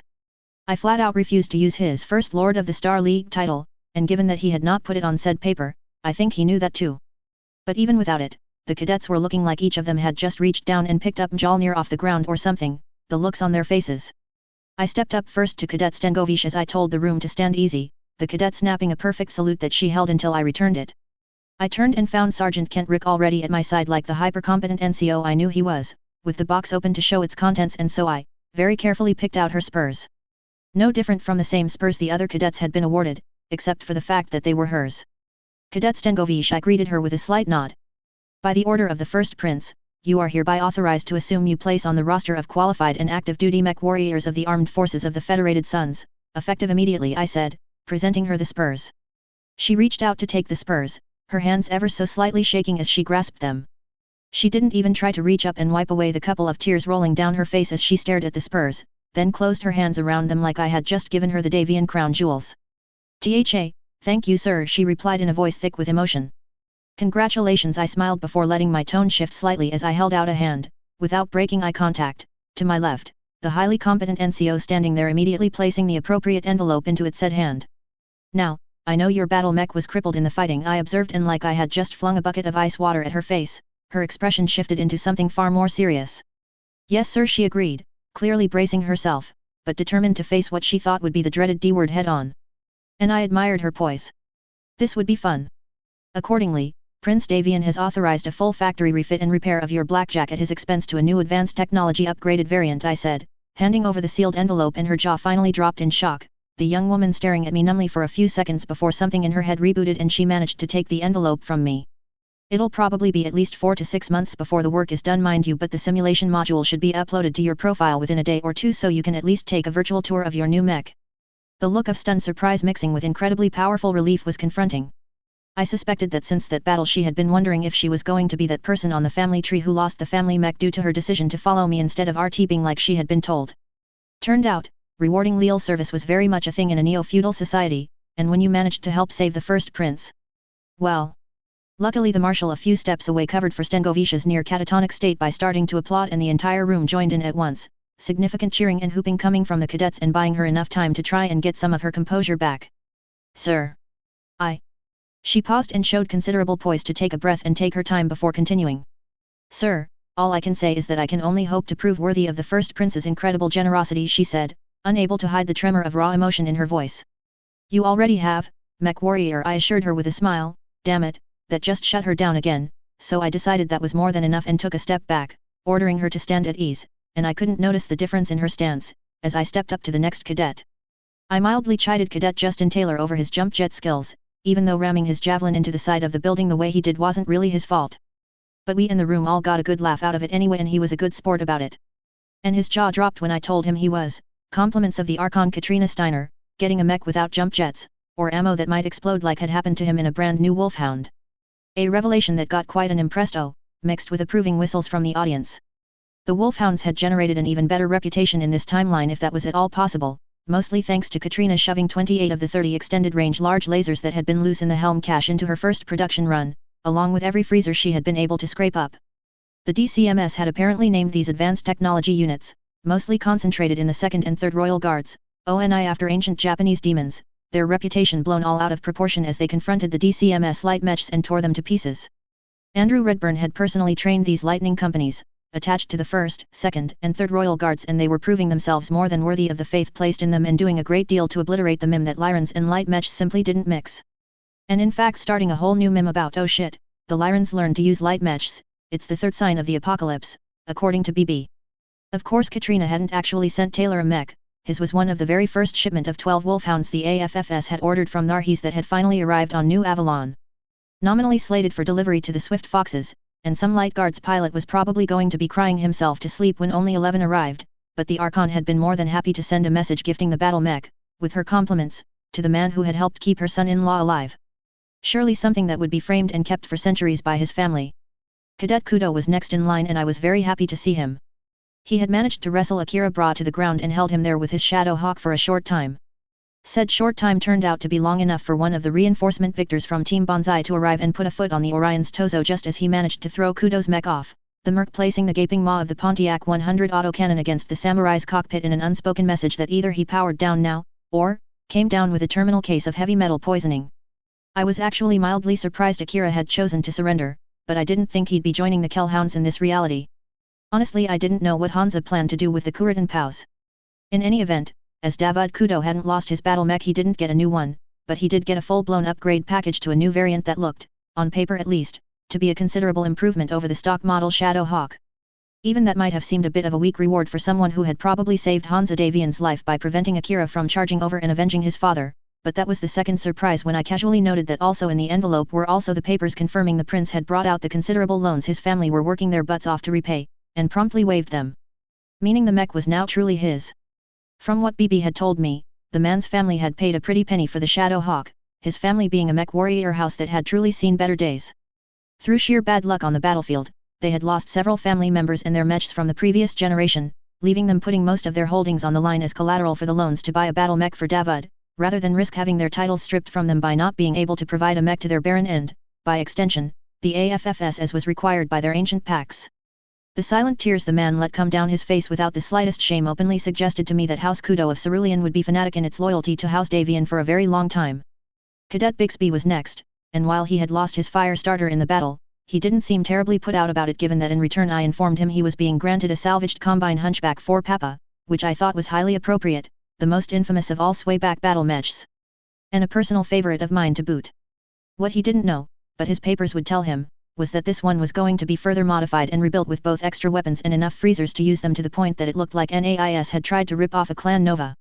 Seriously, they had even added jump jets to the design.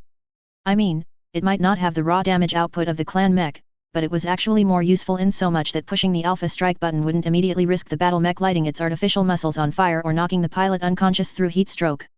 And the almost gleeful look on the man's face, every fire starter pilot was a pyromaniac at heart after all, suggested that he was gleefully pleased with the idea of the heat he could lay down range with the thing.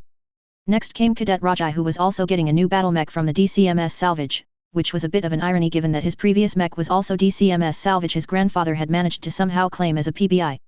He was being mated with an ex-DCMS Phoenix Hawk. A much slower mech than his Jenner, but also much more heavily armed and armored. Like everyone else he was getting an upgrade and besides the ubiquitous freezers, his large laser was being replaced with an extended range PPC like the ones in my mech. Actually, to be very specific, exactly like the ones in my mech, because it was the PPC from my right arm that hadn't been torn to pieces in my battle mech's detonation. One of the only two guns to have landed a hit on Yoring Akurita himself that day in fact. The shocked cadet had actually tried to refuse the gift, clearly thinking it was far too much for him to take the Lastek weapon from me, yeah like I could friggin' put it in my back pocket, what the hell did I need an ERP-C for, until I pointedly told him that the correct words were thank you sir and he instantly got the message. Promising with almost disturbing intensity to use it well, in my name. Smiling as best as I could to not feel awkward at the man's almost fanatic enthusiasm, I moved on to the final cadet, Alexia Hall, whose Valkyrie had been flayed open like a tin can after an insane DCMS Archer pilot had partially pulled off a DFA by dropping off a building right on top of her and detonating his magazines. It would have been child's play for Hansa to get her a Valkyrie from the factory on New Avalon of course, but instead he had ordered a Kerner battlemechs to turn over one of the 3 DV6MD Dervish battlemechs from Helm that had been in their test labs. The mech had been secretly used as a proof of concept for refitting the new production freezers the Lyrans were making for the Federated Suns into an XL engine, and while there had been some trouble, they had figured it out eventually and NAIS had asked for the machine back. And now it belonged to Alexia. I hoped she would use it well. It was certainly quite a step up from her Valkyrie, with the third again the missile throw weight and several times the close-in firepower to boot. With that all finished, I told the room to take a seat and Marshal de Burton stepped forward to take her pictures with me and each cadet, only for a rather shy cadet Stengovish to ask if she could have her mech warrior picture be all of us, and the Marshal, together. A suggestion immediately seconded by the other cadets who looked very excited at the idea. Slightly nonplussed, I followed standard procedures I had been taught and immediately referred all decision-making to the flag officer, who it turned out had no problem with that idea at all. So it was that the Marshal and I stood in the center, with 3 cadets flanking us to each side holding their spurs with great pride as the picture was taken before we all shook hands. Then should have come ushering them off stage, except, "Sir, permission to ask a question." Cadet Stengovish finally blurted out at me after a round of the cadets all making you ask, no, you ask, eyes at each other. I raised an eyebrow, mildly amused, and impressed, by their impudence. "You certainly may ask me, cadet. I can't guarantee I can or will answer though," I hedged, and she nodded, her eyes intent. "Sir," speaking for all of us, she gushed, and with a glance back every other cadet, all of whom nodded enthusiastically, "We would like to request to serve under your command once we've graduated." "Sir." I blinked. And blinked again at the sheer eagerness in their eyes. I am honored, cadets, but I don't actually have a combat billet at this time. For that matter, I laughed suddenly as the thought occurred, I don't even have a battle mech anymore. But, surely Prince Davian will replace your cadet. Bixby started to protest in a tone of mild outrage, only for a loud clearing of a throat from the Marshal next to me to shut the man up like she had fired a warning shot in the air. Bixby's face flushed red, clearly understanding he had just walked right up to a line he did not want to cross. One did not question the first prince as a cadet at formal ceremonies like this. "Apologies, sir, I was out of line," he said, and I took pity on him as I smiled slightly. "Cadet," I explained, "if I truly need a battle mech to do my job, I'm sure Prince Davian will organize one for me.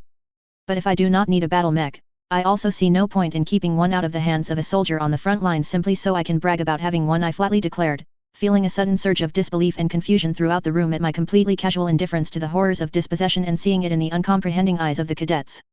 So I sighed and decided to confront it head-on. "And to all of you who both earned their spurs this day or will do so shortly," I said, raising my gaze to sweep the cadets and stare down any looking at me in disbelief and making them flinch away.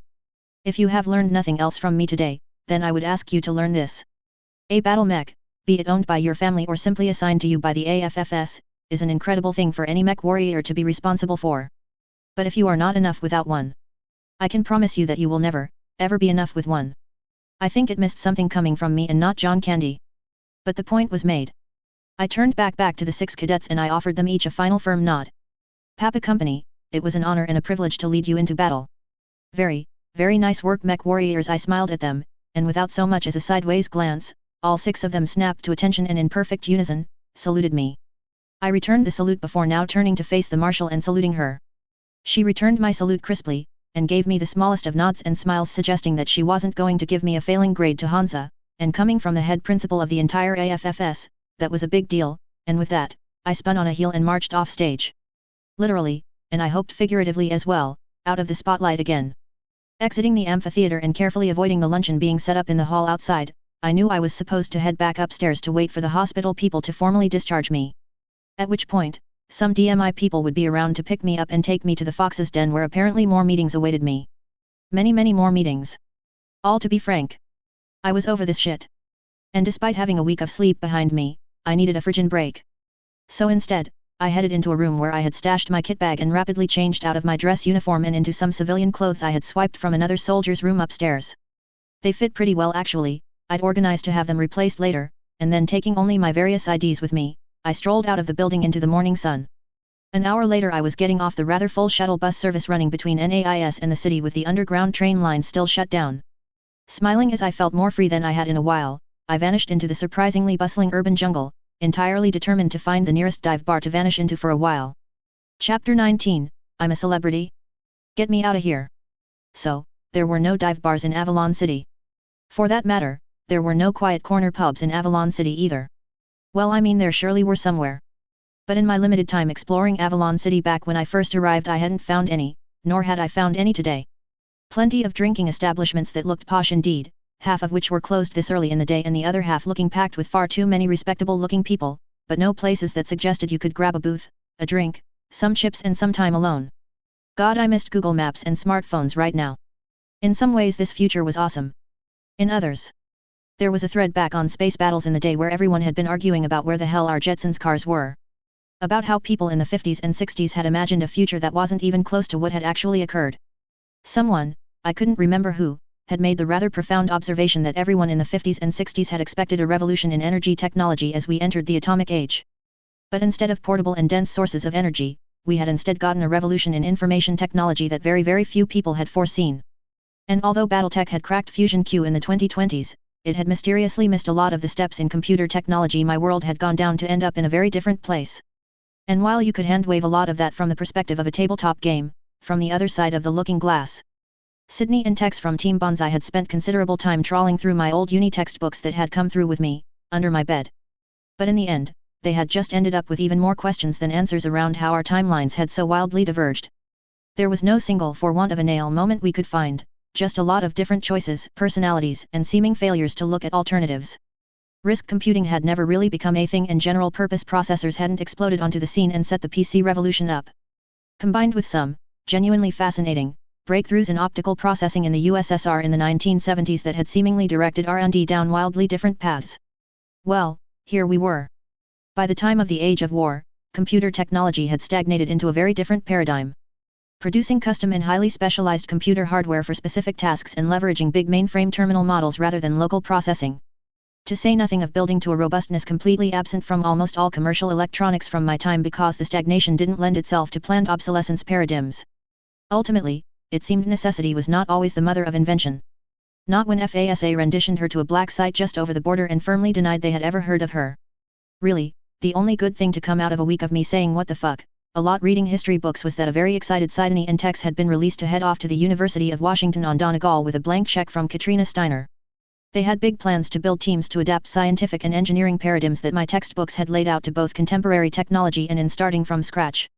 They had even invited me to come with them, but I knew my limits and had long forgotten far too much of the coursework at university that might have actually been useful to their goals. And being brutally honest, I just wasn't intellectually on their level. Still, if nothing else, their new project had meant that they had been hundreds of light years away when Kurita had smashed into what otherwise would have been their battalion. I inhaled sharply through my nose and held my breath for a moment as I froze on the footpath I had been somewhat aimlessly wandering down. The sudden stab of the memory coming back far too clearly to me. Watching from a distance as Team Bonsai's indicators had been overrun by hostile contacts, swiftly going from green, to red, to black on my tactical display, the chaos of battle and I closed my eyes and took a deep breath in and out, letting the memories go. Forcing the memories to go. Man, I really needed a drink. Really, I just needed time out from any public recognition, nobility games, military concerns, or just responsibility in general to sulk, for a while. I hadn't planned on getting smashed to the point of passing out or anything stupid like that. I still had enough sense to know my limits and the danger of getting sloshed in public was something I was acutely aware of. After all, the last thing anyone needed was me running half-naked down the street screaming loudly to everyone I saw that the toaster worshippers were going to holy shroud our asses again or something. But I had damn well earned a bloody drink and some time out on my own, hadn't I? Not to mention something other than hospital food. Well, if you have, John, you ain't going to find it around here, I thought as I glanced around, realizing that my mindless wandering hadn't even come close to getting me out of the high-class shopping areas of Avalon City's CBD, which seemed to stretch endlessly in every direction I traveled. All of it was open and running a normal trading day in a kind of retail defiance of the recent Kuritan attack, with lots of foot traffic as I looked around, and then I winced internally as I noticed a kid of about 7 or 8 years old staring at me.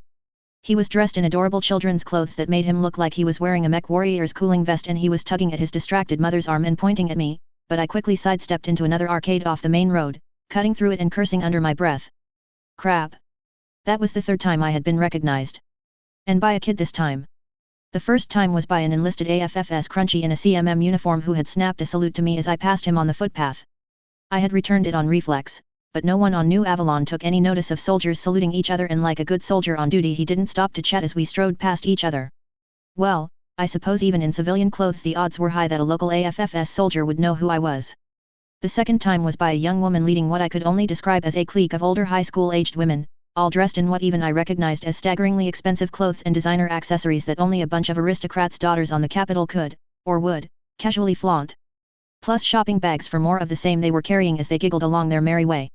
Clearly, the kids were taking full advantage of the last day of all schools being shut down due to the Combine attack to do a touch of shopping, and as I passed them in the middle of a pedestrian crossing, my eyes incidentally met those of their leader, and in that split second I saw the sudden recognition as her eyes as we passed. I'd kept walking without breaking stride as the traffic started to move behind me, trapping them on the far side of the busy road for now, but felt a cold itch on the back of my neck as I heard someone yell the name Smith, a couple of times.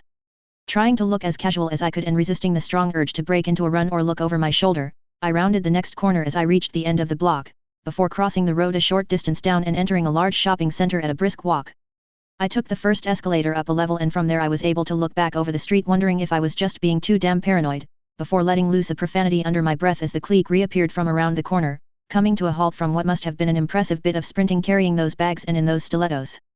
And all of them had 31st century equivalent of mobile phones out, with attached ads on cameras active, scanning for me like a bunch of God's damned exterminators.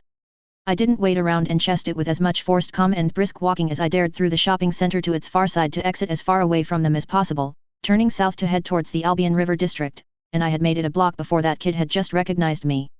But inside the gleaming marble arcade looked to be a rather upscale shopping store or department store.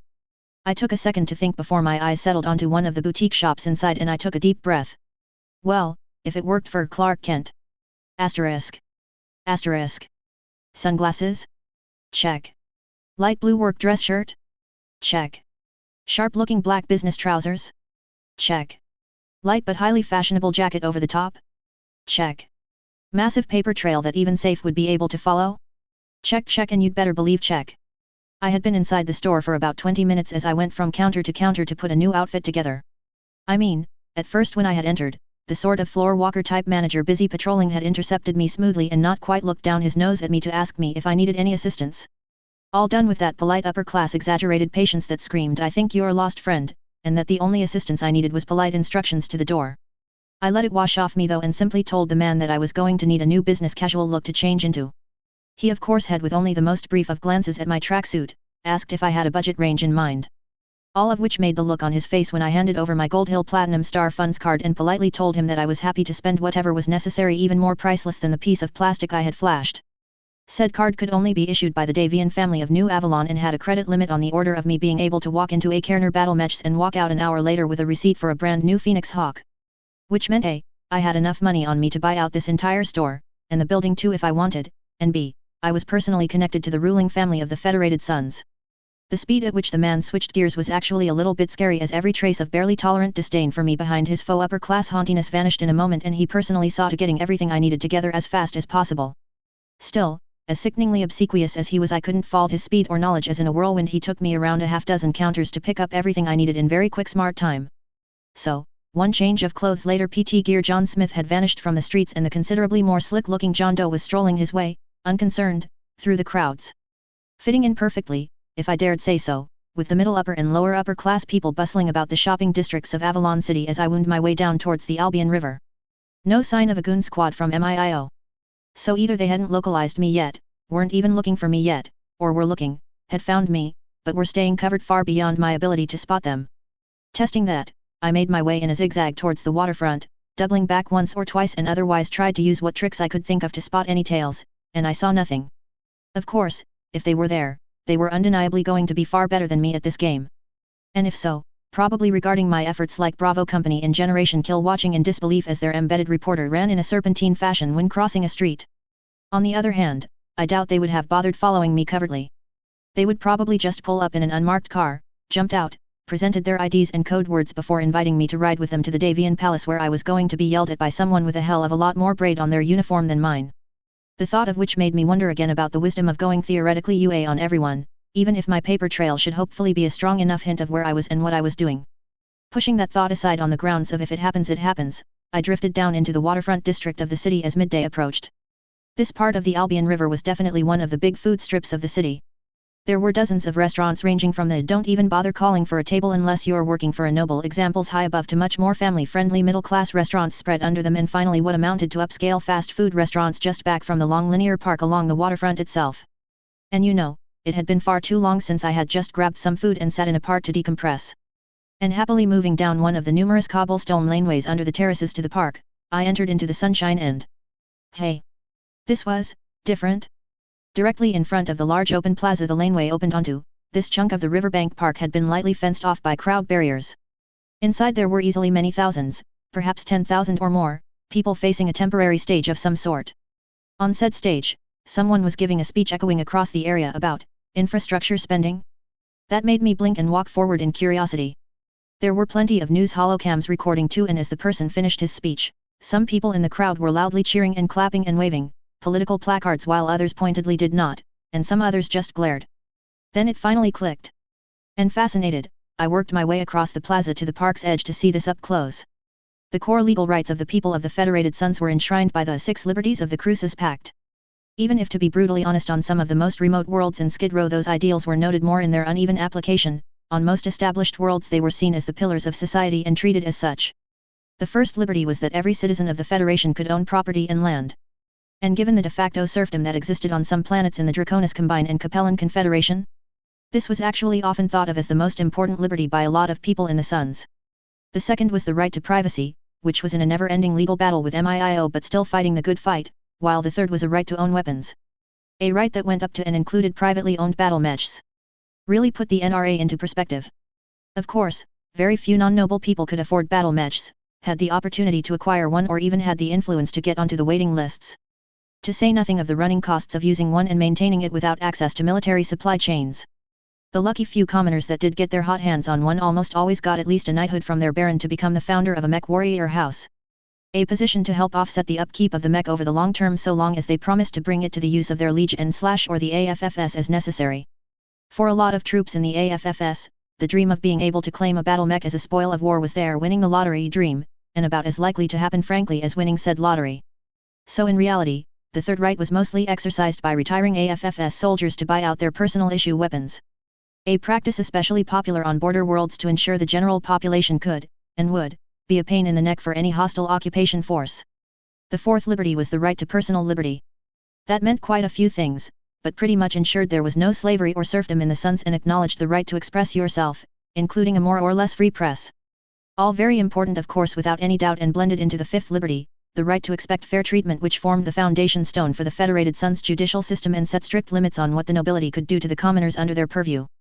Small little things like preventing arrest without charge, imprisonment without a fair trial, and ensuring there were rights of appeal and judicial review, even if, again, in practice this could vary greatly depending on how developed a planet was and how close to Lord Humongous the local duke was.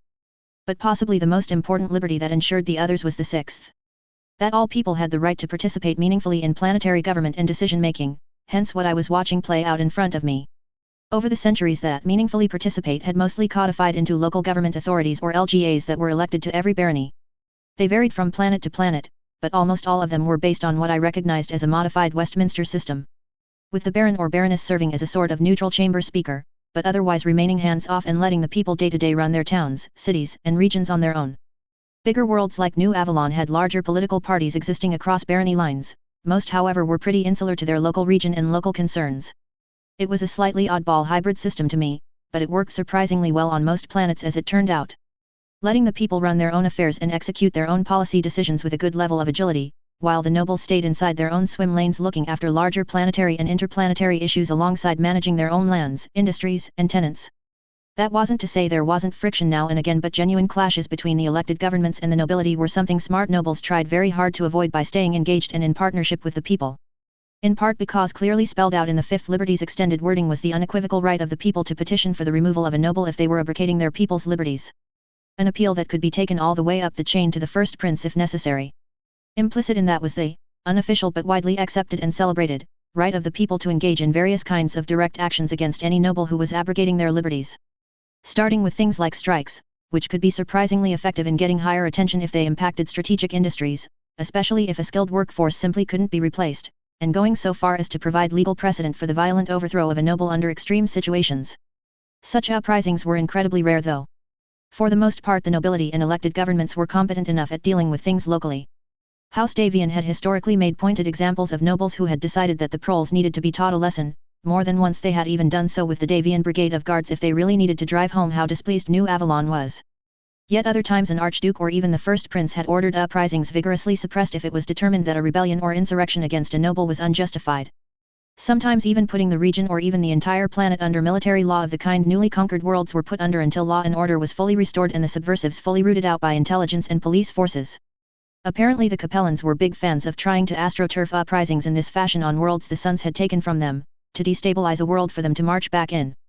Ergo, it was considered better for everyone to sit down and behave like adults lest the boss come storming in, annoyed that you distracted him from his favorite game of kick the dragon or crush the crappie.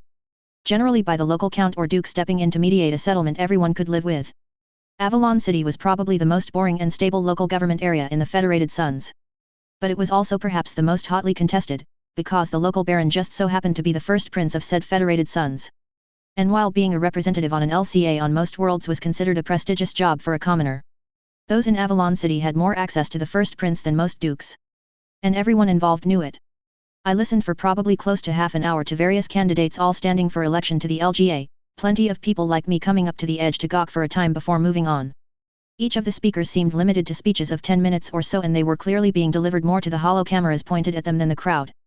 To my mild surprise none of them seemed to be giving any attention to the recent Combine attack on the planet and concern, outside of almost all of them starting off with prayers or thoughts for the troops injured and killed in it though, clearly an expected thing to do, with focus on issues like housing affordability, healthcare, and infrastructure spending on this or that project.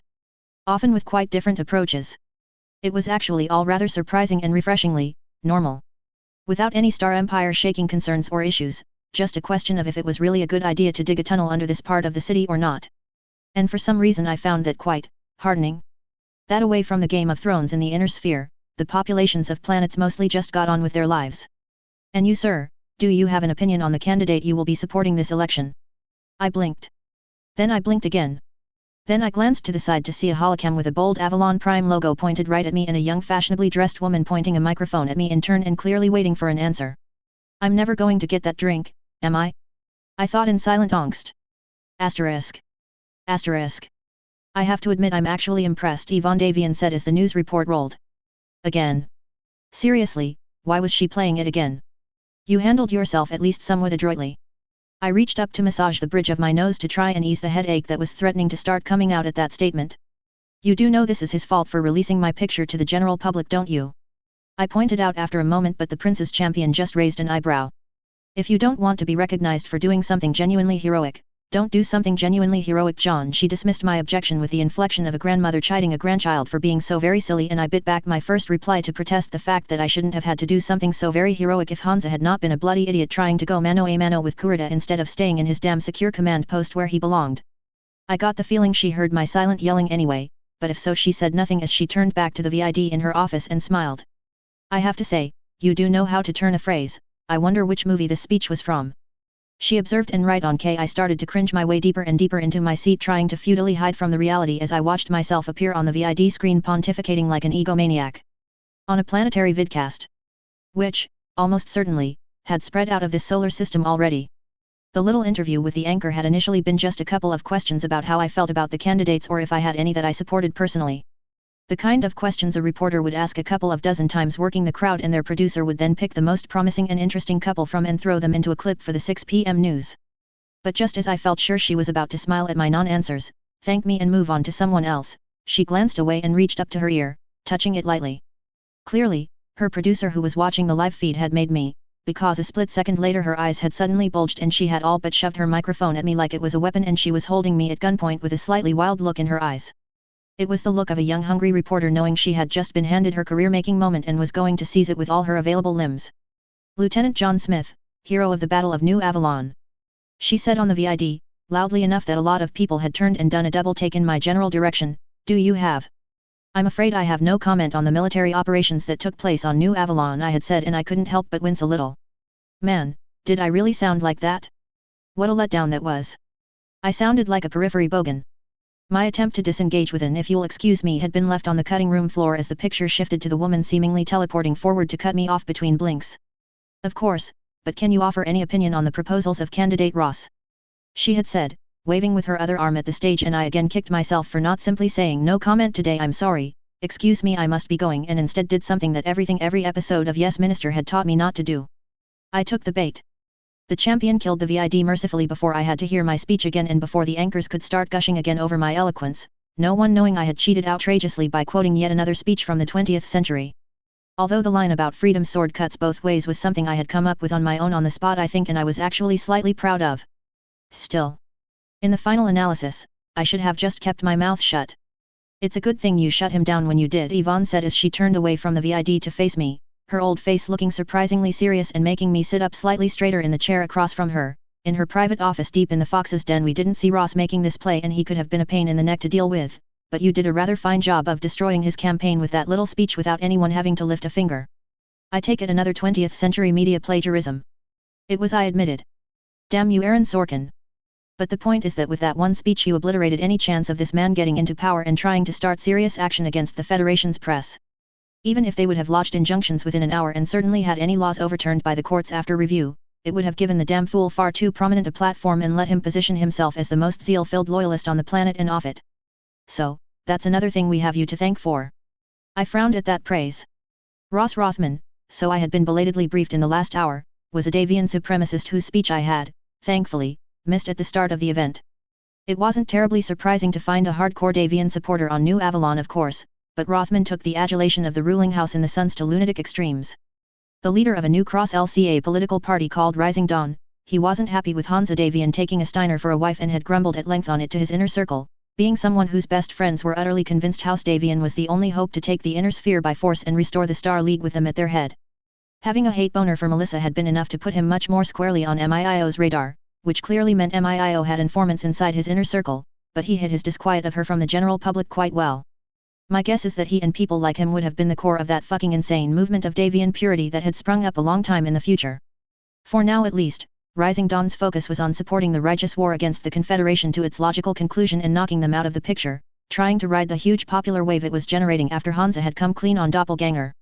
But rather than encouraging people to go and do something useful to support the war effort, they thought the best thing they could do would be to push Hansa Davian to muzzle the press from any defeatist propaganda. Loudly saying that the government should use emergency laws to put censorship in place and lock up disruptive influences on New Avalon to encourage patriotism and true reporting. This had left me mildly horrified when the reporter had given me the barebones version of this plan and triggered me into blasting the concept as something that would be far more at home in the Confederation or combined than in a state opposing them. But surely one soundbite from me is hardly going to stop him. All I did was give my opinion on it. I suggested, earning a scoffed roll of eyes from the Prince's champion. Smith, put aside your I'm not worthy complex for a minute to look at this objectively like I pay you to. She didn't quite snap, turning her attention onto me for the first time in a way that made me sit up straighter in the, admittedly rather comfortable, hot seat. And despite the fact that I wasn't in uniform, I still felt very much like a junior officer being chewed out by someone who rather distinctly outranked me. You are the Federation's hero of the hour. The man who saved the first prince, killed the archenemy of the Davian family who had invaded New Avalon, and did it with considerably more drama and panache than we generally see on the battlefield. Events that Hansa has been milking for propaganda value for a week now, stirring the air of mystery about you that has the media banging on my door, and then you stand up in front of the media to defend the media like that. It was as Yvonne Davian tilted her head to the roof and indulged in a rare burst of almost giddy laughter that it suddenly dawned upon me that the Prince's champion wasn't annoyed at me. No, it was far worse. The grandmother of the AFFS and Hansa Davian's XO found this whole thing hilarious. Well, I'm glad you're entertained, ma'am, I muttered, feeling a little embarrassed at this whole clusterfuck. All I wanted was a damn drink away from all this for one damned day. When you get to my age and have to run around squaring circles for Hansa Davian, you tend to take what you can get, John, she shrugged as she returned her gaze to me. And as entertaining as watching you stumble around Avalon City like a god's damned rookie mech warrior half your age who survived their first fight was. She said, and even the brief "you have displeased me" look was enough to make it abundantly clear she was not happy with my decision-making today and force an involuntary movement of my throat. The fact is that your political profile is only going to increase from this point forward, and this is as good a launch point as any. Accordingly, it's been decided that in the short term the best we can do for you is to keep you out of the public eye while giving you something of a crash course in the more functional side of inner sphere politics under an experienced tutor, who can try to bring you up to speed on the basics any noble should have known by 18. But I'm not a noble, I started to object and then promptly closed my mouth at the look she was giving me that mixed exasperation, annoyance, and authority in a way that I strongly suspected had broken far more powerful people than I. Smith. When you spend all day with the people at the highest level making political decisions and are going on public TV to slap down well-intentioned tyrants, you're playing in our sandbox, so stop kicking sand in my face, she laid it out bluntly. And Hansa, the ladies Steiner and myself, among others, would rather you didn't embarrass us by making people think that we'd promoted a periphery pirate to rule a planet when the time comes. Oh come on, my table manners weren't that bad, were they? Wait, was that why Melissa couldn't stop giggling when I was breaking my bread roll that night? For fuck's sake.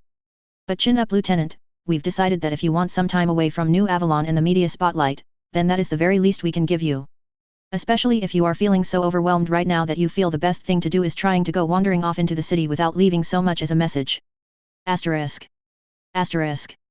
The first thing I saw as I walked into the lounge was Hansa Davian and Melissa Steiner kissing. It was awkward.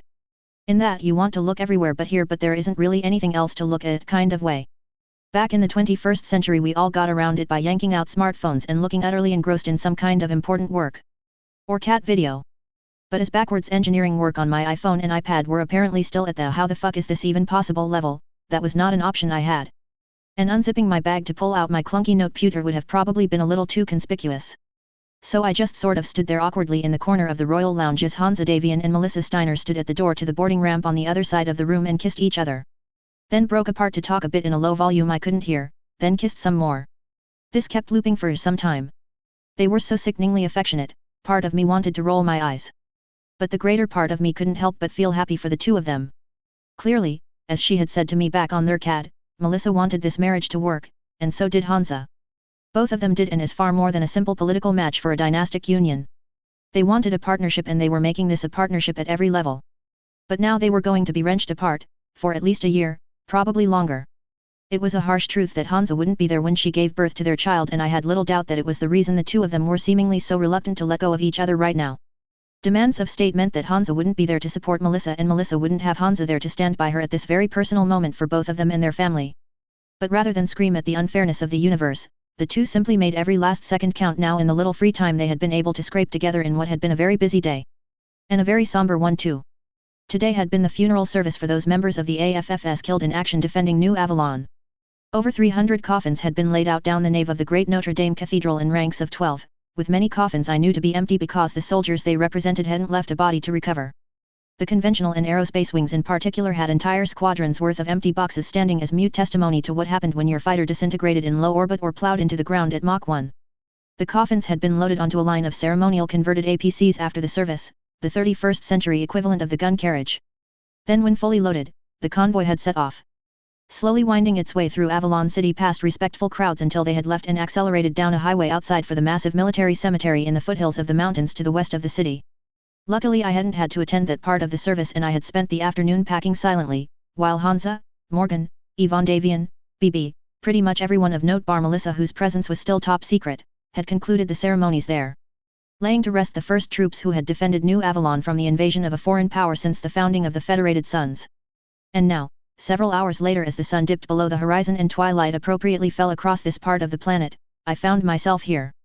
Standing in the Starport Lounge as Hansa, who had just returned from the ceremonies still in his dress uniform, arrived just in time to say goodbye to his wife.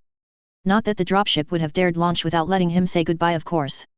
Glancing around I headed to the comfortable-looking chair on the other side of the room from the gangway to give them as much space as possible, pulling out the copy of today's New Avalon Herald from the pile of publications on the little side table, wincing a little as I flipped again to page 4, and the editorial praising me written by the owner of the paper. The press hadn't wasted any time, that was for sure.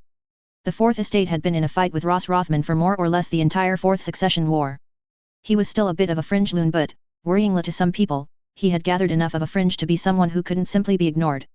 And if he had somehow managed to gain an LGA seat, that would have given him far too visible a platform. Not to mention access to Hansa Davian himself. Enter John Smith.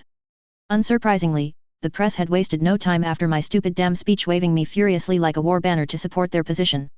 The powers that be hadn't lifted a finger to discourage it either, and almost overnight, the pain in the ass was rendered about as politically viable on New Avalon as Romano Liao, at least for now. And I'm sure I'd just made another enemy there with the man.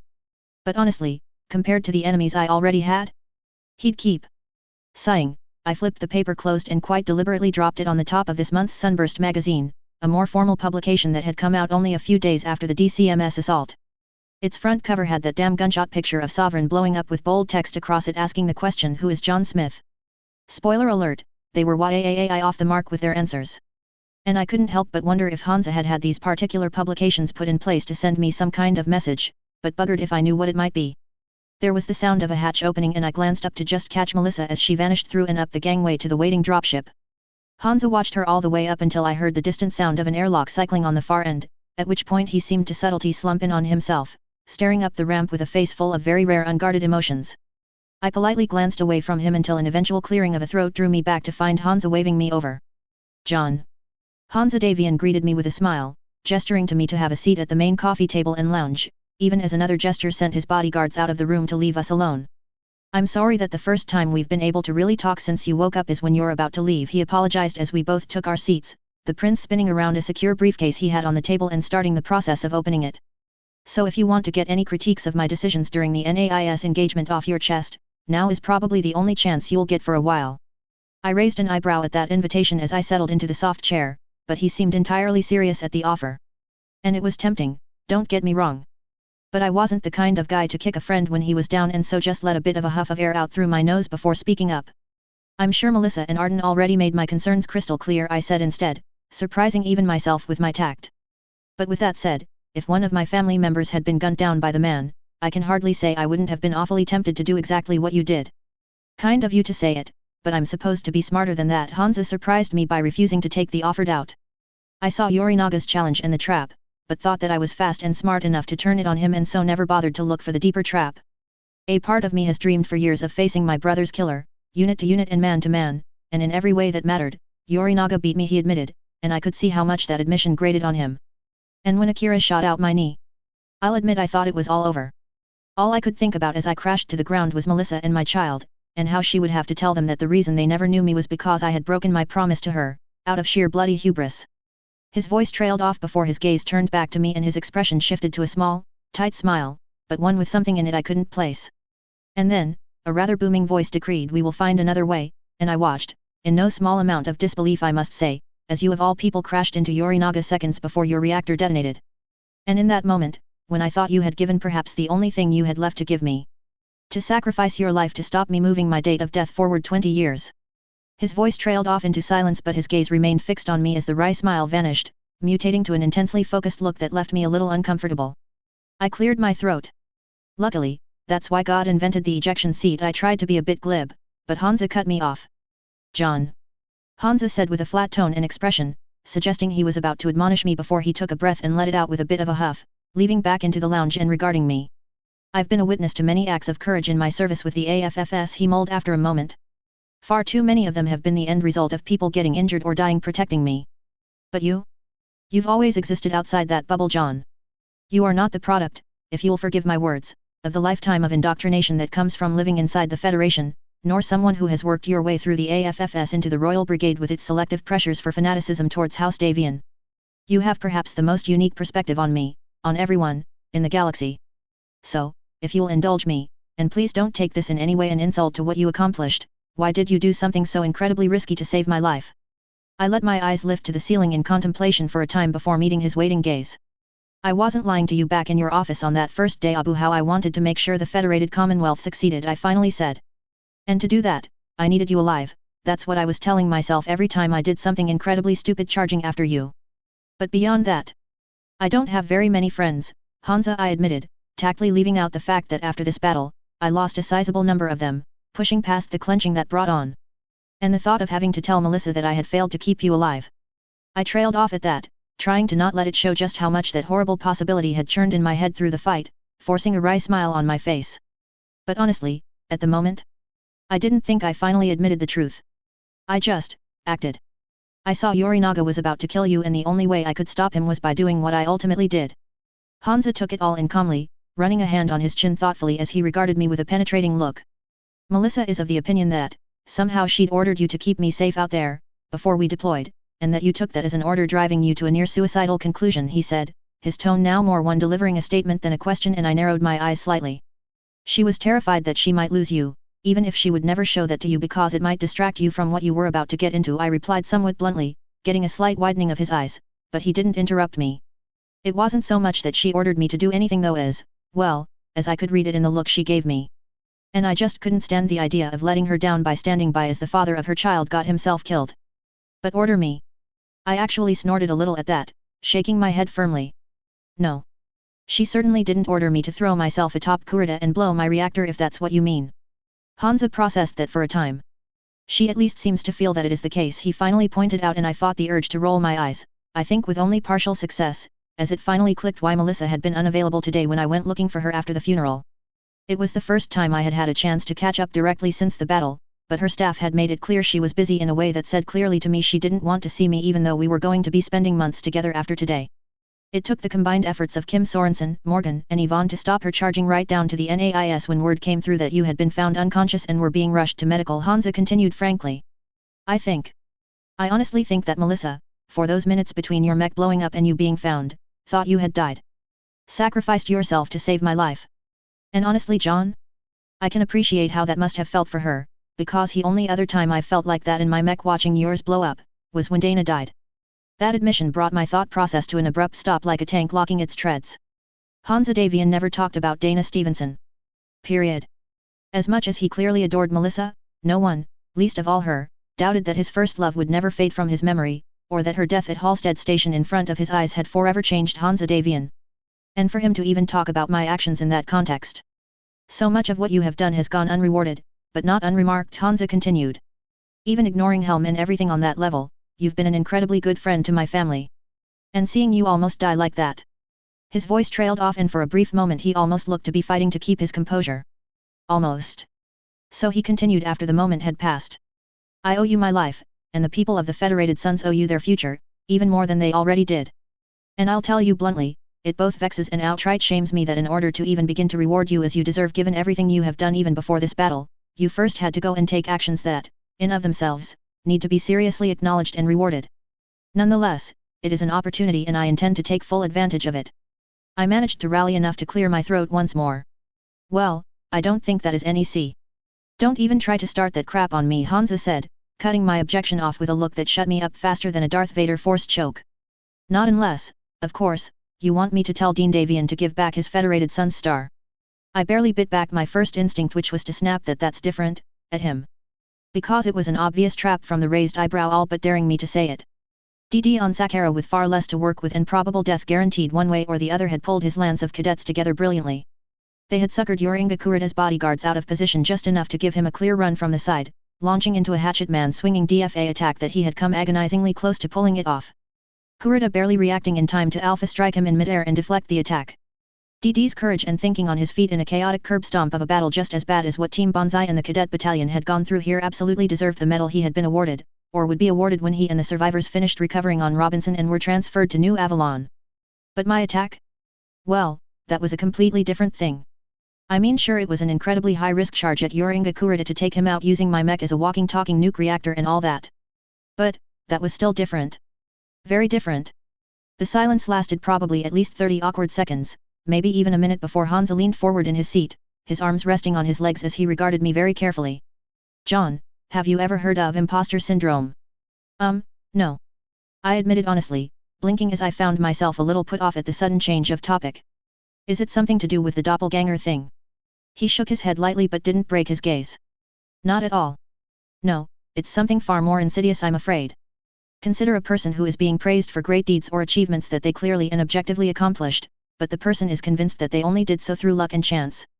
Irrespective of reality, that is how they feel. And as they are fated by many or their peers or even the wider community for their accomplishments, which again, are quite real, they become increasingly convinced they are simply an imposter who got incredibly lucky at the right place and right time. He paused then, tilting his head slightly with a challenging raised eyebrow. Sound familiar? I worked my jaw a little behind a closed mouth at the not terribly subtle implication. Perhaps a little, but I don't think I'm quite there yet, I said slightly stiffly, earning a ghost of a smirk as he now leaned back again into the plush chair. You? Oh no, I was talking about me, John, he corrected, first making me annoyed as I realized he had tricked me out of the confession. Then double taking as the conversation suddenly took a 90-degree turn as I processed what he had just said. Him. First time was back as a battalion commander, he continued past my somewhat shocked expression, his tone introspective and his gaze focusing on the other side of the room, or more specifically I supposed, into the past. As I got into real combat, I found myself getting bombarded with praise from above and below, with everyone convinced I was some kind of tactical genius par excellence. People started to call me the fox as I kept winning in the most unorthodox ways, at least as everyone else saw it. But in my mind, I was convinced I was just making it up as I went. That when our battle plan fell apart, as it always did, I was just luckily making the right orders at the right time and somehow we came out victors. But even as I got more and more praise, I became increasingly sure that my luck was inevitably going to fail and one day, I'd give the wrong random orders. And a great many people who trusted me were going to be slaughtered. I wasn't even trying to hide my surprise verging on shock at this whole revelation. Hansa Davian was a man who had pretty much defined the word implacable in Battletech. Had defined the phrase magnificent bastard in Battletech. Even my outside context problem crashing into his life? After the initial impact, he had simply rolled with and turned my existence to his considerable advantage. To hear him speak like this was. In the end it was Dana who managed to get through to me, he continued as I sat there, my jaw working silently at this revelation, his tone turning wistful. She made me understand and accept that it wasn't luck, it was talent. That I had a natural skill at reading the chaos of a battlefield in motion. More than even much more experienced officers, I found I was able to anticipate and shape it to my will, and I had to embrace that, not deny it. Then he added with a bit of a laugh and shake of his head, she loudly pointed out that I was a bloody idiot if I thought I could keep fighting the way I was, because my command style pushed right up into micromanagement that couldn't possibly work beyond the battalion level. And with her help, I learned to be a lot more conventional in my thinking where I needed to be, while also trusting my instincts to guide them as I needed to. Not an easy balance to maintain, but thanks to her, I eventually more or less figured it out. A good lesson for a future first prince, I suggested carefully, still feeling a little wide-eyed at Hansa Davian's admission, but that tentative offering simply brought me a sardonic snort. You would think so, but no, he grimaced. Because when I ascended to the throne after Ian died, with everyone looking to me to lead the realm in the chaos. In all honesty, I felt like the biggest imposter in my life. Something that Michael, and there was an edge on that name I had never heard that made me shiver as Hansa let it slip for just a heartbeat how deep his feelings towards his rat of a brother-in-law ran, I found out later was doing his very best to encourage, in various ways. So when the updated intel about Halstead Station arrived later that year, I, like a young fool, did exactly what I had quietly criticized my big brother for and ran back to the sound of the guns. Leaving behind the job I felt like an imposter towards, choosing the one thing I had always been good at instead. I kept my mouth firmly shut this time. Dana paid the price for me being somewhere I had no business being, doing something I had no business doing, he said quietly before now his gaze focused back on me and he took a deep clearing breath as he dragged himself back to the here and now. And since then, I've tried to live in a way that would have been the way she wanted me to live. Which means not dismissing who I am or what I can do for the Federated Sons as mere luck or flukes and listening to my instincts politically that have served me well for all these years. And right now those instincts are telling me that what you did on the battlefield was far beyond the call of duty. Far beyond the expectations set by people who have superior objectivity on these matters than you do. So, while I'm not asking you to be a raging egomaniac about it, I am asking you to show maturity and not cheapen the great efforts of other people by dismissing your own. How so? I asked, slightly nonplussed by the man drilling past my reflexive denial over my actions, the steel in his gaze directed at me unyielding. Your humility around your accomplishments is refreshing, John. Truly, compared to any number of the ego cases I've met over the years, he noted. But it is also problematic to the good order and morale of the AFFS if taken too far. Even setting aside your own feelings for a moment, you have set a highly visible benchmark to the officers and troops across the AFFS of what a soldier goes above and beyond the call on the battlefield, but only if it is acknowledged as such. Because, he added, his tone turning very serious, if you go the other way? If you wave off what you did as nothing, especially with your profile? The only impact you will have is to denigrate the achievements of soldiers who should be rightfully acknowledged, just like Dean, will look at what they did, dismiss it as less than what you did and take exactly the wrong lesson away. And that is not just corrosive to morale, it is also downright dangerous to set expectations for courage at a suicidal level for the troops. I bit my lip as I considered that statement, a little perturbed. The idea that people like Dean across the Federation being effectively diminished in their actions because they took their cue from me downplaying my actions. That was not something I had ever wanted. Would ever want. Men and women who had risked, and often lost, limb and life by screwing up their courage in the face of terrible and horrifying situations to tip the battle in our favor through some action above and beyond. Okay, I get it, I finally agreed, holding up my hands in a sort of surrender to the first prince, huffing out a breath and shaking my head a little as I suddenly wondered exactly how I had gotten into this mess in the first place in my head. It's been a long week. Don't expect me to start bragging like a damn Solaris champion about it, but I accept the point you're making of calibrating expectations. And I also accept, I added after a moment when it looked like he was about to speak, taking a deep breath and forcing myself to speak the truth, that objectively I'm not in a position to judge my actions as a peer on the battlefield. Not compared to people like you, when I have a grand total of 1 battle under my belt. And so I'll have to trust you that whatever comes out of this will be. I fished around for a word before deciding on appropriate to the rest of the AFFS too. Excellent. I'm glad we got that sorted out. Hansa nodded as he reached into his briefcase and pulled out a folder, his mood going all business again. Ideally, to acknowledge your efforts I would start with a new battle mech. While I am quite aware of how you view a mech, and that speech about having to be enough without one was brilliant I must say, the people of the Federation and the Inner Sphere will not see it that way. Replacing Sovereign would be the absolute least expected of me after you sacrificed it to save my life, which, in turn, explains all of this, he said, handing over the first folder from his pile. I accepted the offered folder cautiously and opened it, finding a sheaf of papers inside. All the kind of quality textured paper used on the most official documents with impressive seals embossed into them. The first of them being the logo of, Kalin Industries. Yes, it was a letter from Kalin Weapons Industries, no, from the CEO of Kalin directly to the First Prince. Lots of kudos to Hansa for defending his capital, his thanks for protecting the employees of Kalin stationed on New Avalon, blah blah blah, hang on. Duke Roderick Fakrimaya wanted to give me a battle mech. I stopped, focused, and reread it a bit more carefully. Nope, that was exactly what it said. Granted, my choice of a Jagger mech or rifleman, which I would have made jokes about being punished with back on the tabletop, but I was just being a mech snob there, it was inarguably an absurdly generous offer. Battle mechs were paid for years in advance with waiting lists stretching years beyond that. You didn't just call up an Amazon fulfillment center and have a war machine delivered to your door the next business day. Giving one to me on the fly meant a lot of people would be bumped back a slot on a list somewhere, probably each getting a few C-bills off the price in compensation. True, skim reading through the lines it was clear enough that in return for a free shiny new battle mech for the hero of the hour, they expected without explicitly saying it that I would accept delivery in front of as many cameras as they could arrange and not quite give a hearty endorsement of their fine machine. But flipping through the papers, it seemed that every major mech manufacturer in the Federated Sons was offering their own premium wares to replace my obliterated ride in the same way. Independence Weaponry, General Motors, A. Kerner, Norse Battle Mech Works? I don't suppose politely rejecting all the offers on the grounds that I don't need a mech right now would actually work, would it? I finally asked as I looked up and Hansa rolled his eyes. Yes, he actually rolled his eyes, to the ceiling for a moment. You must be completely impossible to buy a Christmas present for, he muttered before shaking his head and returning his gaze back to me. In any event, I just wanted you to understand clearly the wider expectations growing around you and your new profile. Because as it just so happens, you already have a new battle mech. Bought and paid for and on the way from a friend of yours. So we'll release a statement that you are honored and humbled by the offers but that you have already had a battle mech before their offers came in. I blinked a little at that in confusion. Certainly there were any number of people I counted as a friend or at least a colleague or friendly superior for whom getting me a battle mech would be a relatively casual exercise of their power, even in this day and age. But none of them were people that Hansa would feel the need to obfuscate around their identities like this. A friend. I prodded. Well, friendly perhaps, he shrugged, smirking a little. It should get delivered to you en route to their CAD. Right. I said in my best Dr. Evil way before closing the folder and handing it back, half convinced that whatever this was all about would have to be mostly for Hansa Davian's personal amusement. And in any event, as vexing as it remains to just give you a pat on the head and tell you to have fun on your little trip, I'm content to wait until the end of the war and reward you with the other heroes, to let you slip out of the front pages for now.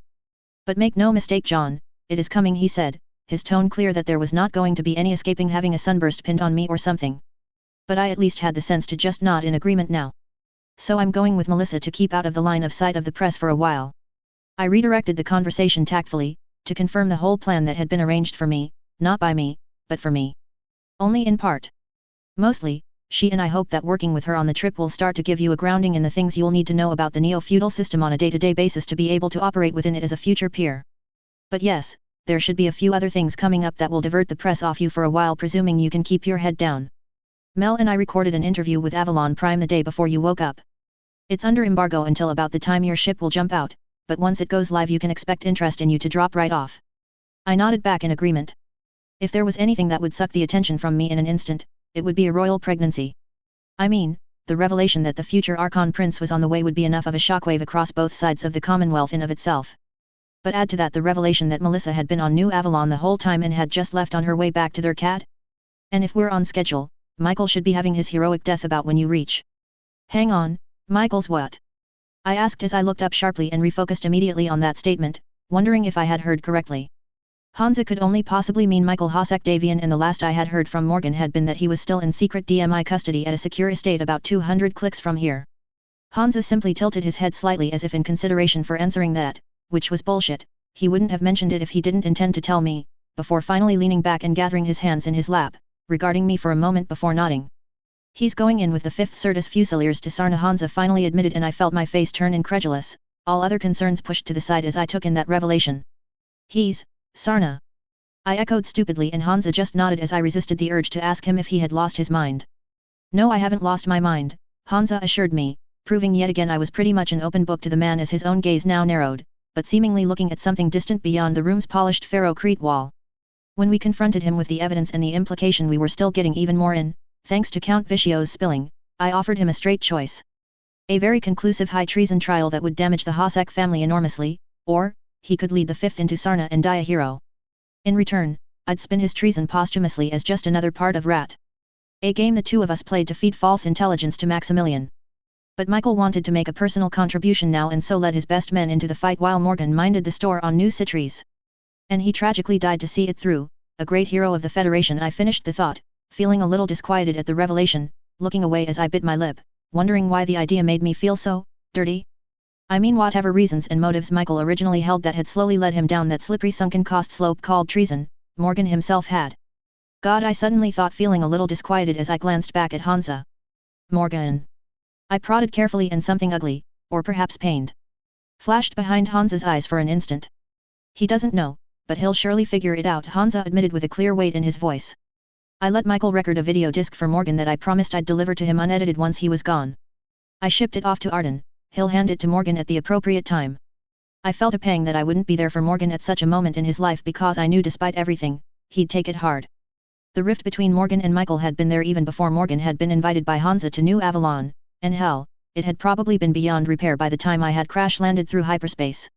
It was a product of Michael's increasing paranoia over the years as he oscillated between seeing his son as either his pride and joy, or a pawn on his board in the treason game he played with Hansa, and Michael hadn't really tried to hide his growing resentment as the pawn kept walking off its square to go and do its own thing. Morgan himself had confided in me that he had never really understood where his father's increasing distance and coldness came from until Hansa had brought him in on everything after my arrival. And whatever hope Morgan might have had for history to change course had crumbled the day Hansa had quietly told Morgan that his father had, just like in the original timeline, tried to flee to Xi'an after being sprung. Something inside Morgan had died that day. His innocence, or perhaps, his naivety. By the time Michael had arrived on New Avalon, Morgan, after a couple of sleepless nights, had decided he needed to confront his father directly. Against Hansa's advice, but with his blessing, Morgan had done so. Because despite Morgan's very strong feelings of betrayal and anger for what his father had done, the truth was, Michael Hosek Davian was still his father. Morgan had quietly told me later that week as he, Kim, Melissa and I had sat watching the sunset from one of Castle Davian's numerous balconies that since their conversation, which he had never talked about, he'd been unable to stop thinking about his father teaching him how to ride a bike when he was a child. The way he had gently encouraged him to keep getting back on as he fell off crying, telling him how proud he was when Morgan did keep at it and eventually with a few wobbles managed to get his bike moving in a straight line. His mind was haunted by the fierce pride and love the man had clearly held for his son. Morgan just revisited that memory over and over again as he tried to reconcile how things had come to this. It made me feel oddly guilty for having such a normal upbringing compared to the rest of the people in the room, frankly. My parents had been wonderful, loving, kind people who I missed terribly at times, and they hadn't been born into the Game of Thrones that was the inner sphere for each of these people where power tested them and tried to corrupt them every second of the day. Exhaling, I turned back to face Hansa and dragged my attention back to the here and now, pushing past the personal issues to look at the big picture, coming to the obvious conclusion. You're pulling a Freddie Steiner, I observed flatly, and Hansa nodded without the slightest hint of shame. He was the inspiration, yes, he conceded, but I have no desire to waste the 5th senselessly either. Michael will be going in with the Crater Cobras and Screaming Eagles, plus an independent aerospace regiment to make sure it's not a suicide mission for the troops, even if I'm not telling Michael about what is waiting for him. Archie isn't anyone to underestimate, and he'll still see this as the best real chance he'll get to do damage to the AFFS. Michael will be an irresistible target for Maximilian, especially after our joint gloating reaches Xi'an a week in advance of the attack. But what if Michael manages to win a glorious victory and come back alive? I asked with a frown, singling out what seemed to be a major flaw in the plan. Frederick Steiner had become a legend in universe by leading the 10th Lyran Guards Battle Mech Regiment in on a suicide mission against no less than 5 DCMS units, including the Geneosha, and I could give first-hand testimony on how terrifying they were to face, under Theodore Kurida's personal command during the later phases of the Lyran campaign. Officially, it was a success, with the remains of the 10th being allowed to leave by Theodore after Frederick offered his life for theirs when they were cornered in the DCMS's burning supply depots. Freddy supposedly executed shortly afterwards by Theodore and dying a true hero of the Lyran Commonwealth. Of course that wasn't the whole truth. Known only to a very select few, Freddy had been caught red-handed plotting treason against Katrina and had been offered a choice of either a glorious death in her name to genuinely save the Lyran Commonwealth, or a firing squad the next morning. And his attack had, frankly, been less successful than the propaganda films made out, despite the genuine heroics the 10th had performed, in their attempts to stall Kurita. In truth, it had been the Loki agents Katrina had secretly deployed on his jump ship who saved the entire Isle of Skye, but that was a far less compelling story, so the victory was Freddy's. Michael Hosek, however. He'd only be outnumbered 4:3 in battle mechs and would have a significant number of supporting regiments with his RCT. Far from impossible odds, especially if Hansa was correcting the air power imbalance and the force stayed together. And if he won, if he became the hero who had been ambushed by the hated Big Mac but picked up the gauntlet and managed to grind his way to victory. Hansa Davian's expression, however, did not change at my question. Not one damn bit. He won't, he said simply, and I felt a chill through my spine as Hansa told me without telling me that he had made very sure Michael was not going to make it off Sarna alive. One way, or the other. I've made it crystal clear what coming back alive would mean for him, and by extension, for Morgan, the prince added after a moment, possibly off my reaction. With what we have on him, including his full video confessions, he'd have no chance in any trial, and he knows it, especially when it's made clear he was given the chance to die a hero to redeem himself and threw it away. A heroic death will cement the Capellan March behind Morgan. A public trial would only serve to destroy anything even remotely positive about his legacy, given the mood in the Capellan March right now. I felt my face tighten again at that. The media blitz ongoing through the Capellan March had been a hell of a surprise to me. Soft and hard manipulation and spinning at several layers and through multiple channels. It was something that had slowly felt increasingly familiar to me the more I looked into it, seeing a highly sophisticated multi-channel PR campaign that wouldn't have been out of place back on Earth. Incredibly well coordinated, professionally run, and with a strong consistency of message, it was not the kind of battle I would have expected Hansa Davian to engage in against his brother-in-law. And it turned out, he hadn't. The entire thing was Melissa's project. Cute little Melissa Mel Steiner, and despite knowing far better I still kept looking at her that way, was behind it all. Because I had forgotten that almost before she could walk Melissa was being trained by Katrina Steiner in how to rule a great house. And that she was hardly the kind of young woman to just sit around in her apartments all day knitting booties for her unborn child. More than anything, I was annoyed at myself for underestimating her and still seeing her as the kid more often than not. Catherine Steiner Davian, I knew full well, had more than once in her internal monologues noted that she had learned everything she knew about manipulating people at her mother's knees. And she had managed to take over the Federated Sons without so much as a shot fired using those skills. Now granted, the bitch running political rings around Victor and his allies wasn't exactly an Olympic gold medal winning effort, but even so it was no mean feat. Melissa, however, had used far more subtle methods than simply rigging public opinion polls. Going public with the doppelganger, for example, had turned out to be her idea. Hansa had been reluctant to do so for a long time, thinking that it would make him look weak and reactive, and Maximilian strong and cunning, but Melissa had talked him around to the idea that it would only play to their advantage, and Hansa had eventually bowed to his wife's instincts. And almost overnight, the entire war had been redefined. Not just in the Federated Sons but also in the Lyran Commonwealth and even in the Free Worlds League. The Lyrans had been mixed in their reception to Davian's wedding toast, mixing amusement and respect for his sheer audacity with confusion and dismay that he didn't give Melissa Diran instead. The Combine and Confederation were screaming loudly, and Comstar News Network were rebroadcasting those clips non-stop, on how it was the most unprovoked war crime yet from a man intent on seizing control of the entire inner sphere even if he had to wade in blood, yada yada yada. Then Doppelganger had been exposed, and the game had shifted in an instant. Now, no one in the Sons was accusing Hansa of ignoring the threat of the Combine or engaging in a vanity exercise. The outraged fury directed at Maximilian unleashed by the revelation had mostly cooled, but only into an icy determination that showed no signs of diminishing. There was an almost grim will in the public to deal with the crazy Liaos once and for all, no matter what it took and no matter the hardships the war was demanding economically of the Federated Sons. And there Melissa was doing magic too as she ran PR campaigns with the help of local dukes and counts she had swung on side, with highly visible things to help the hardships the war had imposed on interstellar shipping. Things like local lotteries, nobles very publicly economizing and sharing from their own stores, especially with families of AFFS soldiers who had died in the war to date. Or opening up their massive estates lawns to be turned into victory gardens to grow food on worlds that were tight on it. Not doing much in gross economic terms, but doing wonders to buff morale and affirm up a sense of solidarity with the troops on the front. Who also had far more embedded reporters than I remembered ever seeing in Battletech, sending reports back on this or that Liao horror uncovered. In short, the Federated Sons had had enough of House Liao's shit and were determined to end them as a threat once and for all. But in the Capellan March especially, there was a feeling that after centuries of war there was finally a genuine, real chance for their mortal enemy to be eliminated, thanks to Hansa Davian. And if Michael Hossack, in this environment had been exposed as having been working with Maximilian to supplant Hansa the Great Davian with a fake puppet loyal to Maximilian Liao? Given the mood, he'd probably have been lucky to make it off the planet before the mob got their hands on him and tore him limb from limb. Well, about Sarna. I said to deliberately move off the topic, glancing around the room on instinct to confirm we were alone, and Hansa narrowed his eyes, clearly catching my meaning. Quintus has a contingency in place, he said in an equally sotto voice, which spoke to how this was something beyond even forcing his Archduke to take a suicide mission to evade the hangman's noose and protect his legacy. It was also a patently ridiculous act from both of us. This room was absolutely secure, and yet all humans from birth to death always double-checked when talking about the boogeyman. If they, meaning Rom we both knew, try to take action, they're waiting and have options to deal with it. They may not go for the same play, God knows I've spread enough ripples around, I warned, and Hansa raised an eyebrow at me. Really, John? That thought had not occurred to any of us, Hansa observed in a tone edging on sardonic. I winced a little at that. Sorry, I said, and he huffed in amusement, his attitude vanishing in a moment as he shook his head, an expression of regret passing across his face for a moment.